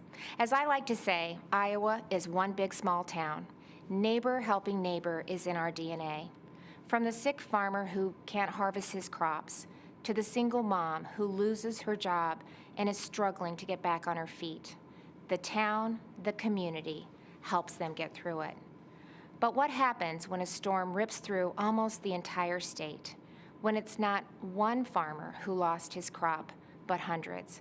When it's not one neighbor who is without food, but thousands? That happened just 2 weeks ago. A storm called a derecho with hurricane-force winds of up to 140 miles per hour wiped out millions of acres of crops, left thousands without power. It destroyed homes, wrecked lives, and left devastation in its wake. It was the worst storm in our state's history. And Iowans did what you expect Iowans to do. They helped each other, they took care of each other, and they still are. But someone else had our back, our president. When the winds had finished raging and the cleanup had only begun, he showed up. Now, you might not know that because the national media didn't report it, but the Trump administration was here in full force. The day after the storm, the president called to assure me that we had the full backing of the federal government. And later that week, Vice President Pence came to Iowa to again assure us that the president and his administration were behind us. With the help of the Trump administration, we quickly received a major disaster declaration that will help Iowans get back on their feet. The president, he cut through the bureaucracy to do what needed to be done and to do it quickly. But that's not the first time President Trump showed Iowans that we can rely on him. In 2019, when 100-year floods breached nearly every levee and devastated communities large and small along the Missouri River in Iowa, Nebraska, and Missouri, the president approved our request for aid in record time, in just 2 days. Well, this year, he did it in less than 24 hours. So whether it's providing needed relief to farmers who were the target of China's unfair trade practices, hammering out new free and fair trade deals, or fighting for workers and small businesses who were hit hard by COVID-19. We have a president and a vice president who get things done. And because of President Trump and his leadership, our country is able to bounce back from setbacks and see opportunity grow and thrive. This is an administration of action and outcomes. They are delivering every day on their promise to make America great again. And that's exactly why we need to re-elect President Donald J. Trump in November. Thank you, and may God bless the United States of America. America, the land of opportunity. country where your own resolution to succeed is more important than any other.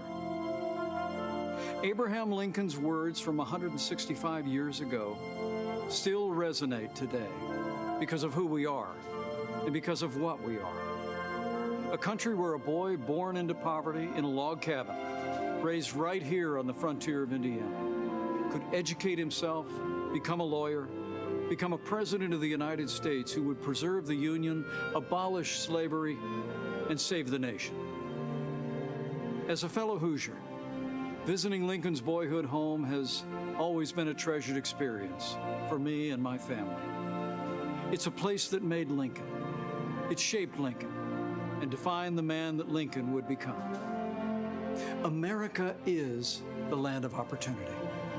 As President Donald Trump declared at Mount Rushmore, in America you can do anything.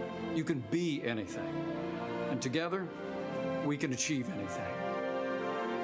Every day, President Donald Trump is fighting to protect the promise of American liberty. Every day, our president's been fighting to expand the reach of the American dream. And on every single day, without fail, President Donald Trump has been fighting for you. So tonight, I'd like to introduce you to a few remarkable Americans who represent that solemn pledge, who embody our president's unbreakable devotion to ensuring that America is a land of unlimited opportunity for all. Jack is an 8-year-old from Wisconsin who was struggling academically and socially in school. But Jack's mom, Sarah, who works 3 jobs to support her son, applied for Wisconsin's school choice voucher program. We're glad that we were able to get the school choice voucher to go to that school. With Jack, he would have slipped through the cracks in public schools, and having the option to go to a school that fits him has been a real game changer for us. And I know that because of that opportunity that he's going to succeed and he's going to achieve that goal of being an apparatus engineer, if that's what he chooses to stick with. Laura McClin is a mother of another inspiring boy, Jordan. Jordan has Duchenne muscular dystrophy, a fatal muscle weakening disorder. Jordan was at my side in Indiana when, as governor, I signed a law allowing terminally ill patients to access experimental drugs not yet approved by the FDA. In 2018, President Trump signed the landmark federal Right to Try bill into law. Thanks to the president's leadership, critically ill patients have the right to access life-saving experimental treatments. We started fighting for Right to Try, which basically says if you have a terminal illness and there's a drug that exists and you don't qualify for the clinical trial, there's no other way to receive it. This is a unique pathway that allows you to have access. You made us a promise back in Indiana that you would do whatever it took to help Jordan, and we're so grateful that you joined us on this journey and stuck it out until it became law so that other people could access treatments. So, Jordan, if President Trump was standing right there, what would you say to him today about Right to Try? Thank you for being a hero to everybody in the country. Judge Cheryl Allen made history in 2007 when she became the first African-American woman to be elected to serve on the Pennsylvania Superior Court. It's because of leaders like Judge Allen that our nation has overcome our greatest challenges. In this time of racial division in the country, do you see faith and values and the strong stand that President Trump has taken for equality of opportunity as a pathway toward bringing the country together? As a senior citizen, I'll leave it at that. I know what racism feels like, but I also know that but for my being in this country, I would have never been able to achieve the things that I have been able to achieve. There are injustices, but the way to deal with those injustices is for people to sit down across the table and talk and come up with solutions. I do believe that President Trump is committed to that. In 2016, I have to confess that I really did not know candidate Trump at the time, but I have to say that he really won me over. Gino's a truck driver from Ohio. who heard politicians for years make empty promises about defending American jobs, only to see those promises broken again and again.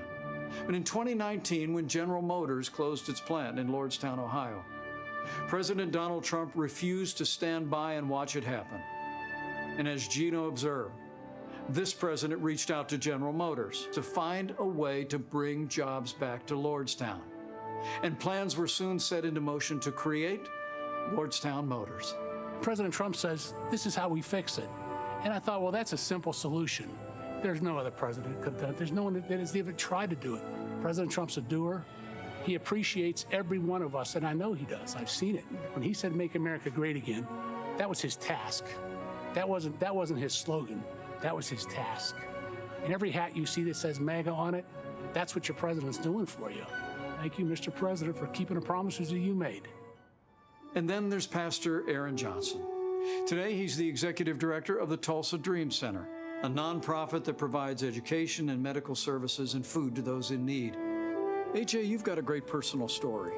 When you see the way this president, this administration have been leaning in to create opportunities, investments in communities around the country to create jobs, expanding educational choice, what does that mean to the families that you serve every day? It means so much to our families. I did grow up in a single-parent home, and so we serve over 600 boys and girls right now on a daily basis, even in COVID. And so for us to give these moms to have an opportunity to take more money on their check, on their paycheck home back to them, to have their children be able to go to a school that they may not have the opportunity to otherwise, it means so much to us. There's been so much greater opportunity for individuals to come together in any walk of life. People have really been able to see such a positive change and been filled with hope, especially throughout this time. Lydia left hearth and home, friends and family in Honduras to pursue a better life here in America. While raising their 4 daughters, Lydia and her husband run a small business that creates security systems. But just months after their business was up and running, our nation was struck by a global pandemic.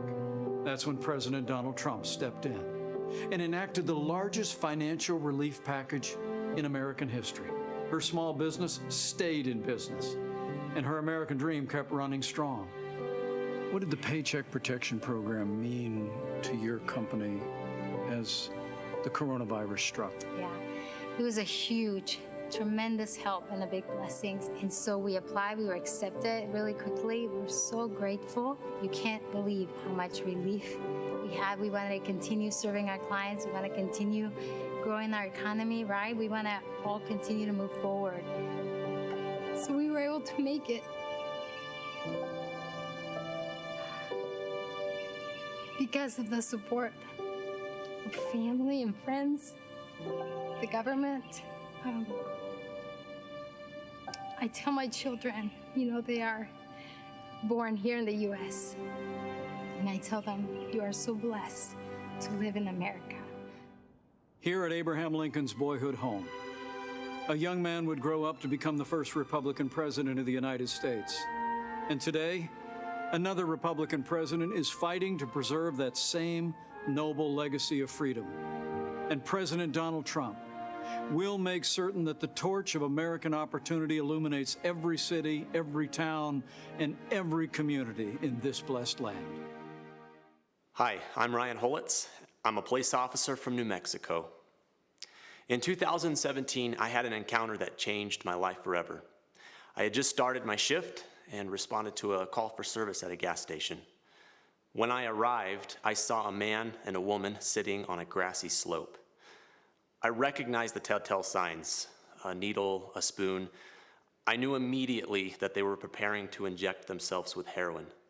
Sadly, this is a common sight for me. I encounter the ravages of addiction every day. But nothing could prepare me for what I discovered as I approached them. The woman was very pregnant.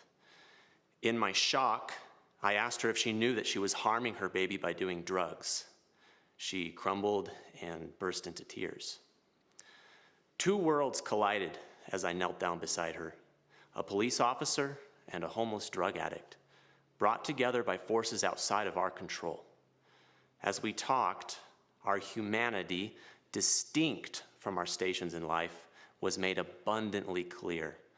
Her name was Crystal, And in the midst of her suffering, she confided that she loved her unborn baby. She wanted the best for her child. In that moment, I saw her the way that all of you who know and love an addict see them, as fathers, mothers, brothers, sisters, children, cousins, and friends, as human beings, full of value and dignity, but robbed of their potential by this disease. When Crystal said that she was looking for a family to adopt her baby, God showed me exactly what I had to do. Without hesitation, I told her that my family would welcome her baby through adoption. Today, our beautiful daughter Hope is a thriving 2-year-old. Crystal is fast approaching 3 years of recovery. She is a dear friend and a constant inspiration to me and others. I hold a special place in my heart for those facing opioid addiction, and that's why I'm enormously grateful to the President for his leadership in fighting this deadly enemy. Through his efforts, we're turning the tide on the crisis of addiction. President Trump declared the opioid crisis to be a public health emergency and then secured $6 billion in new federal funding to help Americans fight opioid abuse. He invested an additional $100 million to stop the opioid crisis in rural America. And in a move that strikes at the root of the problem, he implemented a safer prescribing plan aimed at reducing opioid prescriptions by over 1/3 within 3 years. This is an effort that stops addiction before it ever gains a hold in someone's life. And it's having an impact. Drug overdose deaths decreased in 2018 for the first time in 30 years. Many of the states hardest hit by the opioid crisis are seeing the largest drop in deaths. We're seeing that doctors are writing fewer prescriptions for opioid pain drugs. These are significant improvements that have a meaningful impact. I think we are fortunate, America, to have a president who cares deeply for the downtrodden and who works tirelessly to find solutions. A president who doesn't just talk about problems, but stops and helps. President Trump is the leader we've needed the last 4 years, and he is the leader we need for the next 4. You see, Donald Trump is the right president at the right time. Let's make sure he's reelected on November 3rd. I pray God's blessings on you and your family, and may God bless America.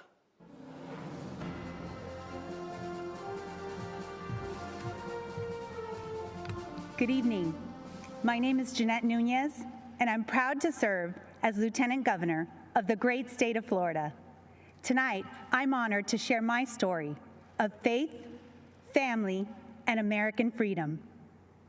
As the daughter of Cuban immigrants, my story began in 1959, before I was born, when my parents' dreams of a prosperous life became a nightmare. Chaos spread quickly when Fidel Castro took control of Cuba. The government confiscated private property, stealing people's homes, farms, and businesses. For my parents, the difficult decision to flee communist Cuba came when the Castro regime abolished religious freedom. Fellow Americans, the fabric of our nation is in peril. Daily, the radical left systematically chisels away at the freedoms we cherish. They peddle dangerous ideologies, cower to global progressives, and normalize socialism to dismantle our Constitution. Let me assure you, socialism doesn't offer opportunity. Socialism deprives. It is a falsehood that feigns promises for its masses and consistently yields only misery. President Ronald Reagan warned, if we lose freedom here, there's no place to escape to. Truer words have never been spoken. Americans have a choice. We can go down a dark road of chaos and government control, or we can choose the path of freedom and opportunity that was paved by those who sacrificed everything to preserve the American dream for future generations. I have faith that Americans will choose the right path. In 2016, our country yearned for a leader who would work tirelessly to jumpstart our economy and fight for hardworking Americans. Since day one, President Donald Trump has put America first. His pro-growth, pro-jobs agenda has ushered in historically low unemployment, record job creation, higher wages, and rising homeownership. The president is fighting to rescue American jobs and industries for places like Ohio, Pennsylvania, and Puerto Rico, jobs that were needlessly shipped overseas. He's defended our religious freedom, stood with Democratic allies like Colombia, and shown unwavering resolve while confronting tyrants in countries like Venezuela, Cuba, China, and Nicaragua. Let us join our president in his vow that America will never be a socialist country. Supporting our president requires action. Join me tonight and text VOTE to 88022. We must continue to support our Commander-in-Chief, who has a bold agenda that safeguards the rights and freedoms protected under our Constitution. Today, more than ever, that means supporting our men and women in law enforcement and our heroes in uniform. It means fighting to provide the best quality education by empowering parents and preserving school choice. And it means rejecting the socialist takeover of our nation that will destroy the innovation, economic vitality, and freedoms we hold so dear.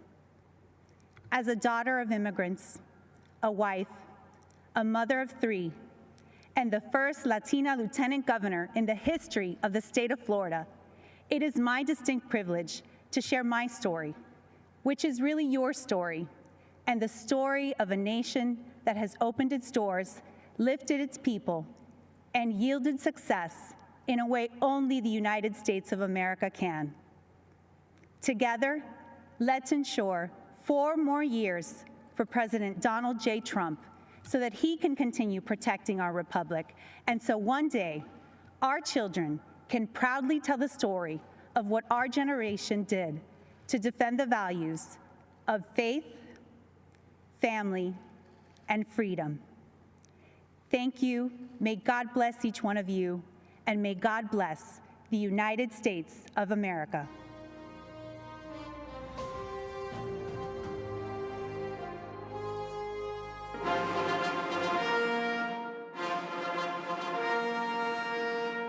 Ladies and gentlemen, the President of the United States.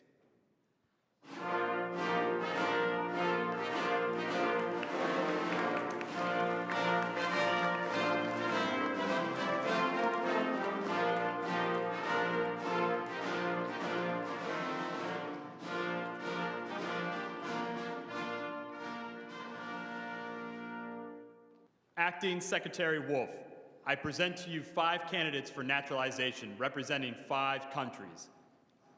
On behalf of everyone here today, I'd like to express my gratitude to you, Mr. President, for hosting this naturalization ceremony here at the White House. To our candidates, it is my honor to administer the oath of allegiance and welcome you as our fellow citizens. Candidates for naturalization, please raise your right hand and repeat after me. I hereby declare an oath that I absolutely and entirely renounce and abjure all allegiance and fidelity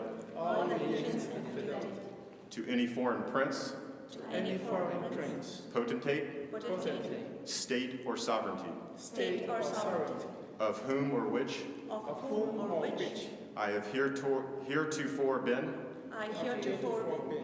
a subject or citizen, that I will support and defend the Constitution and laws of the United States of America, against all enemies, foreign and domestic, that I will bear true faith and allegiance to the same, that I will bear arms on behalf of the United States, when required by law, that I will perform non-combatant service in the armed forces of the U.S. in the armed forces of the U.S. when required by law. when required by law. That I will perform work That I will perform work of national importance of national importance under civilian direction under civilian direction when required by law. when required by law. And that I take this obligation freely That I take this obligation freely without any mental reservation without any mental reservation or purpose of evasion. or purpose of evasion. So help me God. So help me God. Congratulations, you're now citizens of the United States of America.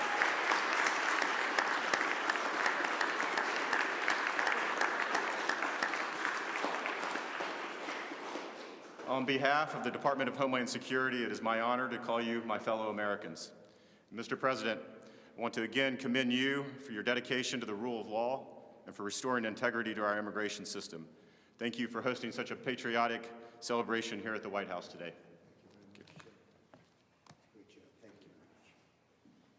Congratulations, that's fantastic. It's really great, thank you. And I want to thank Acting Secretary Wolf, doing a phenomenal job in so many ways. Today, America rejoices as we welcome 5 absolutely incredible new members into our great American family. You are now fellow citizens of the greatest nation on the face of God's earth. Congratulations. Great going. You followed the rules, you obeyed the laws, you learned your history, embraced our values, and proved yourselves to be men and women of the highest integrity. It's not so easy. You went through a lot, and we appreciate you being here with us today. You've earned the most prized, treasured, cherished, and priceless possession anywhere in the world. It's called American citizenship.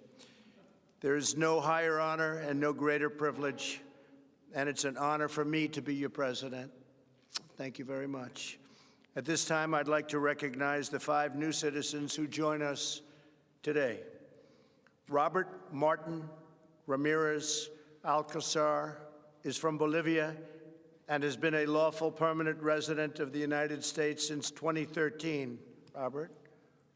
Hi, Robert.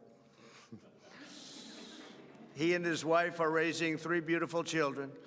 In 2017, Robert achieved the dream of starting his own business, a construction company that now employs 5 workers.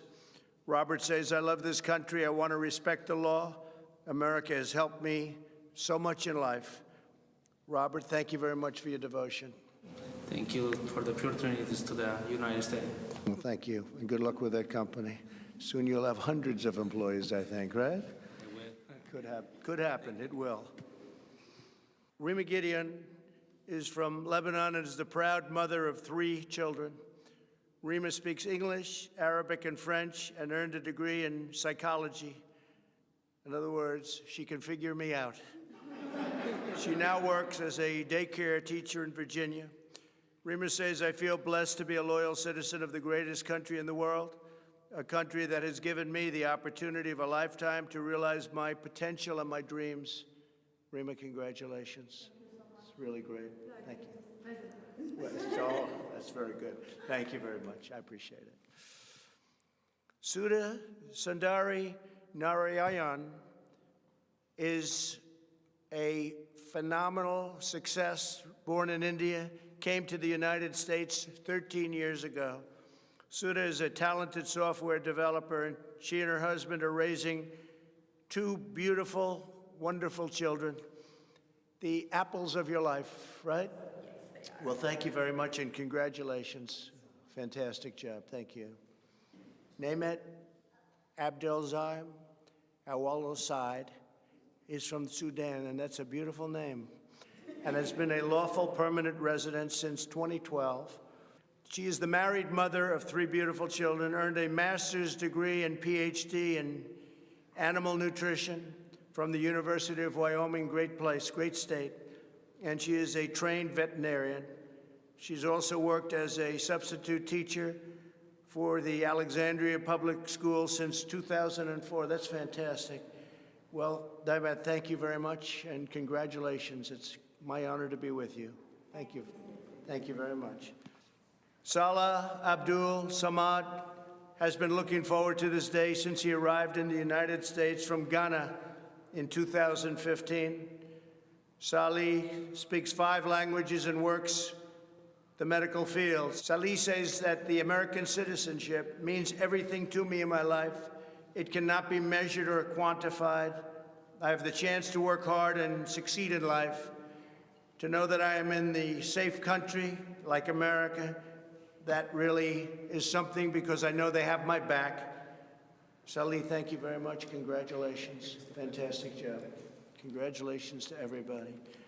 With the rights and freedoms each of you now enjoys as citizens, there is no dream beyond your wildest reach, because Americans can do anything.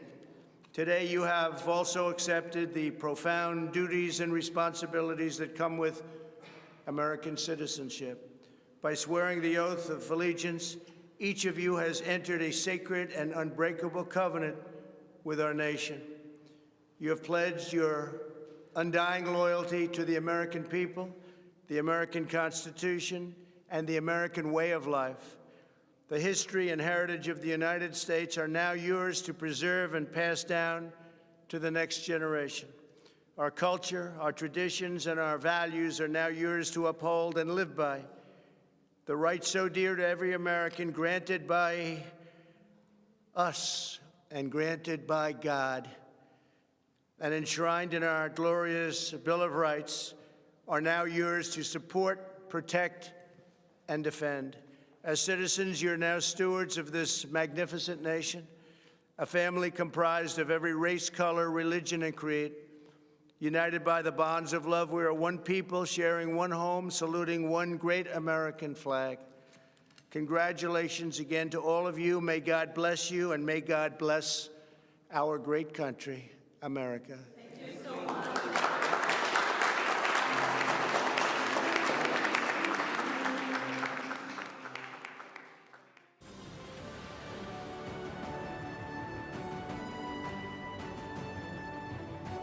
Good evening, America.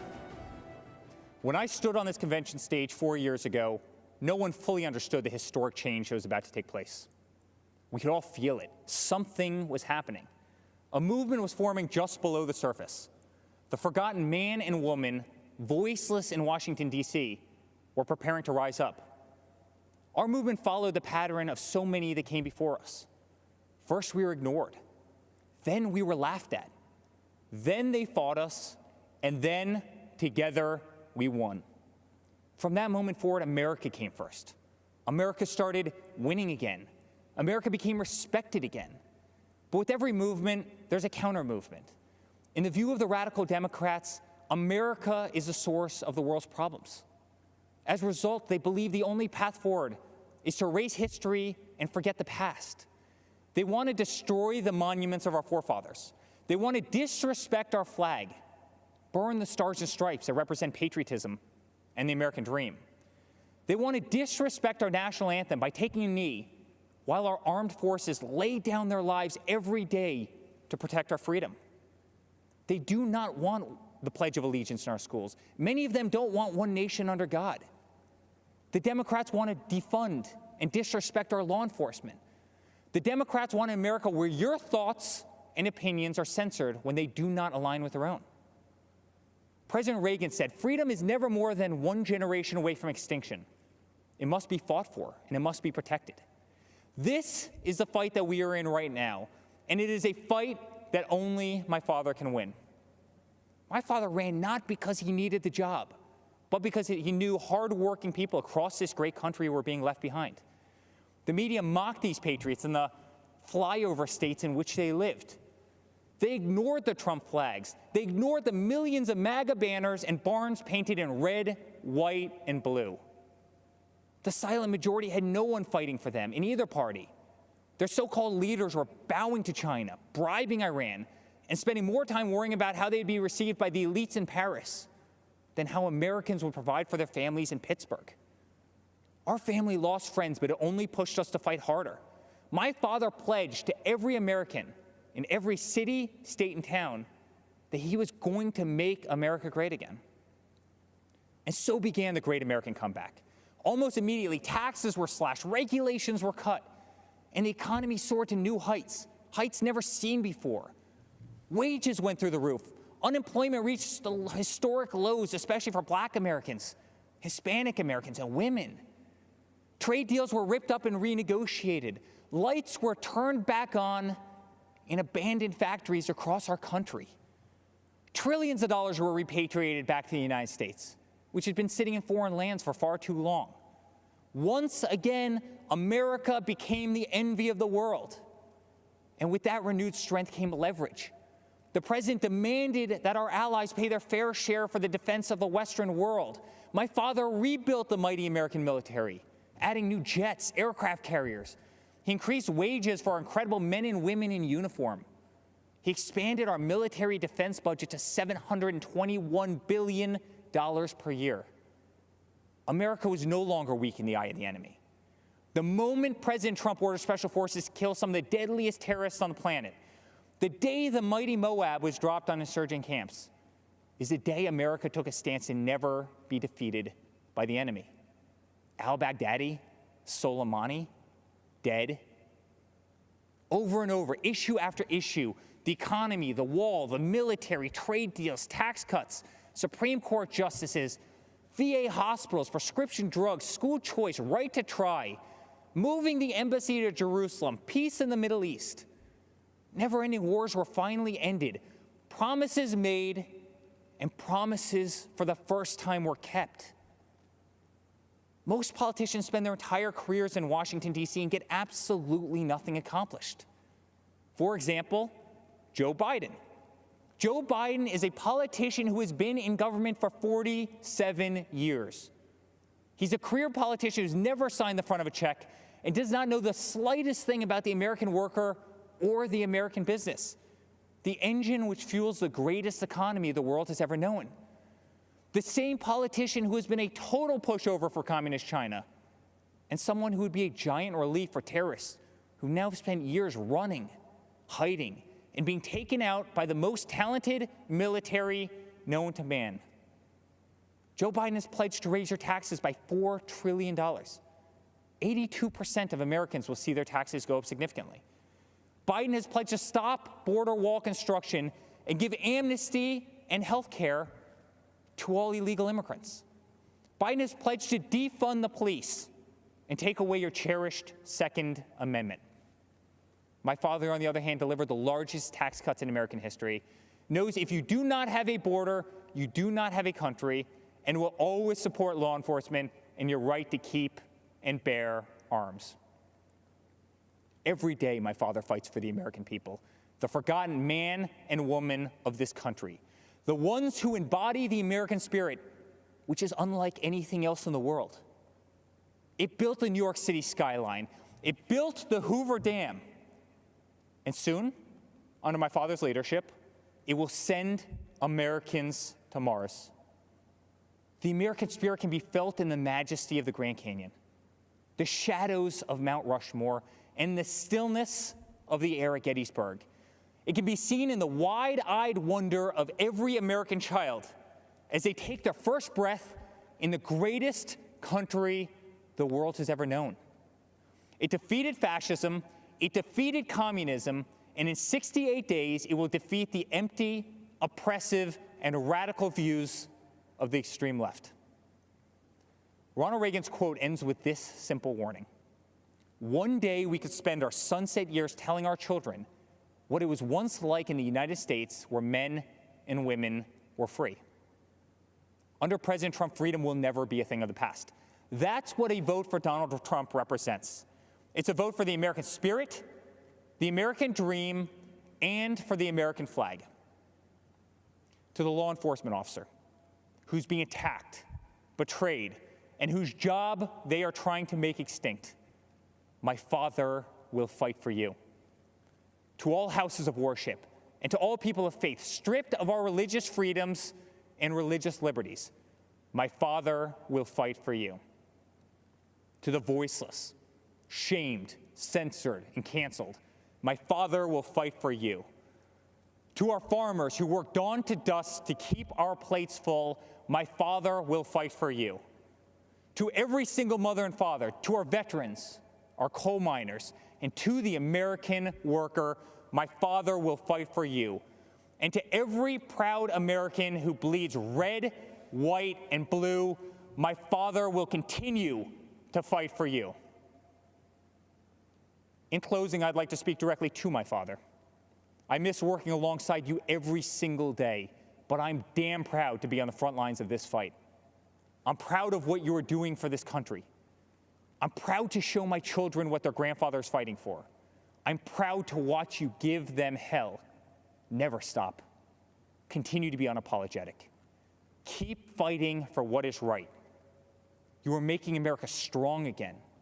You are making America safe again. You are making America proud again. And yes, together with a forgotten man and woman who are finally forgotten no more, you are making America great again. Dad, let's make Uncle Robert very proud this week. Let's go get another 4 years. I love you very much.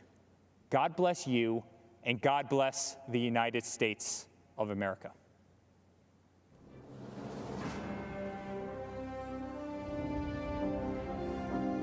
We're going to build a future of safety and opportunity for Americans of every race, color, religion, and creed.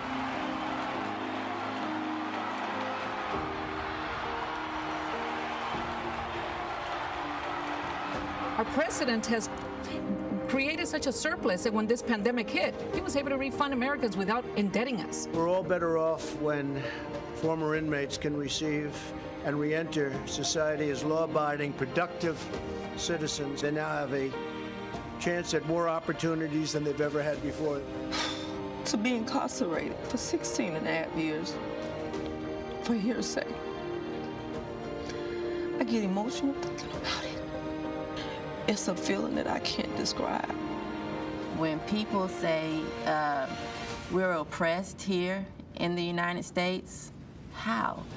Right now, this country, for me, is the last beacon of hope and opportunity. If America falls, the entire world falls. Trump's pledge to the American workers definitely means a lot to me because I wouldn't be where I'm at today. I truly believe that my kids are going to look up to me one day. It's just tremendous what I could do, I guess. The forgotten men and women will never be forgotten again. You know, in Biden's America, there aren't opportunity zones. Here you have an administration that actually looks at how can government and private enterprise work together.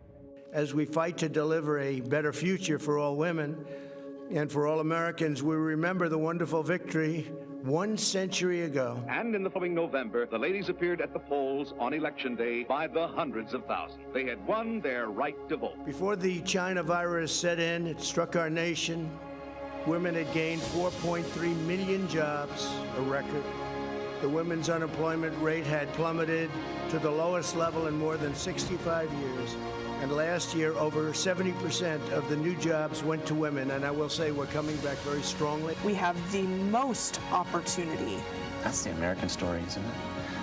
That we have hope, that even though we're in dark days now, that the days ahead hold greater possibilities because of the opportunities that we've been given in our country. And we will make America great again.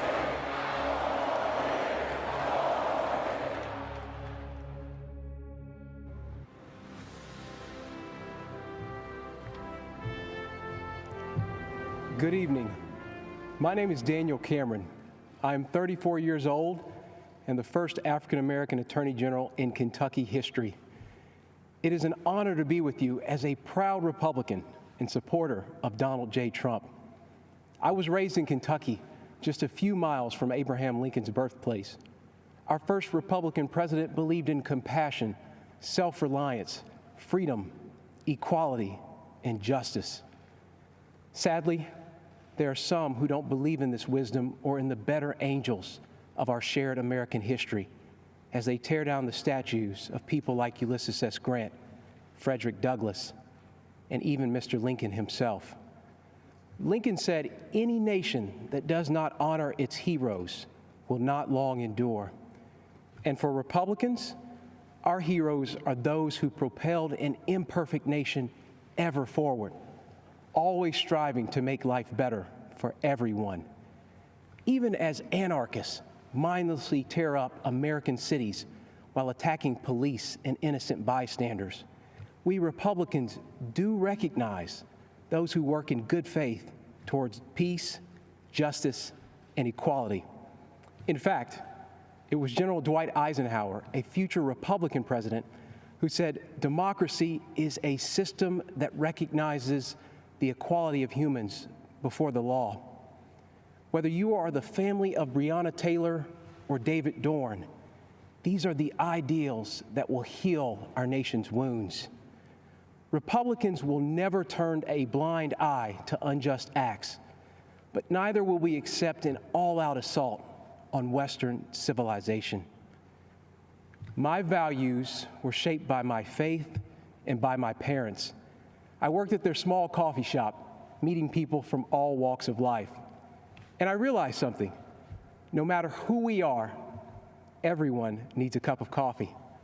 That lesson stuck with me because despite our differences, we all want the same things: for our children to have more opportunities than we did, to feel the dignity of work, and to believe that if you play by the rules, you can make a good life for yourself and your family. So the question is, will we choose the path that gives us the best chance to meet those universal desires? Or will we go backward to a time when people were treated like political commodities who can't be trusted to think for themselves? I think often about my ancestors who struggled for freedom. And as I think of those giants and their broad shoulders, I also think about Joe Biden, who says, "If you aren't voting for me, you ain't black," who argued that Republicans would put us back in chains, who says there is no diversity of thought in the black community. Mr. Vice President, look at me. I am black. We are not all the same, sir. I am not in chains. My mind is my own. And you can't tell me how to vote because of the color of my skin. Joe Biden is a backwards thinker in a world that is craving forward-looking leadership. There's no wisdom in his record or plan, just a trail of discredited ideas and offensive statements. Joe Biden would destroy jobs, raise our taxes, and throw away the lives of countless unborn children. And he is captive to the radical left, a movement committed to cancel culture and the destruction of public discourse. They believe your skin color must dictate your politics. And if you fail to conform while exercising your God-given right to speak and think freely, they will cut you down. The politics of identity, cancellation, and mob rule are not acceptable to me. Republicans trust you to think for yourself and to pursue your American dream however you see fit. Mr. Lincoln said the dogmas of the quiet past are inadequate to the stormy present. The occasion is piled high with difficulty, and we must rise to the occasion. I believe Donald Trump can meet Lincoln's mandate, even as Joe Biden remains trapped by his own failed record and by the radicals who dominate his party.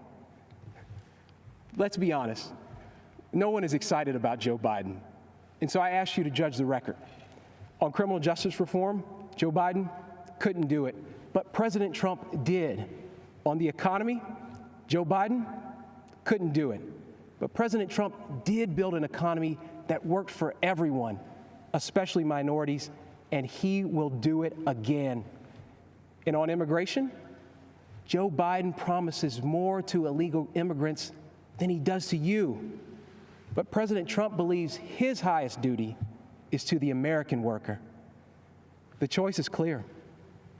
Let me close with something my mom told me. This country's many faces comprise a family, not separate parts to be divided against each other. And like any family, we care for one another. We grieve together. We share our burdens and our struggles, and we celebrate our successes. And though we fuss and fight, we are not enemies. We are Americans, united by a collective faith in our Constitution and laws and the fundamental fairness they represent. We are defenders of life and of individual liberty. And we carry the mantle of Eisenhower and of Reagan to be a force for good in this world, and one that must always be reckoned with. That's my Republican Party, the party of Lincoln, that believes America is an indispensable nation, an evergreen tree, standing tall in a turbulent world. And that's why I am voting for Donald Trump for president. Thank you, and God bless.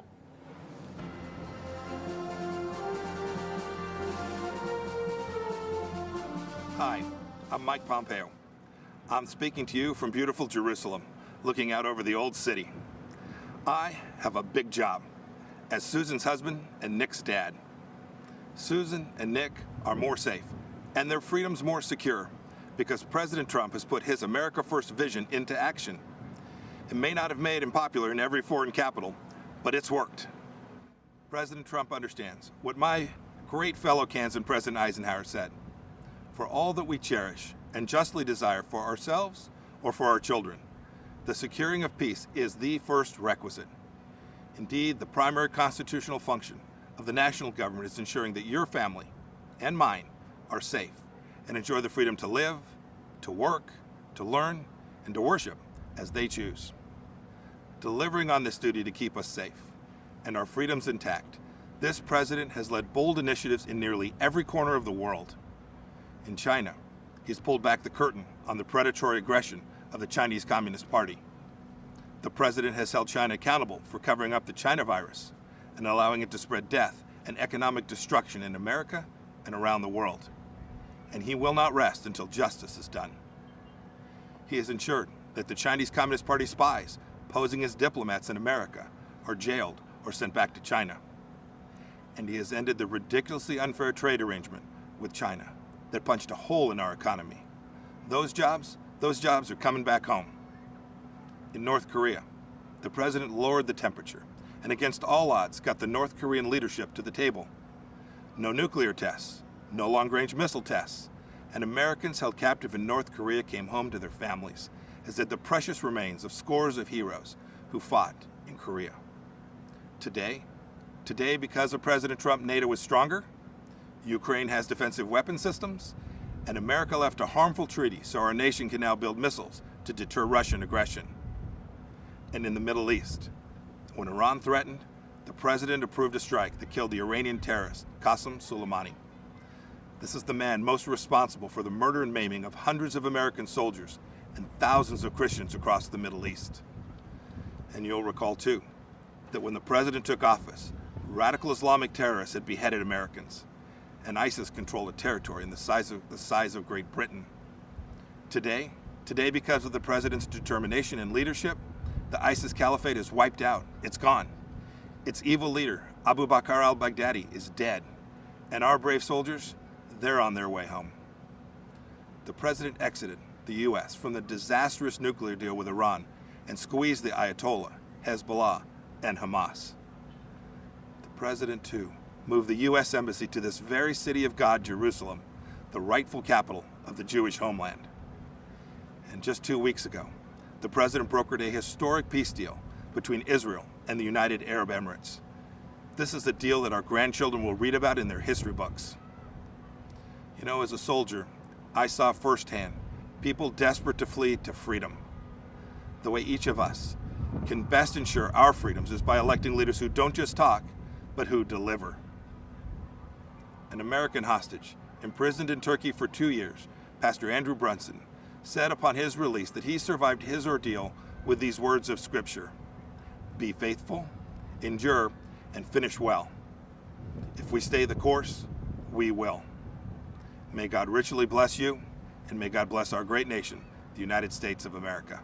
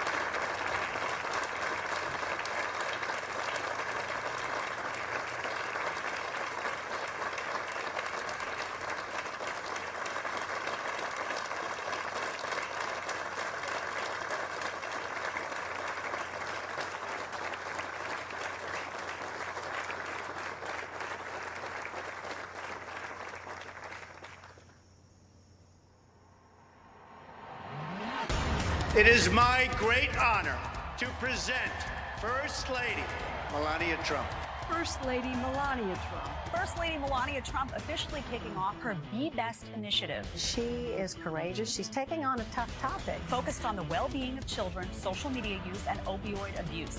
Let's join together in a committing to help children dream big, think big, and do all they can to be best in everything they do. This is her showcasing what she brings to the position of First Lady. She is smart, independent, and I think people have underestimated her big time. The First Lady was amazing. She was gracious, empathetic, and showed true compassion. First Lady Melania Trump stepping out onto the world stage. Her Be Best campaign is now going international. She has the advantage of speaking several languages. She can be a diplomat for our country. The sun was shining. She was greeted by children. This, of course, is her continuing to work on her Be Best campaign by shining a spotlight on successful programs that teach children tools and skills. She represents our country with enormous warmth and elegance and grace. Throughout history, women have made lasting impacts on society, and these women represent the strength of the female spirit. As First Lady of the United States, I'm proud of what this country continues to do for women. We as women must continue using our great tool of empowerment, our voices. It was a very important moment for Melania Trump. This was a really prominent week for her. The iconic White House Rose Garden has been renovated for the first time in 60 years. When the history books are written, there should be a special chapter reserved for our First Lady. She is an incredible First Lady. An amazing mother, an incredible woman, First Lady Melania Trump.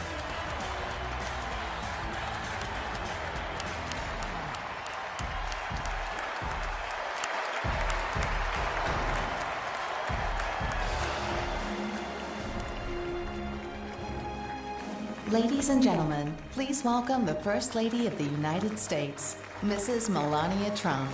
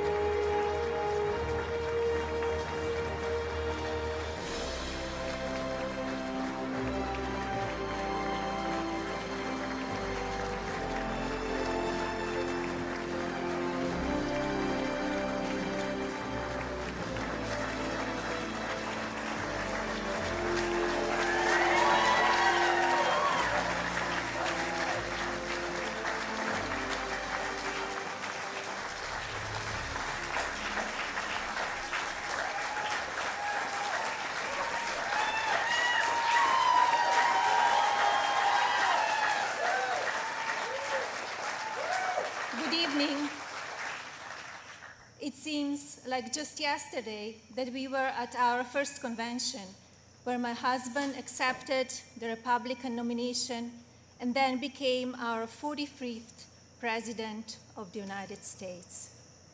Yet the energy and enthusiasm for who should lead this nation, it is real today as it was 4 years ago. I know I speak for my husband and the entire family when I say we have not forgotten the incredible people who were willing to take a chance on the businessmen who had never worked in politics. We know it was you who elected him to be Commander-in-Chief, and we know it is you who will carry us through again. We were humbled by the incredible support then, and we are still grateful today. I want to acknowledge the fact that since March, our lives have changed drastically.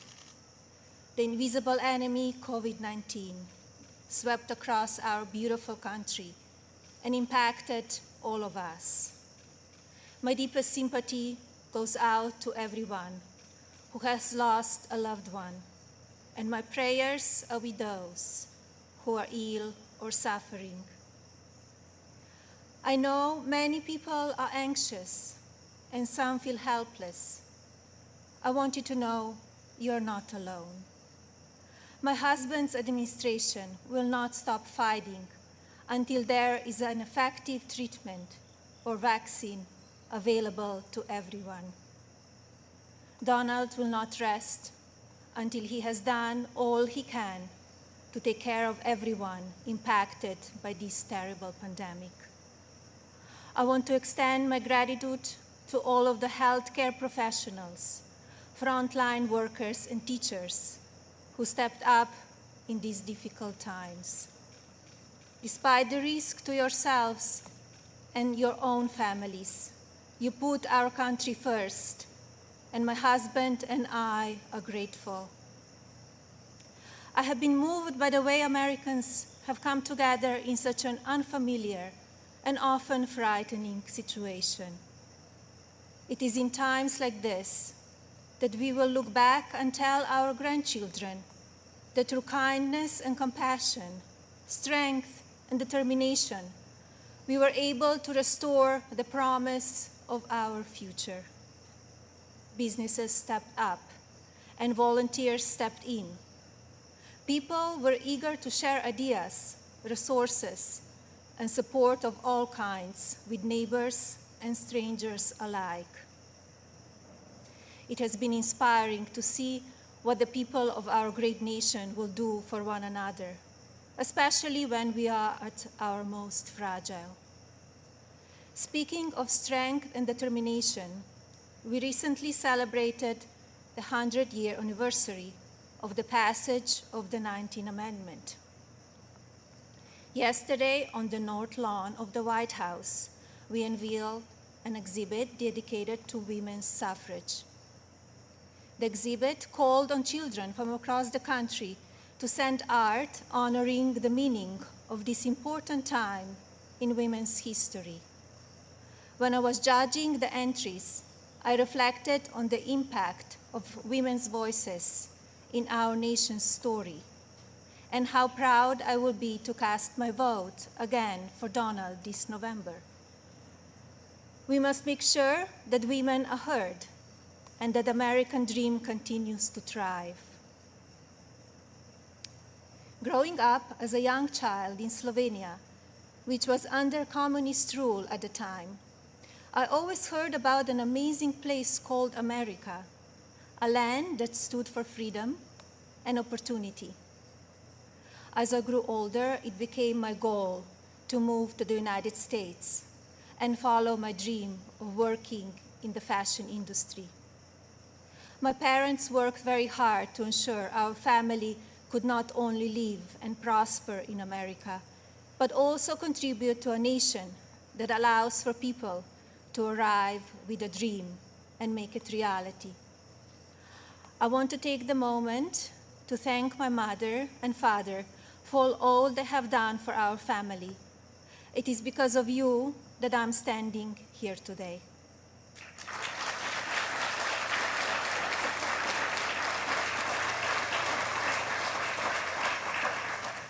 I arrived in the United States when I was 26 years old. Living and working in the land of opportunity was a dream come true, but I wanted more. I wanted to be a citizen. After 10 years of paperwork and patience, I studied for the test in 2006 and became an American citizen.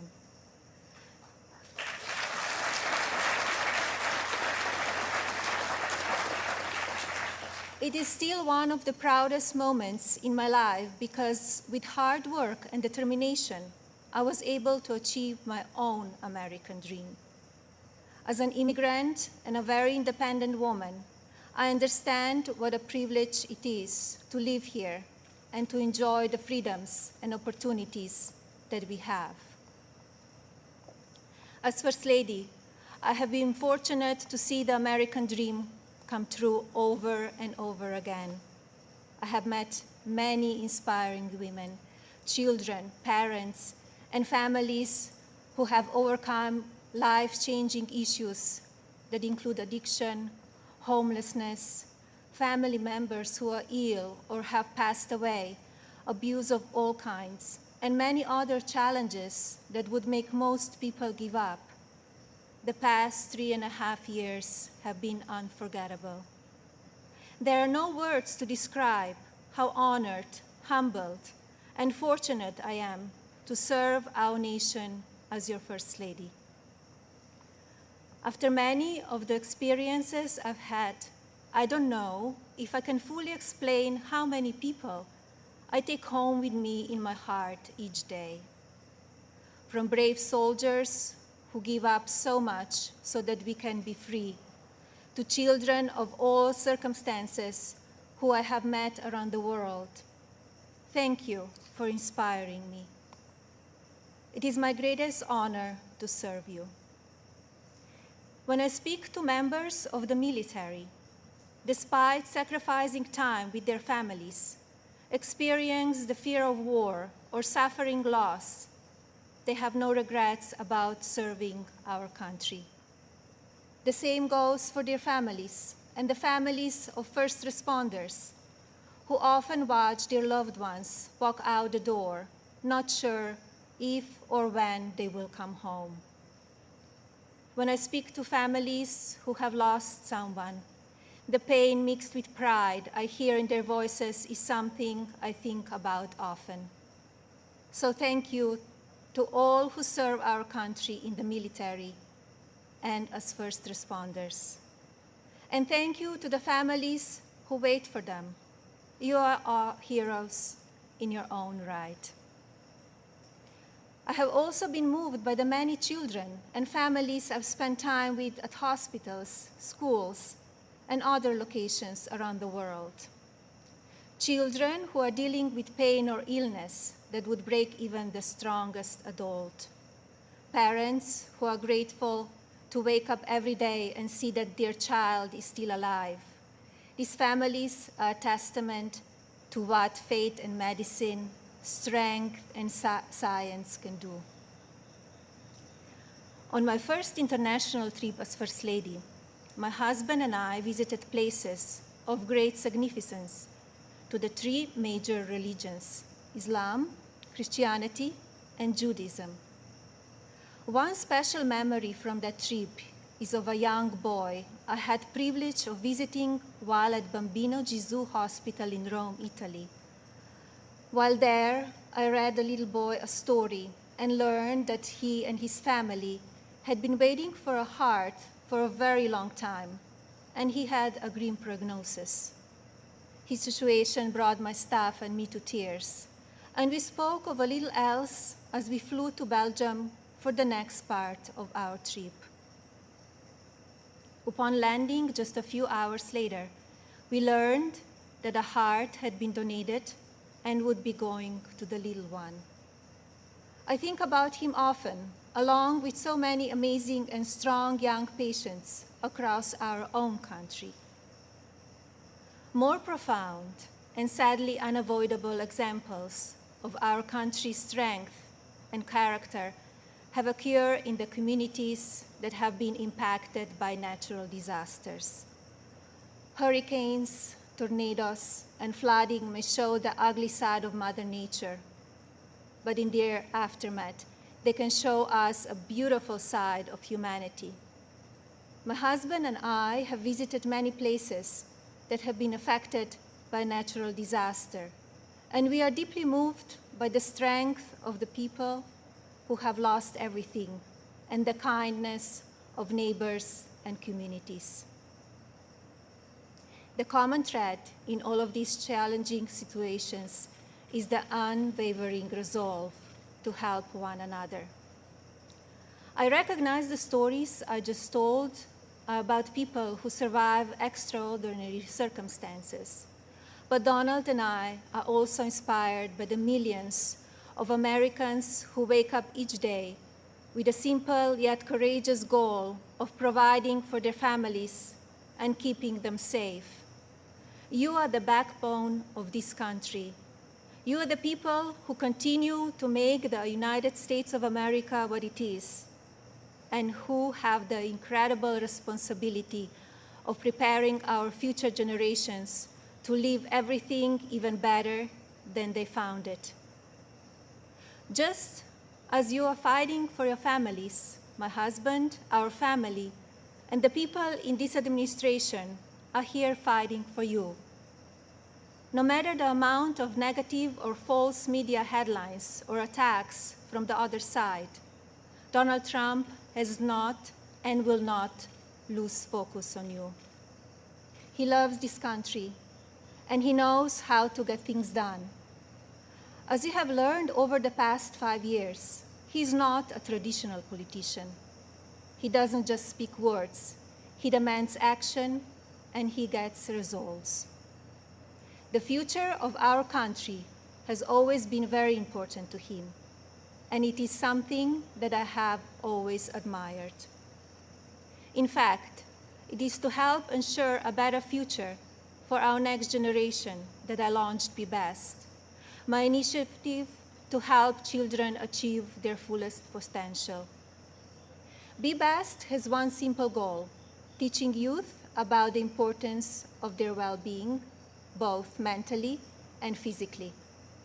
This also includes understanding online safety and the dangers of opioid and drug abuse.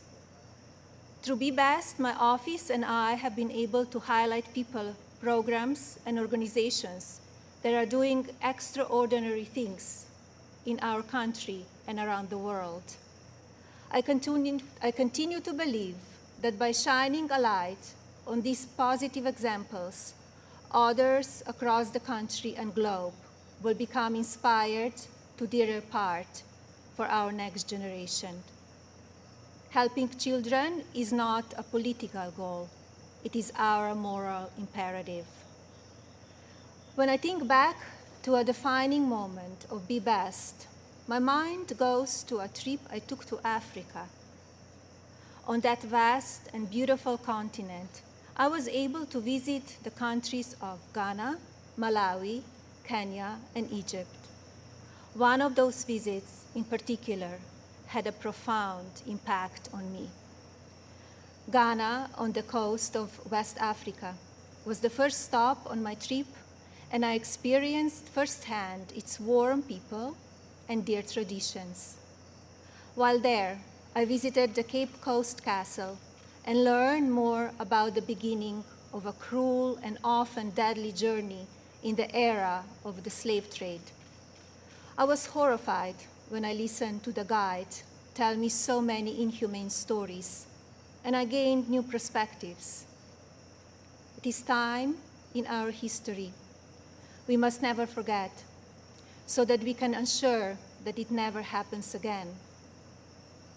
Like all of you, I have reflected on the racial unrest in our country. It is a harsh reality that we are not proud of parts of our history. I encourage people to focus on our future while still learning from our past. We must remember that today we are all one community comprised of many races, religions, and ethnicities. Our diverse and storied history is what makes our country strong, and yet we still have so much to learn from one another. With that in mind, I like to call on the citizens of this country to take a moment, pause, and look at things from all perspectives. I urge people to come together in a civil manner so we can work and live up to our standard American ideals. I also ask people to stop the violence and looting being done in the name of justice, and never make assumptions based on the color of a person's skin. Instead of tearing things down, let's reflect on our mistakes, be proud of our evolution, and look to our way forward. Every day, let us remember that we are one nation under God, and we need to cherish one another. My husband's administration has worked to try and effect change when it comes to issues around race and religion in this country. He's the first president to address a special session of the United Nations General Assembly to call upon countries across the world to end religious persecution and honor the right of every person to worship as they choose. He has made substantial investments in our historically black colleges and universities.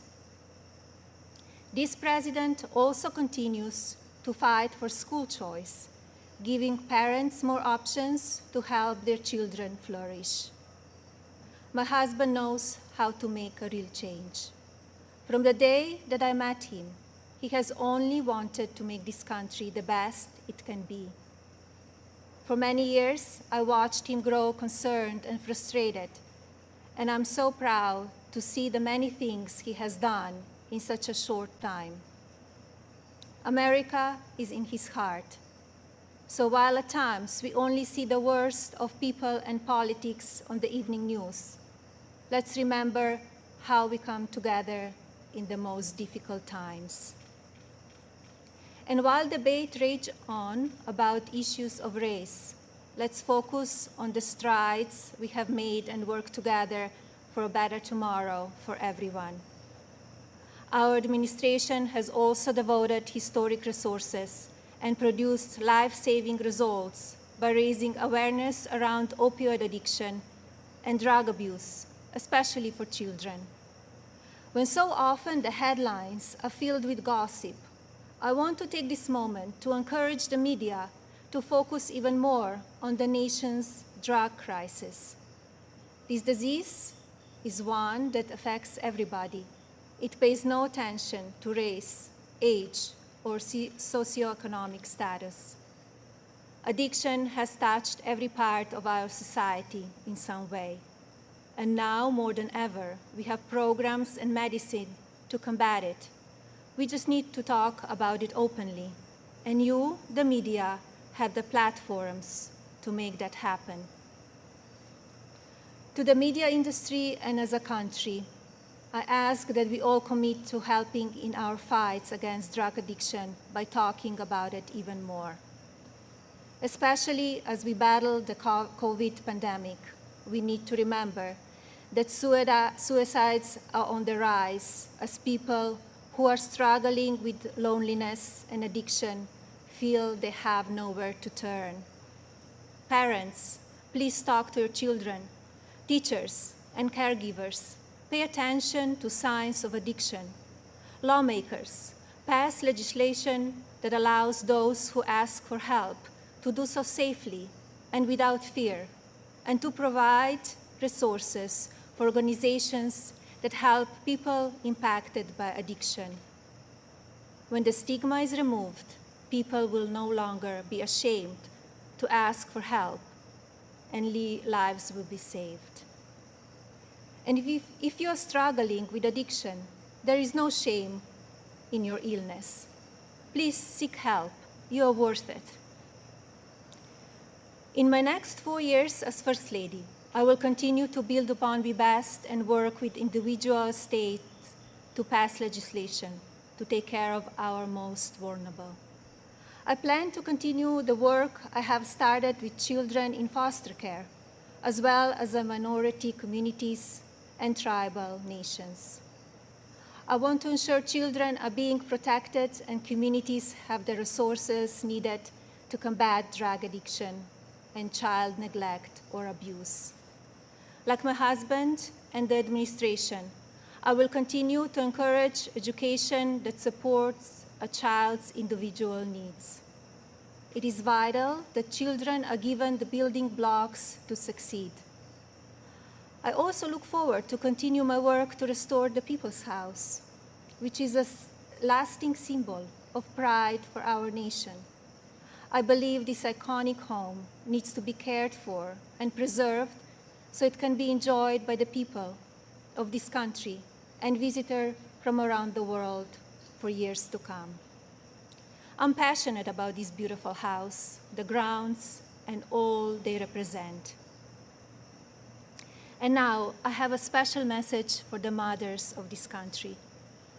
This modern world is moving so fast, and our children face challenges that seem to change every few months. Just like me, I know many of you watch how mean and manipulative social media can be. And just like me, I'm sure many of you are looking for answers how to talk to your children about the downside of technology and their relationships with their peers. Like every parent in this country, I feel there are so many lessons to teach our son and responsibilities as his mother, but there are just not enough hours in the day to do it all. I remind myself that I'm more fortunate than most and still have days that I look for wisdom and strength to do the very best I can for him. To mothers and parents everywhere, you are warriors. In my husband, you have a president who will not stop fighting for you and your families. I see how hard he works each day and night, and despite the unprecedented attacks from the media and opposition, he will not give up. In fact, if you tell him he cannot be done, he just works harder.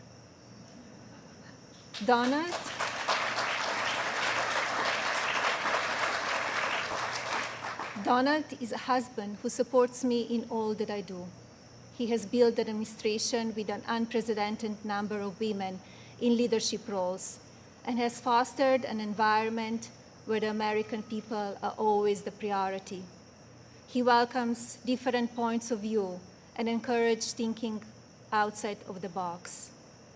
I know I speak for my husband and the family when I say we are so grateful that you have trusted him to be your president, and we will be honored to serve this incredible country for 4 more years.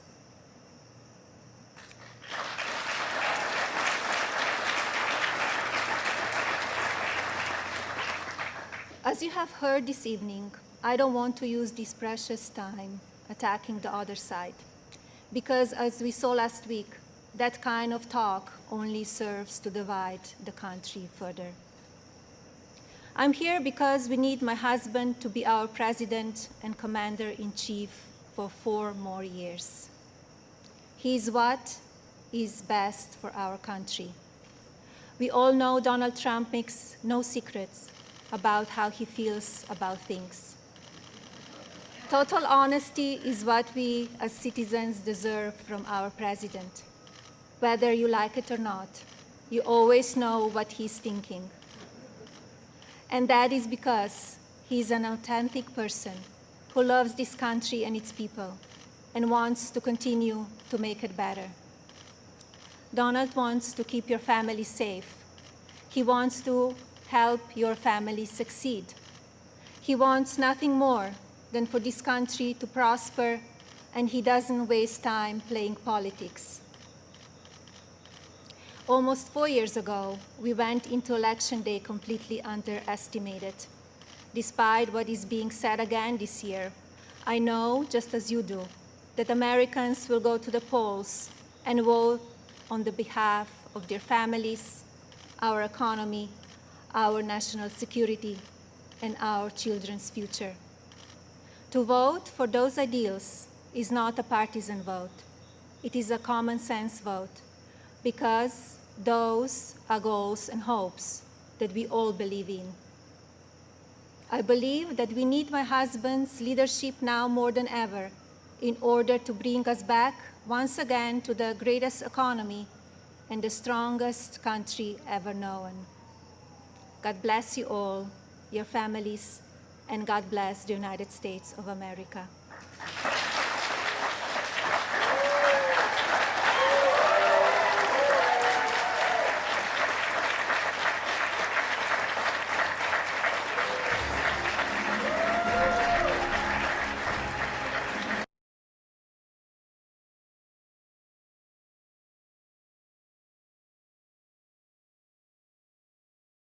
Honor and dignity to generations past and will for generations to come. 4 years ago, we faced an historic crossroad. Career politicians promising change every election, but delivering emptiness. We chose a different path. A man who is not a politician, a man who cares, a man who loves America and all Americans, a man who works tirelessly for you, even tonight during this nomination. The results? Jobs were created, embracing the undeniable greatness of diversity. Prosperity, safe communities, protecting and serving, caring for one another. Still, politicians spun their deceptions and obstructed progress, fanning the flames of lawlessness. We all know that it is easy to criticize. It takes a true leader to solve problems. COVID-19, while others criticized without solutions, President Trump's swift action saved lives. And as leading Democrats want to keep businesses closed down, our president is leading the way for a full economic recovery. We are America.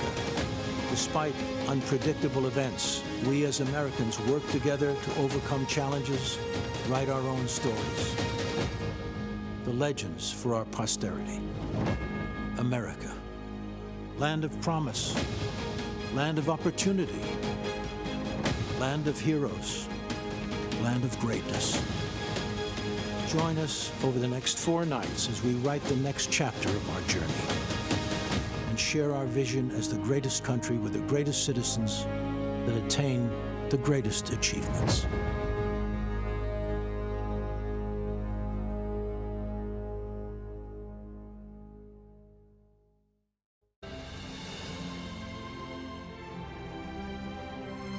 From Washington, D.C., welcome to the 2020 Republican National Convention.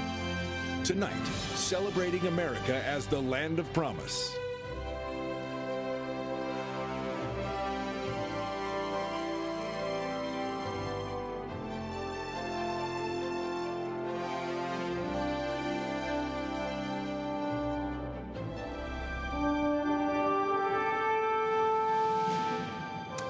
Let us pray, and pray we must.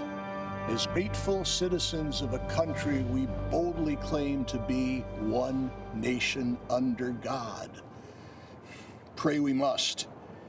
Praising the Lord for a country where freedom of religion is so cherished, where both Republicans and Democrats begin their conventions, heads bowed in prayer. Pray we must, conscious of those suffering from COVID and those unwearied frontliners who care for them and all of us.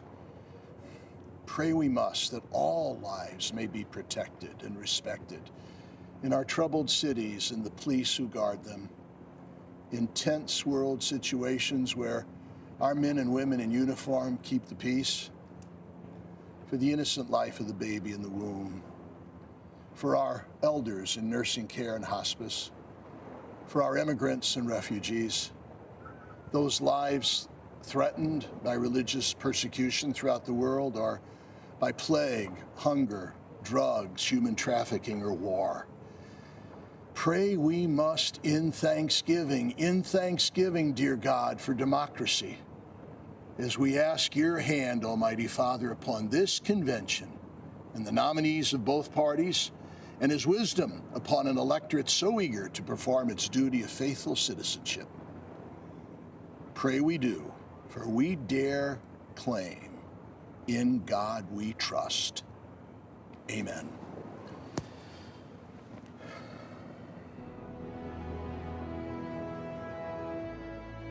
I pledge allegiance to the flag of the United States of America and to the republic for which it stands, one nation, under God, indivisible, with liberty and justice for all.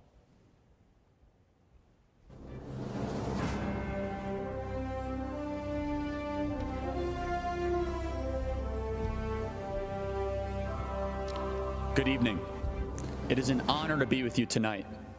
My name is Charlie Kirk. I run the largest pro-American student organization in the country, Turning Point USA, fighting for the future of our republic. Speaking to you in my personal capacity tonight as a 26-year-old, I see the angst of young people as well as the challenges facing new parents. I am here tonight to tell you, to warn you, that this election is a decision between preserving America as we know it and eliminating everything that we love. For decades, ruling class leaders in both parties sold out our future to China, to faceless corporations, and to self-serving lobbyists. They did it to preserve their own power and enrich themselves, all while rigging the system to hold down the good, decent middle-class patriots striving to build a family and pursue a decent life. All of this changed dramatically in 2015 when a billionaire named Donald Trump put his own life of luxury on the line. From that moment he came down that famous escalator, he started a movement to reclaim our government from the rotten cartel of insiders that have been destroying our country. We may not have realized it at the time, but Trump is the bodyguard of Western civilization. Trump was elected to protect our families from the vengeful mob that seeks to destroy our way of life, our neighborhoods, schools, churches, and values. President Trump was elected to defend the American way of life. The American way of life means you follow the law, you work hard, you honor God, you raise your kids with strong values, and you work to create a civil society. The American way of life means you speak your mind without retribution, without being kicked off social media by a self-righteous censor in Silicon Valley. It means you can freely practice your religion, and that church is more essential than a casino. And it means that we judge people on their actions, not on their immutable characteristics. The American way of life is being dismantled by a group of bitter, deceitful, vengeful activists who have never built anything in their lives. They have us locking up pastors while releasing violent criminals from prison. We are kicking doctors off of social media, yet promoting Chinese state-funded propaganda on major tech platforms. This election is the most critical since 1860, when a man named Lincoln was elected to preserve the Union from disintegration. This election is not just the most important of our lifetime, it is the most important since the preservation of the Republic in 1865. By re-electing Trump, we will ensure that our kids are raised to love our country and respect its founding fathers, not taught to hate or be ashamed of them. We will build monuments to heroes, not burn down our cities. We will be a country that rises to higher heights, that dreams big, thinks big, and achieves the impossible. A country that values our remarkable journey, the complexities of our past, but clearly communicates to the next generation that we have to be grateful, not angry, that we live in the United States. We will be a country that makes it easier to have many children, live quiet and peaceable lives, and worship your God without a tyrant getting in the way. We will be a country that has its best 100 years ahead. We will build a future where America remains the greatest country ever to exist in the history of the world. All of that is within our grasp if we secure 4 more years for the defender of Western civilization, our champion, my friend, the 45th President of the United States, President Donald J. Trump.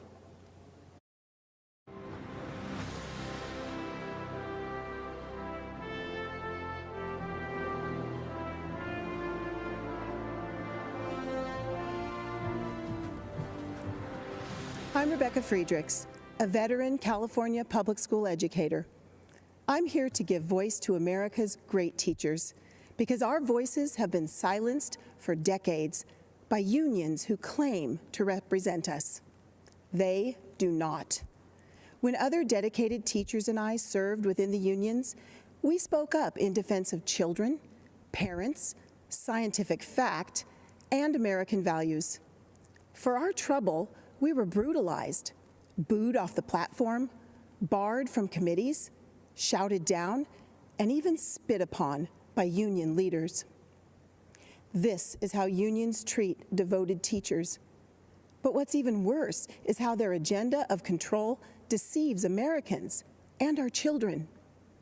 They've intentionally rewritten American history to perpetuate division, pervert the memories of our American founders, and disparage our Judeo-Christian virtues. Their lenient discipline policies morphed our schools into war zones, and they back defunding police and abolishing ICE. Unions collect billions annually from unsuspecting teachers and push this radical agenda into our classrooms against our will. Why? The only way to keep a free republic is with a well-educated, moral citizenry that can self-govern. Unions are subverting our republic, so they undermine educational excellence, morality, law, and order. That's why they spend hundreds of millions annually to defeat charter schools and school choice, trapping so many precious low-income children in dangerous, corrupt, and low-performing schools. To fight back on behalf of children and America, brave teachers brought a lawsuit against unions. And do you know who intervened against us? The Obama-Biden administration and California Attorney General Kamala Harris. They argued against us at the U.S. Supreme Court. Their comrades labeled us spawns of Satan and slandered us in mainstream media. No matter their abuse, we'll keep fighting for the country and children we love, just like President Trump. He's breaking the union's grip on our schools. That's why unions have tried to destroy him since the day he was elected. But President Trump isn't afraid to fight for what's right. He won't back down. His courage gives great teachers renewed hope. He's even proposed education freedom scholarships to return control to parents, protect religious liberties, and empower kids to escape dangerous, low-performing schools. The Republican platform supports educational freedom. The Democrat Party does not. Democrats stand with deceptive teachers' unions who pick on loving teachers and little kids. President Trump stands with America's families, great teachers, and most importantly, our children. So America's great teachers, let's stand with President Trump in protection of the kids and country we love.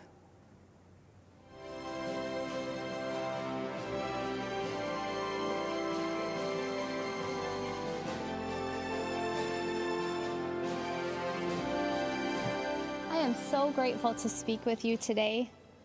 My name is Tanya Weinreis. I am from Montana, where I live with my husband, my hero, a Marine and retired police officer. My husband and I own Mountain Mud Espresso. We are not some multinational corporation. Our success is not measured by stockholders, but by our neighbors, the people we see at church, and at jiu-jitsu school with our son.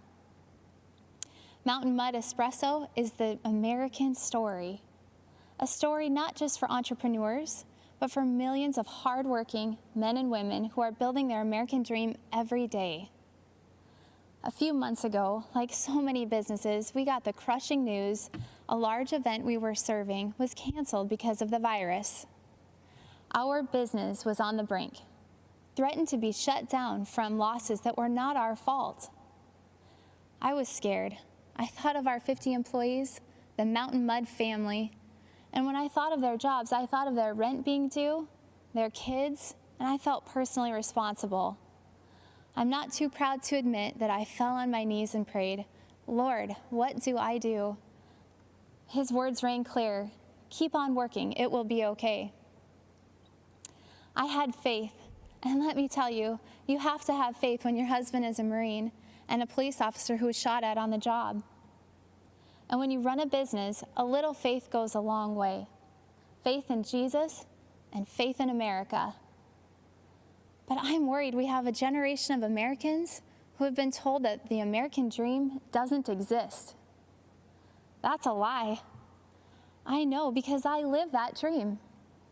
It's why I feel so strongly that we need a president who believes in the American dream like President Donald Trump, now more than ever. I am so thankful that my prayers for help were answered. My company was one of the first to receive a PPP loan, and praise God, it has been a lifesaver. Not only were we able to keep every single employee, but we've been hiring weekly ever since. I feel for local businesses across America who are under assault from shutdowns, from riots, and now facing the terrifying prospect of Joe Biden coming after everything we've built. I am so grateful we have leaders like President Trump standing up for local businesses like mine. Thank you, President Trump. It is exciting to be part of the great American comeback story.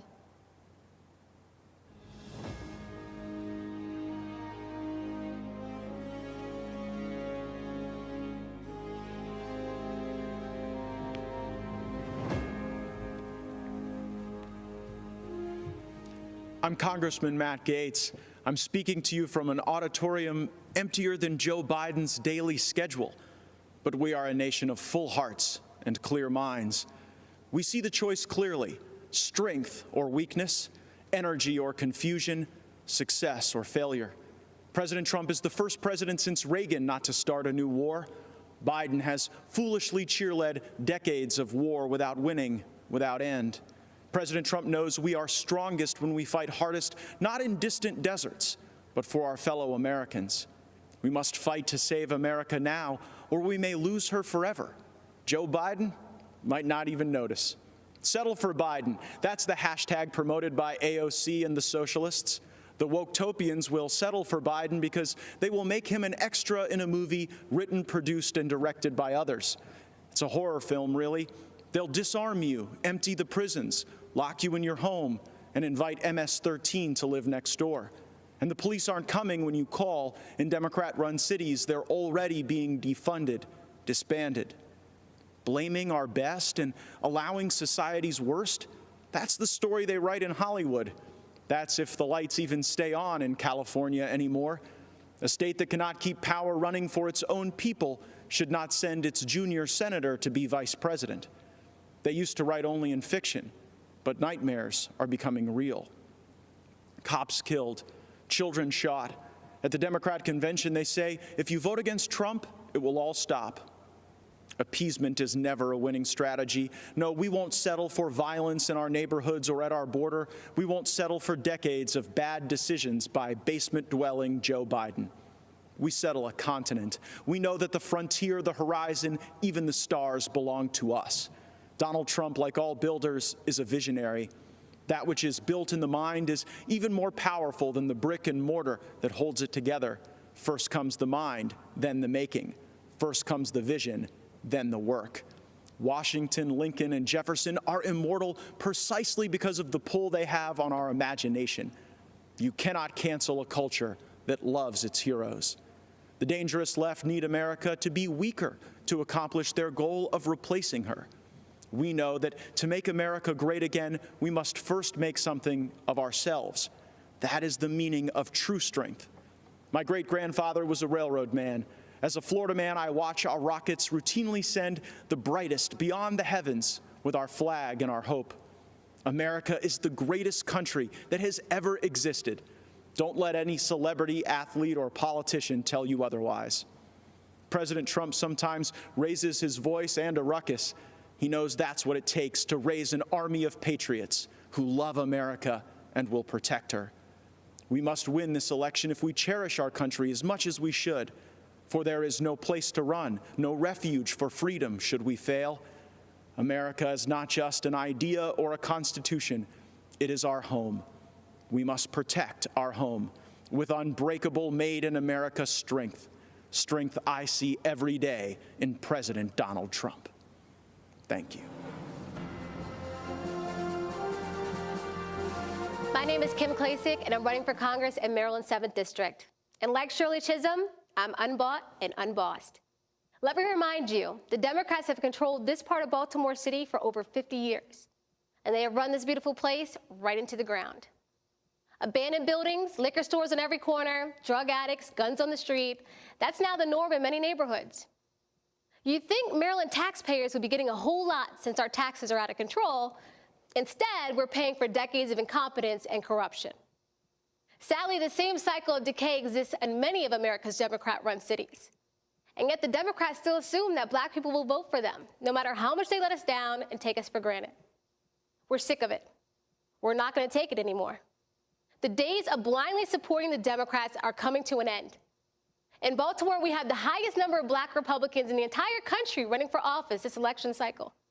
Joe Biden believes we can't think for ourselves, that the color of someone's skin dictates their political views. We're not buying the lies anymore.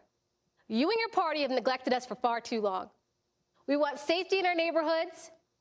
We want to make the most of the federal opportunity zone I'm standing in right now in West Baltimore. We want higher paying jobs and more business opportunities. We want lower taxes. We want school choice.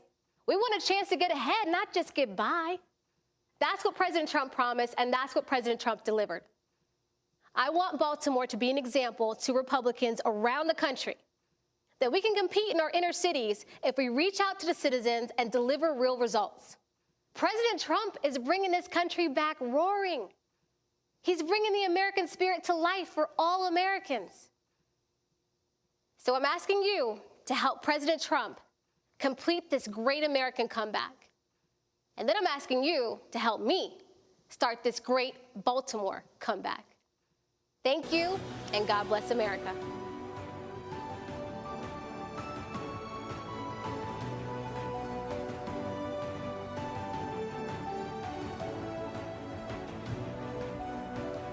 Good evening. I'm Ronna McDaniel, chairwoman of the Republican National Committee, and on behalf of everyone in our party and President Trump, thank you for tuning in as we kick off this historic convention. As we speak to you tonight, we send our thoughts and prayers to those facing terrible fires in California, recovering from storms in Iowa, and preparing for hurricanes in Louisiana and the Gulf Coast. Democrats started their convention last week with Eva Longoria, a famous Hollywood actress who played a housewife on TV. Well, I'm actually a real housewife and a mom from Michigan with two wonderful kids in public school who happens to be the only the second woman in 164 years to run the Republican Party. And unlike Joe Biden, President Trump didn't choose me because I'm a woman. He chose me because I was the best person for the job. 4 years ago, President Trump started a movement unlike any other. And over the next 4 days, we will hear from a few of the millions of hardworking, everyday Americans who have benefited from his leadership. If you watched the DNC last week, you probably noticed that Democrats spent a lot of time talking about how much they despise our president. But we heard very little about their actual policies. Policies that would have been unthinkable a decade ago. Policies like banning fossil fuels, eliminating private health insurance, taxpayer-funded health care for people who come here illegally, and defunding the police. Their argument for Joe Biden boiled down to the fact that they think he's a nice guy. Well, let me tell you, raising taxes on 82% of Americans is not nice. Eliminating 10 million good-paying oil and gas jobs is not nice. Policies that force jobs to flee our country or allow abortion up until the point of birth are not nice.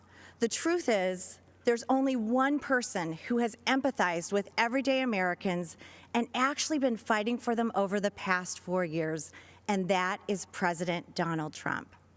In the nearly 4 years I've worked on behalf of President Trump, I've seen up close a man who has a deep love for family, a man who has reverence for the office of the presidency, a man with an incredible respect for law enforcement and our military.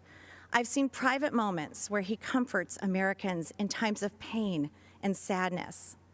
Now, everyone knows he can be tough. He's tough when he takes on China, tough when he works to fix our unfair trade deals, tough when he fights to secure our borders.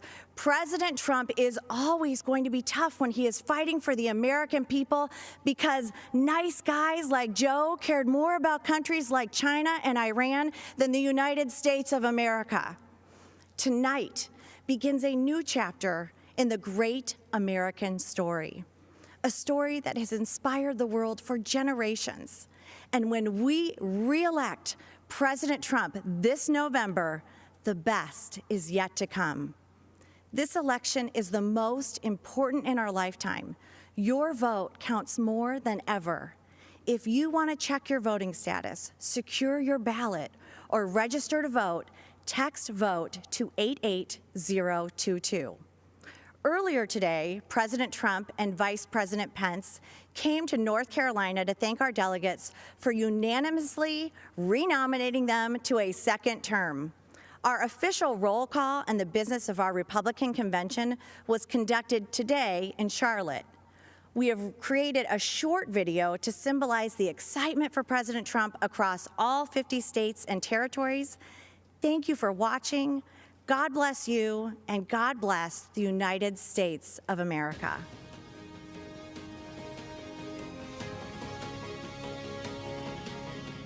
The great state of Alabama, Alaska, American Samoa, Arizona, Arkansas, California, Colorado, Connecticut, Delaware, District of Columbia, Florida, Georgia, Guam, Hawaii, Idaho, Illinois, Indiana, Iowa, Kansas, Kentucky, Louisiana, Maine, Maryland, Massachusetts, Michigan, Minnesota, Mississippi, Missouri, Montana, Nebraska, Nevada, New Hampshire, New Jersey, New Mexico, New York, North Carolina, North Dakota, the Northern Mariana Islands, Ohio, Oklahoma, Oregon, Pennsylvania, Puerto Rico, Rhode Island, South Carolina, South Dakota, Tennessee, United States Virgin Islands, Utah, Vermont, Virginia, Washington, West Virginia, Wisconsin, Wyoming. are excited to nominate Donald J. Trump and Vice President Mike Pence for 4 more years. Thank you for all you've done to make America great again. It is our privilege, To nominate you for 4 more years. and we know the best is yet to come.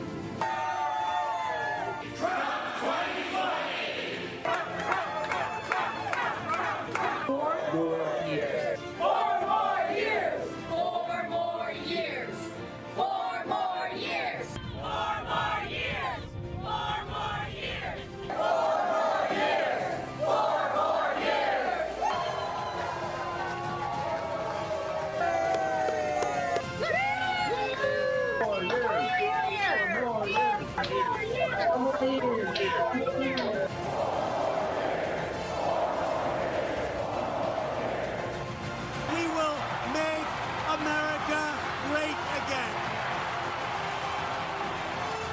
And ladies and gentlemen of this country, the best is yet to come.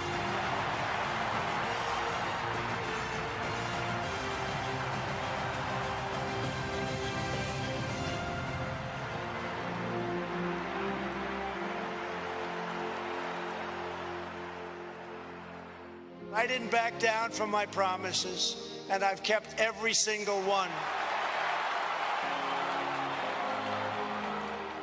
This current administration had made hope possible.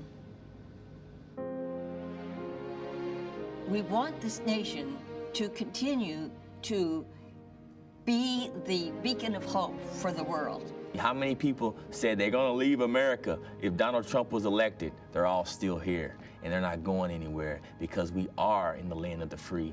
We will never, ever sign bad trade deals. America first again. America first. America's great USMCA trade bill. This is a big win for the United States of America. This is a great trade deal. We are going to lift the restrictions on the production of American energy. We will create millions of more jobs. Hope to me is the belief in a better tomorrow and creating a better future for our children. When I look in the eyes of my grandchildren, I want them to know that their papa was not silent. We will rescue kids from failing schools by helping their parents send them to a safe school of their choice. We will completely rebuild our depleted military. The countries that we are protecting at a massive cost to us will be asked to pay their fair share. We will take care of our great veterans like they have never been taken care of before. This guy saved me. Yeah. He saved me. Thanks to him, I'm here. To me, he's giving people hope, what he's doing for the poor people, what he's doing for everybody. We are going to appoint justices of the United States Supreme Court who will uphold our laws and our Constitution. Why supporting law enforcement is so important for keeping America great. As long as I'm president, I will never defund your police, that I promise you. It's time to deliver a victory for the American people. We are going to start winning again. It's called Promises Made, Promises Kept.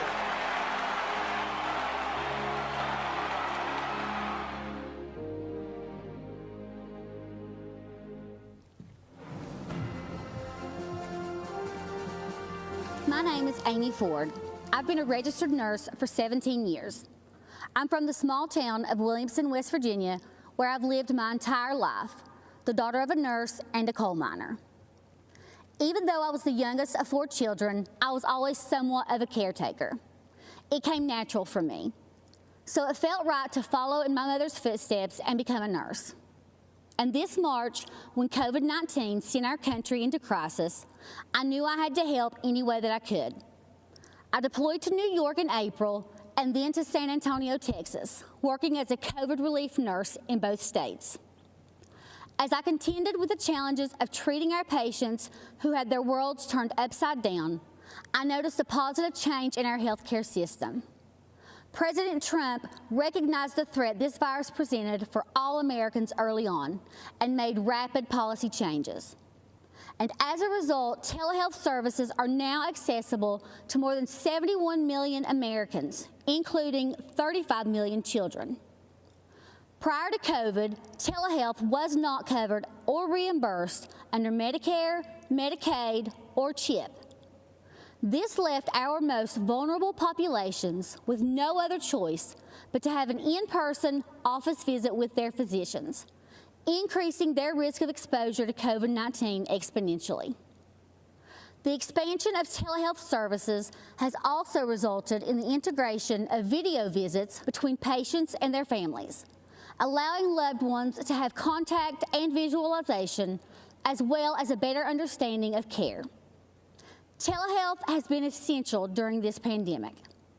I don't want the media taking my personal story and twisting it, so let me be clear. As a healthcare professional, I can tell you without hesitation, Donald Trump's quick action and leadership saved thousands of lives during COVID-19. And the benefits of that response extend far beyond coronavirus. Telehealth will continue to aid many that are just unable to find transportation or a way to the doctor for regular checkups. This is especially true in rural America. I live in a town of about 2,000 people. We do not have buses, trains, trolleys, or Ubers available to us. In addition, the unavailability of services can also hinder treatment for many. So increased access to telehealth for millions of Americans has truly been life-saving, and we have President Trump to thank. From the very beginning, Democrats, the media, and the World Health Organization got coronavirus wrong. The World Health Organization said, authorities have found no clear evidence of human-to-human transmission. Overall, most people should not be terribly concerned about it. Everything is fine here. We do want to say to people, come to Chinatown. Here we are. Come join us. We don't even think it's going to be as bad as it was in other countries. Go about your lives, go about your business. One leader took decisive action to save lives, President Donald Trump. Banning travel from China and coronavirus epicenters. Biden charged xenophobia. But President Trump was right, signing the CARES Act, providing immediate relief to American families, workers, and businesses, declaring a national emergency, tapping into $42 billion in existing emergency funding, quickly getting crucial personal protective equipment to the states, signing the Families First Coronavirus Response Act, ensuring that American families and businesses impacted by the virus receive the strong support they need, launching Operation Warp Speed to fast-track a vaccine in record time. He said everything that I could have hoped for. Promise made, promise kept. He is ready, willing, and able to help. He has been responsive. He's done a lot of good things. What the federal government did was a phenomenal accomplishment. In our hour of need, and you all literally are helping us in a big way, we were at the edge, and this is life or death stuff, and we're forever thankful for that. Soon, we will emerge safer, stronger, and greater than ever.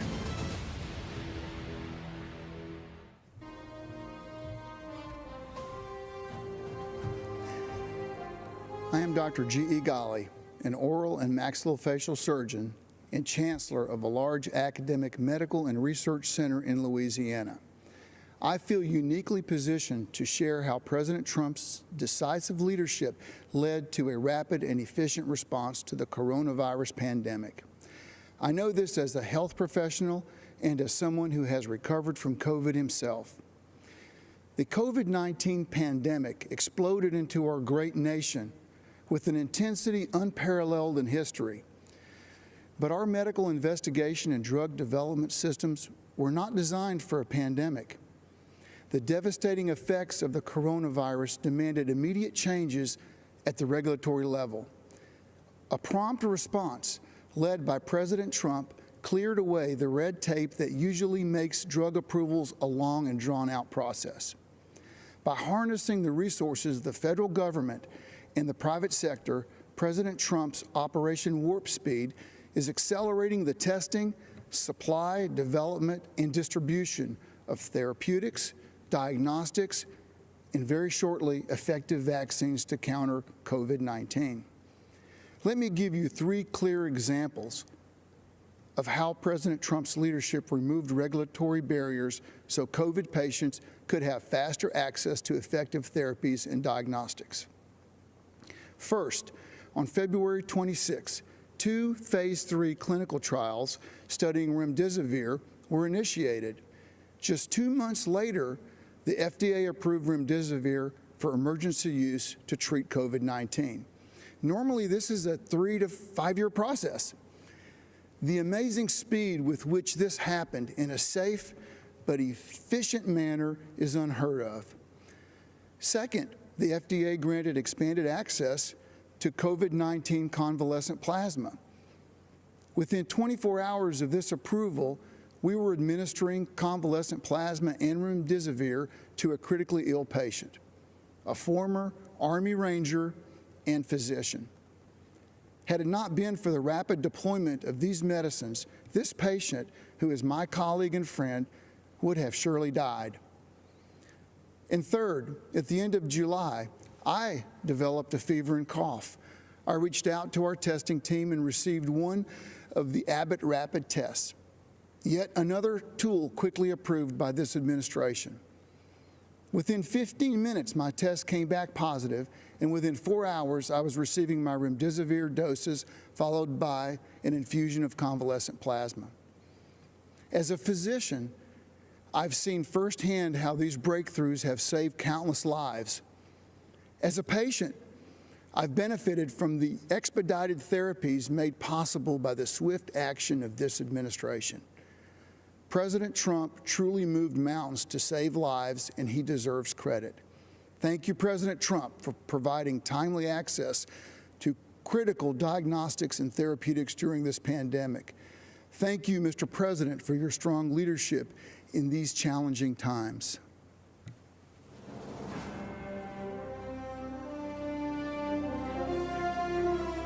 When the China virus invaded our country, we launched the greatest mobilization of American society since World War II. Patriots of every race, color, and creed rallied together to defeat the invisible enemy and save the lives of their fellow citizens. Today, our hearts overflow with appreciation for the incredible frontline workers who risk their own health and safety to keep America strong and safe. When crisis came, millions of everyday Americans rose to the challenge. In their actions, we see true greatness of the American character. We always find a way to victory.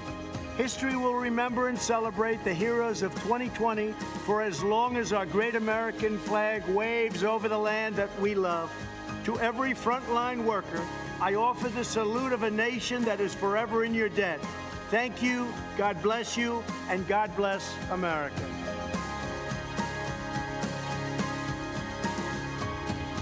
These are my friends. These are the incredible workers that helped us so much with the COVID. We can call it many different things, from China virus. I don't want to go through all the names because some people may get insulted, but that's the way it is. These are great, great people, doctors, nurses, firemen, policemen. We want to thank you all. You have been incredible, and we want to thank you and all of the millions of people that you represent. Thank you all very much. Great job. Thank you. Thank you all very much. So tell me a little about your stories. How about we'll start with you? I'm a postal worker, delivered to the senior community during COVID-19. Good. And we're taking good care of our postal workers. Absolutely. That I can tell you. Believe me, we're not getting rid of our postal workers, you know. They'd like to sort of put that out there. If anyone does, it's the Democrats, not the Republicans. I want to thank you very much and thank everybody in that whole beautiful post office system. We appreciate it. Thank you. How about you? I'm a trucker. Good. I own a small business in Ohio. Great. Hauling steel mostly. You know, some of our customers actually made hospital beds with some of the material. That's fantastic. Well, congratulations. I love the truckers. You know, they're on my side. Thank you. I think all of them, frankly. I think pretty much all of them. How about you? I'm a custodian at the post office as well. What do you do exactly? Clean up everybody's mess and everybody's germs and all that. Can I tell you, that world, that profession will never be out of business. You know that, right? Sure. Thank you very much for being here. Thank you. And how about you? I'm a registered nurse, President Trump. I work at a New Jersey hospital. It's called Virtual Willingboro Hospital. Right. I also represent an organization of professional nurses. It's called the National Association of Catholic Nurses. Very good. But I want to tell you, sir, as a nursing supervisor, I am so in awe of your leadership. Honestly, I know many people have said often interesting things, but it takes a true leader to be able to ignore all that stuff and do what is right and not be offended by all the words being said. And you really do show that positive spirit to us. And as nurses, I appreciate that. But just as an individual, I'm grateful for that. Well, I'm for the nurses. I'm for the doctors. I'm for everybody. We just have to make this China virus go away, and it's happening. Please, go ahead. I'm also a nurse. I represent Genesis Healthcare, which is a skilled nursing facility company. I want to thank you and your administration for all the supplies and support and funding that you've given the skilled nursing units. Without that, we couldn't do as well as we have done. I spent some time in New Jersey. I live in West Virginia, went to New Jersey and did some work there, and we finally started to see things change and turn around. I appreciate what you said, because we have delivered billions of dollars of equipment that governors were supposed to give, and in many cases, they didn't get. So the federal government had to help them, and all of the people that did this incredible work, they never got credit for it. But you understand where it came from. Thank you very much. Thank you both. It's really nice. Please, go ahead. I'm a police officer in Englewood, Colorado, and I contracted COVID in late March and recovered. That means we don't have to be afraid of you at all, right? I'm good to Once go. you're recovered, you know, we have the whole thing with plasma happening. That means your blood is very valuable. You know that, right? Thank you very much. Great. Please. I'm a detention deputy at the Kern County Sheriff's Department out in California. Great. And I also contracted COVID into March and recovered from that also. How long was your problem? I was sick about 10 days, really bad. I got everything besides a cough, but recovered. I was off work for a month and a half, and I work in our local county jails. Did they do anything specifically to help you recover? They gave me Z-Paks medication, cough syrup. Okay, and I won't even ask you about the hydroxychloroquine because it's a shame what they've done to that one, but I took it. I took the Z-Pak also, and zinc. I want to thank you all very much. It's an honor to have you in the White House. You're fantastic people, and the people you represent an incredible group of people, and we love you all. Thank you very much. Thank you very much. Appreciate it. Good evening. I'm Congressman Jim Jordan, representing the 4th District of Ohio. The Republican Party is the pro-America party. President Trump is the pro-America candidate. This election is about who can preserve the values, principles, and institutions that make America great. Don't believe me? Look at what's happening in American cities. Cities all run by Democrats. Crime, violence, and mob rule. Democrats refuse to denounce the mob, And their response to the chaos? Defund the police, defund Border Patrol, and defund our military. And while they're doing all this, they're also trying to take away your guns. Look at the positions they've taken in the past few months. Democrats won't let you go to church, but they'll let you protest. Democrats won't let you go to work, but they'll let you riot. And Democrats won't let you go to school, but they'll let you go loot. President Trump has fought against each of their crazy ideas. He's taken on the swamp, all of the swamp, the Democrats, the press, and the never-Trumpers. And when you take on the swamp fights back. They tried the Russia hoax, the Mueller investigation, and the fake impeachment. But in spite of this unbelievable opposition, this president has done what he said he would do. Taxes cut, regulations reduced, economy growing, lowest unemployment in 50 years, out of the Iran deal, embassy in Jerusalem, hostages home from North Korea, a new USMCA agreement, and of course he's building the wall and rebuilding our economy as we speak. I love the president's intensity and his willingness to fight every day in Washington for our families.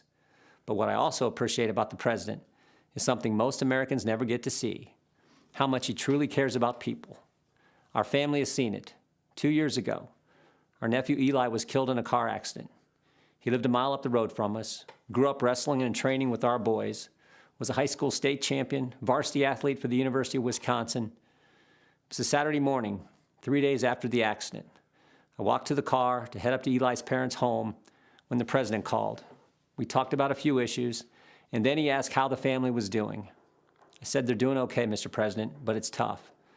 The president said, "Yeah, losing a loved one is always difficult, and it's really tough when they're so young." I then said, "Mr. President, I'm actually walking into their house right now. Obviously, they don't know that I'm talking to you, but if you'd be willing to say hello to Eli's dad, you'd make a terrible day a little less terrible." "What's his name?" the president asked. I walked through the door and said, "Todd, the president wants to talk to you." For the next 5 minutes, family and friends sat in complete silence as the president of the United States took time to talk to a dad who was hurting. That's the president I've gotten to know the last 4 years. The president who shared private moments like this with soldiers, victims of violent crime, and people who've had businesses destroyed by the mob. That's the individual who's made America great again, and who knows America's best days are still in front of us. And that's why I'm busting my tail to help him get reelected. I'm asking you to do the same. Thank you, and God bless our country. I'm not an actor, a singer, or a politician. I'm Herschel Walker. Most of you know me as a football player, but I'm also a father, a man of faith, and a very good judge of character. I've known Donald Trump for 37 years, and I don't mean just casual ran into him from time to time. I'm talking about a deep personal friendship. I watched him as an owner of a professional football team. Right after he bought the team, he set out to learn. He learned about the history of the team, the players, the coaches, every detail. Then he used what he learned to make the team better. I watched him in the boardroom. He can be in the middle of a big meeting, but if one of the kids was on the phone, he dropped everything to take the call. He taught me that the family should be your top priority. I watched him treat janitors, security guards, and waiters the same way he would treat a VIP. He made them feel special because he knew they were. He understands that they are the people who make this country run. They clean, they cook, they build, they drive, they deliver. He told me, "Herschel, make an effort to get to know people. Remember their names." That stuck with me. One time, I planned to take his kids to Disney World with my family. At the last minute, Donald said he'd like to join us. So there he was, in a business suit, on It's a Small World ride. That was something to see. It just shows you what a caring, loving father he is. It hurt my soul to hear the terrible names that people call Donald. The worst one is racist. I take it as a personal insult that people would think I've had a 37-year friendship with a racist. People who think that don't know what they're talking about. Growing up in the Deep South, I've seen racism up close. I know what it is, and it isn't Donald Trump. Just because someone loves and respects the flag, our national anthem, and our country, doesn't mean they don't care about social justice. I care about all those things. So does Donald Trump. He shows how much he cares about social justice in the black community through his actions. and his action speaks louder than stickers or slogans on a jersey. He keeps right on fighting to improve the lives of Black Americans and all Americans. He works night and day. He never stops. He leaves nothing on the field. Some people don't like his style, the way he knocks down obstacles that get in the way of his goals. People on the opposing team didn't like when I ran over them either, but that's how you get the job done. I pray every night that God gives him more time. Give him 4 more years. He has accomplished so much almost all by himself on a constant attack. But there's still more work to be done. If you love America and want to make it better, Donald Trump is your president. He's my president, and I'm blessed to call him friend. Good evening. I'm Natalie Harp, a formerly forgotten American from California. In the classic Jimmy Stewart film, It's a Wonderful Life, George Bailey is given a great gift, the chance to see what the world would be like without him. Tonight, Mr. President, we'd like to give you that same gift, because without you, we'd all be living in Pottersville, sold out to a crooked Mr., or I should say, a crooked Mrs. Potter, with no hope of escape except death itself. I should know, because I wouldn't be alive today if it wasn't for you. About 5 years ago, I was the victim of a notoriously deadly medical error. I survived, but only to be diagnosed with a rare and terminal bone cancer. You know, the Democrats love to talk about healthcare being a human right. But a right to what? Well, I'll tell you. To them, it's a right to marijuana, opioids, and the right to die with dignity, a politically correct way of saying assisted suicide. I was told I was a burden to my family and to my country, and that by choosing to die early, I'd actually be saving the lives of others by preserving resources for them, rather than wasting them on a lost cause like myself. And when I failed the chemotherapies that were on the market, no one wanted me in their clinical trials. I'd make them look bad. They didn't give me the right to try experimental treatments, Mr. President. You did. And without you, I'd have died waiting for them to be approved. Now with the coronavirus, everyone knows what that feels like to be waiting for a cure. But we've only been waiting a few months. Just imagine what 2020 would have looked like, fighting for your life, without Donald Trump fighting for it too. In January, there would have been no China travel ban. Millions would have died. Millions more would have been infected, for there'd be no record levels of testing, no right to try treatments, no fast track for a vaccine, nor Operation Warp Speed ready to deliver it. And without Donald Trump as our patient advocate for the past 4 years, well, the opioid epidemic would have stolen even more lives from even more families. Kidney patients would have no future except dying on wait lists, for there'd be no initiative to increase donations. There'd still be no accountability at the VA, and our brave veterans would still be suffering long wait times with no choice nor access to faster care. Insulin and other drug prices would have continued to rise, while a record number of generic drugs would still be stuck in the pipeline. There'd be no price transparency. We wouldn't have health plans up to 60% cheaper than Obamacare, and we'd still be stuck with that infamous individual mandate. And God forbid what the next 4 years would look like. For in Joe Biden's America, China would control our drug production. We'd be one step closer to government-run health care. We wouldn't just be unable to keep our doctors, we'd be lucky if we could see any doctor. And even then, some of us would be denied care. For in socialized medicine, you don't beat the odds, you become the odds. And I would lose my right to try, just like Charlie Gard, that terminally ill British baby whose government-run healthcare system decided it was too expensive and too cruel to keep him alive. You see, Mr. President, you've done so much more than your promises made and promises kept. For numbers only tell part of the story. We are the rest of it. Facts with faces of Americans who would still be forgotten if you and our favorite First Lady hadn't given up your own wonderful life so we could have the chance at one. George Bailey's father was right. All you can take with you is that which you've given away. And Mr. President, that makes you the richest man in the world, for you have used your strength to make America strong again. Sacrificed the life you built to make America proud again. And you risked everything to make America safe again. It's a wonderful life. You made America great again. And on November 3rd, we are going to keep America great.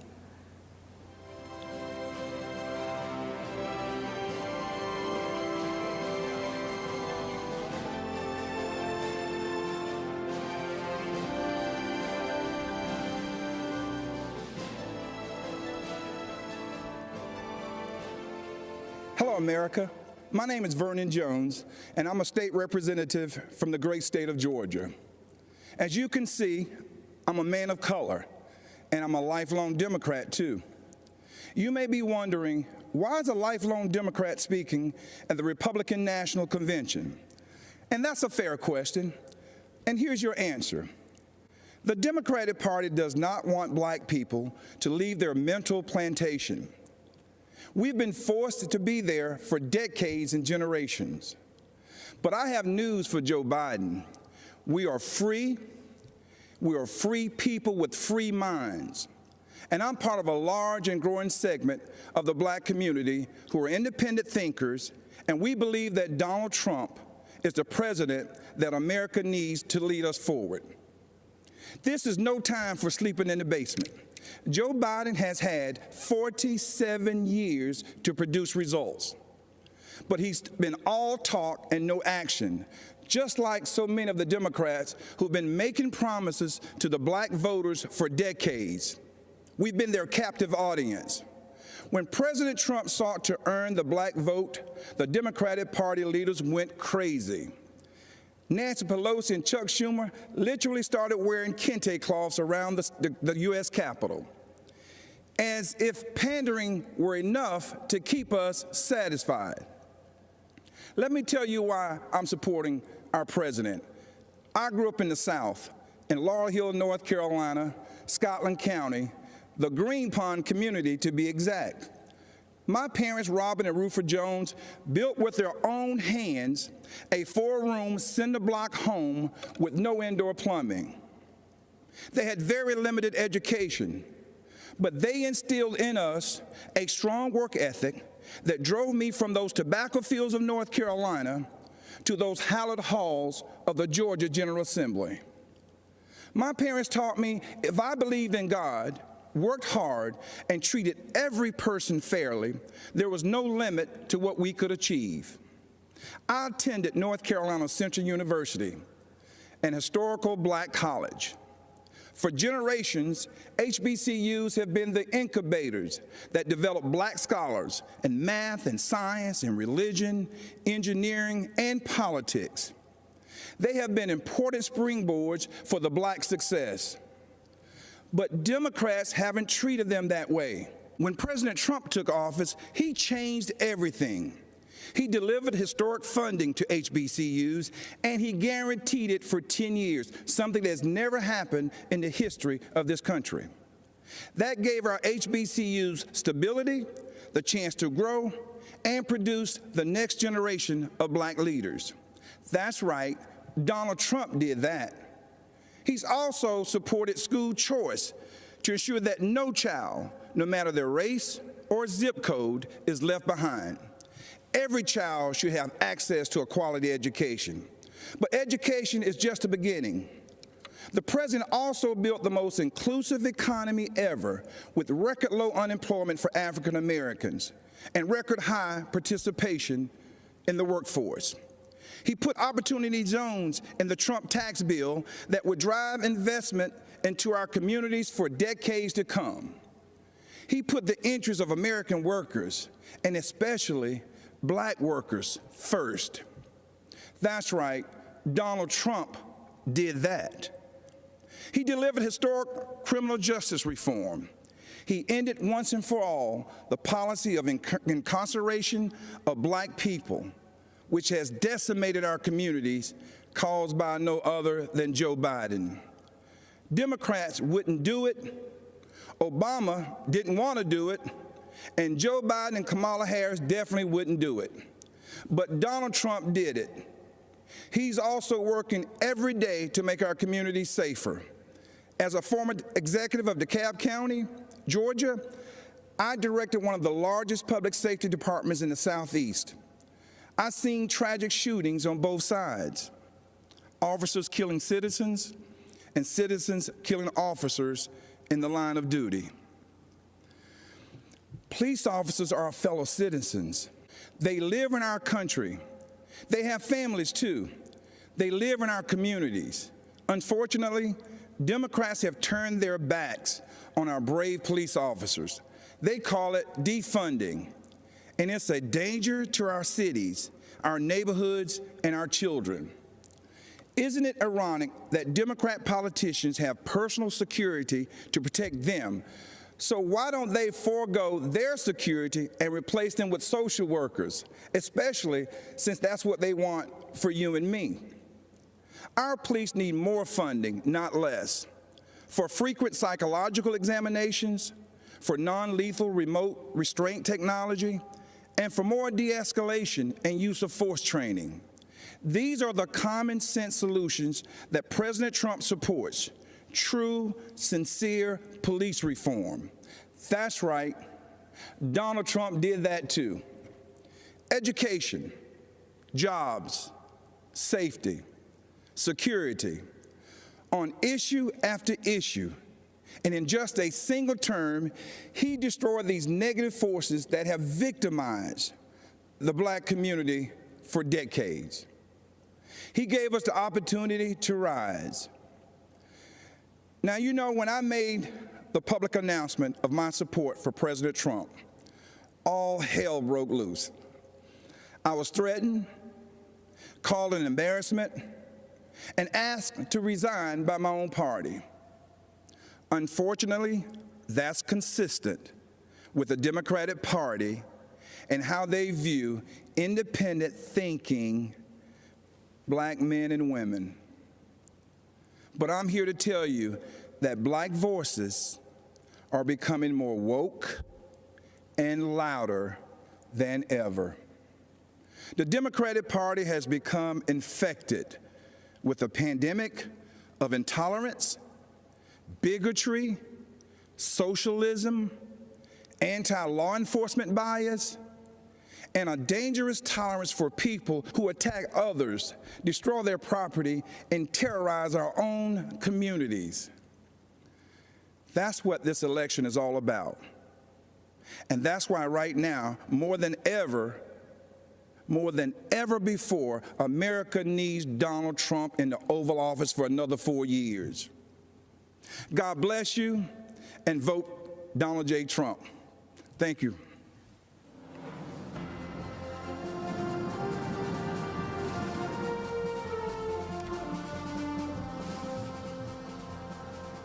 In 2018, a gunman walked into Marjorie Stoneman Douglas High School in Parkland, Florida, and changed my life forever. My name is Andrew Pollack. His name isn't worth saying. One of the seniors walking in the hallways that day was my beautiful daughter, Meadow.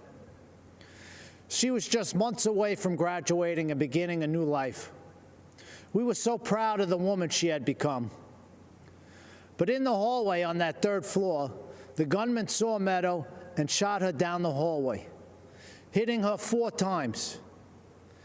After she was shot and on the floor, she crawled over to another student, a freshman girl, to protect her. She draped her body over her, and then the scumbag gunman shot my daughter at point-blank range 5 more times, killing Meadow and the girl she was shielding. She had a whole life ahead of her, and in that life, she could have done anything and been anything. So many moments that I waited so long for were taken from me. I didn't get to drop her off at college. I didn't get to walk her down the aisle. But every moment was taken from her, and for what? I never wanted this to become a political spectacle, but it did. I never wanted to meet the president like this, but I did. I was invited to the White House. The truth is, I had just buried my daughter that week. I really wasn't interested in public events like a tour or a photo op. I was interested in answers and solutions. So if the president wanted to meet me personally, I said I'd go. They said, of course, that was his plan. At the White House, my family and I sat with the president in the Oval Office and told him about Meadow. I told him what we knew. I told him that his administration needed to take a closer look at what went wrong and why. And I got to see who President Trump really is. He's a good man and a great listener, and he cuts through the BS. Then the president did what he said he would do. He took action. He formed a school safety commission that issued dozens of recommendations to make schools safer. But I'll bet you never heard about that. Instead, the media turned my daughter's murder into a coordinated attack on President Trump, Republicans, and our Second Amendment. In fact, when President Trump asked me and other parents of children that were murdered in school shootings to join him as he announced the commission's findings, the media's first question wasn't about protecting kids. Shockingly, they asked about the government shutdown. President Trump turned to me appalled and said, "Andy, can you believe these people? We're trying to talk about school safety, and this is what they do." But I could believe it. After my daughter's murder, the media didn't seem interested in the facts, so I found them myself. I learned that gun control laws didn't fail my daughter. People did. The gunman had threatened to kill his classmates before. He had threatened to rape them. He had threatened to shoot up the school. Every red flag you could imagine. But the school didn't just miss these red flags. They knowingly ignored them. Far-left Democrats in our school district made this shooting possible because they implemented something they called restorative justice. This policy, which really just blames teachers for students' failures, puts kids and teachers at risk and makes shootings more likely. But it was billed as a pioneering approach to discipline and safety. I was just fine with the old approach to discipline and safety. It was called discipline and safety. But the Obama-Biden administration took Parkland's bad policies and forced them into schools across America. When President Trump rescinded Obama's guidance on restorative justice policies, he put an end to that. And that meant the world to me. It's hard to tell how much Mr. Biden understands about what happened at Parkland. Mr. Biden has campaigned on bringing back restorative justice as part of his unity platform with Bernie Sanders and has pledged to implement it in school districts across America. But he doesn't even seem to know when the shooting happened. He said that he was vice president when it happened, but he wasn't. Mr. Biden may not know when my daughter was murdered, but I do. February 14, 2018. Mr. Biden may not know that these policies make shootings more likely, but I do. Mr. Biden may not know who was vice president that day, but I do. It wasn't Joe Biden. It was Mike Pence. Thank God. And I know who the president was, too. It wasn't Barack Obama. It was President Donald J. Trump, and he took action. I truly believe the safety of our kids depends on whether this man is reelected. I hope you'll join me in helping to make that happen. Mr. President, myself and millions of Americans appreciate you and love you. God bless America, and God bless our president, Donald J. Trump. Thank you. A curfew now in effect for the city of St. Louis. Protests in St. Louis turned violent.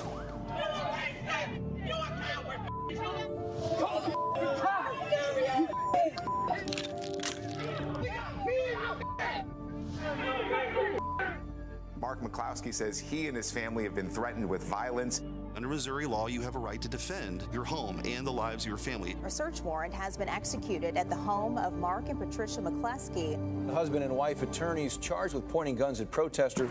They were simply trying to protect their home. Good evening, America. We are Mark and Patty McCloskey. We're speaking to you tonight from St. Louis, Missouri, where just weeks ago you may have seen us defending our home as a mob of protesters descended on our neighborhood. America is such a great country that not only do you have the right to own a gun and use it to defend yourself, but thousands of Americans will offer you free advice on how to use it. At least that's what we experienced.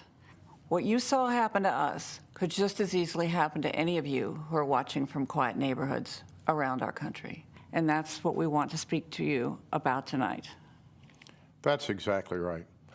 Whether it's the defunding of police, ending cash bail so criminals can be released back out on the streets the same day to riot again, or encouraging anarchy and chaos on our streets, it seems as if the Democrats no longer view the government's job as protecting honest citizens from criminals, but rather protecting criminals from honest citizens. Not a single person in the out-of-control mob you saw at our house was charged with a crime. But you know who was? We were. They've actually charged us with felonies for daring to defend our home. On top of that, consider this. The Marxist liberal activist leading the mob to our neighborhood stood outside our home with a bullhorn screaming, "You can't stop the revolution." Just weeks later, that same Marxist activist won the Democrat nomination to hold a seat in the U.S. House of Representatives. In the city of St. Louis, that's the same as winning the general election. That Marxist revolutionary is now going to be the Congresswoman from the 1st District of Missouri. These radicals are not content with marching in the streets. They want to walk the halls of Congress. They want to take over. They want power. This is Joe Biden's party. These are the people who will be in charge of your future and the future of your children. They're not satisfied with spreading the chaos and violence into our communities. They want to abolish the suburbs altogether by ending single-family home zoning. This forced rezoning would bring crime, lawlessness, and low-quality apartments into now thriving suburban neighborhoods. President Trump smartly ended this government overreach, but Joe Biden wants to bring it back. These are the policies that are coming to a neighborhood near you. So make no mistake, no matter where you live, your family will not be safe in the radical Democrats' America. At this moment in history, if you stand up for yourself and for the values our country was founded on, the mob, spurred on by their allies in the media, will try to destroy you. You've seen us on your TV screens and Twitter feeds. You know that we're not the kind of people who back down. Thankfully, neither is Donald Trump. President Trump will defend the God-given right of every American to protect their homes and their families. But more than that, Trump's vision for America is a country where you have an opportunity to work hard and build the life you dream of with a job you love, with your children being educated in great schools, in a community where your family can play in the backyard without fear, worship in a church without shame, and express your beliefs without retribution. Trump brought us the greatest economy our country had ever seen. The Democrats have brought us nothing but destruction. When we don't have basic safety and security in our communities, we'll never be free to build a brighter future for ourselves, for our children, or for our country. That's what's at stake in this election, and that's why we must re-elect Donald Trump. God bless you. God bless the President. And God bless these United States.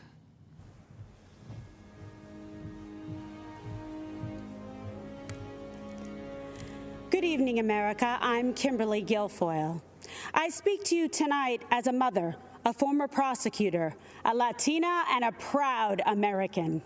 And yes, a proud supporter of President Donald J. Trump. Why? Because he is the president who delivers for America. He built the greatest economy the world has ever known for the strivers, the working class and middle class. As commander-in-chief, he always puts America first. President Trump is the law and order president. Now, presidential leadership is not guaranteed. It is a choice. Biden, Harris, and the rest of the socialists will fundamentally change this nation. They want open borders, closed schools, dangerous amnesty, and will selfishly send your jobs back to China while they get rich. They will defund, dismantle, and destroy America's law enforcement. When you are in trouble and need police, don't count on the Democrats. As a first-generation American, I know how dangerous their socialist agenda is. My mother, Mercedes, was a special education teacher from Aguadilla, Puerto Rico. My father, also an immigrant, came to this nation in pursuit of the American dream. Now I consider it my duty to fight to protect that dream. Rioters must not be allowed to destroy our cities. Human sex drug traffickers should not be allowed to cross our border.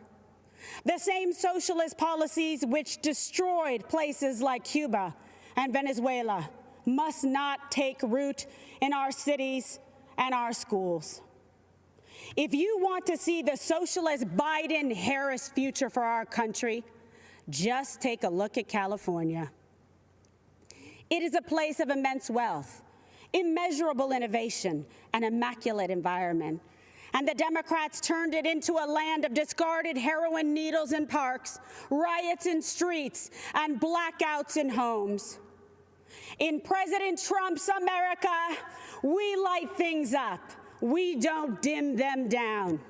We build things up. We don't burn them down. We kneel in prayer, and we stand for our flag. This election is a battle for the soul of America. Your choice is clear. Do you support the cancel culture, the cosmopolitan elites of Nancy Pelosi, Chuck Schumer, and Joe Biden, who blame America first? Do you think America is to blame? Or do you believe in American greatness? Believe in yourself, in President Trump, in individual and personal responsibility. They want to destroy this country and everything that we have fought for and hold dear. They want to steal your liberty, your freedom. They want to control what you see and think and believe so that they can control how you live. They want to enslave you to the weak, dependent, liberal, victim ideology to the point that you will not recognize this country or yourself. From the beginning, when President Trump spoke about making America great again, he was speaking about that shining city on a hill and restoring the beacon of light that once shined so bright. His promise was to put America first, and he has. When President Trump cut middle-class taxes, putting tens of thousands of dollars back in the pockets of working-class Americans, that beacon began to flicker once again. When President Trump commanded the defeat of ISIS, took out al-Baghdadi and Soleimani, and paved the way for peace in the Middle East, that beacon started to glow. When he negotiated historic trade deals with Canada, Mexico, Japan, and China, bringing back thousands of manufacturing jobs to America, that beacon shined bright once again for the world to see. America, it's all on the line. President Trump believes in you. He emancipates and lifts you up to live your American dream. You are capable. You are qualified, you are powerful, and you have the ability to choose your life and determine your destiny. Don't let the Democrats take you for granted. Don't let them step on you. Don't let them destroy your families, your lives, and your future. Don't let them kill future generations because they told you and brainwashed you and fed you lies that you weren't good enough.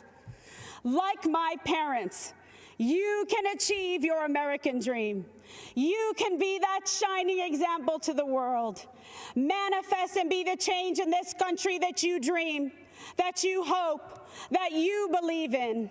Stand for an American president who is fearless, who believes in you, and who loves this country and will fight for her. President Trump is the leader who will rebuild the promise of America and ensure that every citizen can realize their American dream. Ladies and gentlemen, leaders and fighters for freedom and liberty and the American dream, the best is yet to come.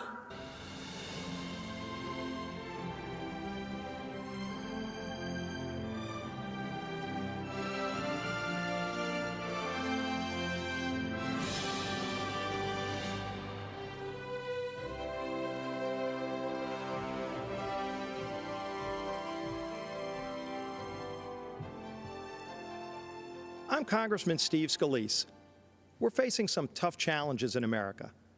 This isn't the first time we've been here.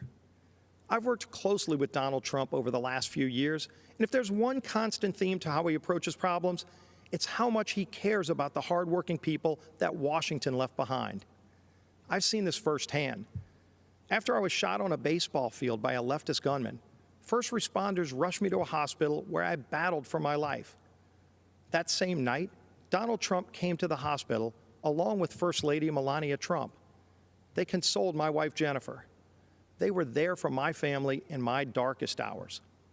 Donald Trump would call to check on me throughout the following weeks, just to see how I was doing. That's the kind of person he is. That's the side of Donald Trump that the media will never show you. Look, there's a lot at stake. This is an election between a party that wants to burn down the foundations of our country to the ground and a party that wants to rebuild and protect our great nation. The left wants to defund the police. This is personal to me. I wouldn't be here without the bravery and heroism of the men and women in law enforcement who saved my life. President Trump stands with those brave men and women. Joe Biden has embraced the left's insane mission to defund them. There won't be an America to leave to our children and grandchildren without those brave law enforcement officers and first responders. Joe Biden's made a career in Washington for 47 years, promising things he's never delivered. In just 3 short years, President Trump has delivered huge wins for American families. While Joe Biden made hollow promises when he chaired the Senate Judiciary Committee, Donald Trump took action and delivered criminal justice reform. Joe Biden claims to care about the working man, but millions of good manufacturing jobs were shipped overseas during the Obama-Biden years to countries like China. Donald Trump brought those jobs back. I've seen how deeply President Trump cares about rebuilding our evaporating middle class. President Trump pledged to give the forgotten men and women of America a real shot at the American dream. And again, he delivered. The lowest unemployment rate in over 50 years, women creating small businesses at record pace, wages rising, the fastest, by the way, for lowest income levels. What can Joe Biden say to that? What has Joe Biden done in his 47 years in Washington that can compare to that? President Trump has delivered for the hardworking people of this great nation.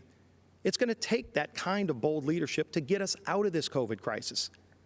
After President Trump saved lives by shutting down flights from China and Europe, he's now focusing the full weight of the government on a revolutionary plan to cure this virus by cutting red tape and empowering scientists to create a vaccine. This is visionary leadership in action at a time when we can't afford another 47 years of hollow promises. America's been through tough times before. Who better to lead us out of these times than the president who already built the strongest economy our country has ever seen? Donald Trump did it before. Donald Trump will deliver for us again. God bless you, and God bless these United States of America.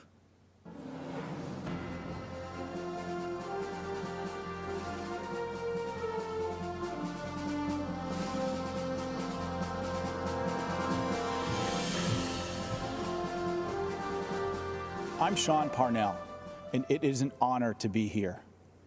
In 2006, the Army sent me to Afghanistan as a young platoon leader, placed in command of Americans from every corner of our planet.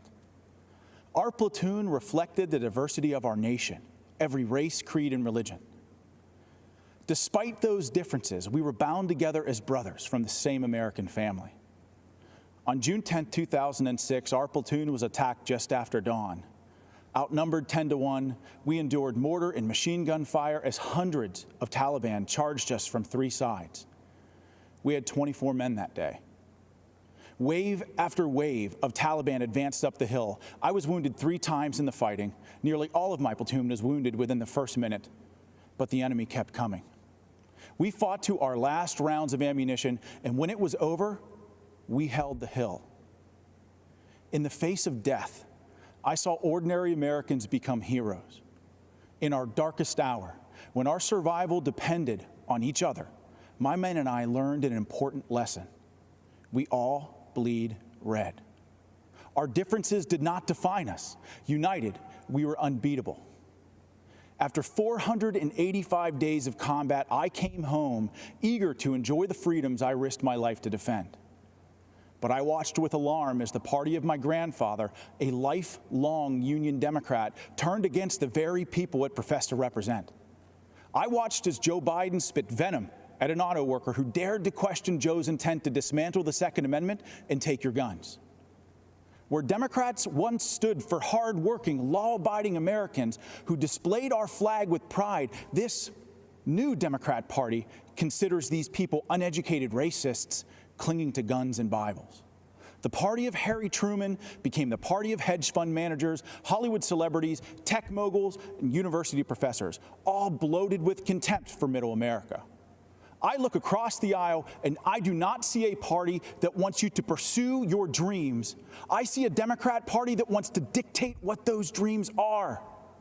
I don't see a party that wants you to be free. I see a party that wants to chain you to conformity and will destroy anyone they deem a heretic. I swore an oath to defend my country and its Constitution. President Trump has sworn to do the same. That's why he's advanced freedom, despite savage political attacks, to overcome the agenda of the radical left. President Trump has unleashed the economic might of this nation like no other president in our history. He triggered the rising tide of working families, brought us energy independence, reclaimed jobs from overseas that, Democrats said would never return. He has fiercely defended the besieged First and Second Amendments. That is just a start. With 4 more years, imagine what we can achieve by simply working with our president. I believe in our president's vision for the future. I stand here tonight calling on all Americans to join us. It doesn't matter what you look like, who you love, how you worship your gender or your job. If you're a traditional Democrat who's become disillusioned with how radical your party has become, then stand with us. You are most welcome. America needs all her patriots to rush to her defense. My fellow Americans, I promise you this. In our tent, you are free. Free to speak the truth, choose your journey, define your life. You have the power to go as far as you aim, then aim higher and keep going, because that is what Americans do. We are idealists and dreamers, lovers of adventure. We're rugged and independent. We don't make excuses. We make the impossible a reality. Think about it. In a century, we went from ground-bound dreamers gazing to the stars to doers who created the means to reach them. This is not the time to stand on the sidelines. If you love our country as we do, as our president does, join the chorus of patriot voices that will preserve this exceptional union. Mr. President, lead the way. Millions in our American family believe in this path to destiny. Guide us to that horizon. Thank you, and may God bless the United States of America.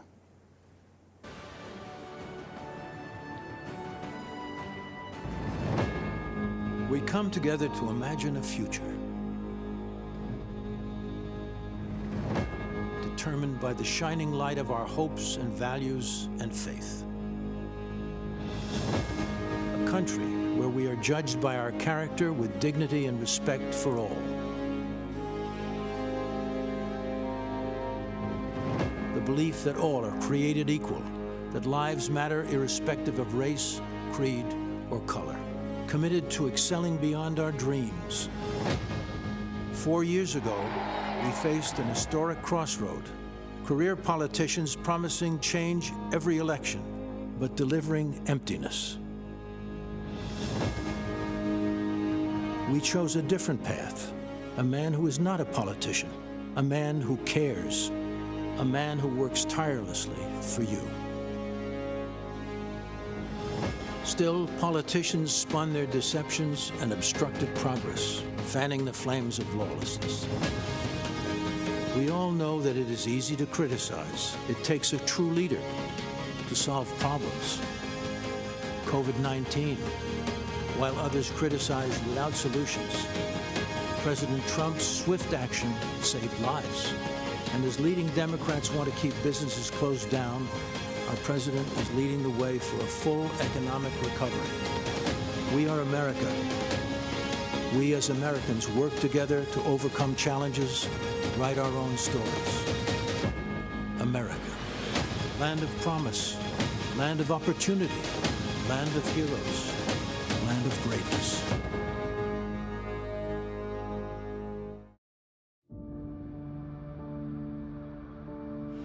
I thought I had been forgotten.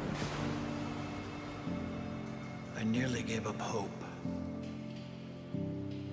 I was so afraid. I believed I would die here. American hostages, forgotten and wasting away in far-off prisons, wrongfully detained by foreign governments. Americans were beaten, abused, starved, and left for dead. Until President Donald Trump stepped in. The 3 American hostages finally back on U.S. soil after being held captive in North Korea. We're following some breaking news in Turkey where an American pastor, Andrew Brunson, has been released. An American jailed in Egypt is back in the U.S. this morning after an intervention by the Trump administration. A tough and skilled negotiator, President Trump successfully won the release of detainees and prisoners, among the most of any president in American history. While families waited in despair for news of their loved ones, President Trump provided a new spark of hope by bringing our hostages home. We have Danny Birch back home, where he should be. He was in Yemen in a very horrible situation. Yesterday, the United States government secured the release of Caitlin Coleman, Joshua Boyle, and their 3 children. Today, we are bringing home another American citizen. Just had news that Turkey released a prisoner that we were trying to get to the United States. Under this administration, America has not and will not turn its back on our people. President Trump will bring them home.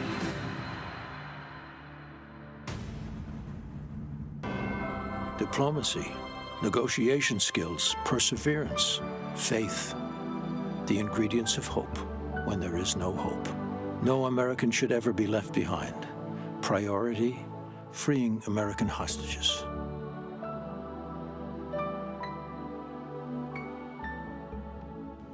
We have 6 incredible people who were held hostage by various countries, and I'm very pleased to let everybody know that we brought back over 50 hostages from 22 different countries.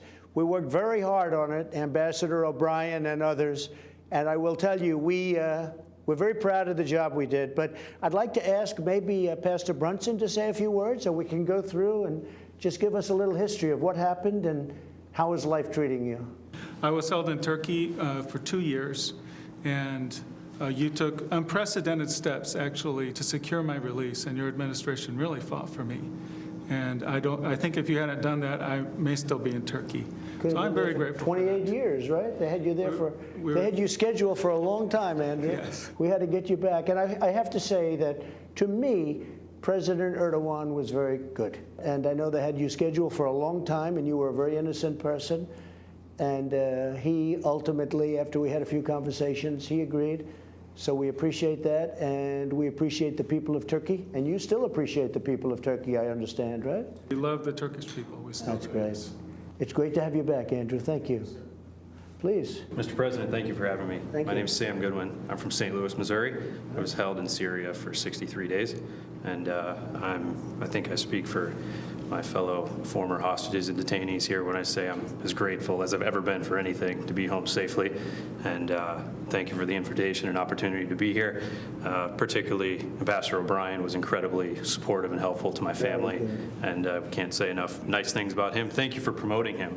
Good. And just really happy to be here, so thank you. We got you back. You got me back, yeah. We got you all back, and we have some more that we're working on right now to get back that we better do. Please, go ahead. My name is Michael White, Mr. President. I do, once again, it's an honor to be here, honor to meet you in person. Basically, what had happened with me is I traveled over to the country of Iran. It turned out it was a major trap, and I was apprehended there. I went through a lot in their injustice system, in the Iranian justice system. Iran is an oppressive, extortionist, terrorist regime. You know what I'm talking about. But what you did, sir, is you were able to get me out of that prison in record time. It was amazing. Thank you very much. Well, thank you, really friend. The appreciate honor's it. all mine. Please.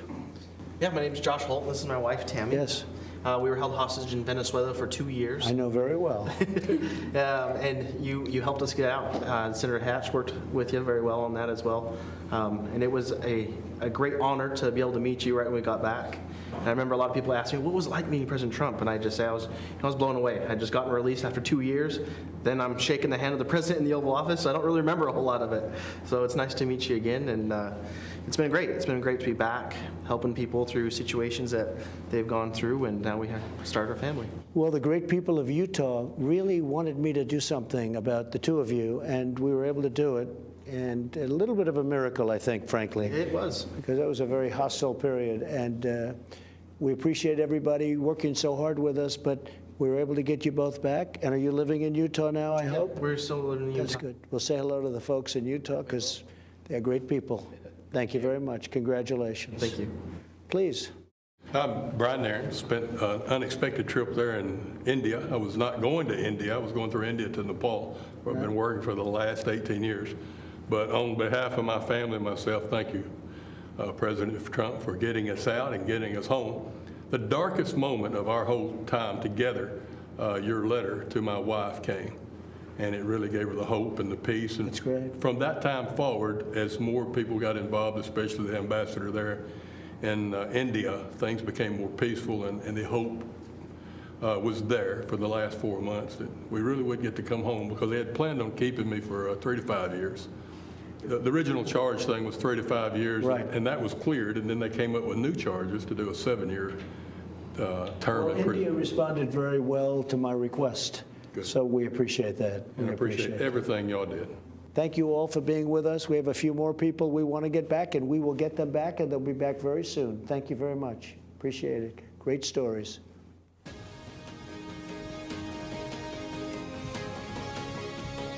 Hello, my name is Maximo Alvarez. I live in Miami, Florida, not far from the state of Florida, which is in just a 90-mile wide blue strip on a map for me. It divides freedom from fear. It divides the past from the present, from the future. I know all about the past. I'll never forget my own. My family has fled totalitarianism and communism more than once. First my dad from Spain, then from Cuba. But my family's done running away. By the grace of God, I live the American dream, the greatest blessing I ever had. My dad, who only had a 6th grade education, told me, don't lose this place. You'll never be as lucky as me. I'm speaking to you today because my family is done abandoning what we rightfully earned. There's no place to hide. I'm speaking to you today because President Trump may not always be politically correct. He's in fact a successful businessman, not your average career politician. Our president is just another family man, a friend, and most important, our elected commander-in-chief who puts America first. Keep in mind, the other guy running for president is mostly concerned about power. Yes, power for them, but not for the benefit of all Americans. I'm speaking to you today because I have seen people like this before. I've seen movements like this before. I've seen ideas like this before. And I am here to tell you, we cannot let them take over our country. I heard the promises of Fidel Castro, and I can never forget all those who grew up around me, who looked like me, who suffered and starved and died because they believed those empty promises. They swallow the communist poison pill. If you have a chance, go to the Freedom Tower in Miami. Stop and listen. You can still hear the sounds of those broken promises. It is the sound of waves in the ocean carrying families clinging to pieces of wood. Families with children who can't swim, but willing to risk everything to reach this blessed land. It is the sound of tears hitting the paper of an application to become an American citizen. Most heard and liked the promises, but soon after, they experienced the reality. Look at them, listen to them, learn the truth. Those false promises: spread the wealth, free education, free health care, defund the police, trust the socialist state more than your family and your community. They don't sound radical to my ears. They sound familiar. And Fidel Castro was asked if he was a communist. He said he was a Roman Catholic. He knew he had to hide the truth. But the country I was born in is gone, totally destroyed. When I watch the news in Seattle, Chicago, Portland, and other cities, when I see the history being rewritten, when I hear the promises, I've heard echoes of the former life I never wanted to hear again. I see shadows I thought I had outrun. My parents only wanted one person to decide my fate: me. Not some party member, not some government official, not some bureaucrat. In America, I would decide my own future. I am so grateful to America, the place where I was able to build my American dream through hard work and determination. President Trump knows that the American story was written by people just like you and I, who love our country and take risks to build a future for our families and neighbors. I may be a Cuban-born, but I am 100% American. This is the greatest country in the world. And I said this before: if I gave away everything that I have today, it would not equal 1% of what I was given when I came to this great country of ours. The gift of freedom. Right now, it is up to us to decide our fate and to choose freedom over oppression. President Trump, he's fighting the forces of anarchy and communism. And I know he will continue to do just that. And what about his opponent and the rest of the DC swamp? I have no doubt they will hand the country over to those dangerous forces. You and I will decide. And here's what I've decided. My decision is very easy. I choose President Trump because I choose America. I choose freedom. I still hear my dad.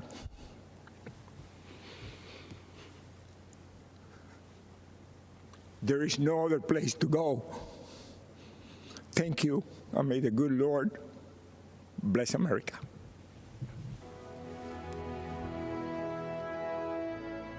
The Democrats are just going more and more left. Many positive about socialism, liking it more than capitalism. Many of the ideas we fought for that were considered radical are now mainstream. The compromise that they came up with, if implemented, will make Biden the most progressive president since FDR.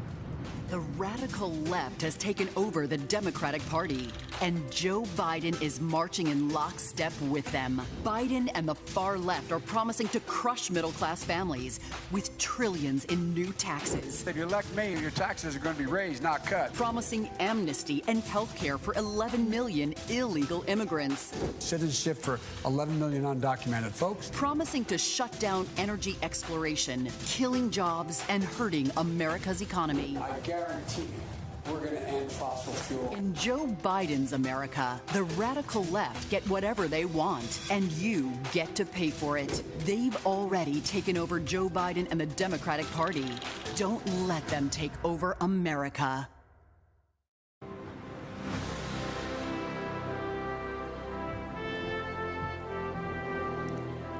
Good evening. I'm Nikki Haley, and it's great to be back at the Republican National Convention. I'll start with a little story. It's about an American ambassador to the United Nations, and it's about a speech she gave to this convention. She called for the re-election of the Republican president she served, and she called out his Democratic opponent, a former vice president from a failed administration. That ambassador said, and I quote, "Democrats always blame America first." The year was 1984. The president was Ronald Reagan, and Ambassador Jeane Kirkpatrick's words are just as true today. Joe Biden and the Democrats are still blaming America first. Donald Trump has always put America first, and he has earned 4 more years as president. It was an honor of a lifetime to serve as the United States ambassador to the United Nations. Now, the UN is not for the faint of heart. It's a place where dictators, murderers, and thieves denounce America and then put their hands out and demand that we pay their bills. Well, President Trump put an end to all of that. With his leadership, we did what Barack Obama and Joe Biden refused to do. We stood up for America, and we stood against our enemies. Obama and Biden let North Korea threaten America. President Trump rejected that weakness, and we passed the toughest sanctions on North Korea in history. Obama and Biden let Iran get away with murder and literally sent them a plane full of cash. President Trump did the right thing and ripped up the Iran nuclear deal. Obama and Biden led the United Nations to denounce our friend and ally, Israel. President Trump moved our embassy to Jerusalem, and when the UN tried to condemn us, I was proud to cast the American veto. This president has a record of strength and success. The former vice president has a record of weakness and failure. Joe Biden is good for Iran and ISIS, great for communist China, and he's a godsend to everyone who wants America to apologize, abstain, and abandon our values. Donald Trump takes a different approach. He's tough on China, and he took on ISIS and won, and he tells the world what it needs to hear. At home, the president is the clear choice on jobs and the economy. He's moved America forward, while Joe Biden has held America back. When Joe was VP, I was governor of the great state of South Carolina. We had a pretty good run. Manufacturers of all kinds flocked to our state from overseas, creating tens of thousands of American jobs. People were referring to South Carolina as the beast of the Southeast, which I loved. Everything we did happened in spite of Joe Biden and his old boss. We cut taxes, they raised them. We slashed red tape, they piled on more mandates. And when we brought in good-paying jobs, Biden and Obama sued us. I fought back, and they gave up. A Biden-Harris administration would be much, much worse. Last time, Joe's boss was Obama. This time, it would be Pelosi, Sanders, and the squad. Their vision for America is socialism, and we know that socialism has failed everywhere. They want to tell Americans how to live and what to think. They want a government takeover of health care. They want to ban fracking and kill millions of jobs. They want massive tax hikes on working families. Joe Biden and the socialist left would be a disaster for our economy. But President Trump is leading a new era of opportunity. Before Communist China gave us the coronavirus, we were breaking economic records left and right. The pandemic has set us back, but not for long. President Trump brought our economy back before, and he will bring it back again. There's one more important area where our president is right. He knows that political correctness and cancel culture are dangerous and just plain wrong. In much of the Democratic Party, it's now fashionable to say that America is racist. That is a lie. America is not a racist country.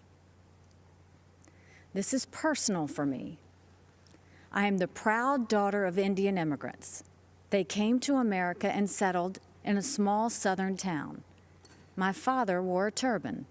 My mother wore a sari. I was a brown girl in a black and white world.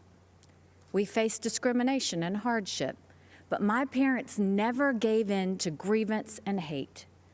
My mom built a successful business. My dad taught 30 years at a historically black college, and the people of South Carolina chose me as their first minority and first female governor. America is a story that's a work in progress. Now is the time to build on that progress and make America even freer, fairer, and better for everyone. That's why it's so tragic to see so much of the Democratic Party turning a blind eye towards riots and rage. The American people know we can do better. And of course we value and respect every black life. The black cops who've been shot in the line of duty, they matter.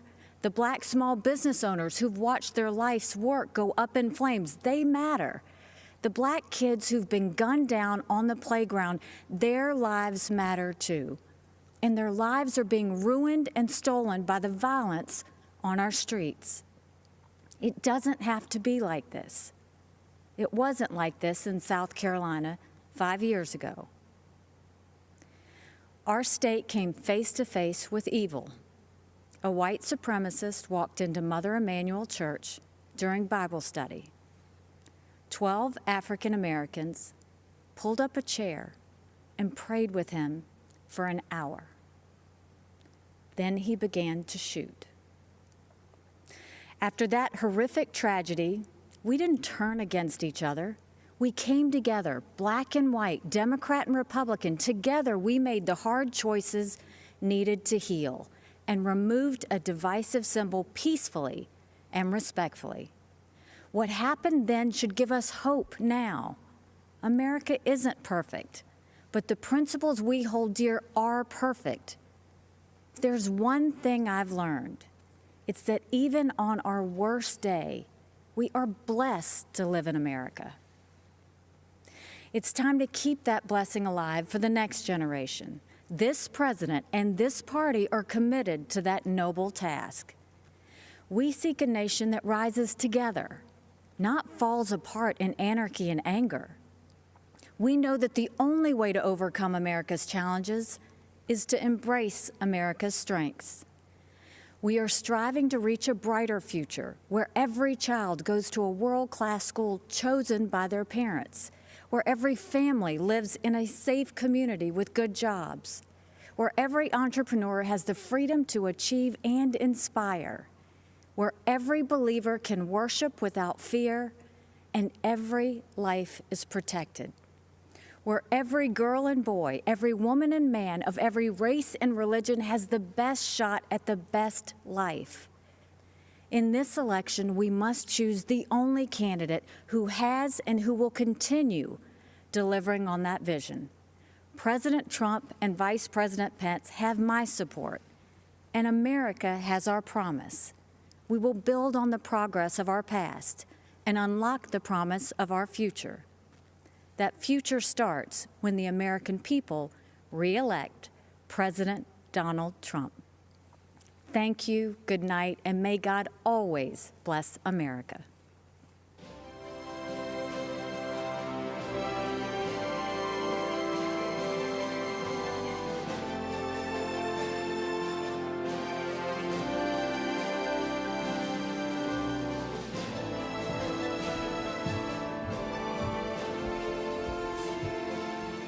Good evening, America. I'm Donald Trump Jr. We're here tonight to talk about the great American story, to talk about this country we all love, this land of promise and opportunity, of heroes and greatness. Just a few short months ago, we were seeing the American dream become a reality for more of our citizens than ever before. The greatest prolonged economic expansion in American history, the lowest unemployment rate in nearly 50 years. The lowest unemployment rates ever for Black Americans, Hispanic Americans, women, and pretty much every other demographic group. And then, courtesy of the Chinese Communist Party, the virus struck. The president quickly took action and shut down travel from China. Joe Biden and his Democrat allies called my father a racist and a xenophobe for doing it. They put political correctness ahead of the safety and security of the American people. Fortunately, as the virus began to spread, the president acted quickly and ensured ventilators got to hospitals that needed them most. He delivered PPE to our brave frontline workers, and he rallied the mighty American private sector to tackle this new challenge. There's more work to do, but there is a light at the end of the tunnel. Job gains are outpacing what the so-called experts expected. But Biden's radical left-wing policies would stop our economic recovery cold. He's already talking about shutting the country down again. It's madness. Democrats claim to be for workers, but they've spent the entire pandemic trying to sneak a tax break for millionaires in Democrat states into the COVID relief bill. Then they attacked my father for suspending the payroll tax for middle-class workers. In fact, if you think about it, Joe Biden's entire economic platform seems designed to crush the working man and woman. He supported the worst trade deals in the history of the planet. He voted for the NAFTA nightmare. Down the tubes went our auto industry. He pushed for TPP. Goodbye, manufacturing jobs. Beijing Biden is so weak on China that the intelligence community recently assessed that the Chinese Communist Party favors Biden. They know he'll weaken us both economically and on a world stage. Biden also wants to bring in more illegal immigrants to take jobs from American citizens. His open border policies would drive wages down for Americans at a time when low-income workers were getting real wage increases for the first time in modern history. He's pledged to repeal the Trump tax cuts, which were the biggest in our country. After 8 years of Obama and Biden's slow growth, Trump's policies have been like rocket fuel to the economy, and especially to the middle class. Biden has promised to take that money back out of your pocket and keep it in the swamp. That makes sense, though, considering Joe Biden is basically the Loch Ness Monster of the swamp. For the past half century, he's been lurking around in there. He sticks his head up every now and then to run for president. Then he disappears and doesn't do much in between. So if you're looking for hope, look to the man who did what the failed Obama-Biden administration never could do and built the greatest economy our country has ever seen. And President Trump will do it again. We will be stronger than ever because when we put our mind to it, there is no obstacle that America can't surmount. Except there's a difference this time. In the past, both parties believed in the goodness of America. We agreed on where we wanted to go. We just disagreed on how to get there. This time, the other party is attacking the very principles on which our nation was founded. Freedom of thought, freedom of speech, freedom of religion, the rule of law. Thomas Jefferson famously said, "I have sworn upon the altar of God eternal hostility against every form of tyranny over the mind of man." Our founders believed there was nothing more important than protecting our God-given right to think for ourselves. Now, the left, They're trying to cancel all of those founders. They don't seem to understand this important principle. In order to improve in the future, we must learn from our past, not erase it. So we're not going to tear down monuments and forget the people who built our great nation. Instead, we will learn from our past so we don't repeat any mistakes. And we will work tirelessly to improve the lives of all Americans. Joe Biden and the radical left are now coming for our freedom of speech. They want to bully us into submission. If they get their way, it will no longer be the silent majority. It will be the silenced majority. This has to stop. Freedom of expression used to be a liberal value, at least before the radical left took over. Now the Republican Party is the home of free speech, the place where anyone from any background can speak their mind, and may the best ideas win. People of faith are under attack. You're not allowed to go to church, but mass chaos in the streets gets a pass. It's almost like this election is shaping up to be church, work, and school versus rioting, looting, and vandalism. Or, in the words of Biden and the Democrats, peaceful protesting. Anarchists have been flooding our streets, and Democrat mayors are ordering the police to stand down. Small businesses across America, many of them minority-owned, are being torched by mobs. The Democrat mayors pretend it's not happening. They actually called it a summer of love. And that brings me to another important principle. Every American must be free to live without fear of violence in your country, in your communities, and in your homes. All men and women are created equal and must be treated equally under the law.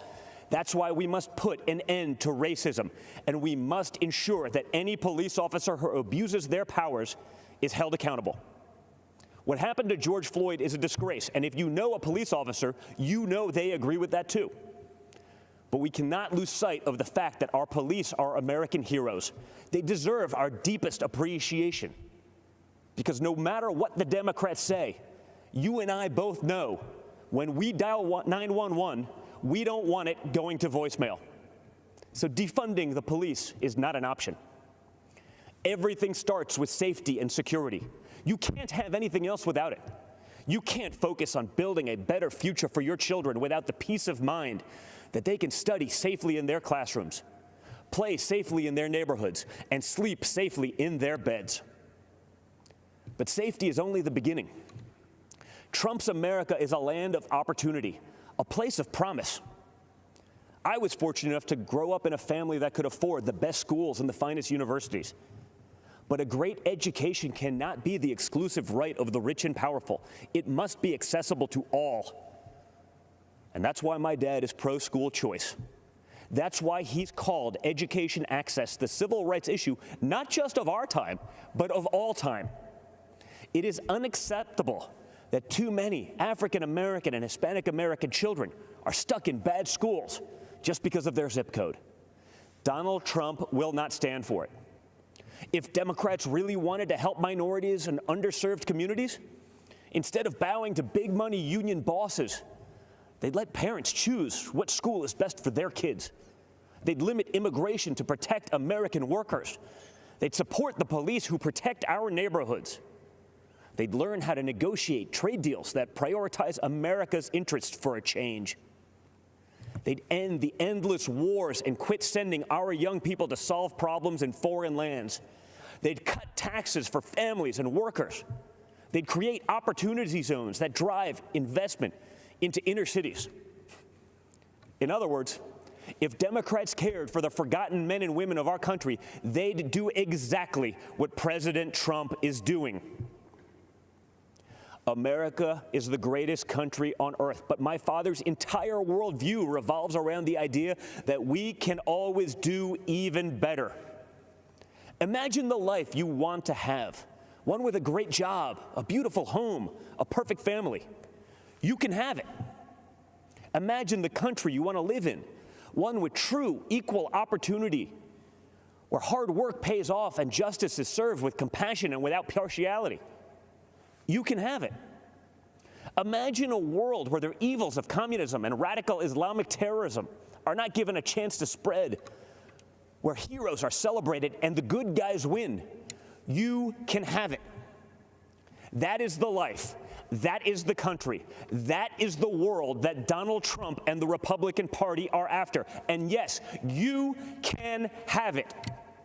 Because unlike Joe Biden and the radical left Democrats, our party is open to everyone.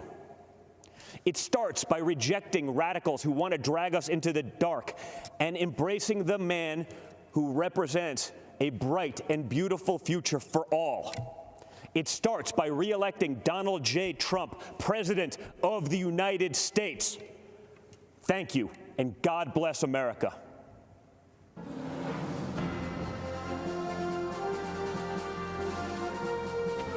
I'm Catalina Lauf.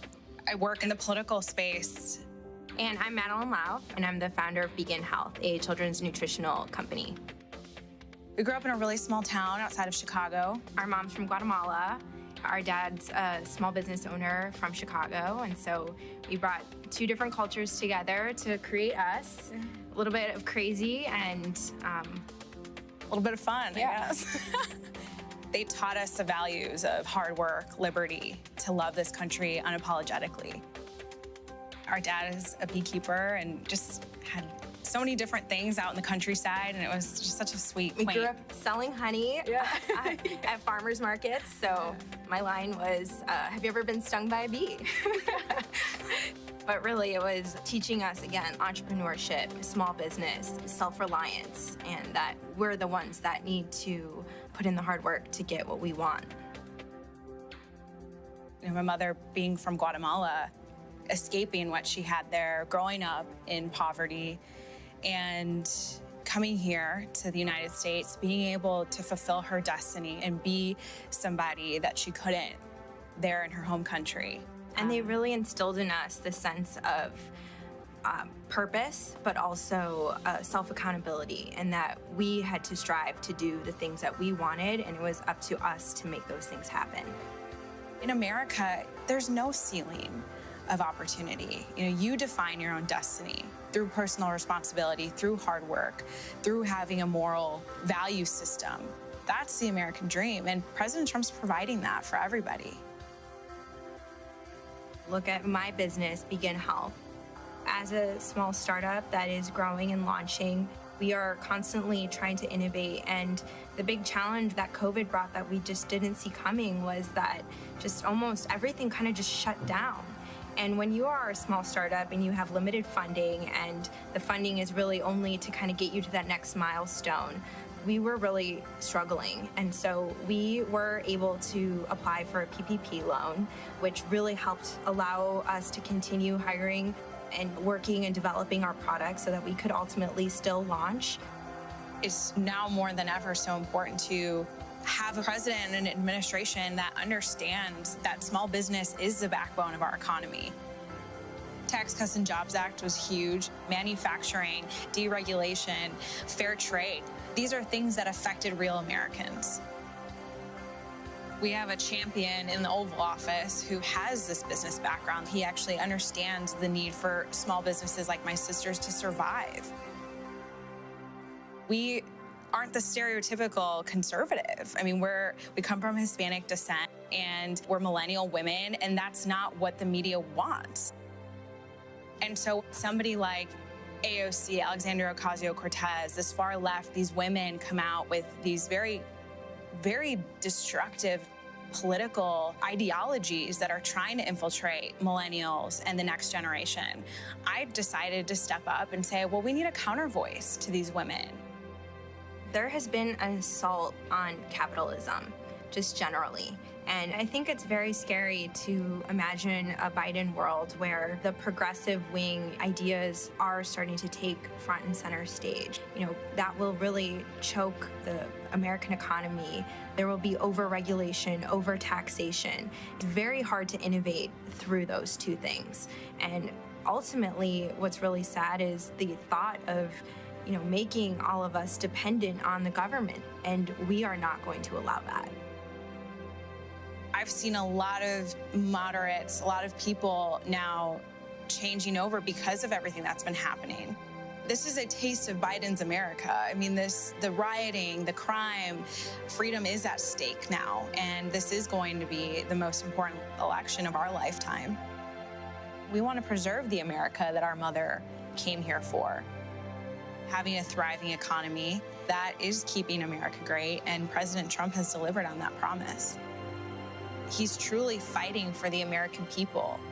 We're the greatest country in the world, period. On our worst day, we're still the greatest country in the world. And in order to preserve that, it's by putting America first, having a thriving economy, having happiness.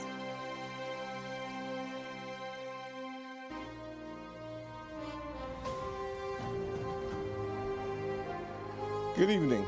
I'm Senator Tim Scott from the great state of South Carolina. To all of you tuning in and participating in the political process, God bless you. This isn't how I picture tonight, but our country is experiencing something none of us envisioned. From a global pandemic to the deaths of George Floyd and Breonna Taylor, 2020 has tested our nation in ways we haven't seen for decades.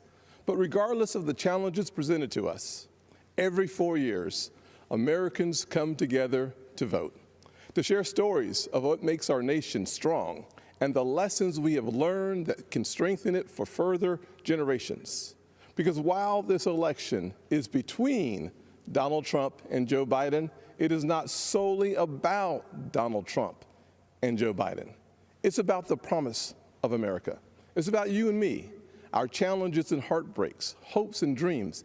It's about how we respond when tackling critical issues like police reform, when Democrats called our work a token effort and walked out of the room during negotiations because they wanted the issue more than they wanted a solution.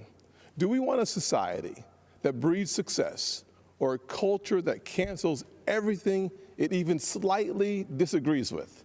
I know where I stand because, you see, I am living my mother's American dream. My parents divorced when I was 7 years old, and we moved in with my grandparents into a 2-bedroom home with me, my mom, and my brother sharing a room and one bed.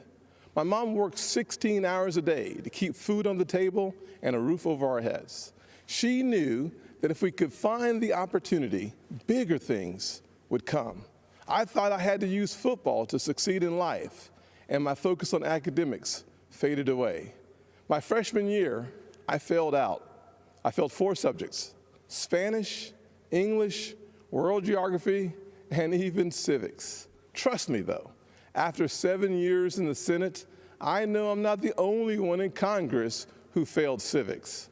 But even while I was failing the 9th grade, my mother always said to me, "Timmy, if you would just shoot for the moon, even if you miss, you'll be among the stars." She never lost faith in me, even when I lost faith in myself. Because of her encouragement, I went to summer school and caught up. The next year, I met my mentor, John Moniz, a Chick-fil-A operator. John saw something in me that I could not see in myself and started teaching me valuable life lessons. Like having a job would be a good thing, but creating jobs would be even better. That having an income could change my lifestyle, but creating a profit could change my community. He planted the seeds of what would become Opportunity Zones. This initiative that the president and I worked together on is now bringing more than $75 billion of private sector investment into distressed communities. I took those lessons to heart and started putting the pieces of my life back together. I realized a quality education is the closest thing to magic in America. That's why I fight to this day for school choice, to make sure every child in every neighborhood has a quality education. I don't care if it's a public, private, charter, virtual, or a homeschool. When a parent has a choice, their kid has a better chance. And the president has fought alongside me on that. Later in life, I started my own small business. That's why I know it is critical for us to have a tax code that encourages growth. We actually saw revenues to the Treasury increase after we lowered taxes in 2017. Rest assured, the Democrats do not want you to know that. After starting my small business and spending some time in local government, I decided to run for Congress in 2010. The district is based in Charleston, South Carolina, where the Civil War started, against a son of our legendary Senator, Strom Thurmond. You may be asking yourself, how does a poor black kid from a single-parent household run and win in a race crowded with Republicans against a Thurmond?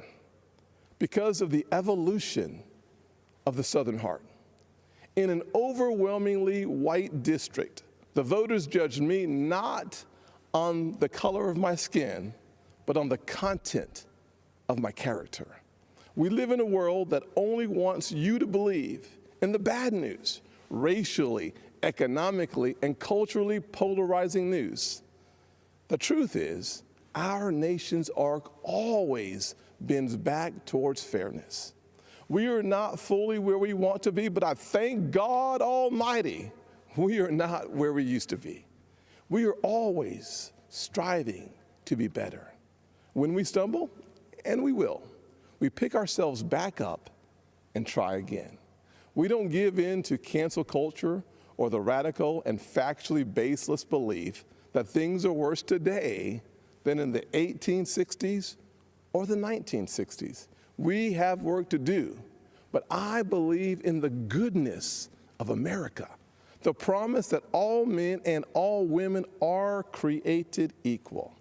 And if you're watching tonight, I'm betting you do too. Over the past 4 years, we have made tremendous progress towards that promise. President Trump built the most inclusive economy ever. 7 million jobs created pre-COVID-19, and 2/3 of them went to women, African Americans, and Hispanics. The first new major effort to tackle poverty in a generation, opportunity zones. We put hard-earned tax dollars back in people's pockets by cutting their taxes, especially for single-parent households like the one I grew up in, cutting single mothers' taxes 70% on average. President Trump supported these tax cuts for those single moms and other working families and signed these policies into law, and our nation is better off for it. So, I'm going to ask you, the American people, not to simply look at what the candidates say, but to look back at what they've done. This election is about your future, and it is critical to paint a full picture of the records of Donald Trump and Joe Biden. Joe Biden said if a black man didn't vote for him, he wasn't truly black. Joe Biden said black people are a monolithic community. It was Joe Biden who said poor kids can be just as smart as white kids. And while his words are one thing, his actions take it to a whole new level. In 1994, Biden led the charge on a crime bill that put millions of black Americans behind bars. President Trump's criminal justice reform law fixed many of the disparities Biden created and made our system more fair and just for all Americans. Joe Biden also failed our nation's historically black colleges and universities, heaping blame on them as they fought to ensure our young folks had access to higher education. Once again, to clean up Joe Biden's mess, President Trump signed into law historically high funding for HBCUs, as well as a bill to give them permanent funding for the first time ever. And now Joe Biden wants to come for your pocketbooks. Unless, of course, you're a blue state millionaire. I'm serious. That's one of their solutions for the pandemic. They want to take more money from your pocket and give it to Manhattan elites and Hollywood moguls so they get a tax break. Republicans, however, passed President Trump's once-in-a-generation tax reform bill that lowered taxes for single moms, working families, and those in need. So when it comes to what Joe Biden says he'll do, look at his actions. Look at his policies. Look at what he already did and what he didn't do while he's been in Washington for 47 years. Ladies and gentlemen, people don't always see those failures because they think we're having a policy debate on two sides of an issue. That is not what is happening. Our side is working on policy, while Joe Biden's radical Democrats are trying to permanently transform what it means to be an American. Make no mistake, Joe Biden and Kamala Harris want a cultural revolution, a fundamentally different America. If we let them, they will turn our country into a socialist utopia. And history has taught us that path only leads to pain and misery, especially for hardworking people hoping to rise. Instead, we must focus on the promise of the American journey. I know that journey well. My grandfather's 99th birthday would have been tomorrow. Growing up, he had to cross the street if a white person was coming. He suffered the indignity of being forced out of school as a third grader to pick cotton, and he never learned to read or write. Yet, he lived long enough to see his grandson become the first African American to be elected to both the United States House and the United States Senate in the history of this country. Our family went from cotton to Congress in one lifetime. And that's why I believe the next American century can be better than the last. There are millions of families just like mine all across this nation, full of potential, seeking to live the American dream. And I'm here tonight to tell you that supporting the Republican ticket gives you the best chance of making that dream a reality. God bless you. And Father, please continue blessing the United States of America. God bless.